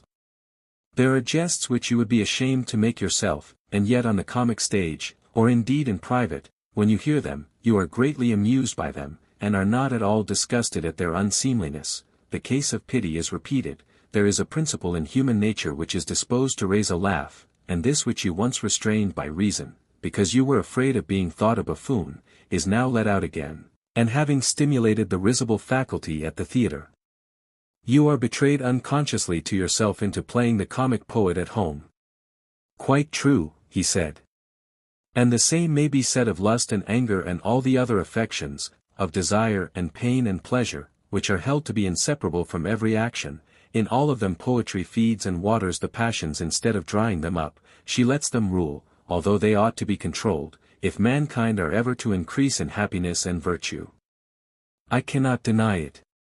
Therefore, Glaucon, I said, whenever you meet with any of the eulogists of Homer declaring that he has been the educator of Hellas, and that he is profitable for education and for the ordering of human things, and that you should take him up again and get to know him and regulate your whole life according to him, we may love and honor those who say these things. They are excellent people, as far as their lights extend, and we are ready to acknowledge that Homer is the greatest of poets and first of tragedy writers. But we must remain firm in our conviction that hymns to the gods and praises of famous men are the only poetry which ought to be admitted into our state. For if you go beyond this and allow the honeyed muse to enter, either in epic or lyric verse, not law and the reason of mankind, which by common consent have ever been deemed best, but pleasure and pain will be the rulers in our state. That is most true, he said. And now since we have reverted to the subject of poetry, let this our defense serve to show the reasonableness of our former judgment in sending away out of our state an art having the tendencies which we have described, for reason constrained us. But that she may not impute to us any harshness or want of politeness, let us tell her that there is an ancient quarrel between philosophy and poetry, of which there are many proofs, such as the saying of the yelping hound howling at her lord, or of one mighty in the vain talk of fools, and the mob of sages circumventing Zeus, and the subtle thinkers who are beggars after all, and there are innumerable other signs of ancient enmity between them.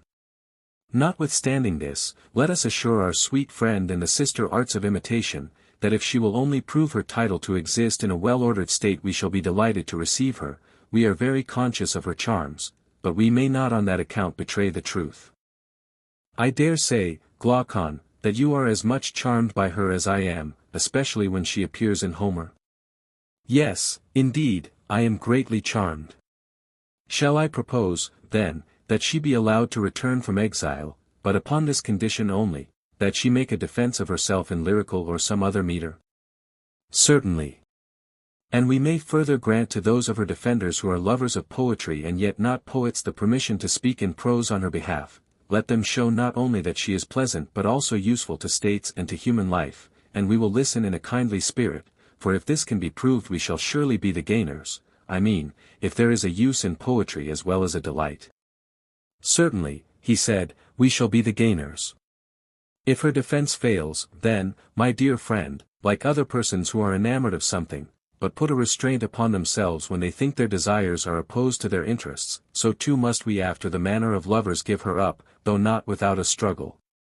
We too are inspired by that love of poetry which the education of noble states has implanted in us, and therefore we would have her appear at her best and truest, but so long as she is unable to make good her defense, this argument of ours shall be a charm to us, which we will repeat to ourselves while we listen to her strains, that we may not fall away into the childish love of her which captivates the many. At all events we are well aware 121 that poetry being such as we have described is not to be regarded seriously as attaining to the truth, and he who listens to her, fearing for the safety of the city which is within him, should be on his guard against her seductions and make our words his law. Yes, he said, I quite agree with you. Yes, I said, my dear Glaucon, for great is the issue at stake, greater than appears, whether a man is to be good or bad. And what will anyone be profited if under the influence of honor or money or power, or under the excitement of poetry, he neglect justice and virtue? Yes, he said, I have been convinced by the argument, as I believe that anyone else would have been. And yet no mention has been made of the greatest prizes and rewards which await virtue.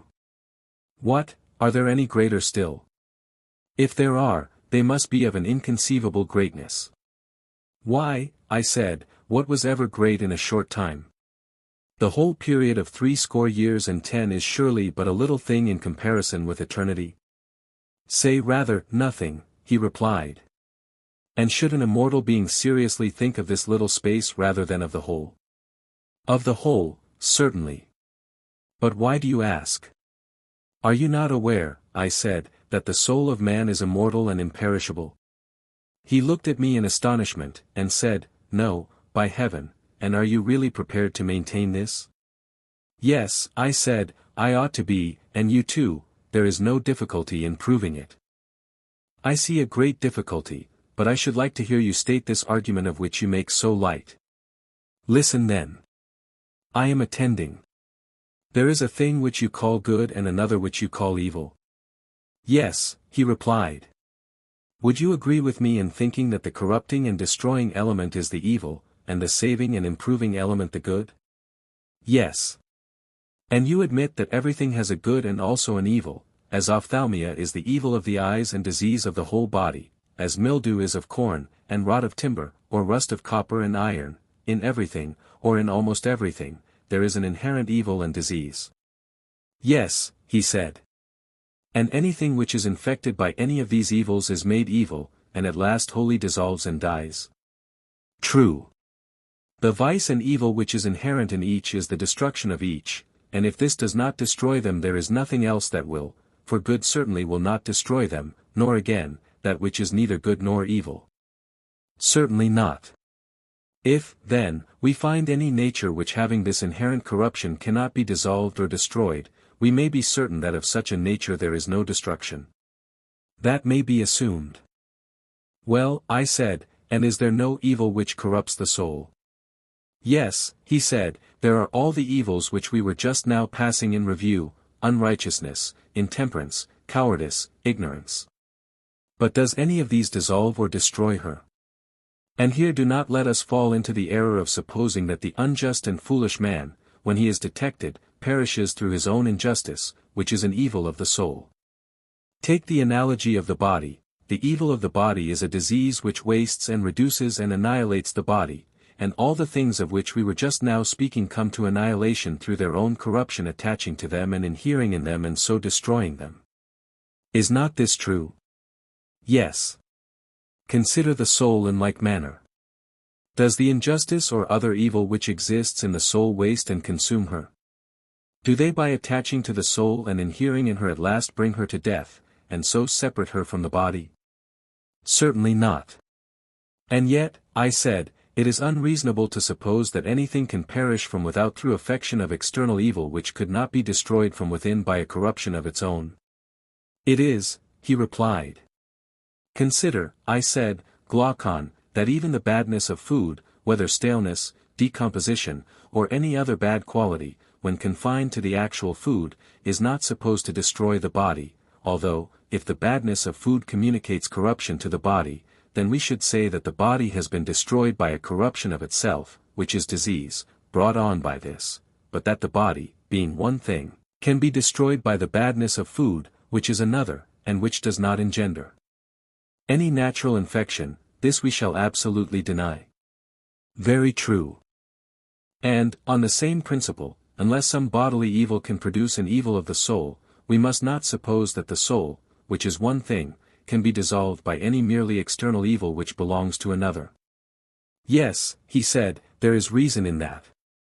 Either, then, let us refute this conclusion, or, while it remains unrefuted, let us never say that fever, or any other disease, or the knife put to the throat, or even the cutting up of the whole body into the minutest pieces, can destroy the soul, until she herself is proved to become more unholy or unrighteous in consequence of these things being done to the body, but that the soul, or anything else if not destroyed by an internal evil, can be destroyed by an external one, is not to be affirmed by any man. And surely, he replied, no one will ever prove that the souls of men become more unjust in consequence of death.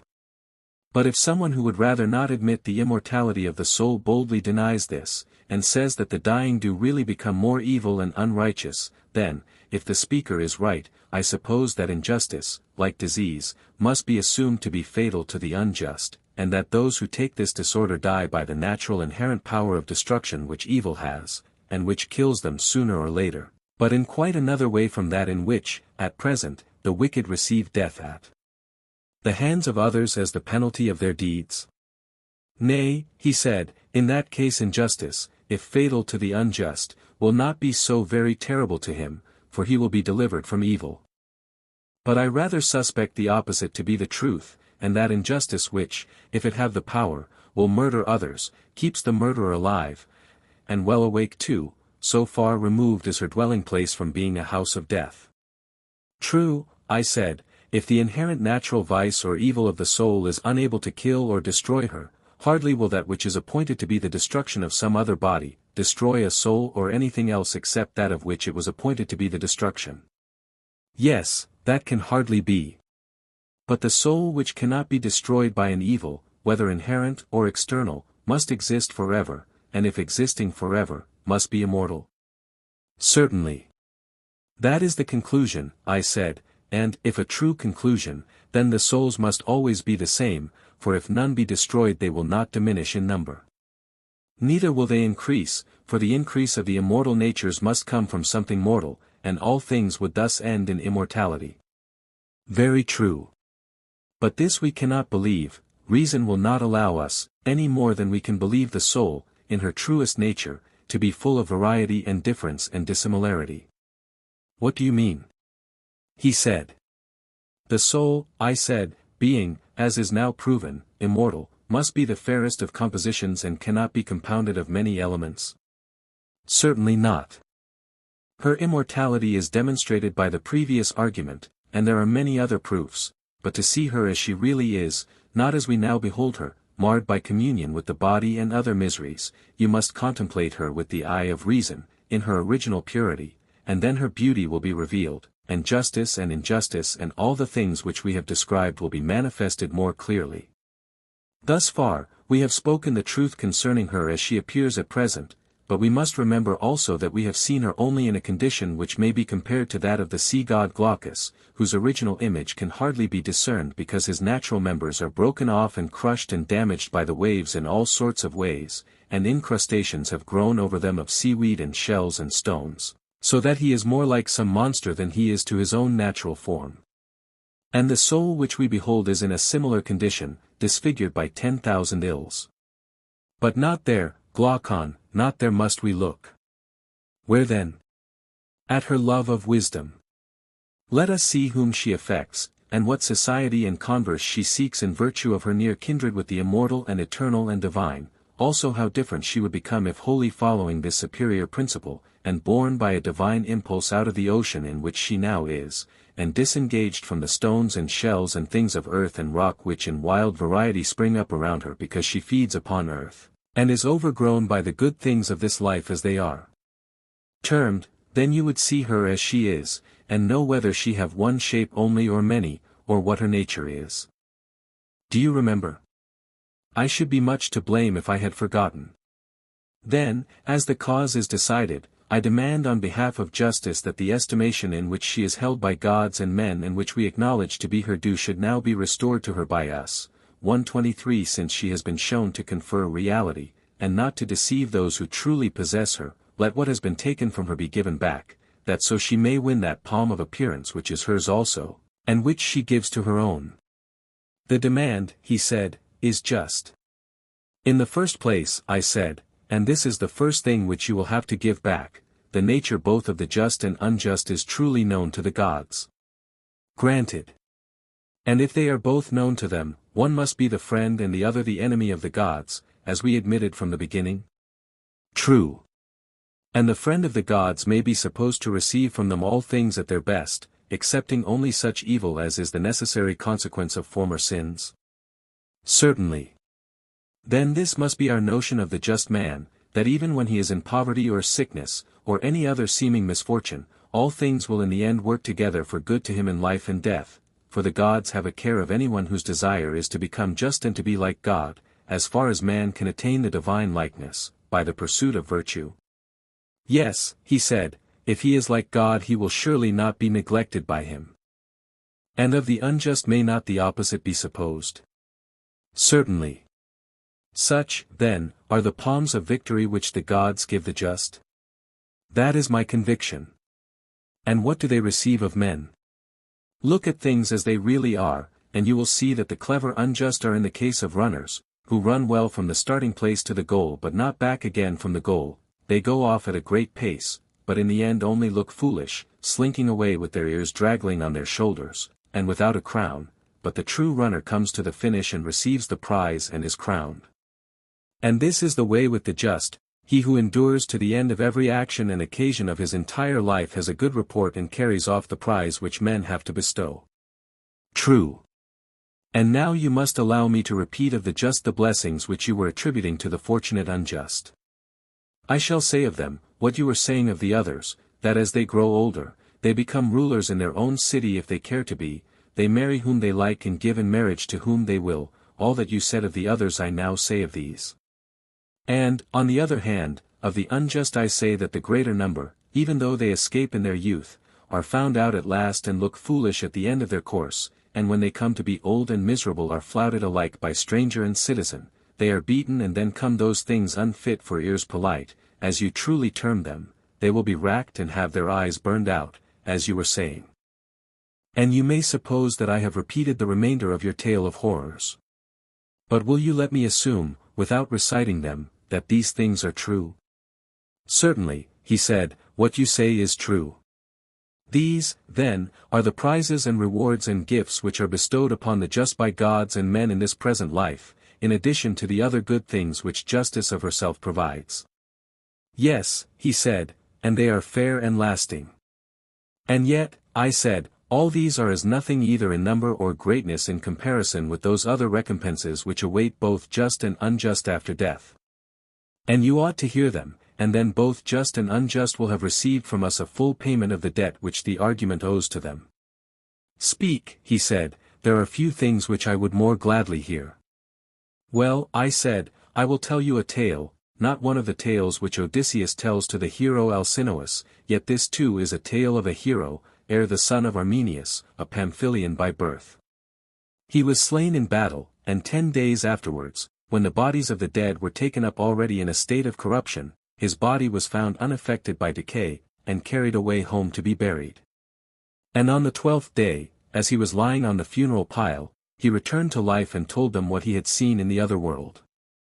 He said that when his soul left the body he went on a journey with a great company, and that they came to a mysterious place at which there were 2 openings in the earth, they were near together, and over against them were 2 other openings in the heaven above.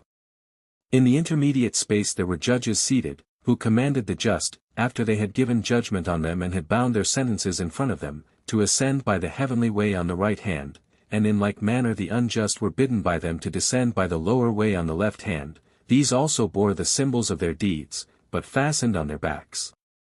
He drew near, and they told him that he was to be the messenger who would carry the report of the other world to men, and they bade him hear and see all that was to be heard and seen in that place.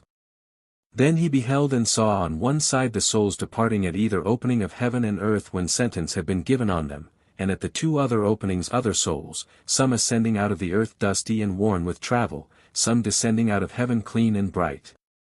And arriving ever and anon they seemed to have come from a long journey, and they went forth with gladness into the meadow, where they encamped as at a festival, and those who knew one another embraced and conversed, the souls which came from earth curiously inquiring about the things above, and the souls which came from heaven about the things beneath. And they told one another of what had happened by the way, those from below weeping and sorrowing at the remembrance of the things which they had endured and seen in their journey beneath the earth. Now the journey lasted 1,000 years, while those from above were describing heavenly delights and visions of inconceivable beauty. The story, Glaucon, would take too long to tell, but the sum was this: he said that for every wrong which they had done to anyone they suffered tenfold, or once in 100 years, such being reckoned to be the length of man's life, and the penalty being thus paid 10 times in 1,000 years. If, for example, there were any who had been the cause of many deaths, or had betrayed or enslaved cities or armies, or been guilty of any other evil behavior, for each and all of their offenses they received punishment 10 times over, and the rewards of beneficence and justice and holiness were in the same proportion. I need hardly repeat what he said concerning young children dying almost as soon as they were born. Of piety and impiety to gods and parents, and of murderers, 124 there were retributions other and greater far which he described. He mentioned that he was present when one of the spirits asked another, "Where is Ardiaeus the Great?" Now this Ardiaeus lived 1,000 years before the time of Air. He had been the tyrant of some city of Pamphylia, and had murdered his aged father and his elder brother, and was said to have committed many other abominable crimes. The answer of the other spirit was, "He comes not hither and will never come." And this, said he, was one of the dreadful sights which we ourselves witnessed. We were at the mouth of the cavern, and, having completed all our experiences, were about to reascend, when of a sudden Ardiaeus appeared and several others, most of whom were tyrants, and there were also besides the tyrants private individuals who had been great criminals. They were just, as they fancied, about to return into the upper world, but the mouth, instead of admitting them, gave a roar, whenever any of these incurable sinners or someone who had not been sufficiently punished tried to ascend. And then wild men of fiery aspect, who were standing by and heard the sound, seized and carried them off, and Ardiaeus and others they bound head and foot and hand, and threw them down and flayed them with scourges, and dragged them along the road at the side, carting them on thorns like wool, and declaring to the passers-by what were their crimes, and that 125 they were being taken away to be cast into hell. And of all the many terrors which they had endured, he said that there was none like the terror which each of them felt at that moment, lest they should hear the voice, and when there was silence, one by one they ascended with exceeding joy. These, said Air, were the penalties and retributions, and there were blessings as great. Now when the spirits which were in the meadow had tarried 7 days, on the 8th they were obliged to proceed on their journey, and, on the 4th day after, he said that they came to a place where they could see from above a line of light, straight as a column, extending right through the whole heaven and through the earth, in color resembling the rainbow, only brighter and purer. Another day's journey brought them to the place, and there, in the midst of the light, they saw the ends of the chains of heaven let down from above, for this light is the belt of heaven, and holds together the circle of the universe, like the undergirders of a trireme. From these ends is extended the spindle of necessity, on which all the revolutions turn. The shaft and hook of this spindle are made of steel, and the whirl is made partly of steel and also partly of other materials. Now the whirl is in form like the whirl used on earth, and the description of it implied that there is one large hollow whirl which is quite scooped out, and into this is fitted another lesser one, and another, and 4 others, making 8 in all, like vessels which fit into one another. The whirls show their edges on the upper side, and on their lower side altogether form one continuous whirl. This is pierced by the spindle, which is driven home through the center of the 8th. The first and outermost whirl has the rim broadest, and the 7 inner whirls are narrower, in the following proportions: the 6th is next to the 1st in size, the 4th next to the 6th, then comes the 8th, the 7th is 5th, the 5th is 6th, the 3rd is 7th, last and 8th comes the 2nd. The largest, or fixed stars, is spangled, and the 7th, or sun, is brightest, the 8th, or moon, colored by the reflected light of the 7th, the 2nd and 5th, Saturn and Mercury, are in color like one another, and yellower than the preceding. The 3rd, Venus, has the whitest light, the 4th, Mars, is reddish, the 6th, Jupiter, is in whiteness second. Now the whole spindle has the same motion, but, as the whole revolves in one direction, the 7 inner circles move slowly in the other, and of these the swiftest is the 8th, next in swiftness are the 7th, 6th, and 5th, which move together, third in swiftness appeared to move according to the law of this reversed motion the 4th, the third appeared 4th and the second 5th. The spindle turns on the knees of necessity, and on the upper surface of each circle is a siren, who goes round with them, hymning a single tone or note. The 8 together form one harmony, and round about, at equal intervals, there is another band, 3 in number, each sitting upon her throne. These are the Fates, daughters of necessity, who are clothed in white robes and have chaplets upon their heads, Lachesis and Clotho and Atropos, who accompany with their voices the harmony of the sirens, Lachesis singing of the past, Clotho of the present, Atropos of the future, Clotho from time to time assisting with a touch of her right hand the revolution of the outer circle of the whirl or spindle, and Atropos with her left hand touching and guiding the inner ones, and Lachesis laying hold of either in turn, first with one hand and then with the other. When air and the spirits arrived, their duty was to go at once to Lachesis, but first of all there came a prophet who arranged them in order, then he took from the knees of Lachesis lots and samples of lives, and having mounted a high pulpit, spoke as follows: Hear the word of Lachesis, the daughter of necessity. Mortal souls, behold a new cycle of life and mortality. Your genius will not be allotted to you, but you will choose your genius, and let him who draws the first lot have the first choice, and the life which he chooses shall be his destiny. Virtue is free, and as a man honors or dishonors her he will have more or less of her, the responsibility is with the chooser, God is justified. When the interpreter had thus spoken he scattered lots indifferently among them all, and each of them took up the lot which fell near him, all but air himself, he was not allowed, and each as he took his lot perceived the number which he had obtained. Then the interpreter placed on the ground before them the samples of lives, and there were many more lives than the souls present, and they were of all sorts. There were lives of every animal and of man in every condition. And there were tyrannies among them, some lasting out the tyrant's life, others which broke off in the middle and came to an end in poverty and exile and beggary, and there were lives of famous men, some who were famous for their form and beauty as well as for their strength and success in games, or, again, for their birth and the qualities of their ancestors, and some who were the reverse of famous for the opposite qualities. And of women likewise, there was not, however, any definite character in them, because the soul, when choosing a new life, must of necessity become different. But there was every other quality, and they all mingled with one another, and also with elements of wealth and poverty, and disease and health, and there were mean states also. And here, my dear Glaucon, is the supreme peril of our human state, and therefore the utmost care should be taken. Let each one of us leave every other kind of knowledge and seek and follow one thing only, if peradventure he may be able to learn and may find someone who will make him able to learn and discern between good and evil, and so to choose always and everywhere the better life as he has opportunity. He should consider the bearing of all these things which have been mentioned severally and collectively upon virtue. He should know what the effect of beauty is when combined with poverty or wealth in a particular soul, and what are the good and evil consequences of noble and humble birth, of private and public station, of strength and weakness, of cleverness and dullness, and of all the natural and acquired gifts of the soul, and the operation of them when conjoined. He will then look at the nature of the soul, and from the consideration of all these qualities he will be able to determine which is the better and which is the worse, and so he will choose, giving the name of evil to the life which will make his soul more unjust, and good to the life which will make his soul more just, all else he will disregard. But when he had time to reflect, and saw what was in the lot, he began to beat his breast and lament over his choice, forgetting the proclamation of the prophet, for, instead of throwing the blame of his misfortune on himself, he accused chance and the gods, and everything rather than himself. Now he was one of those who came from heaven, and in a former life had dwelt in a well-ordered state, but his virtue was a matter of habit only, and he had no philosophy.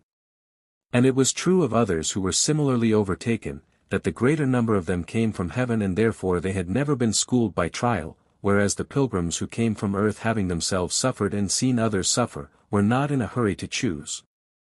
And owing to this inexperience of theirs, and also because the lot was a chance, many of the souls exchanged a good destiny for an evil or an evil for a good. For if a man had always on his arrival in this world dedicated himself from the first to sound philosophy, and had been moderately fortunate in the number of the lot, he might, as the messenger reported, be happy here, and also his journey to another life and return to this, instead of being rough and underground, would be smooth and heavenly. Most curious, he said, was the spectacle, sad and laughable and strange, for the choice of the souls was in most cases based on their experience of a previous life. There he saw the soul which had once been Orpheus choosing the life of a swan out of enmity to the race of women, hating to be born of a woman because they had been his murderers. He beheld also the soul of Thamyras choosing the life of a nightingale, birds, on the other hand, like the swan and other musicians, wanting to be men. The soul which obtained the 126 lot chose the life of a lion, and this was the soul of Ajax the son of Telamon, who would not be a man, remembering the injustice which was done him in the judgment about the arms. The next was Agamemnon, who took the life of an eagle, because, like Ajax, he hated human nature by reason of his sufferings. About the middle came the lot of Atalanta. She, seeing the great fame of an athlete, was unable to resist the temptation, and after her there followed the soul of Epeus the son of Panopeus passing into the nature of a woman cunning in the arts, and far away among the last who chose, the soul of the jester Thersites was putting on the form of a monkey. There came also the soul of Odysseus having yet to make a choice, and his lot happened to be the last of them all. Now the recollection of former toils had disenchanted him of ambition, and he went about for a considerable time in search of the life of a private man who had no cares. He had some difficulty in finding this, which was lying about and had been neglected by everybody else, and when he saw it, he said that he would have done the same had his lot been first instead of last, and that he was delighted to have it. And not only did men pass into animals, but I must also mention that there were animals tame and wild who changed into one another and into corresponding human natures, the good into the gentle and the evil into the savage, in all sorts of combinations. All the souls had now chosen their lives, and they went in the order of their choice to Lachesis, who sent with them the genius whom they had severally chosen, to be the guardian of their lives and the fulfiller of the choice. This genius led the souls first to Clotho, and drew them within the revolution of the spindle impelled by her hand, thus ratifying the destiny of each, and then, when they were fastened to this, carried them to Atropos, who spun the threads and made them irreversible, when without turning round they passed beneath the throne of necessity, and when they had all passed, they marched on in a scorching heat to the plain of forgetfulness, which was a barren waste destitute of trees and verdure, and then towards evening they encamped by the river of unmindfulness, whose water no vessel can hold. Of this they were all obliged to drink a certain quantity, and those who were not saved by wisdom drank more than was necessary, and each one as he drank forgot all things. Now after they had gone to rest, about the middle of the night there was a thunderstorm and earthquake, and then in an instant they were driven upwards in all manner of ways to their birth, like stars shooting. He himself was hindered from drinking the water. But in what manner or by what means he returned to the body he could not say, only, in the morning, awaking suddenly, he found himself lying on the pyre. And thus, Glaucon, the tale has been saved and has not perished, and will save us if we are obedient to the word spoken, and we shall pass safely over the river of forgetfulness and our soul will not be defiled. Wherefore my counsel is, that we hold fast ever to the heavenly way and follow after justice and virtue always, considering that the soul is immortal and able to endure every sort of good and every sort of evil. Thus shall we live dear to one another and to the gods, both while remaining here and when, like conquerors in the games who go round to gather gifts, we receive our reward. And it shall be well with us both in this life and in the pilgrimage of 1,000 years which we have been describing. Timaeus. Introduction and analysis of all the writings of Plato. The Timaeus is the most obscure and repulsive to the modern reader, and has nevertheless had the greatest influence over the ancient and medieval world. The obscurity arises in the infancy of physical science, out of the confusion of theological, mathematical, and physiological notions, out of the desire to conceive the whole of nature without any adequate knowledge of the parts, and from a greater perception of similarities which lie on the surface than of differences which are hidden from view. To bring sense under the control of reason, to find some way through the mist or labyrinth of appearances, either the highway of mathematics, or more devious paths suggested by the analogy of man with the world, and of the world with man, to see that all things have a cause and are tending towards an end. This is the spirit of the ancient physical philosopher. He has no notion of trying an experiment and is hardly capable of observing the curiosities of nature which are tumbling out at his feet, or of interpreting even the most obvious of them. He is driven back from the nearer to the more distant, from particulars to generalities, from the earth to the stars. He lifts up his eyes to the heavens and seeks to guide by their motions his erring footsteps. But we neither appreciate the conditions of knowledge to which he was subjected, nor have the ideas which fastened upon his imagination the same hold upon us. For he is hanging between matter and mind, he is under the dominion at the same time both of sense and of abstractions, his impressions are taken almost at random from the outside of nature, he sees the light, but not the objects which are revealed by the light, and he brings into juxtaposition things which to us appear wide as the poles asunder, because he finds nothing between them. He passes abruptly from persons to ideas and numbers, and from ideas and numbers to persons, from the heavens to man, from astronomy to physiology. He confuses, or rather does not distinguish, subject and object, first and final causes, and is dreaming of geometrical figures lost in a flux of sense. He contrasts the perfect movements of the heavenly bodies with the imperfect representation of them, Republic 7:5-19, and he does not always require strict accuracy even in applications of number and figure, Republic 9:587d, e. His mind lingers around the forms of mythology, which he uses as symbols or translates into figures of speech. He has no implements of observation, such as the telescope or microscope. The great science of chemistry is a blank to him. It is only by an effort that the modern thinker can breathe the atmosphere of the ancient philosopher, or understand how, under such unequal conditions, he seems in many instances, by a sort of inspiration, to have anticipated the truth. The influence which the Timaeus has exercised upon posterity is due partly to a misunderstanding. In the supposed depths of this dialogue the Neoplatonists found hidden meanings and connections with the Jewish and Christian scriptures, and out of them they elicited doctrines quite at variance with the spirit of Plato. Believing that he was inspired by the Holy Ghost, or had received his wisdom from Moses, they seemed to find in his writings the Christian Trinity, the Word, the Church, the creation of the world in a Jewish sense, as they really found the personality of God or of mind, and the immortality of the soul. All religions and philosophies met and mingled in the schools of Alexandria, and the Neoplatonists had a method of interpretation which could elicit any meaning out of any words. They were really incapable of distinguishing between the opinions of one philosopher and another, between Aristotle and Plato, or between the serious thoughts of Plato and his passing fancies. They were absorbed in his theology and were under the dominion of his name, while that which was truly great and truly characteristic in him, his effort to realize and connect abstractions, was not understood by them at all. Yet the genius of Plato and Greek philosophy reacted upon the East, and a Greek element of thought and language overlaid and partly reduced to order the chaos of Orientalism.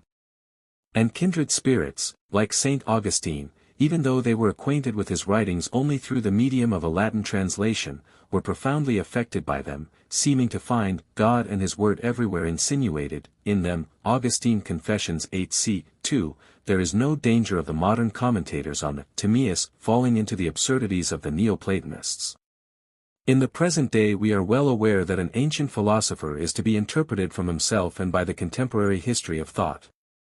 We know that mysticism is not criticism. The fancies of the Neoplatonists are only interesting to us because they exhibit a phase of the human mind which prevailed widely in the first centuries of the Christian era, and is not wholly extinct in our own day. But they have nothing to do with the interpretation of Plato, and in spirit they are opposed to him. They are the feeble expression of an age which has lost the power not only of creating great works, but of understanding them. They are the spurious birth of a marriage between philosophy and tradition, between Hellas and the East, epsilon kappa gamma epsilon nu alpha nu theta alpha kappa alpha nu lambda alpha, Republic 6:496a. Whereas the so-called mysticism of Plato is purely Greek, arising out of his imperfect knowledge and high aspirations, and is the growth of an age in which philosophy is not wholly separated from poetry and mythology. A greater danger with modern interpreters of Plato is the tendency to regard the Timaeus as the center of his system. We do not know how Plato would have arranged his own dialogues, or whether the thought of arranging any of them, besides the two trilogies, which he has expressly connected, was ever present to his mind. But, if he had arranged them, there are many indications that this is not the place which he would have assigned to the Timaeus. We observe, first of all, that the dialogue is put into the mouth of a Pythagorean philosopher, and not of Socrates. And this is required by dramatic propriety, for the investigation of nature was expressly renounced by Socrates in the Phaedo, 96 and following. Nor does Plato himself attribute any importance to his guesses at science. He is not at all absorbed by them, as he is by the idea of good. He is modest and hesitating, and confesses that his words partake of the uncertainty of the subject, Timaeus 29c. The dialogue is primarily concerned with the animal creation, including under this term the heavenly bodies, and with man only as one among the animals. But we can hardly suppose that Plato would have preferred the study of nature to man, or that he would have deemed the formation of the world and the human frame to have the same interest which he ascribes to the mystery of being and not being, or to the great political problems which he discusses in the Republic and the Laws. There are no speculations on physics in the other dialogues of Plato, and he himself regards the consideration of them as a rational pastime only, compare 59d, etc. He is beginning to feel the need of further divisions of knowledge, and is becoming aware that besides dialectic, mathematics, and the arts, there is another field which has been hitherto unexplored by him. But he has not as yet defined this intermediate territory which lies somewhere between medicine and mathematics, and he would have felt that there was as great an impiety in ranking theories of physics first in the order of knowledge, as in placing the body before the soul. It is true, however, that the Timaeus is by no means confined to speculations on physics. The deeper foundations of the Platonic philosophy, such as the nature of God, the distinction of the sensible and intellectual, the great original conceptions of time and space, also appear in it. They are found principally in the first half of the dialogue. The construction of the heavens is for the most part ideal, the cyclic year serves as the connection between the world of absolute being and of generation, just as the number of population in the Republic, Book 8 546, is the expression or symbol of the transition from the ideal to the actual state. In some passages we are uncertain whether we are reading a description of astronomical facts or contemplating processes of the human mind, 37c, or of that divine mind, compare Philebus 22d, which in Plato is hardly separable from it. The characteristics of man are transferred to the world animal, as for example when intelligence and knowledge are said to be perfected by the circle of the same, and true opinion by the circle of the other, and conversely the motions of the world animal reappear in man, its amorphous state continues in the child, 44, and in both disorder and chaos are gradually succeeded by stability and order.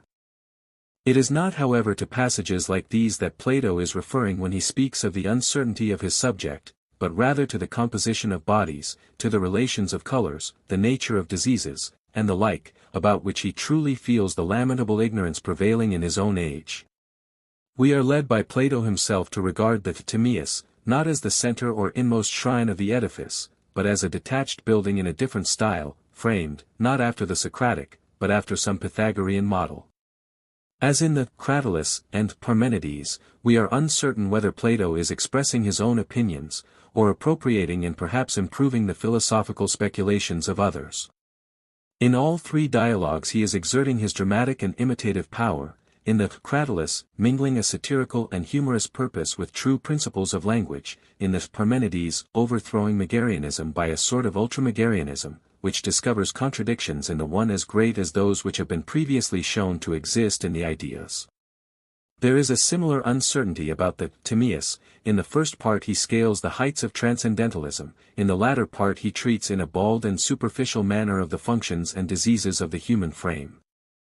In all his later dialogues we observe a tendency in him to personify mind or God, and he therefore naturally inclines to view creation as the work of design. The creator is like a human artist who frames in his mind a plan which he executes by the help of his servants. Thus the language of philosophy which speaks of first and second causes is crossed by another sort of phraseology: God made the world because he was good, and the demons ministered to him.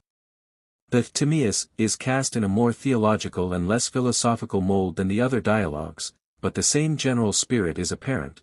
There is the same dualism or opposition between the ideal and actual, 51b and following, the soul is prior to the body, 34c, the intelligible and unseen to the visible and corporeal, 28. There is the same distinction between knowledge and opinion, 37c, which occurs in the Theaetetus and Republic, the same enmity to the poets, 19d, the same combination of music and gymnastics, 88c. The doctrine of transmigration is still held by him, 90e and following, as in the Phaedrus and Republic, and the soul has a view of the heavens in a prior state of being, 41e. The ideas also remain, but they have become types in nature, forms of men, animals, birds, fishes, 39e. And the attribution of evil to physical causes, 86d, e, accords with the doctrine which he maintains in the Laws, Book 9 861, respecting the involuntariness of vice. The style and plan of the Timaeus differ greatly from that of any other of the Platonic dialogues. The language is weighty, abrupt, and in some passages sublime. But Plato has not the same mastery over his instrument which he exhibits in the Phaedrus or Symposium. Nothing can exceed the beauty or art of the introduction, in which he is using words after his accustomed manner. But in the rest of the work the power of language seems to fail him, and the dramatic form is wholly given up. He could write in one style, but not in another, and the Greek language had not as yet been fashioned by any poet or philosopher to describe physical phenomena. The early physiologists had generally written in verse, the prose writers, like Democritus and Anaxagoras, as far as we can judge from their fragments, never attained to a periodic style. And hence we find the same sort of clumsiness in the Timaeus of Plato which characterizes the philosophical poem of Lucretius. There is a want of flow and often a defect of rhythm, the meaning is sometimes obscure, and there is a greater use of apposition and more of repetition than occurs in Plato's earlier writings. The sentences are less closely connected and also more involved, the antecedents of demonstrative and relative pronouns are in some cases remote and perplexing. The greater frequency of participles and of absolute constructions gives the effect of heaviness. The descriptive portion of the Timaeus retains traces of the first Greek prose composition, for the great master of language was speaking on a theme with which he was imperfectly acquainted, and had no words in which to express his meaning. The rugged grandeur of the opening discourse of Timaeus 28:31, may be compared with the more harmonious beauty of a similar passage in the Phaedrus, 245. To the same cause we may attribute the want of plan. Plato had not the command of his materials which would have enabled him to produce a perfect work of art. Hence there are several new beginnings and resumptions and formal or artificial connections, we miss the callida junctura of the earlier dialogues. His speculations about the eternal, his theories of creation, his mathematical anticipations, are supplemented by desultory remarks on the one immortal and the two mortal souls of man, on the functions of the bodily organs in health and disease, on sight, hearing, smell, taste, and touch. He soars into the heavens, and then, as if his wings were suddenly clipped, he walks ungracefully and with difficulty upon the earth. The greatest things in the world, and the least things in man, are brought within the compass of a short treatise. But the intermediate links are missing, and we cannot be surprised that there should be a want of unity in a work which embraces astronomy, theology, physiology, and natural philosophy in a few pages. It is not easy to determine how Plato's cosmos may be presented to the reader in a clearer and shorter form, or how we may supply a thread of connection to his ideas without giving greater consistency to them than they possessed in his mind, or adding on consequences which would never have occurred to him. For he has glimpses of the truth, but no comprehensive or perfect vision. There are isolated expressions about the nature of God which have a wonderful depth and power, 29e and following, 37 and following, but we are not justified in assuming that these had any greater significance to the mind of Plato than language of a neutral and impersonal character. With a view to the illustration of the Timaeus, I propose to divide this introduction into sections, of which the first will contain an outline of the dialogue. 2. I shall consider the aspects of nature which presented themselves to Plato and his age, and the elements of philosophy which entered into the conception of them. 3. The theology and physics of the Timaeus, including the soul of the world, the conception of time and space, and the composition of the elements. 4. In the fourth section I shall consider the Platonic astronomy, and the position of the earth. There will remain, 5. The psychology, 6. The physiology of Plato, and, 7. His analysis of the senses to be briefly commented upon. 8. Lastly, we may examine in what points Plato approaches or anticipates the discoveries of modern science. Section I. Socrates begins the Timaeus with a summary of the Republic.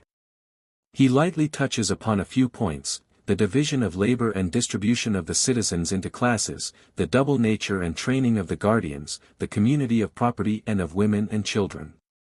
But he makes no mention of the second education, or of the government of philosophers. And now he desires to see the ideal state set in motion. He would like to know how she behaved in some great struggle. But he is unable to invent such a narrative himself, and he is afraid that the poets are equally incapable, for, although he pretends to have nothing to say against them, he remarks that they are a tribe of imitators, who can only describe what they have seen. And he fears that the sophists, who are plentifully supplied with graces of speech, in their erratic way of life having never had a city or house of their own, may through want of experience err in their conception of philosophers and statesmen.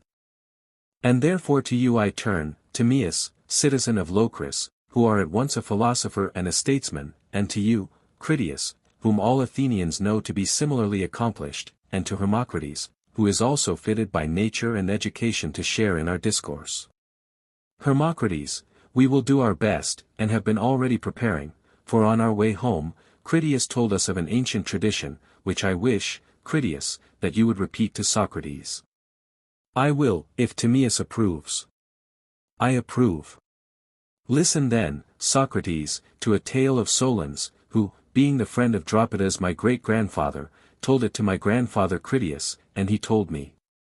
The narrative related to ancient famous actions of the Athenian people, and to one especially, which I will rehearse in honor of you and of the goddess.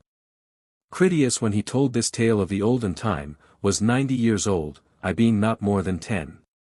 The occasion of the rehearsal was the day of the Apaturia called the registration of youth, at which our parents gave prizes for recitation. Some poems of Solon were recited by the boys.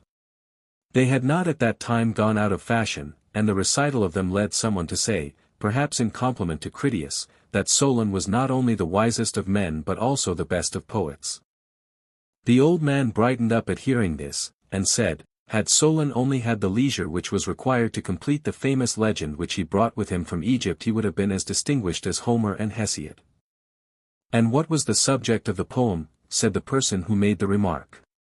The subject was a very noble one. He described the most famous action in which the Athenian people were ever engaged. But the memory of their exploits has passed away owing to the lapse of time and the extinction of the actors. Tell us, said the other, the whole story, and where Solon heard the story. He replied, there is at the head of the Egyptian delta, where the river Nile divides, a city and district called Sais. The city was the birthplace of King Amasis, and is under the protection of the goddess Neith or Athene. The citizens have a friendly feeling towards the Athenians, believing themselves to be related to them. Hither came Solon, and was received with honor, and here he first learnt, by conversing with the Egyptian priests, how ignorant he and his countrymen were of antiquity. Perceiving this, and with the view of eliciting information from them, he told them the tales of Pharanius and Niobe, and also of Deucalion and Pyrrha, and he endeavored to count the generations which had since passed. Thereupon an aged priest said to him, O Solon, Solon, you Hellenes are ever young, and there is no old man who is a Hellene. What do you mean? He asked. In mind, replied the priest, I mean to say that you are children. There is no opinion or tradition of knowledge among you which is white with age, and I will tell you why. Like the rest of mankind you have suffered from convulsions of nature, which are chiefly brought about by the two great agencies of fire and water.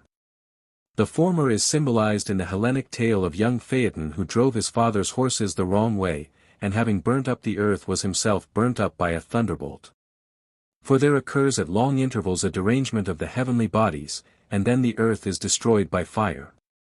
At such times, and when fire is the agent, those who dwell by rivers or on the seashore are safer than those who dwell upon high and dry places, who in their turn are safer when the danger is from water. Now the Nile is our savior from fire, and as there is little rain in Egypt, we are not harmed by water, whereas in other countries, when a deluge comes, the inhabitants are swept by the rivers into the sea. The memorials which your own and other nations have once had of the famous actions of mankind perish in the waters at certain periods, and the rude survivors in the mountains begin again, knowing nothing of the world before the flood. But in Egypt the traditions of our own and other lands are by us registered forever in our temples. The genealogies which you have recited to us out of your own annals, Solon, are a mere children's story. For in the first place, you remember one deluge only, and there were many of them, and you know nothing of that fairest and noblest race of which you are a seed or remnant. The memory of them was lost, because there was no written voice among you. For in the times before the great flood Athens was the greatest and best of cities and did the noblest deeds and had the best constitution of any under the face of heaven. Solon marveled, and desired to be informed of the particulars. You are welcome to hear them, said the priest, both for your own sake and for that of the city, and above all for the sake of the goddess who is the common foundress of both our cities. 9,000 years have elapsed since she founded yours, and 8,000 since she founded ours, as our annals record. Many laws exist among us which are the counterpart of yours as they were in the olden time. I will briefly describe them to you, and you shall read the account of them at your leisure in the sacred registers. In the first place, there was a caste of priests among the ancient Athenians, and another of artisans, also castes of shepherds, hunters, and husbandmen, and lastly of warriors, who, like the warriors of Egypt, were separated from the rest, and carried shields and spears, a custom which the goddess first taught you, and then the Asiatics, and we among Asiatics first received from her. Observe again, what care the law took in the pursuit of wisdom, searching out the deep things of the world, and applying them to the use of man. The spot of earth which the goddess chose had the best of climates, and produced the wisest men, in no other was she herself, the philosopher and warrior goddess, so likely to have votaries. And there you dwelt as became the children of the gods, excelling all men in virtue, and many famous actions are recorded of you. The most famous of them all was the overthrow of the island of Atlantis. This great island lay over against the pillars of Heracles, in extent greater than Libya and Asia put together, and was the passage to other islands and to a great ocean of which the Mediterranean Sea was only the harbor, and within the pillars the empire of Atlantis reached in Europe to Tyrrhenia and in Libya to Egypt. This mighty power was arrayed against Egypt and Hellas and all the countries bordering on the Mediterranean. Then your city did bravely, and won renown over the whole earth. For at the peril of her own existence, and when the other Hellenes had deserted her, she repelled the invader, and of her own accord gave liberty to all the nations within the pillars. A little while afterwards there were great earthquakes and floods, and your warrior race all sank into the earth, and the great island of Atlantis also disappeared in the sea. This is the explanation of the shallows which are found in that part of the Atlantic Ocean. Such was the tale, Socrates, which Critias heard from Solon, and I noticed when listening to you yesterday, how close the resemblance was between your city and citizens and the ancient Athenian state. But I would not speak at the time, because I wanted to refresh my memory. I had heard the old man when I was a child, and though I could not remember the whole of our yesterday's discourse, I was able to recall every word of this, which is branded into my mind, and I am prepared, Socrates, to rehearse to you the entire narrative. The imaginary state which you were describing may be identified with the reality of Solon, and our antediluvian ancestors may be your citizens. That is excellent, Critias, and very appropriate to a Panathenaic festival. The truth of the story is a great advantage. Then now let me explain to you the order of our entertainment. First, Timaeus, who is a natural philosopher, will speak of the origin of the world, going down to the creation of man, and then I shall receive the men whom he has created, and some of whom will have been educated by you, and introduce them to you as the lost Athenian citizens of whom the Egyptian record spoke. As the law of Solon prescribes, we will bring them into court and acknowledge their claims to citizenship. I see, replied Socrates, that I shall be well entertained, and do you, Timaeus, offer up a prayer and begin. Timaeus, all men who have any right feeling, at the beginning of any enterprise, call upon the gods, and he who is about to speak of the origin of the universe has a special need of their aid. May my words be acceptable to them, and may I speak in the manner which will be most intelligible to you and will best express my own meaning. First, I must distinguish between that which always is and never becomes and which is apprehended by reason and reflection, and that which always becomes and never is and is conceived by opinion with the help of sense. All that becomes and is created is the work of a cause, and that is fair which the artificer makes after an eternal pattern, but whatever is fashioned after a created pattern is not fair. Is the world created or uncreated? That is the first question. Created, I reply, being visible and tangible and having a body, and therefore sensible, and if sensible, then created, and if created, made by a cause, and the cause is the ineffable Father of all things, who had before him an eternal archetype. For to imagine that the archetype was created would be blasphemy, seeing that the world is the noblest of creations, and God is the best of causes. And the world being thus created according to the eternal pattern is the copy of something, and we may assume that words are akin to the matter of which they speak. What is spoken of the unchanging or intelligible must be certain and true, but what is spoken of the created image can only be probable, being is to becoming what truth is to belief.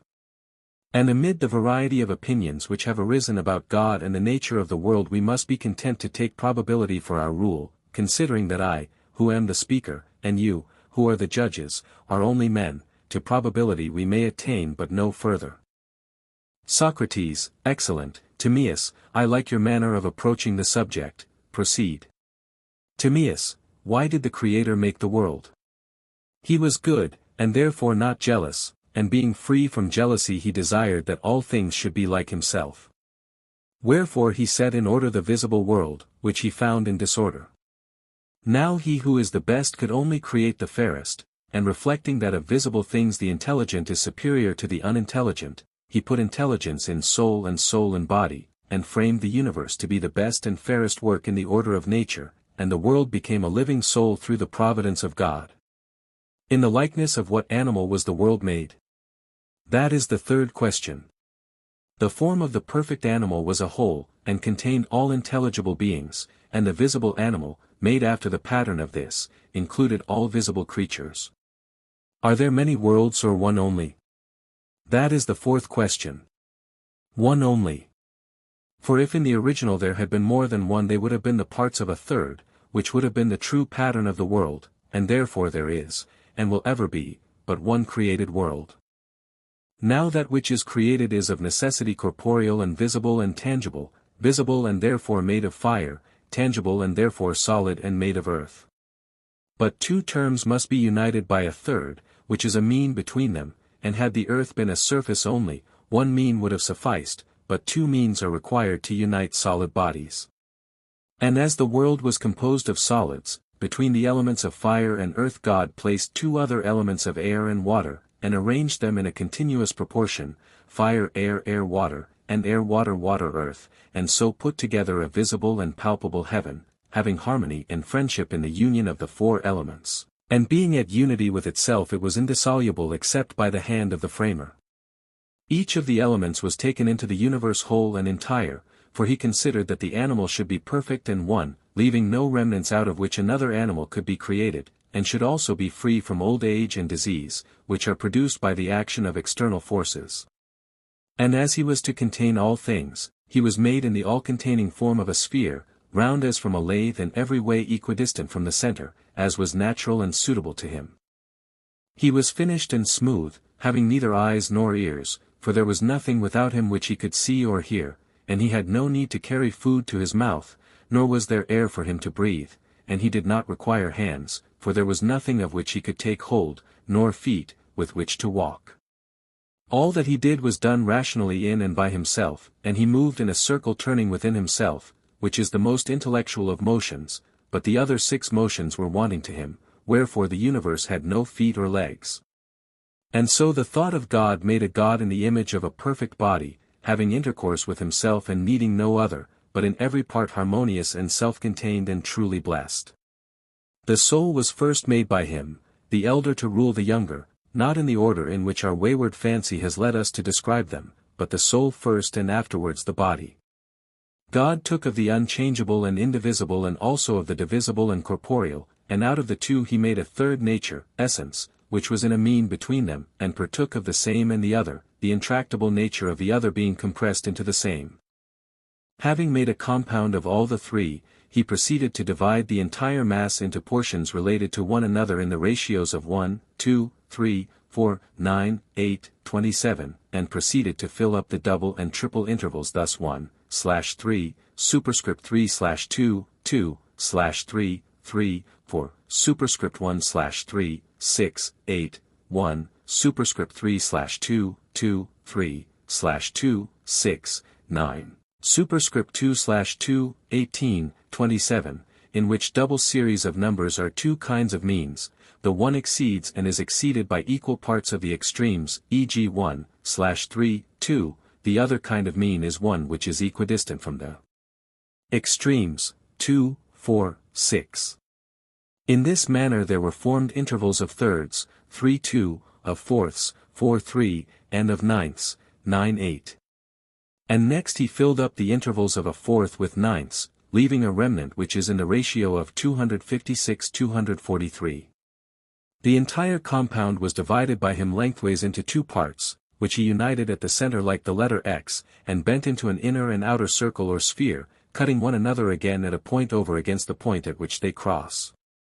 The outer circle or sphere was named the sphere of the same, the inner, the sphere of the other or diverse, and the one revolved horizontally to the right, the other diagonally to the left. To the sphere of the same which was undivided he gave dominion, but the sphere of the other or diverse was distributed into 7 unequal orbits, having intervals in ratios of 2s and 3s, 3 of either sort, and he bade the orbits move in opposite directions to one another, 3 of them, the Sun, Mercury, Venus, with equal swiftness, and the remaining 4, the Moon, Saturn, Mars, Jupiter, with unequal swiftness to the 3 and to one another, but all in due proportion. When the Creator had made the soul he made the body within her, and the soul interfused everywhere from the center to the circumference of heaven, herself turning in herself, began a divine life of rational and everlasting motion. The body of heaven is visible, but the soul is invisible, and partakes of reason and harmony, and is the best of creations, being the work of the best. And being composed of the same, the other, and the essence, these three, and also divided and bound in harmonical proportion, and revolving within herself, the soul when touching anything which has essence, whether divided or undivided, is stirred to utter the sameness or diversity of that and some other thing, and to tell how and when and where individuals are affected or related, whether in the world of change or of essence. When reason is in the neighborhood of sense, and the circle of the other or diverse is moving truly, then arise true opinions and beliefs. When reason is in the sphere of thought, and the circle of the same runs smoothly, then intelligence is perfected. When the Father who begot the world saw the image which he had made of the eternal gods moving and living, he rejoiced, and in his joy resolved, since the archetype was eternal, to make the creature eternal as far as this was possible. Wherefore he made an image of eternity which is time, having an uniform motion according to number, parted into months and days and years, and also having greater divisions of past, present, and future.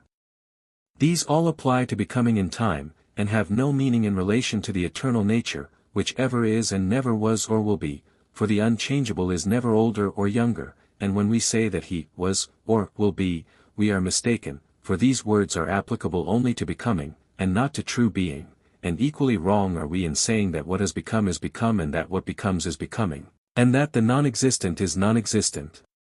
These are the forms of time which imitate eternity and move in a circle measured by number. Thus was time made in the image of the eternal nature, and it was created together with the heavens, in order that if they were dissolved, it might perish with them. And God made the sun and moon and 5 other wanderers, as they are called, 7 in all, and to each of them he gave a body moving in an orbit, being one of the 7 orbits into which the circle of the other was divided. He put the moon in the orbit which was nearest to the earth, the sun in that next, the morning star and Mercury in the orbits which move opposite to the sun but with equal swiftness, this being the reason why they overtake and are overtaken by one another. All these bodies became living creatures, and learnt their appointed tasks, and began to move, the nearer more swiftly, the remoter more slowly, according to the diagonal movement of the other. And since this was controlled by the movement of the same, the 7 planets in their courses appeared to describe spirals, and that appeared fastest which was slowest, and that which overtook others appeared to be overtaken by them. And God lighted a fire in the 2nd orbit from the earth which is called the sun, to give light over the whole heaven, and to teach intelligent beings that knowledge of number which is derived from the revolution of the same. Thus arose day and night, which are the periods of the most intelligent nature. A month is created by the revolution of the moon, a year by that of the sun. Other periods of wonderful length and complexity are not observed by men in general. There is moreover a cycle or perfect year at the completion of which they all meet and coincide. To this end the stars came into being, that the created heaven might imitate the eternal nature. Thus far the universal animal was made in the divine image, but the other animals were not as yet included in him. And God created them according to the patterns or species of them which existed in the divine original. There are 4 of them, one of gods, another of birds, a third of fishes, and a fourth of animals. The gods were made in the form of a circle, which is the most perfect figure and the figure of the universe.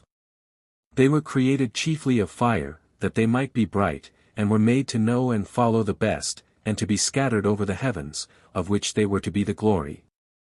2 kinds of motion were assigned to them. First, the revolution in the same and around the same, in peaceful unchanging thought of the same, and to this was added a forward motion which was under the control of the same. Thus then the fixed stars were created, being divine and eternal animals, revolving on the same spot, and the wandering stars, in their courses, were created in the manner already described. The earth, which is our nurse, clinging around the pole extended through the universe, he made to be the guardian and artificer of night and day, first and eldest of gods that are in the interior of heaven. Vain would be the labor of telling all the figures of them, moving as in dance, and their juxtapositions and approximations, and when and where and behind what other stars they appear to disappear. To tell of all this without looking at a plan of them would be labor in vain. Thus he spake, and poured the remains of the elements into the cup in which he had mingled the soul of the universe.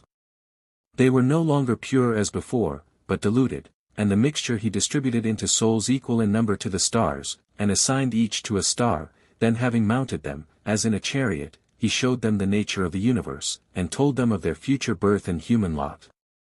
They were to be sown in the planets, and out of them was to come forth the most religious of animals, which would hereafter be called man. The souls were to be implanted in bodies, which were in a perpetual flux, whence, he said, would arise, first, sensation, secondly, love, which is a mixture of pleasure and pain, thirdly, fear and anger, and the opposite affections, and if they conquered these, they would live righteously, but if they were conquered by them, unrighteously.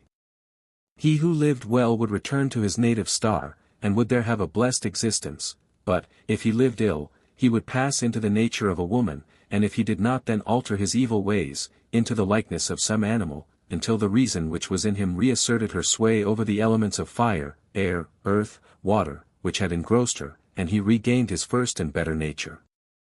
Having given this law to his creatures, that he might be guiltless of their future evil, he sowed them, some in the earth, some in the moon, and some in the other planets, and he ordered the younger gods to frame human bodies for them and to make the necessary additions to them, and to avert from them all but self-inflicted evil. Having given these commands, the Creator remained in his own nature.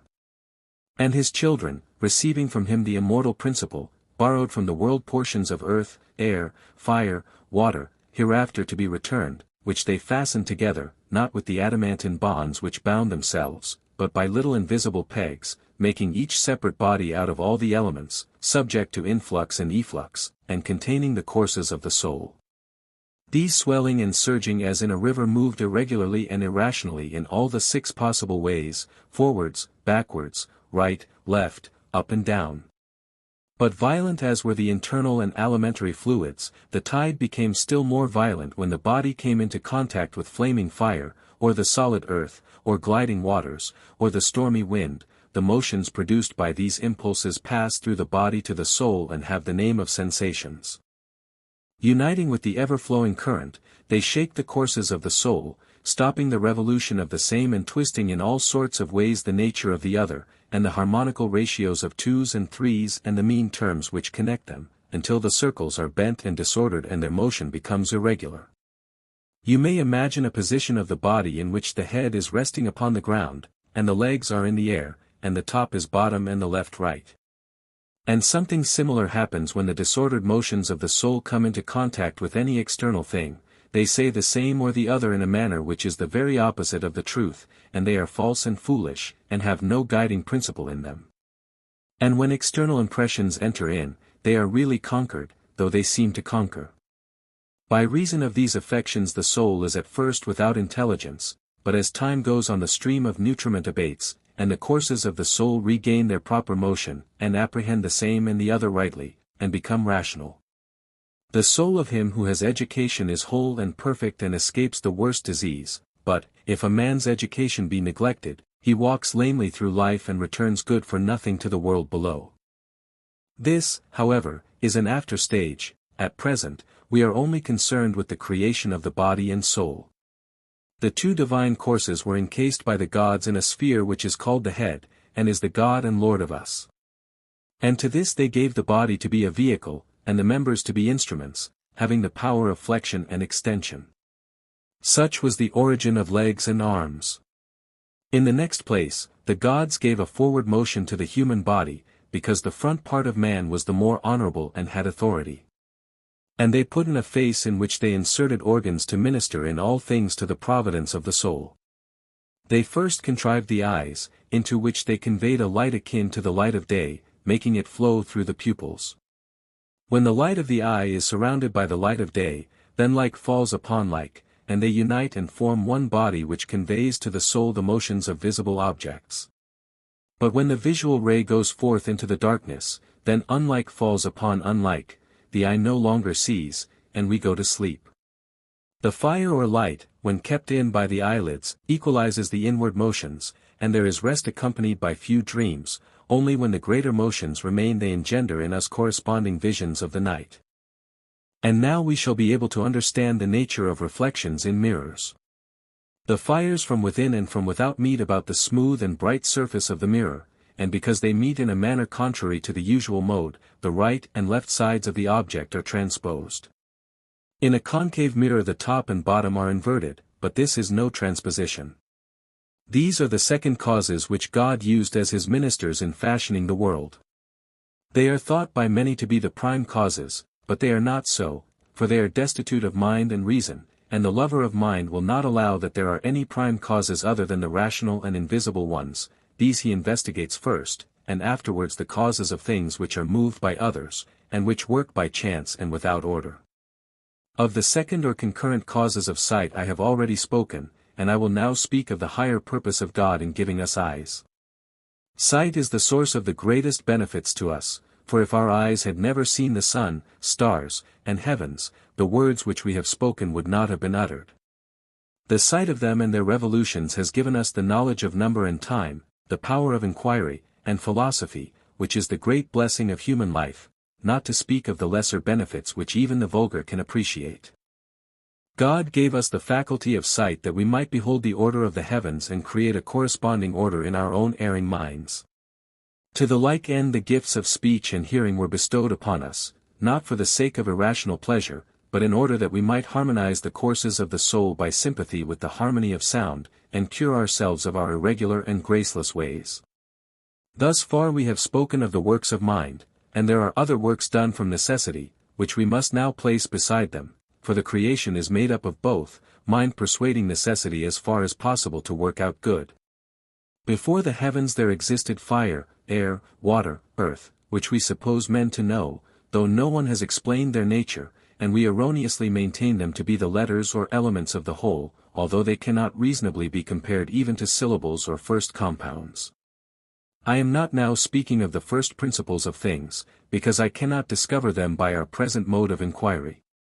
But as I observed the rule of probability at first, I will begin anew, seeking by the grace of God to observe it still. In our former discussion I distinguished two kinds of being, the unchanging or invisible, and the visible or changing. But now a third kind is required, which I shall call the receptacle or nurse of generation.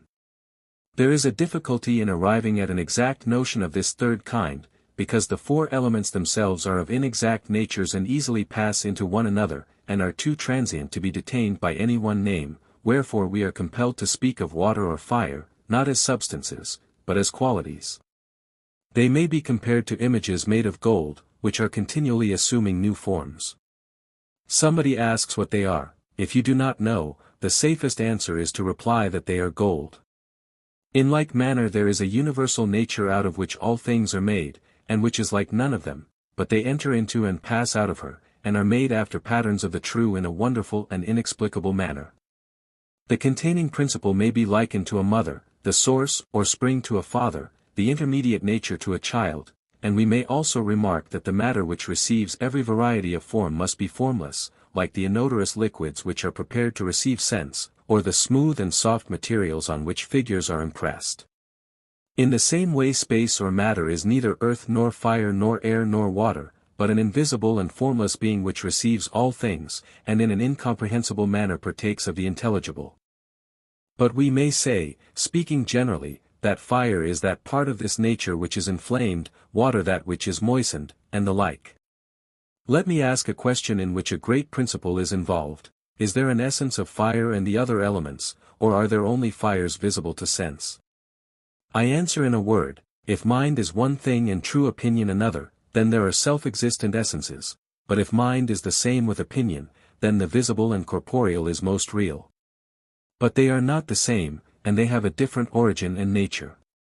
The one comes to us by instruction, the other by persuasion, the one is rational, the other is irrational, the one is movable by persuasion, the other immovable, the one is possessed by every man, the other by the gods and by very few men. And we must acknowledge that as there are two kinds of knowledge, so there are two kinds of being corresponding to them, the one uncreated, indestructible, immovable, which is seen by intelligence only, the other created, which is always becoming in place and vanishing out of place, and is apprehended by opinion and sense. There is also a third nature, that of space, which is indestructible, and is perceived by a kind of spurious reason without the help of sense. Fire, air, earth, and water are bodies and therefore solids, and solids are contained in planes, and plane rectilinear figures are made up of triangles. Of triangles there are two kinds, one having the opposite sides equal, isosceles, the other with unequal sides, scalene. These we may fairly assume to be the original elements of fire and the other bodies. What principles are prior to these God only knows, and he of men whom God loves. Next, we must determine what are the four most beautiful figures which are unlike one another and yet sometimes capable of resolution into one another. Of the two kinds of triangles the equal-sided has but one form, the unequal-sided has an infinite variety of forms, and there is none more beautiful than that which forms the half of an equilateral triangle. Let us then choose two triangles, one, the isosceles, the other, that form of scalene which has the square of the longer side 3 times as great as the square of the lesser side, and affirm that, out of these, fire and the other elements have been constructed. I was wrong in imagining that all the 4 elements could be generated into and out of one another. For as they are formed, 3 of them from the triangle which has the sides unequal, the 4th from the triangle which has equal sides, 3 can be resolved into one another, but the 4th cannot be resolved into them nor they into it. So much for their passage into one another. I must now speak of their construction. From the triangle of which the hypotenuse is twice the lesser side the 3 first regular solids are formed, first, the equilateral pyramid or tetrahedron, secondly, the octahedron, thirdly, the icosahedron, and from the isosceles triangle is formed the cube. And there is a 5th figure, which is made out of 12 pentagons, the dodecahedron. This God used as a model for the 12-fold division of the zodiac. Let us now assign the geometrical forms to their respective elements. The cube is the most stable of them because resting on a quadrangular plane surface, and composed of isosceles triangles. To the earth then, which is the most stable of bodies and the most easily modeled of them, may be assigned the form of a cube, and the remaining forms to the other elements, to fire the pyramid, to air the octahedron, and to water the icosahedron, according to their degrees of lightness or heaviness or power, or want of power, of penetration. The single particles of any of the elements are not seen by reason of their smallness, they only become visible when collected. The ratios of their motions, numbers, and other properties, are ordered by the God, who harmonized them as far as necessity permitted. The probable conclusion is as follows: earth, when dissolved by the more penetrating element of fire, whether acting immediately or through the medium of air or water, is decomposed but not transformed. Water, when divided by fire or air, becomes 1 part fire, and 2 parts air. A volume of air divided becomes 2 of fire. On the other hand, when condensed, 2 volumes of fire make a volume of air, and 2½ parts of air condense into 1 of water. Any element which is fastened upon by fire is cut by the sharpness of the triangles, until at length, coalescing with the fire, it is at rest, for similars are not affected by similars. When 2 kinds of bodies quarrel with one another, then the tendency to decomposition continues until the smaller either escapes to its kindred element or becomes one with its conqueror. And this tendency in bodies to condense or escape is a source of motion. Where there is motion there must be a mover, and where there is a mover there must be something to move. These cannot exist in what is uniform, and therefore motion is due to want of uniformity. But then why, when things are divided after their kinds, do they not cease from motion? The answer is, that the circular motion of all things compresses them, and as nature abhors a vacuum, the finer and more subtle particles of the lighter elements, such as fire and air, are thrust into the interstices of the larger, each of them penetrating according to their rarity, and thus all the elements are on their way up and down everywhere and always into their own places. Hence there is a principle of inequality, and therefore of motion, in all time. In the next place, we may observe that there are different kinds of fire: 1. Flame; 2. Light that burns not; 3. The red heat of the embers of fire. And there are varieties of air, as for example, the pure ether, the opaque mist, and other nameless forms. Water, again, is of 2 kinds, liquid and fusel. The liquid is composed of small and unequal particles, the fusel of large and uniform particles, and is more solid, but nevertheless melts at the approach of fire, and then spreads upon the earth. When the substance cools, the fire passes into the air, which is displaced, and forces together and condenses the liquid mass. This process is called cooling and congealment. Of the fusel kinds the fairest and heaviest is gold. This is hardened by filtration through rock, and is of a bright yellow color. A shoot of gold which is darker and denser than the rest is called adamant. Another kind is called copper, which is harder and yet lighter because the interstices are larger than in gold. There is mingled with it a fine and small portion of earth which comes out in the form of rust. These are a few of the conjectures which philosophy forms, when, leaving the eternal nature, she turns for innocent recreation to consider the truths of generation. Water which is mingled with fire is called liquid because it rolls upon the earth, and soft because its bases give way. This becomes more equable when separated from fire and air, and then congeals into hail or ice, or the looser forms of hoarfrost or snow. There are other waters which are called juices and are distilled through plants. Of these we may mention, first, wine, which warms the soul as well as the body; secondly, oily substances, as for example, oil or pitch; thirdly, honey, which relaxes the contracted parts of the mouth and so produces sweetness; fourthly, vegetable acid, which is frothy and has a burning quality and dissolves the flesh.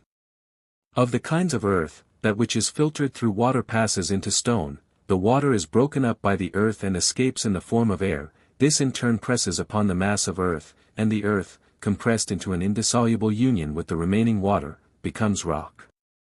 Rock, when it is made up of equal particles, is fair and transparent, but the reverse when of unequal. Earth is converted into pottery when the watery part is suddenly drawn away, or if moisture remains; the earth, when fused by fire, becomes, on cooling, a stone of a black color. When the earth is finer and of a briny nature, then 2 half-solid bodies are formed by separating the water, soda and salt. The strong compounds of earth and water are not soluble by water, but only by fire. Earth itself, when not consolidated, is dissolved by water; when consolidated, by fire only. The cohesion of water, when strong, is dissolved by fire only; when weak, either by air or fire, the former entering the interstices, the latter penetrating even the triangles. Air when strongly condensed is indissoluble by any power which does not reach the triangles, and even when not strongly condensed is only resolved by fire. Compounds of earth and water are unaffected by water while the water occupies the interstices in them, but begin to liquefy when fire enters into the interstices of the water. They are of two kinds, some of them, like glass, having more earth, others, like wax, having more water in them. Having considered objects of sense, we now pass on to sensation. But we cannot explain sensation without explaining the nature of flesh and of the mortal soul, and as we cannot treat of both together, in order that we may proceed at once to the sensations we must assume the existence of body and soul. What makes fire burn? The fineness of the sides, the sharpness of the angles, the smallness of the particles, the quickness of the motion. Moreover, the pyramid, which is the figure of fire, is more cutting than any other. The feeling of cold is produced by the larger particles of moisture outside the body trying to eject the smaller ones in the body which they compress. The struggle which arises between elements thus unnaturally brought together causes shivering. That is hard to which the flesh yields, and soft which yields to the flesh, and these two terms are also relative to one another. The yielding matter is that which has the slenderest base, whereas that which has a rectangular base is compact and repellent. Light and heavy are wrongly explained with reference to a lower and higher in place. For in the universe, which is a sphere, there is no opposition of above or below, and that which is to us above would be below to a man standing at the antipodes. The greater or less difficulty in detaching any element from its like is the real cause of heaviness or of lightness. If you draw the earth into the dissimilar air, the particles of earth cling to their native element, and you more easily detach a small portion than a large. There would be the same difficulty in moving any of the upper elements towards the lower. The smooth and the rough are severally produced by the union of evenness with compactness, and of hardness with inequality. Pleasure and pain are the most important of the affections common to the whole body. According to our general doctrine of sensation, parts of the body which are easily moved readily transmit the motion to the mind, but parts which are not easily moved have no effect upon the patient. The bones and hair are of the latter kind, sight and hearing of the former. Ordinary affections are neither pleasant nor painful.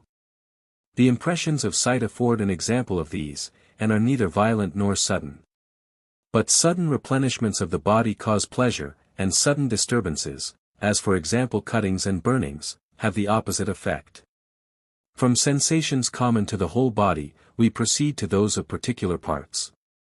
The affections of the tongue appear to be caused by contraction and dilation, but they have more of roughness or smoothness than is found in other affections. Earthy particles, entering into the small veins of the tongue which reach to the heart, when they melt into and dry up the little veins are astringent if they are rough, or if not so rough, they are only harsh, and if excessively abstergent, like potash and soda, bitter. Purgatives of a weaker sort are called salt and, having no bitterness, are rather agreeable.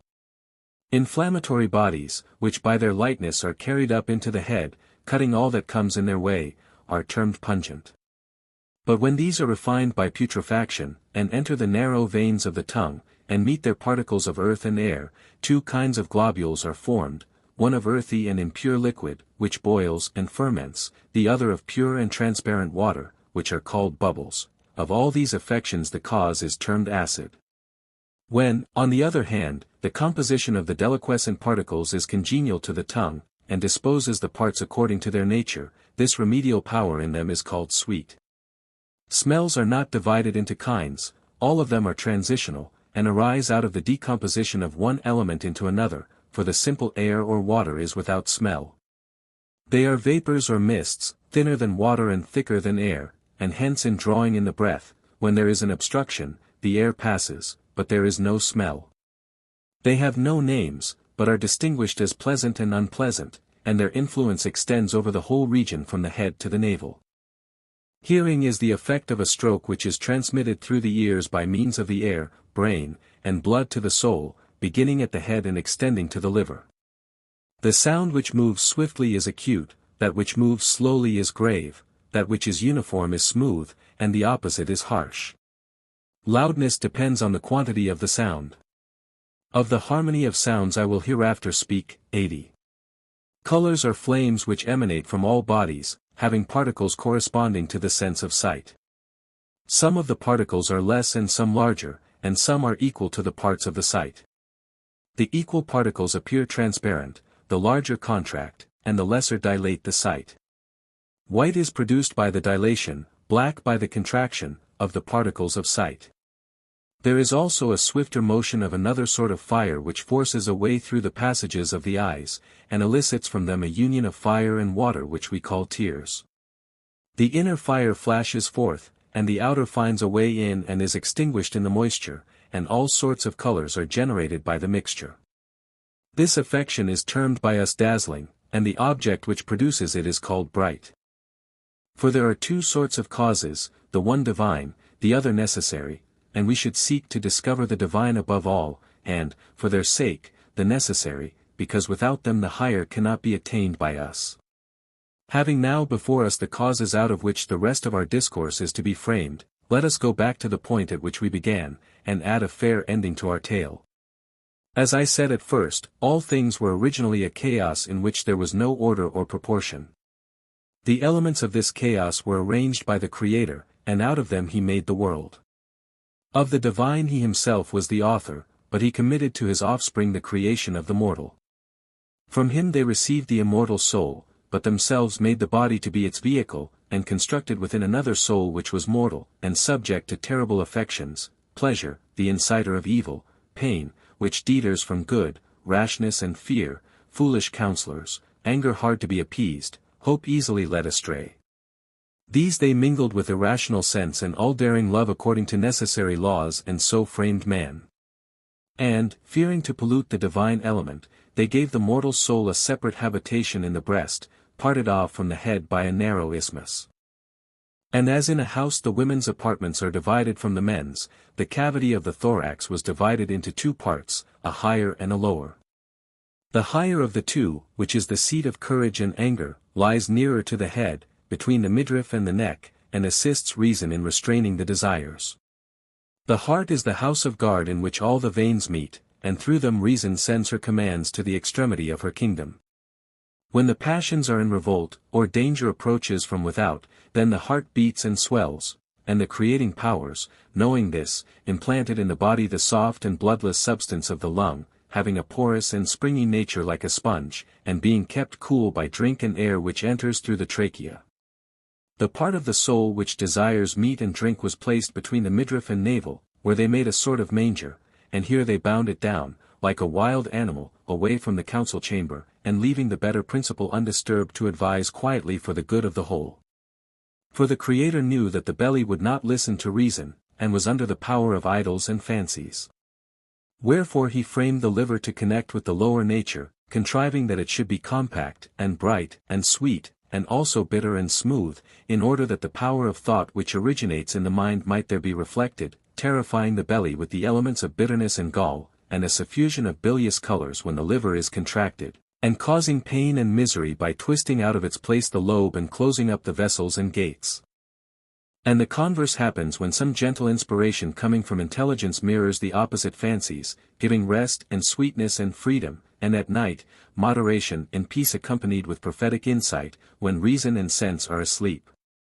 For the authors of our being, in obedience to their Father's will and in order to make men as good as they could, gave to the liver the power of divination, which is never active when men are awake or in health, but when they are under the influence of some disorder or enthusiasm then they receive intimations, which have to be interpreted by others who are called prophets, but should rather be called interpreters of prophecy. After death these intimations become unintelligible. The spleen which is situated in the neighborhood, on the left side, keeps the liver bright and clean, as a napkin does a mirror, and the evacuations of the liver are received into it, and being a hollow tissue it is for a time swollen with these impurities, but when the body is purged it returns to its natural size. The truth concerning the soul can only be established by the word of God. Still, we may venture to assert what is probable both concerning soul and body. It was then thrust alternately into fire and water, and thus rendered insoluble by either.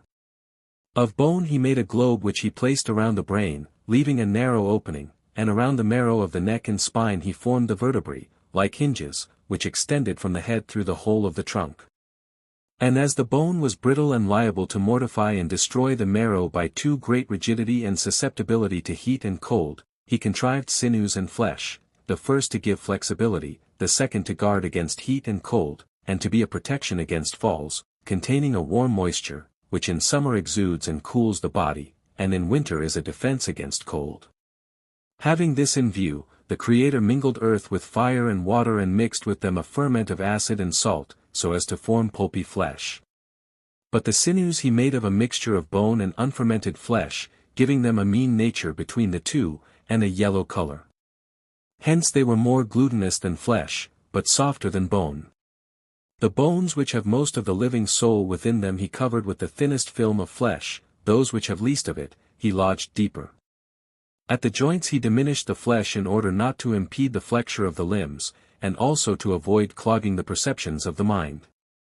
About the thighs and arms, which have no sense because there is little soul in the marrow, and about the inner bones, he laid the flesh thicker.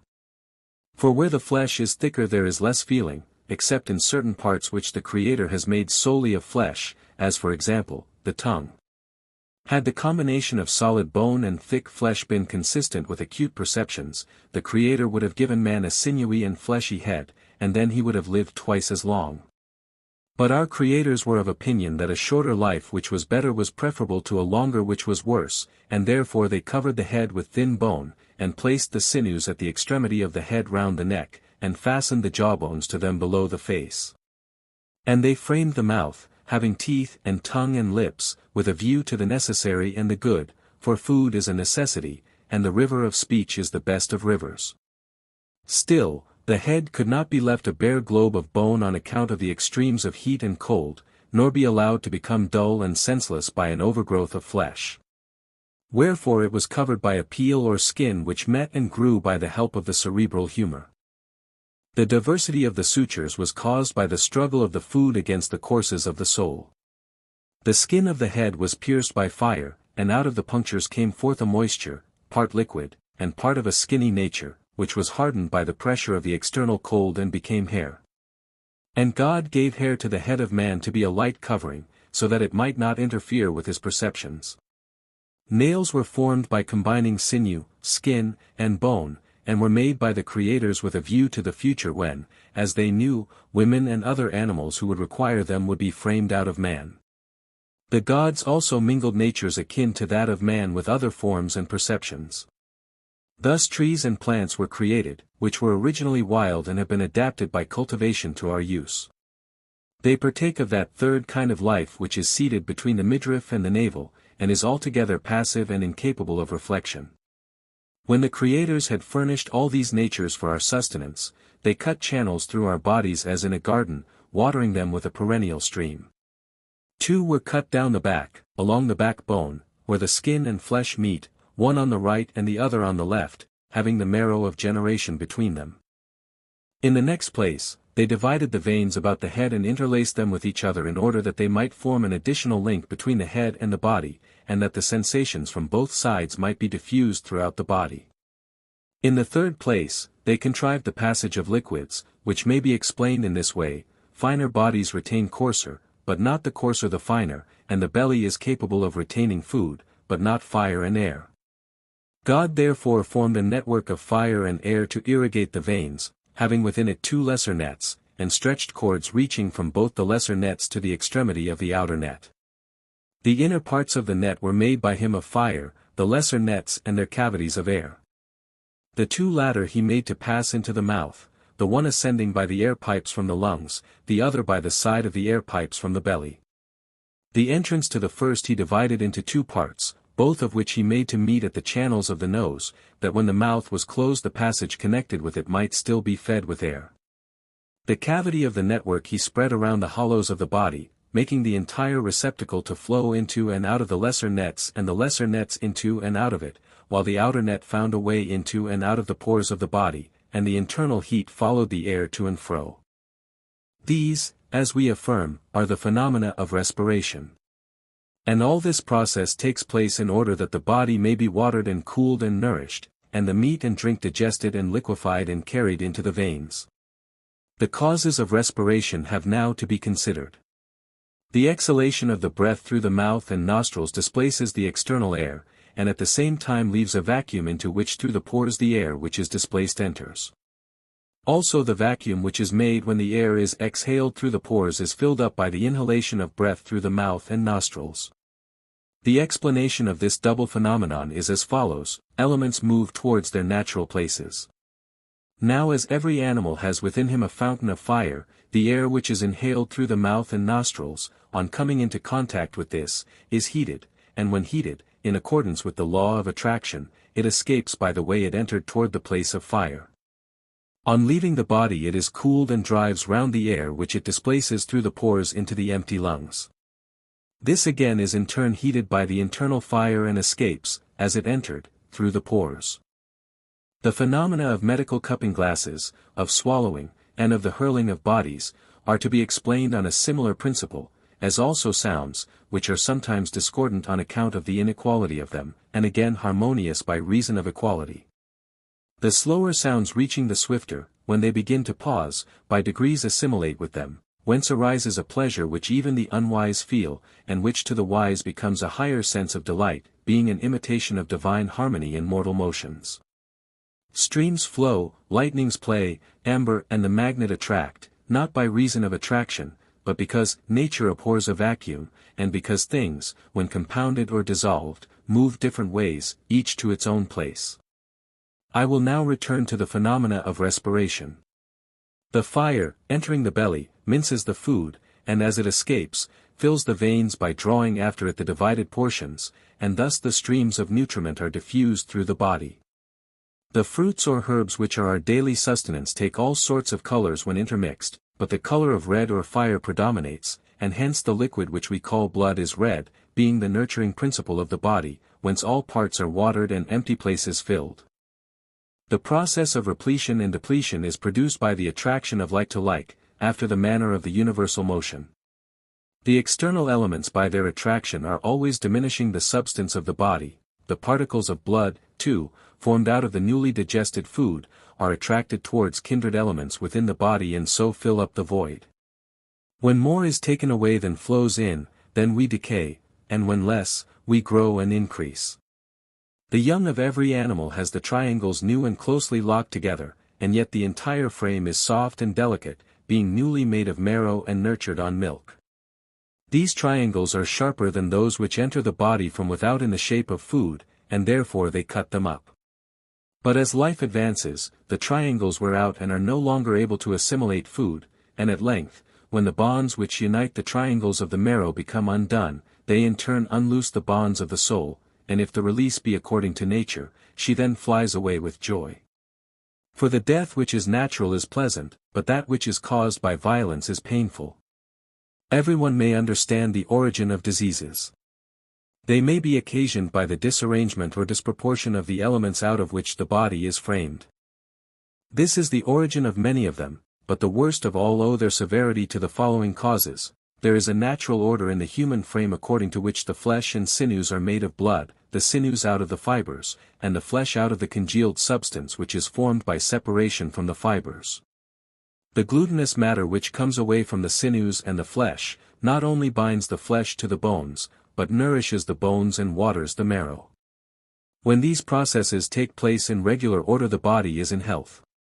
But when the flesh wastes and returns into the veins there is discolored blood as well as air in the veins, having acid and salt qualities, from which is generated every sort of phlegm and bile. All things go the wrong way and cease to give nourishment to the body, no longer preserving their natural courses, but at war with themselves and destructive to the constitution of the body. The oldest part of the flesh which is hard to decompose blackens from long burning, and from being corroded grows bitter, and as the bitter element refines away, becomes acid. When tinged with blood the bitter substance has a red color, and this when mixed with black takes the hue of grass, or again, the bitter substance has an auburn color, when new flesh is decomposed by the internal flame. To all which phenomena some physician or philosopher who is able to see the one in many has given the name of bile. The various kinds of bile have names answering to their colors. Lymph or serum is of two kinds: first, the way of blood, which is gentle; secondly, the the secretion of dark and bitter bile, which, when mingled under the influence of heat with salt, is malignant and is called acid phlegm. There is also white phlegm, formed by the decomposition of young and tender flesh, and covered with little bubbles, separately invisible, but becoming visible when collected. The water of tears and perspiration and similar substances is also the watery part of fresh phlegm. All these humors become sources of disease when the blood is replenished in irregular ways and not by food or drink. The danger, however, is not so great when the foundation remains, for then there is a possibility of recovery. But when the substance which unites the flesh and bones is diseased, and is no longer renewed from the muscles and sinews, and instead of being oily and smooth and glutinous becomes rough and salt and dry, then the fleshy parts fall away and leave the sinews bare and full of brine, and the flesh gets back again into the circulation of the blood, and makes the previously mentioned disorders still greater. There are other and worse diseases which are prior to these, as when the bone through the density of the flesh does not receive sufficient air, and becomes stagnant and gangrened, and crumbling away passes into the food, and the food into the flesh, and the flesh returns again into the blood. Worst of all and most fatal is the disease of the marrow, by which the whole course of the body is reversed. There is a third class of diseases which are produced, some by wind and some by phlegm and some by bile. When the lung, which is the steward of the air, is obstructed, by rheums, and in one part no air, and in another too much, enters in, then the parts which are unrefreshed by air corrode, and other parts are distorted by the excess of air, and in this manner painful diseases are produced. The most painful are caused by wind generated within the body, which gets about the great sinews of the shoulders. These are termed tetanus. The cure of them is difficult, and in most cases they are relieved only by fever. White phlegm, which is dangerous if kept in, by reason of the air bubbles, is not equally dangerous if able to escape through the pores, although it variegates the body, generating divers kinds of leprosies. If, when mingled with black bile, it disturbs the courses of the head in sleep, there is not so much danger, but if it assails those who are awake, then the attack is far more dangerous, and is called epilepsy or the sacred disease. Acid and salt phlegm is the source of catarrh. Inflammations originate in bile, which is sometimes relieved by boils and swellings, but when detained, and above all when mingled with pure blood, generates many inflammatory disorders, disturbing the position of the fibers which are scattered about in the blood in order to maintain the balance of rare and dense which is necessary to its regular circulation. If the bile, which is only stale blood, or liquefied flesh, comes in little by little, it is congealed by the fibers and produces internal cold and shuddering. But when it enters with more of a flood it overcomes the fibers by its heat and reaches the spinal marrow, and burning up the cables of the soul sets her free from the body. When on the other hand the body, though wasted, still holds out, then the bile is expelled, like an exile from a factious state, causing associating diarrheas and dysenteries and similar disorders.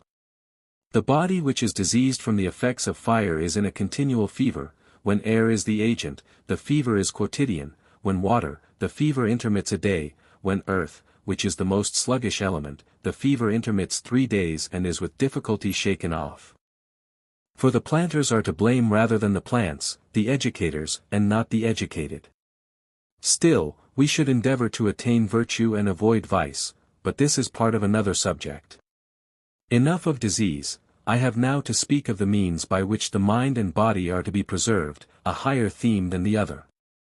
The good is the beautiful, and the beautiful is the symmetrical, and there is no greater or fairer symmetry than that of body and soul, as the contrary is the greatest of deformities. A leg or an arm too long or too short is at once ugly and unserviceable, and the same is true if body and soul are disproportionate. For a strong and impassioned soul may fret the pygmy body to decay, and so produce convulsions and other evils. The violence of controversy, or the earnestness of inquiry, will often generate inflammations and rheums which are not understood, or assigned to their true cause by the professors of medicine. And in like manner the body may be too much for the soul, darkening the reason, and quickening the animal desires. The only security is to preserve the balance of the two, and to this end the mathematician or philosopher must practice gymnastics, and the gymnast must cultivate music. The parts of the body too must be treated in the same way, they should receive their appropriate exercise. For the body is set in motion when it is heated and cooled by the elements which enter in, or is dried up and moistened by external things, and, if given up to these processes when at rest, it is liable to destruction. But the natural motion, as in the world, so also in the human frame, produces harmony and divides hostile powers. The best exercise is the spontaneous motion of the body, as in gymnastics, because most akin to the motion of mind. Not so good is the motion of which the source is in another, as in sailing or riding, least good when the body is at rest and the motion is in parts only, which is a species of motion imparted by physic. This should only be resorted to by men of sense in extreme cases. Lesser diseases are not to be irritated by medicine. For every disease is akin to the living being and has an appointed term, just as life has, which depends on the form of the triangles, and cannot be protracted when they are worn out. And he who, instead of accepting his destiny, endeavors to prolong his life by medicine, is likely to multiply and magnify his diseases. Regimen and not medicine is the true cure, when a man has time at his disposal. Enough of the nature of man and of the body, and of training and education. The subject is a great one and cannot be adequately treated as an appendage to another. To sum up all in a word, there are three kinds of soul located within us, and any one of them, if remaining inactive, becomes very weak, if exercised, very strong. Wherefore we should duly train and exercise all three kinds. The divine soul God lodged in the head, to raise us, like plants which are not of earthly origin, to our kindred, for the head is nearest to heaven. He who is intent upon the gratification of his desires and cherishes the mortal soul, has all his ideas mortal, and is himself mortal in the truest sense. But he who seeks after knowledge and exercises the divine part of himself in godly and immortal thoughts, attains to truth and immortality, as far as is possible to man, and also to happiness, while he is training up within him the divine principle and indwelling power of order. There is only one way in which one person can benefit another, and that is by assigning to him his proper nurture and motion. To the motions of the soul answer the motions of the universe, and by the study of these the individual is restored to his original nature. Thus we have finished the discussion of the universe, which, according to our original intention, has now been brought down to the creation of man. Completeness seems to require that something should be briefly said about other animals, first of women, who are probably degenerate and cowardly men. And when they degenerated, the gods implanted in men the desire of union with them, creating in man one animate substance and in woman another in the following manner: the outlet for liquids they connected with the living principle of the spinal marrow, which the man has the desire to emit into the fruitful womb of the woman. This is like a fertile field in which the seed is quickened and matured, and at last brought to light. When this desire is unsatisfied, the man is overmastered by the power of the generative organs, and the woman is subjected to disorders from the obstruction of the passages of the breath, until the two meet and pluck the fruit of the tree. The race of birds was created out of innocent, light-minded men, who thought to pursue the study of the heavens by sight. These were transformed into birds, and grew feathers instead of hair. The race of wild animals were men who had no philosophy, and never looked up to heaven or used the courses of the head, but followed only the influences of passion. Naturally they turned to their kindred earth, and put their forelegs to the ground, and their heads were crushed into strange oblong forms. Some of them have 4 feet, and some of them more than 4, the latter, who are the more senseless, drawing closer to their native element. The most senseless of all have no limbs and trail their whole body on the ground. The fourth kind are the inhabitants of the waters. These are made out of the most senseless and ignorant and impure of men, whom God placed in the uttermost parts of the world in return for their utter ignorance, and caused them to respire water instead of the pure element of air. Such are the laws by which animals pass into one another. And so the world received animals, mortal and immortal, and was fulfilled with them, and became a visible God, comprehending the visible, made in the image of the intellectual, being the one perfect only begotten heaven.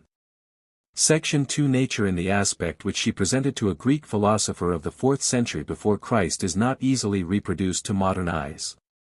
The associations of mythology and poetry have to be added, and the unconscious influence of science has to be subtracted, before we can behold the heavens or the earth as they appeared to the Greek. The philosopher himself was a child and also a man, a child in the range of his attainments, but also a great intelligence having an insight into nature, and often anticipations of the truth. He was full of original thoughts, and yet liable to be imposed upon by the most obvious fallacies. He occasionally confused numbers with ideas, and atoms with numbers. His a priori notions were out of all proportion to his experience. He was ready to explain the phenomena of the heavens by the most trivial analogies of earth. The experiments which nature worked for him he sometimes accepted, but he never tried experiments for himself which would either prove or disprove his theories. His knowledge was unequal, while in some branches, such as medicine and astronomy, he had made considerable proficiency. There were others, such as chemistry, electricity, mechanics, of which the very names were unknown to him. He was the natural enemy of mythology, and yet mythological ideas still retained their hold over him. He was endeavoring to form a conception of principles, but these principles or ideas were regarded by him as real powers or entities, to which the world had been subjected. He was always tending to argue from what was near to what was remote, from what was known to what was unknown, from man to the universe, and back again from the universe to man. While he was arranging the world, he was arranging the forms of thought in his own mind, and the light from within and the light from without often crossed and helped to confuse one another. He might be compared to a builder engaged in some great design, who could only dig with his hands because he was unprovided with common tools, or to some poet or musician, like Tynnichus, Ion 534d, obliged to accommodate his lyric raptures to the limits of the tetrachord or of the flute. The Hesiodic and Orphic cosmogonies were a phase of thought intermediate between mythology and philosophy and had a great influence on the beginnings of knowledge. There was nothing behind them. They were to physical science what the poems of Homer were to early Greek history. They made men think of the world as a whole, they carried the mind back into the infinity of past time, they suggested the first observation of the effects of fire and water on the earth's surface. To the ancient physics they stood much in the same relation which geology does to modern science. But the Greek was not, like the inquirer of the last generation, confined to a period of 6,000 years. He was able to speculate freely on the effects of infinite ages in the production of physical phenomena. He could imagine cities which had existed time out of mind, Statesman, 302a, Laws 3676, laws or forms of art and music which had lasted, not in word only, but in very truth, for 10,000 years, Laws 2656e, compare also 7799a. He was aware that natural phenomena like the delta of the Nile might have slowly accumulated in long periods of time. Herodotus 2:5-10. But he seems to have supposed that the course of events was recurring rather than progressive. To this he was probably led by the fixedness of Egyptian customs and the general observation that there were other civilizations in the world more ancient than that of Hellas. The ancient philosophers found in mythology many ideas which, if not originally derived from nature, were easily transferred to her, such, for example, as love or hate, corresponding to attraction or repulsion, or the conception of necessity allied both to the regularity and irregularity of nature, or of chance, the nameless or unknown cause, or of justice, symbolizing the law of compensation, are of the fates and furies, typifying the fixed order or the extraordinary convulsions of nature. Their own interpretations of Homer and the poets were supposed by them to be the original meaning. Musing in themselves on the phenomena of nature, they were relieved at being able to utter the thoughts of their hearts in figures of speech which to them were not figures, and were already consecrated by tradition. Hesiod and the Orphic poets moved in a region of half-personification in which the meaning or principle appeared through the person. In their vaster conceptions of chaos, Erebus, ether, night, and the like, the first rude attempts at generalization are dimly seen. The gods themselves, especially the greater gods, such as Zeus, Poseidon, Apollo, Athene, are universals as well as individuals. They were gradually becoming lost in a common conception of mind or God. They continued to exist for the purposes of ritual or of art, but from the 6th century onwards or even earlier there arose and gained strength in the minds of men the notion of one God, greatest among gods and men, who was all sight, all hearing, all knowing, Xenophanes. Under the influence of such ideas, perhaps also deriving from the traditions of their own or of other nations scraps of medicine and astronomy, men came to the observation of nature. The Greek philosopher looked at the blue circle of the heavens and it flashed upon him that all things were one, the tumult of sense abated, and the mind found repose in the thought which former generations had been striving to realize. Yet, doubtless, there was some first impression derived from external nature, which, as in mythology, so also in philosophy, worked upon the minds of the first thinkers. Though incapable of induction or generalization in the modern sense, they caught an inspiration from the external world.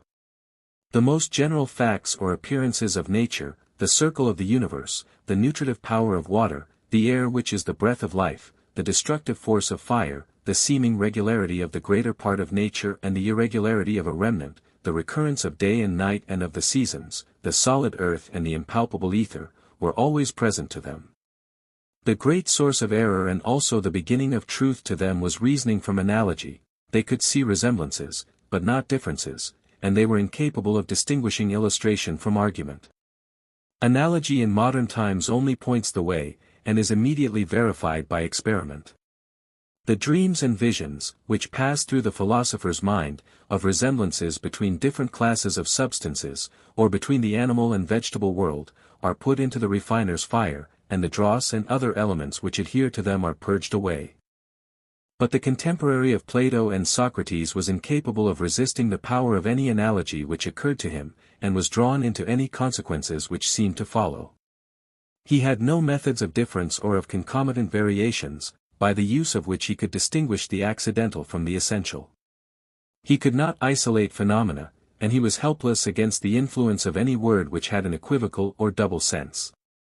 Yet without this crude use of analogy the ancient physical philosopher would have stood still, he could not have made even one guess among many, without comparison. The course of natural phenomena would have passed unheeded before his eyes, like fair sights or musical sounds before the eyes and ears of an animal. Even the fetishism of the savage is the beginning of reasoning. The assumption of the most fanciful of causes indicates a higher mental state than the absence of all inquiry about them. The tendency to argue from the higher to the lower, from man to the world, has led to many errors, but has also had an elevating influence on philosophy. The conception of the world as a whole, a person, an animal, has been the source of hasty generalizations, yet this general grasp of nature led also to a spirit of comprehensiveness in early philosophy, which has not increased, but rather diminished, as the fields of knowledge have become more divided. The modern physicist confines himself to one or perhaps two branches of science. But he comparatively seldom rises above his own department, and often falls under the narrowing influence which any single branch, when pursued to the exclusion of every other, has over the mind.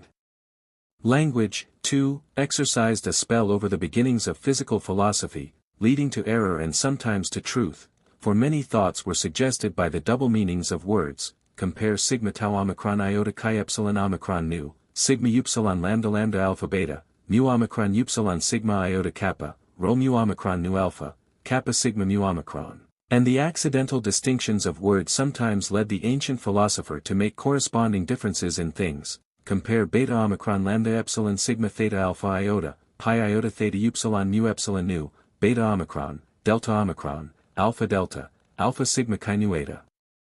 If they are the same, why have they different names, or if they are different, why have they the same name? Is an argument not easily answered in the infancy of knowledge. The modern philosopher has always been taught the lesson which he still imperfectly learns, that he must disengage himself from the influence of words. Nor are there wanting in Plato, who was himself too often the victim of them, impressive admonitions that we should regard not words but things, Statesman, 261e.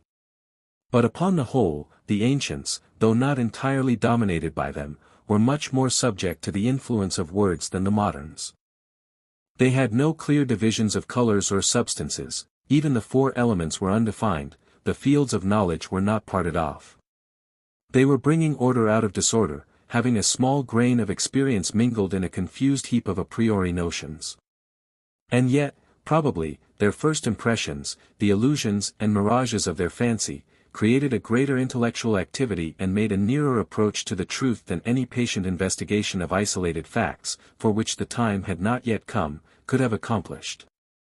There was one more illusion to which the ancient philosophers were subject, and against which Plato in his later dialogues seems to be struggling, the tendency to mere abstractions, not perceiving that pure abstraction is only negation. They thought that the greater the abstraction the greater the truth.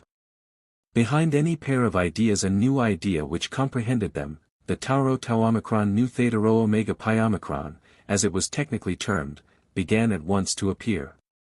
Two are truer than three, one than two. The words being, or unity, or essence, or good, became sacred to them. They did not see that they had a word only, and in one sense the most unmeaning of words. They did not understand that the content of notions is in inverse proportion to their universality. The element which is the most widely diffused is also the thinnest, or, in the language of the common logic, the greater the extension the less the comprehension. But this vacant idea of a whole without parts, of a subject without predicates, a rest without motion, has been also the most fruitful of all ideas. It is the beginning of a priori thought, and indeed of thinking at all. Men were led to conceive it, not by a love of hasty generalization, but by a divine instinct, a dialectical enthusiasm, in which the human faculties seem to yearn for enlargement. We know that being is only the verb of existence, the copula, the most general symbol of relation, the first and most meager of abstractions, but to some of the ancient philosophers this little word appeared to attain divine proportions, and to comprehend all truth. Being or essence, and similar words, represented to them a supreme or divine being, in which they thought that they found the containing and continuing principle of the universe. In a few years the human mind was peopled with abstractions, a new world was called into existence to give law and order to the old. But between them there was still a gulf, and no one could pass from the one to the other. Number and figure were the greatest instruments of thought which were possessed by the Greek philosopher.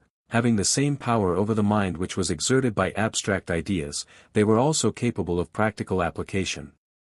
Many curious and, to the early thinker, mysterious properties of them came to light when they were compared with one another. They admitted of infinite multiplication and construction, in Pythagorean triangles or in proportions of 1 2 4 8 and 1 3 9 27, or compounds of them. The laws of the world seemed to be more than half revealed. They were also capable of infinite subdivision, a wonder and also a puzzle to the ancient thinker, Republic 7 525e. They were not, like being or essence, mere vacant abstractions, but admitted of progress and growth, while at the same time they confirmed a higher sentiment of the mind, that there was order in the universe. And so there began to be a real sympathy between the world within and the world without. The numbers and figures which were present to the mind's eye became visible to the eye of sense. The truth of nature was mathematics, the other properties of objects seemed to reappear only in the light of number. Law and morality also found a natural expression in number and figure. Instruments of such power and elasticity could not fail to be a most gracious assistance to the first efforts of human intelligence. There was another reason why numbers had so great an influence over the minds of early thinkers. They were verified by experience.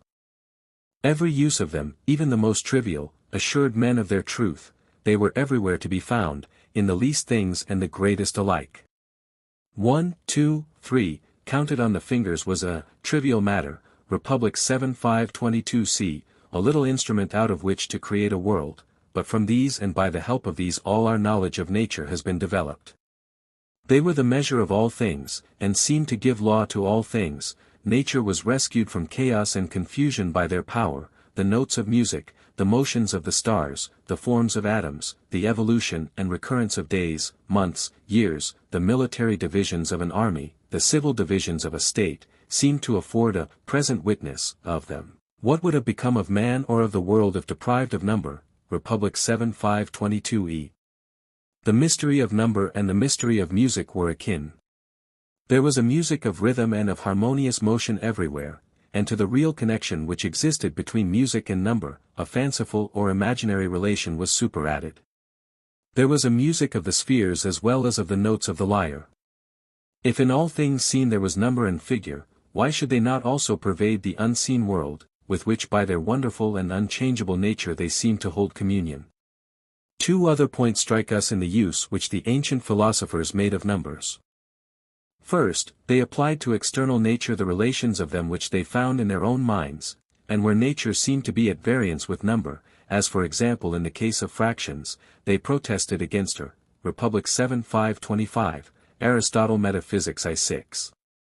Having long meditated on the properties of 1, 2, 4, 8, or 1, 3, 9, 27, or of 3, 4, 5, they discovered in them many curious correspondences and were disposed to find in them the secret of the universe.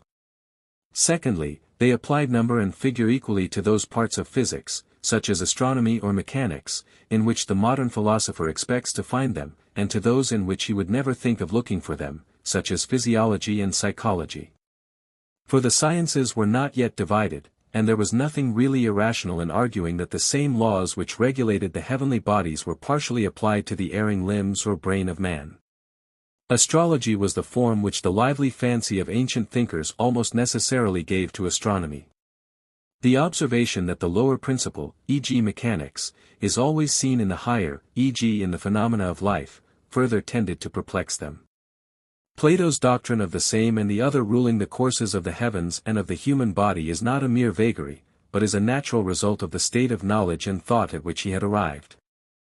When in modern times we contemplate the heavens, a certain amount of scientific truth imperceptibly blends, even with the cursory glance of an unscientific person. He knows that the earth is revolving round the sun, and not the sun around the earth. He does not imagine the earth to be the center of the universe, and he has some conception of chemistry and the cognate sciences. A very different aspect of nature would have been present to the mind of the early Greek philosopher. He would have beheld the earth a surface only, not mirrored, however faintly, in the glass of science, but indissolubly connected with some theory of one, two, or more elements. He would have seen the world pervaded by number and figure, animated by a principle of motion, immanent in a principle of rest. He would have tried to construct the universe on a quantitative principle, seeming to find in endless combinations of geometrical figures or in the infinite variety of their sizes a sufficient account of the multiplicity of phenomena. To these a priori speculations he would add a rude conception of matter and his own immediate experience of health and disease. His cosmos would necessarily be imperfect and unequal, being the first attempt to impress form and order on the primeval chaos of human knowledge. The ancients had not the instruments which would have enabled them to correct or verify their anticipations, and their opportunities of observation were limited. Plato probably did more for physical science by asserting the supremacy of mathematics than Aristotle or his disciples by their collections of facts. When the thinkers of modern times, following Bacon, undervalue or disparage the speculations of ancient philosophers, they seem wholly to forget the conditions of the world and of the human mind, under which they carried on their investigations. When we accuse them of being under the influence of words, do we suppose that we are altogether free from this illusion? When we remark that Greek physics soon became stationary or extinct, may we not observe also that there have been and may be again periods in the history of modern philosophy which have been barren and unproductive? We might as well maintain that Greek art was not real or great, because it had nihil simile aut secundum, as say that Greek physics were a failure because they admire no subsequent progress. The charge of premature generalization which is often urged against ancient philosophers is really an anachronism. For they can hardly be said to have generalized at all. They may be said more truly to have cleared up and defined by the help of experience ideas which they already possessed. The beginnings of thought about nature must always have this character.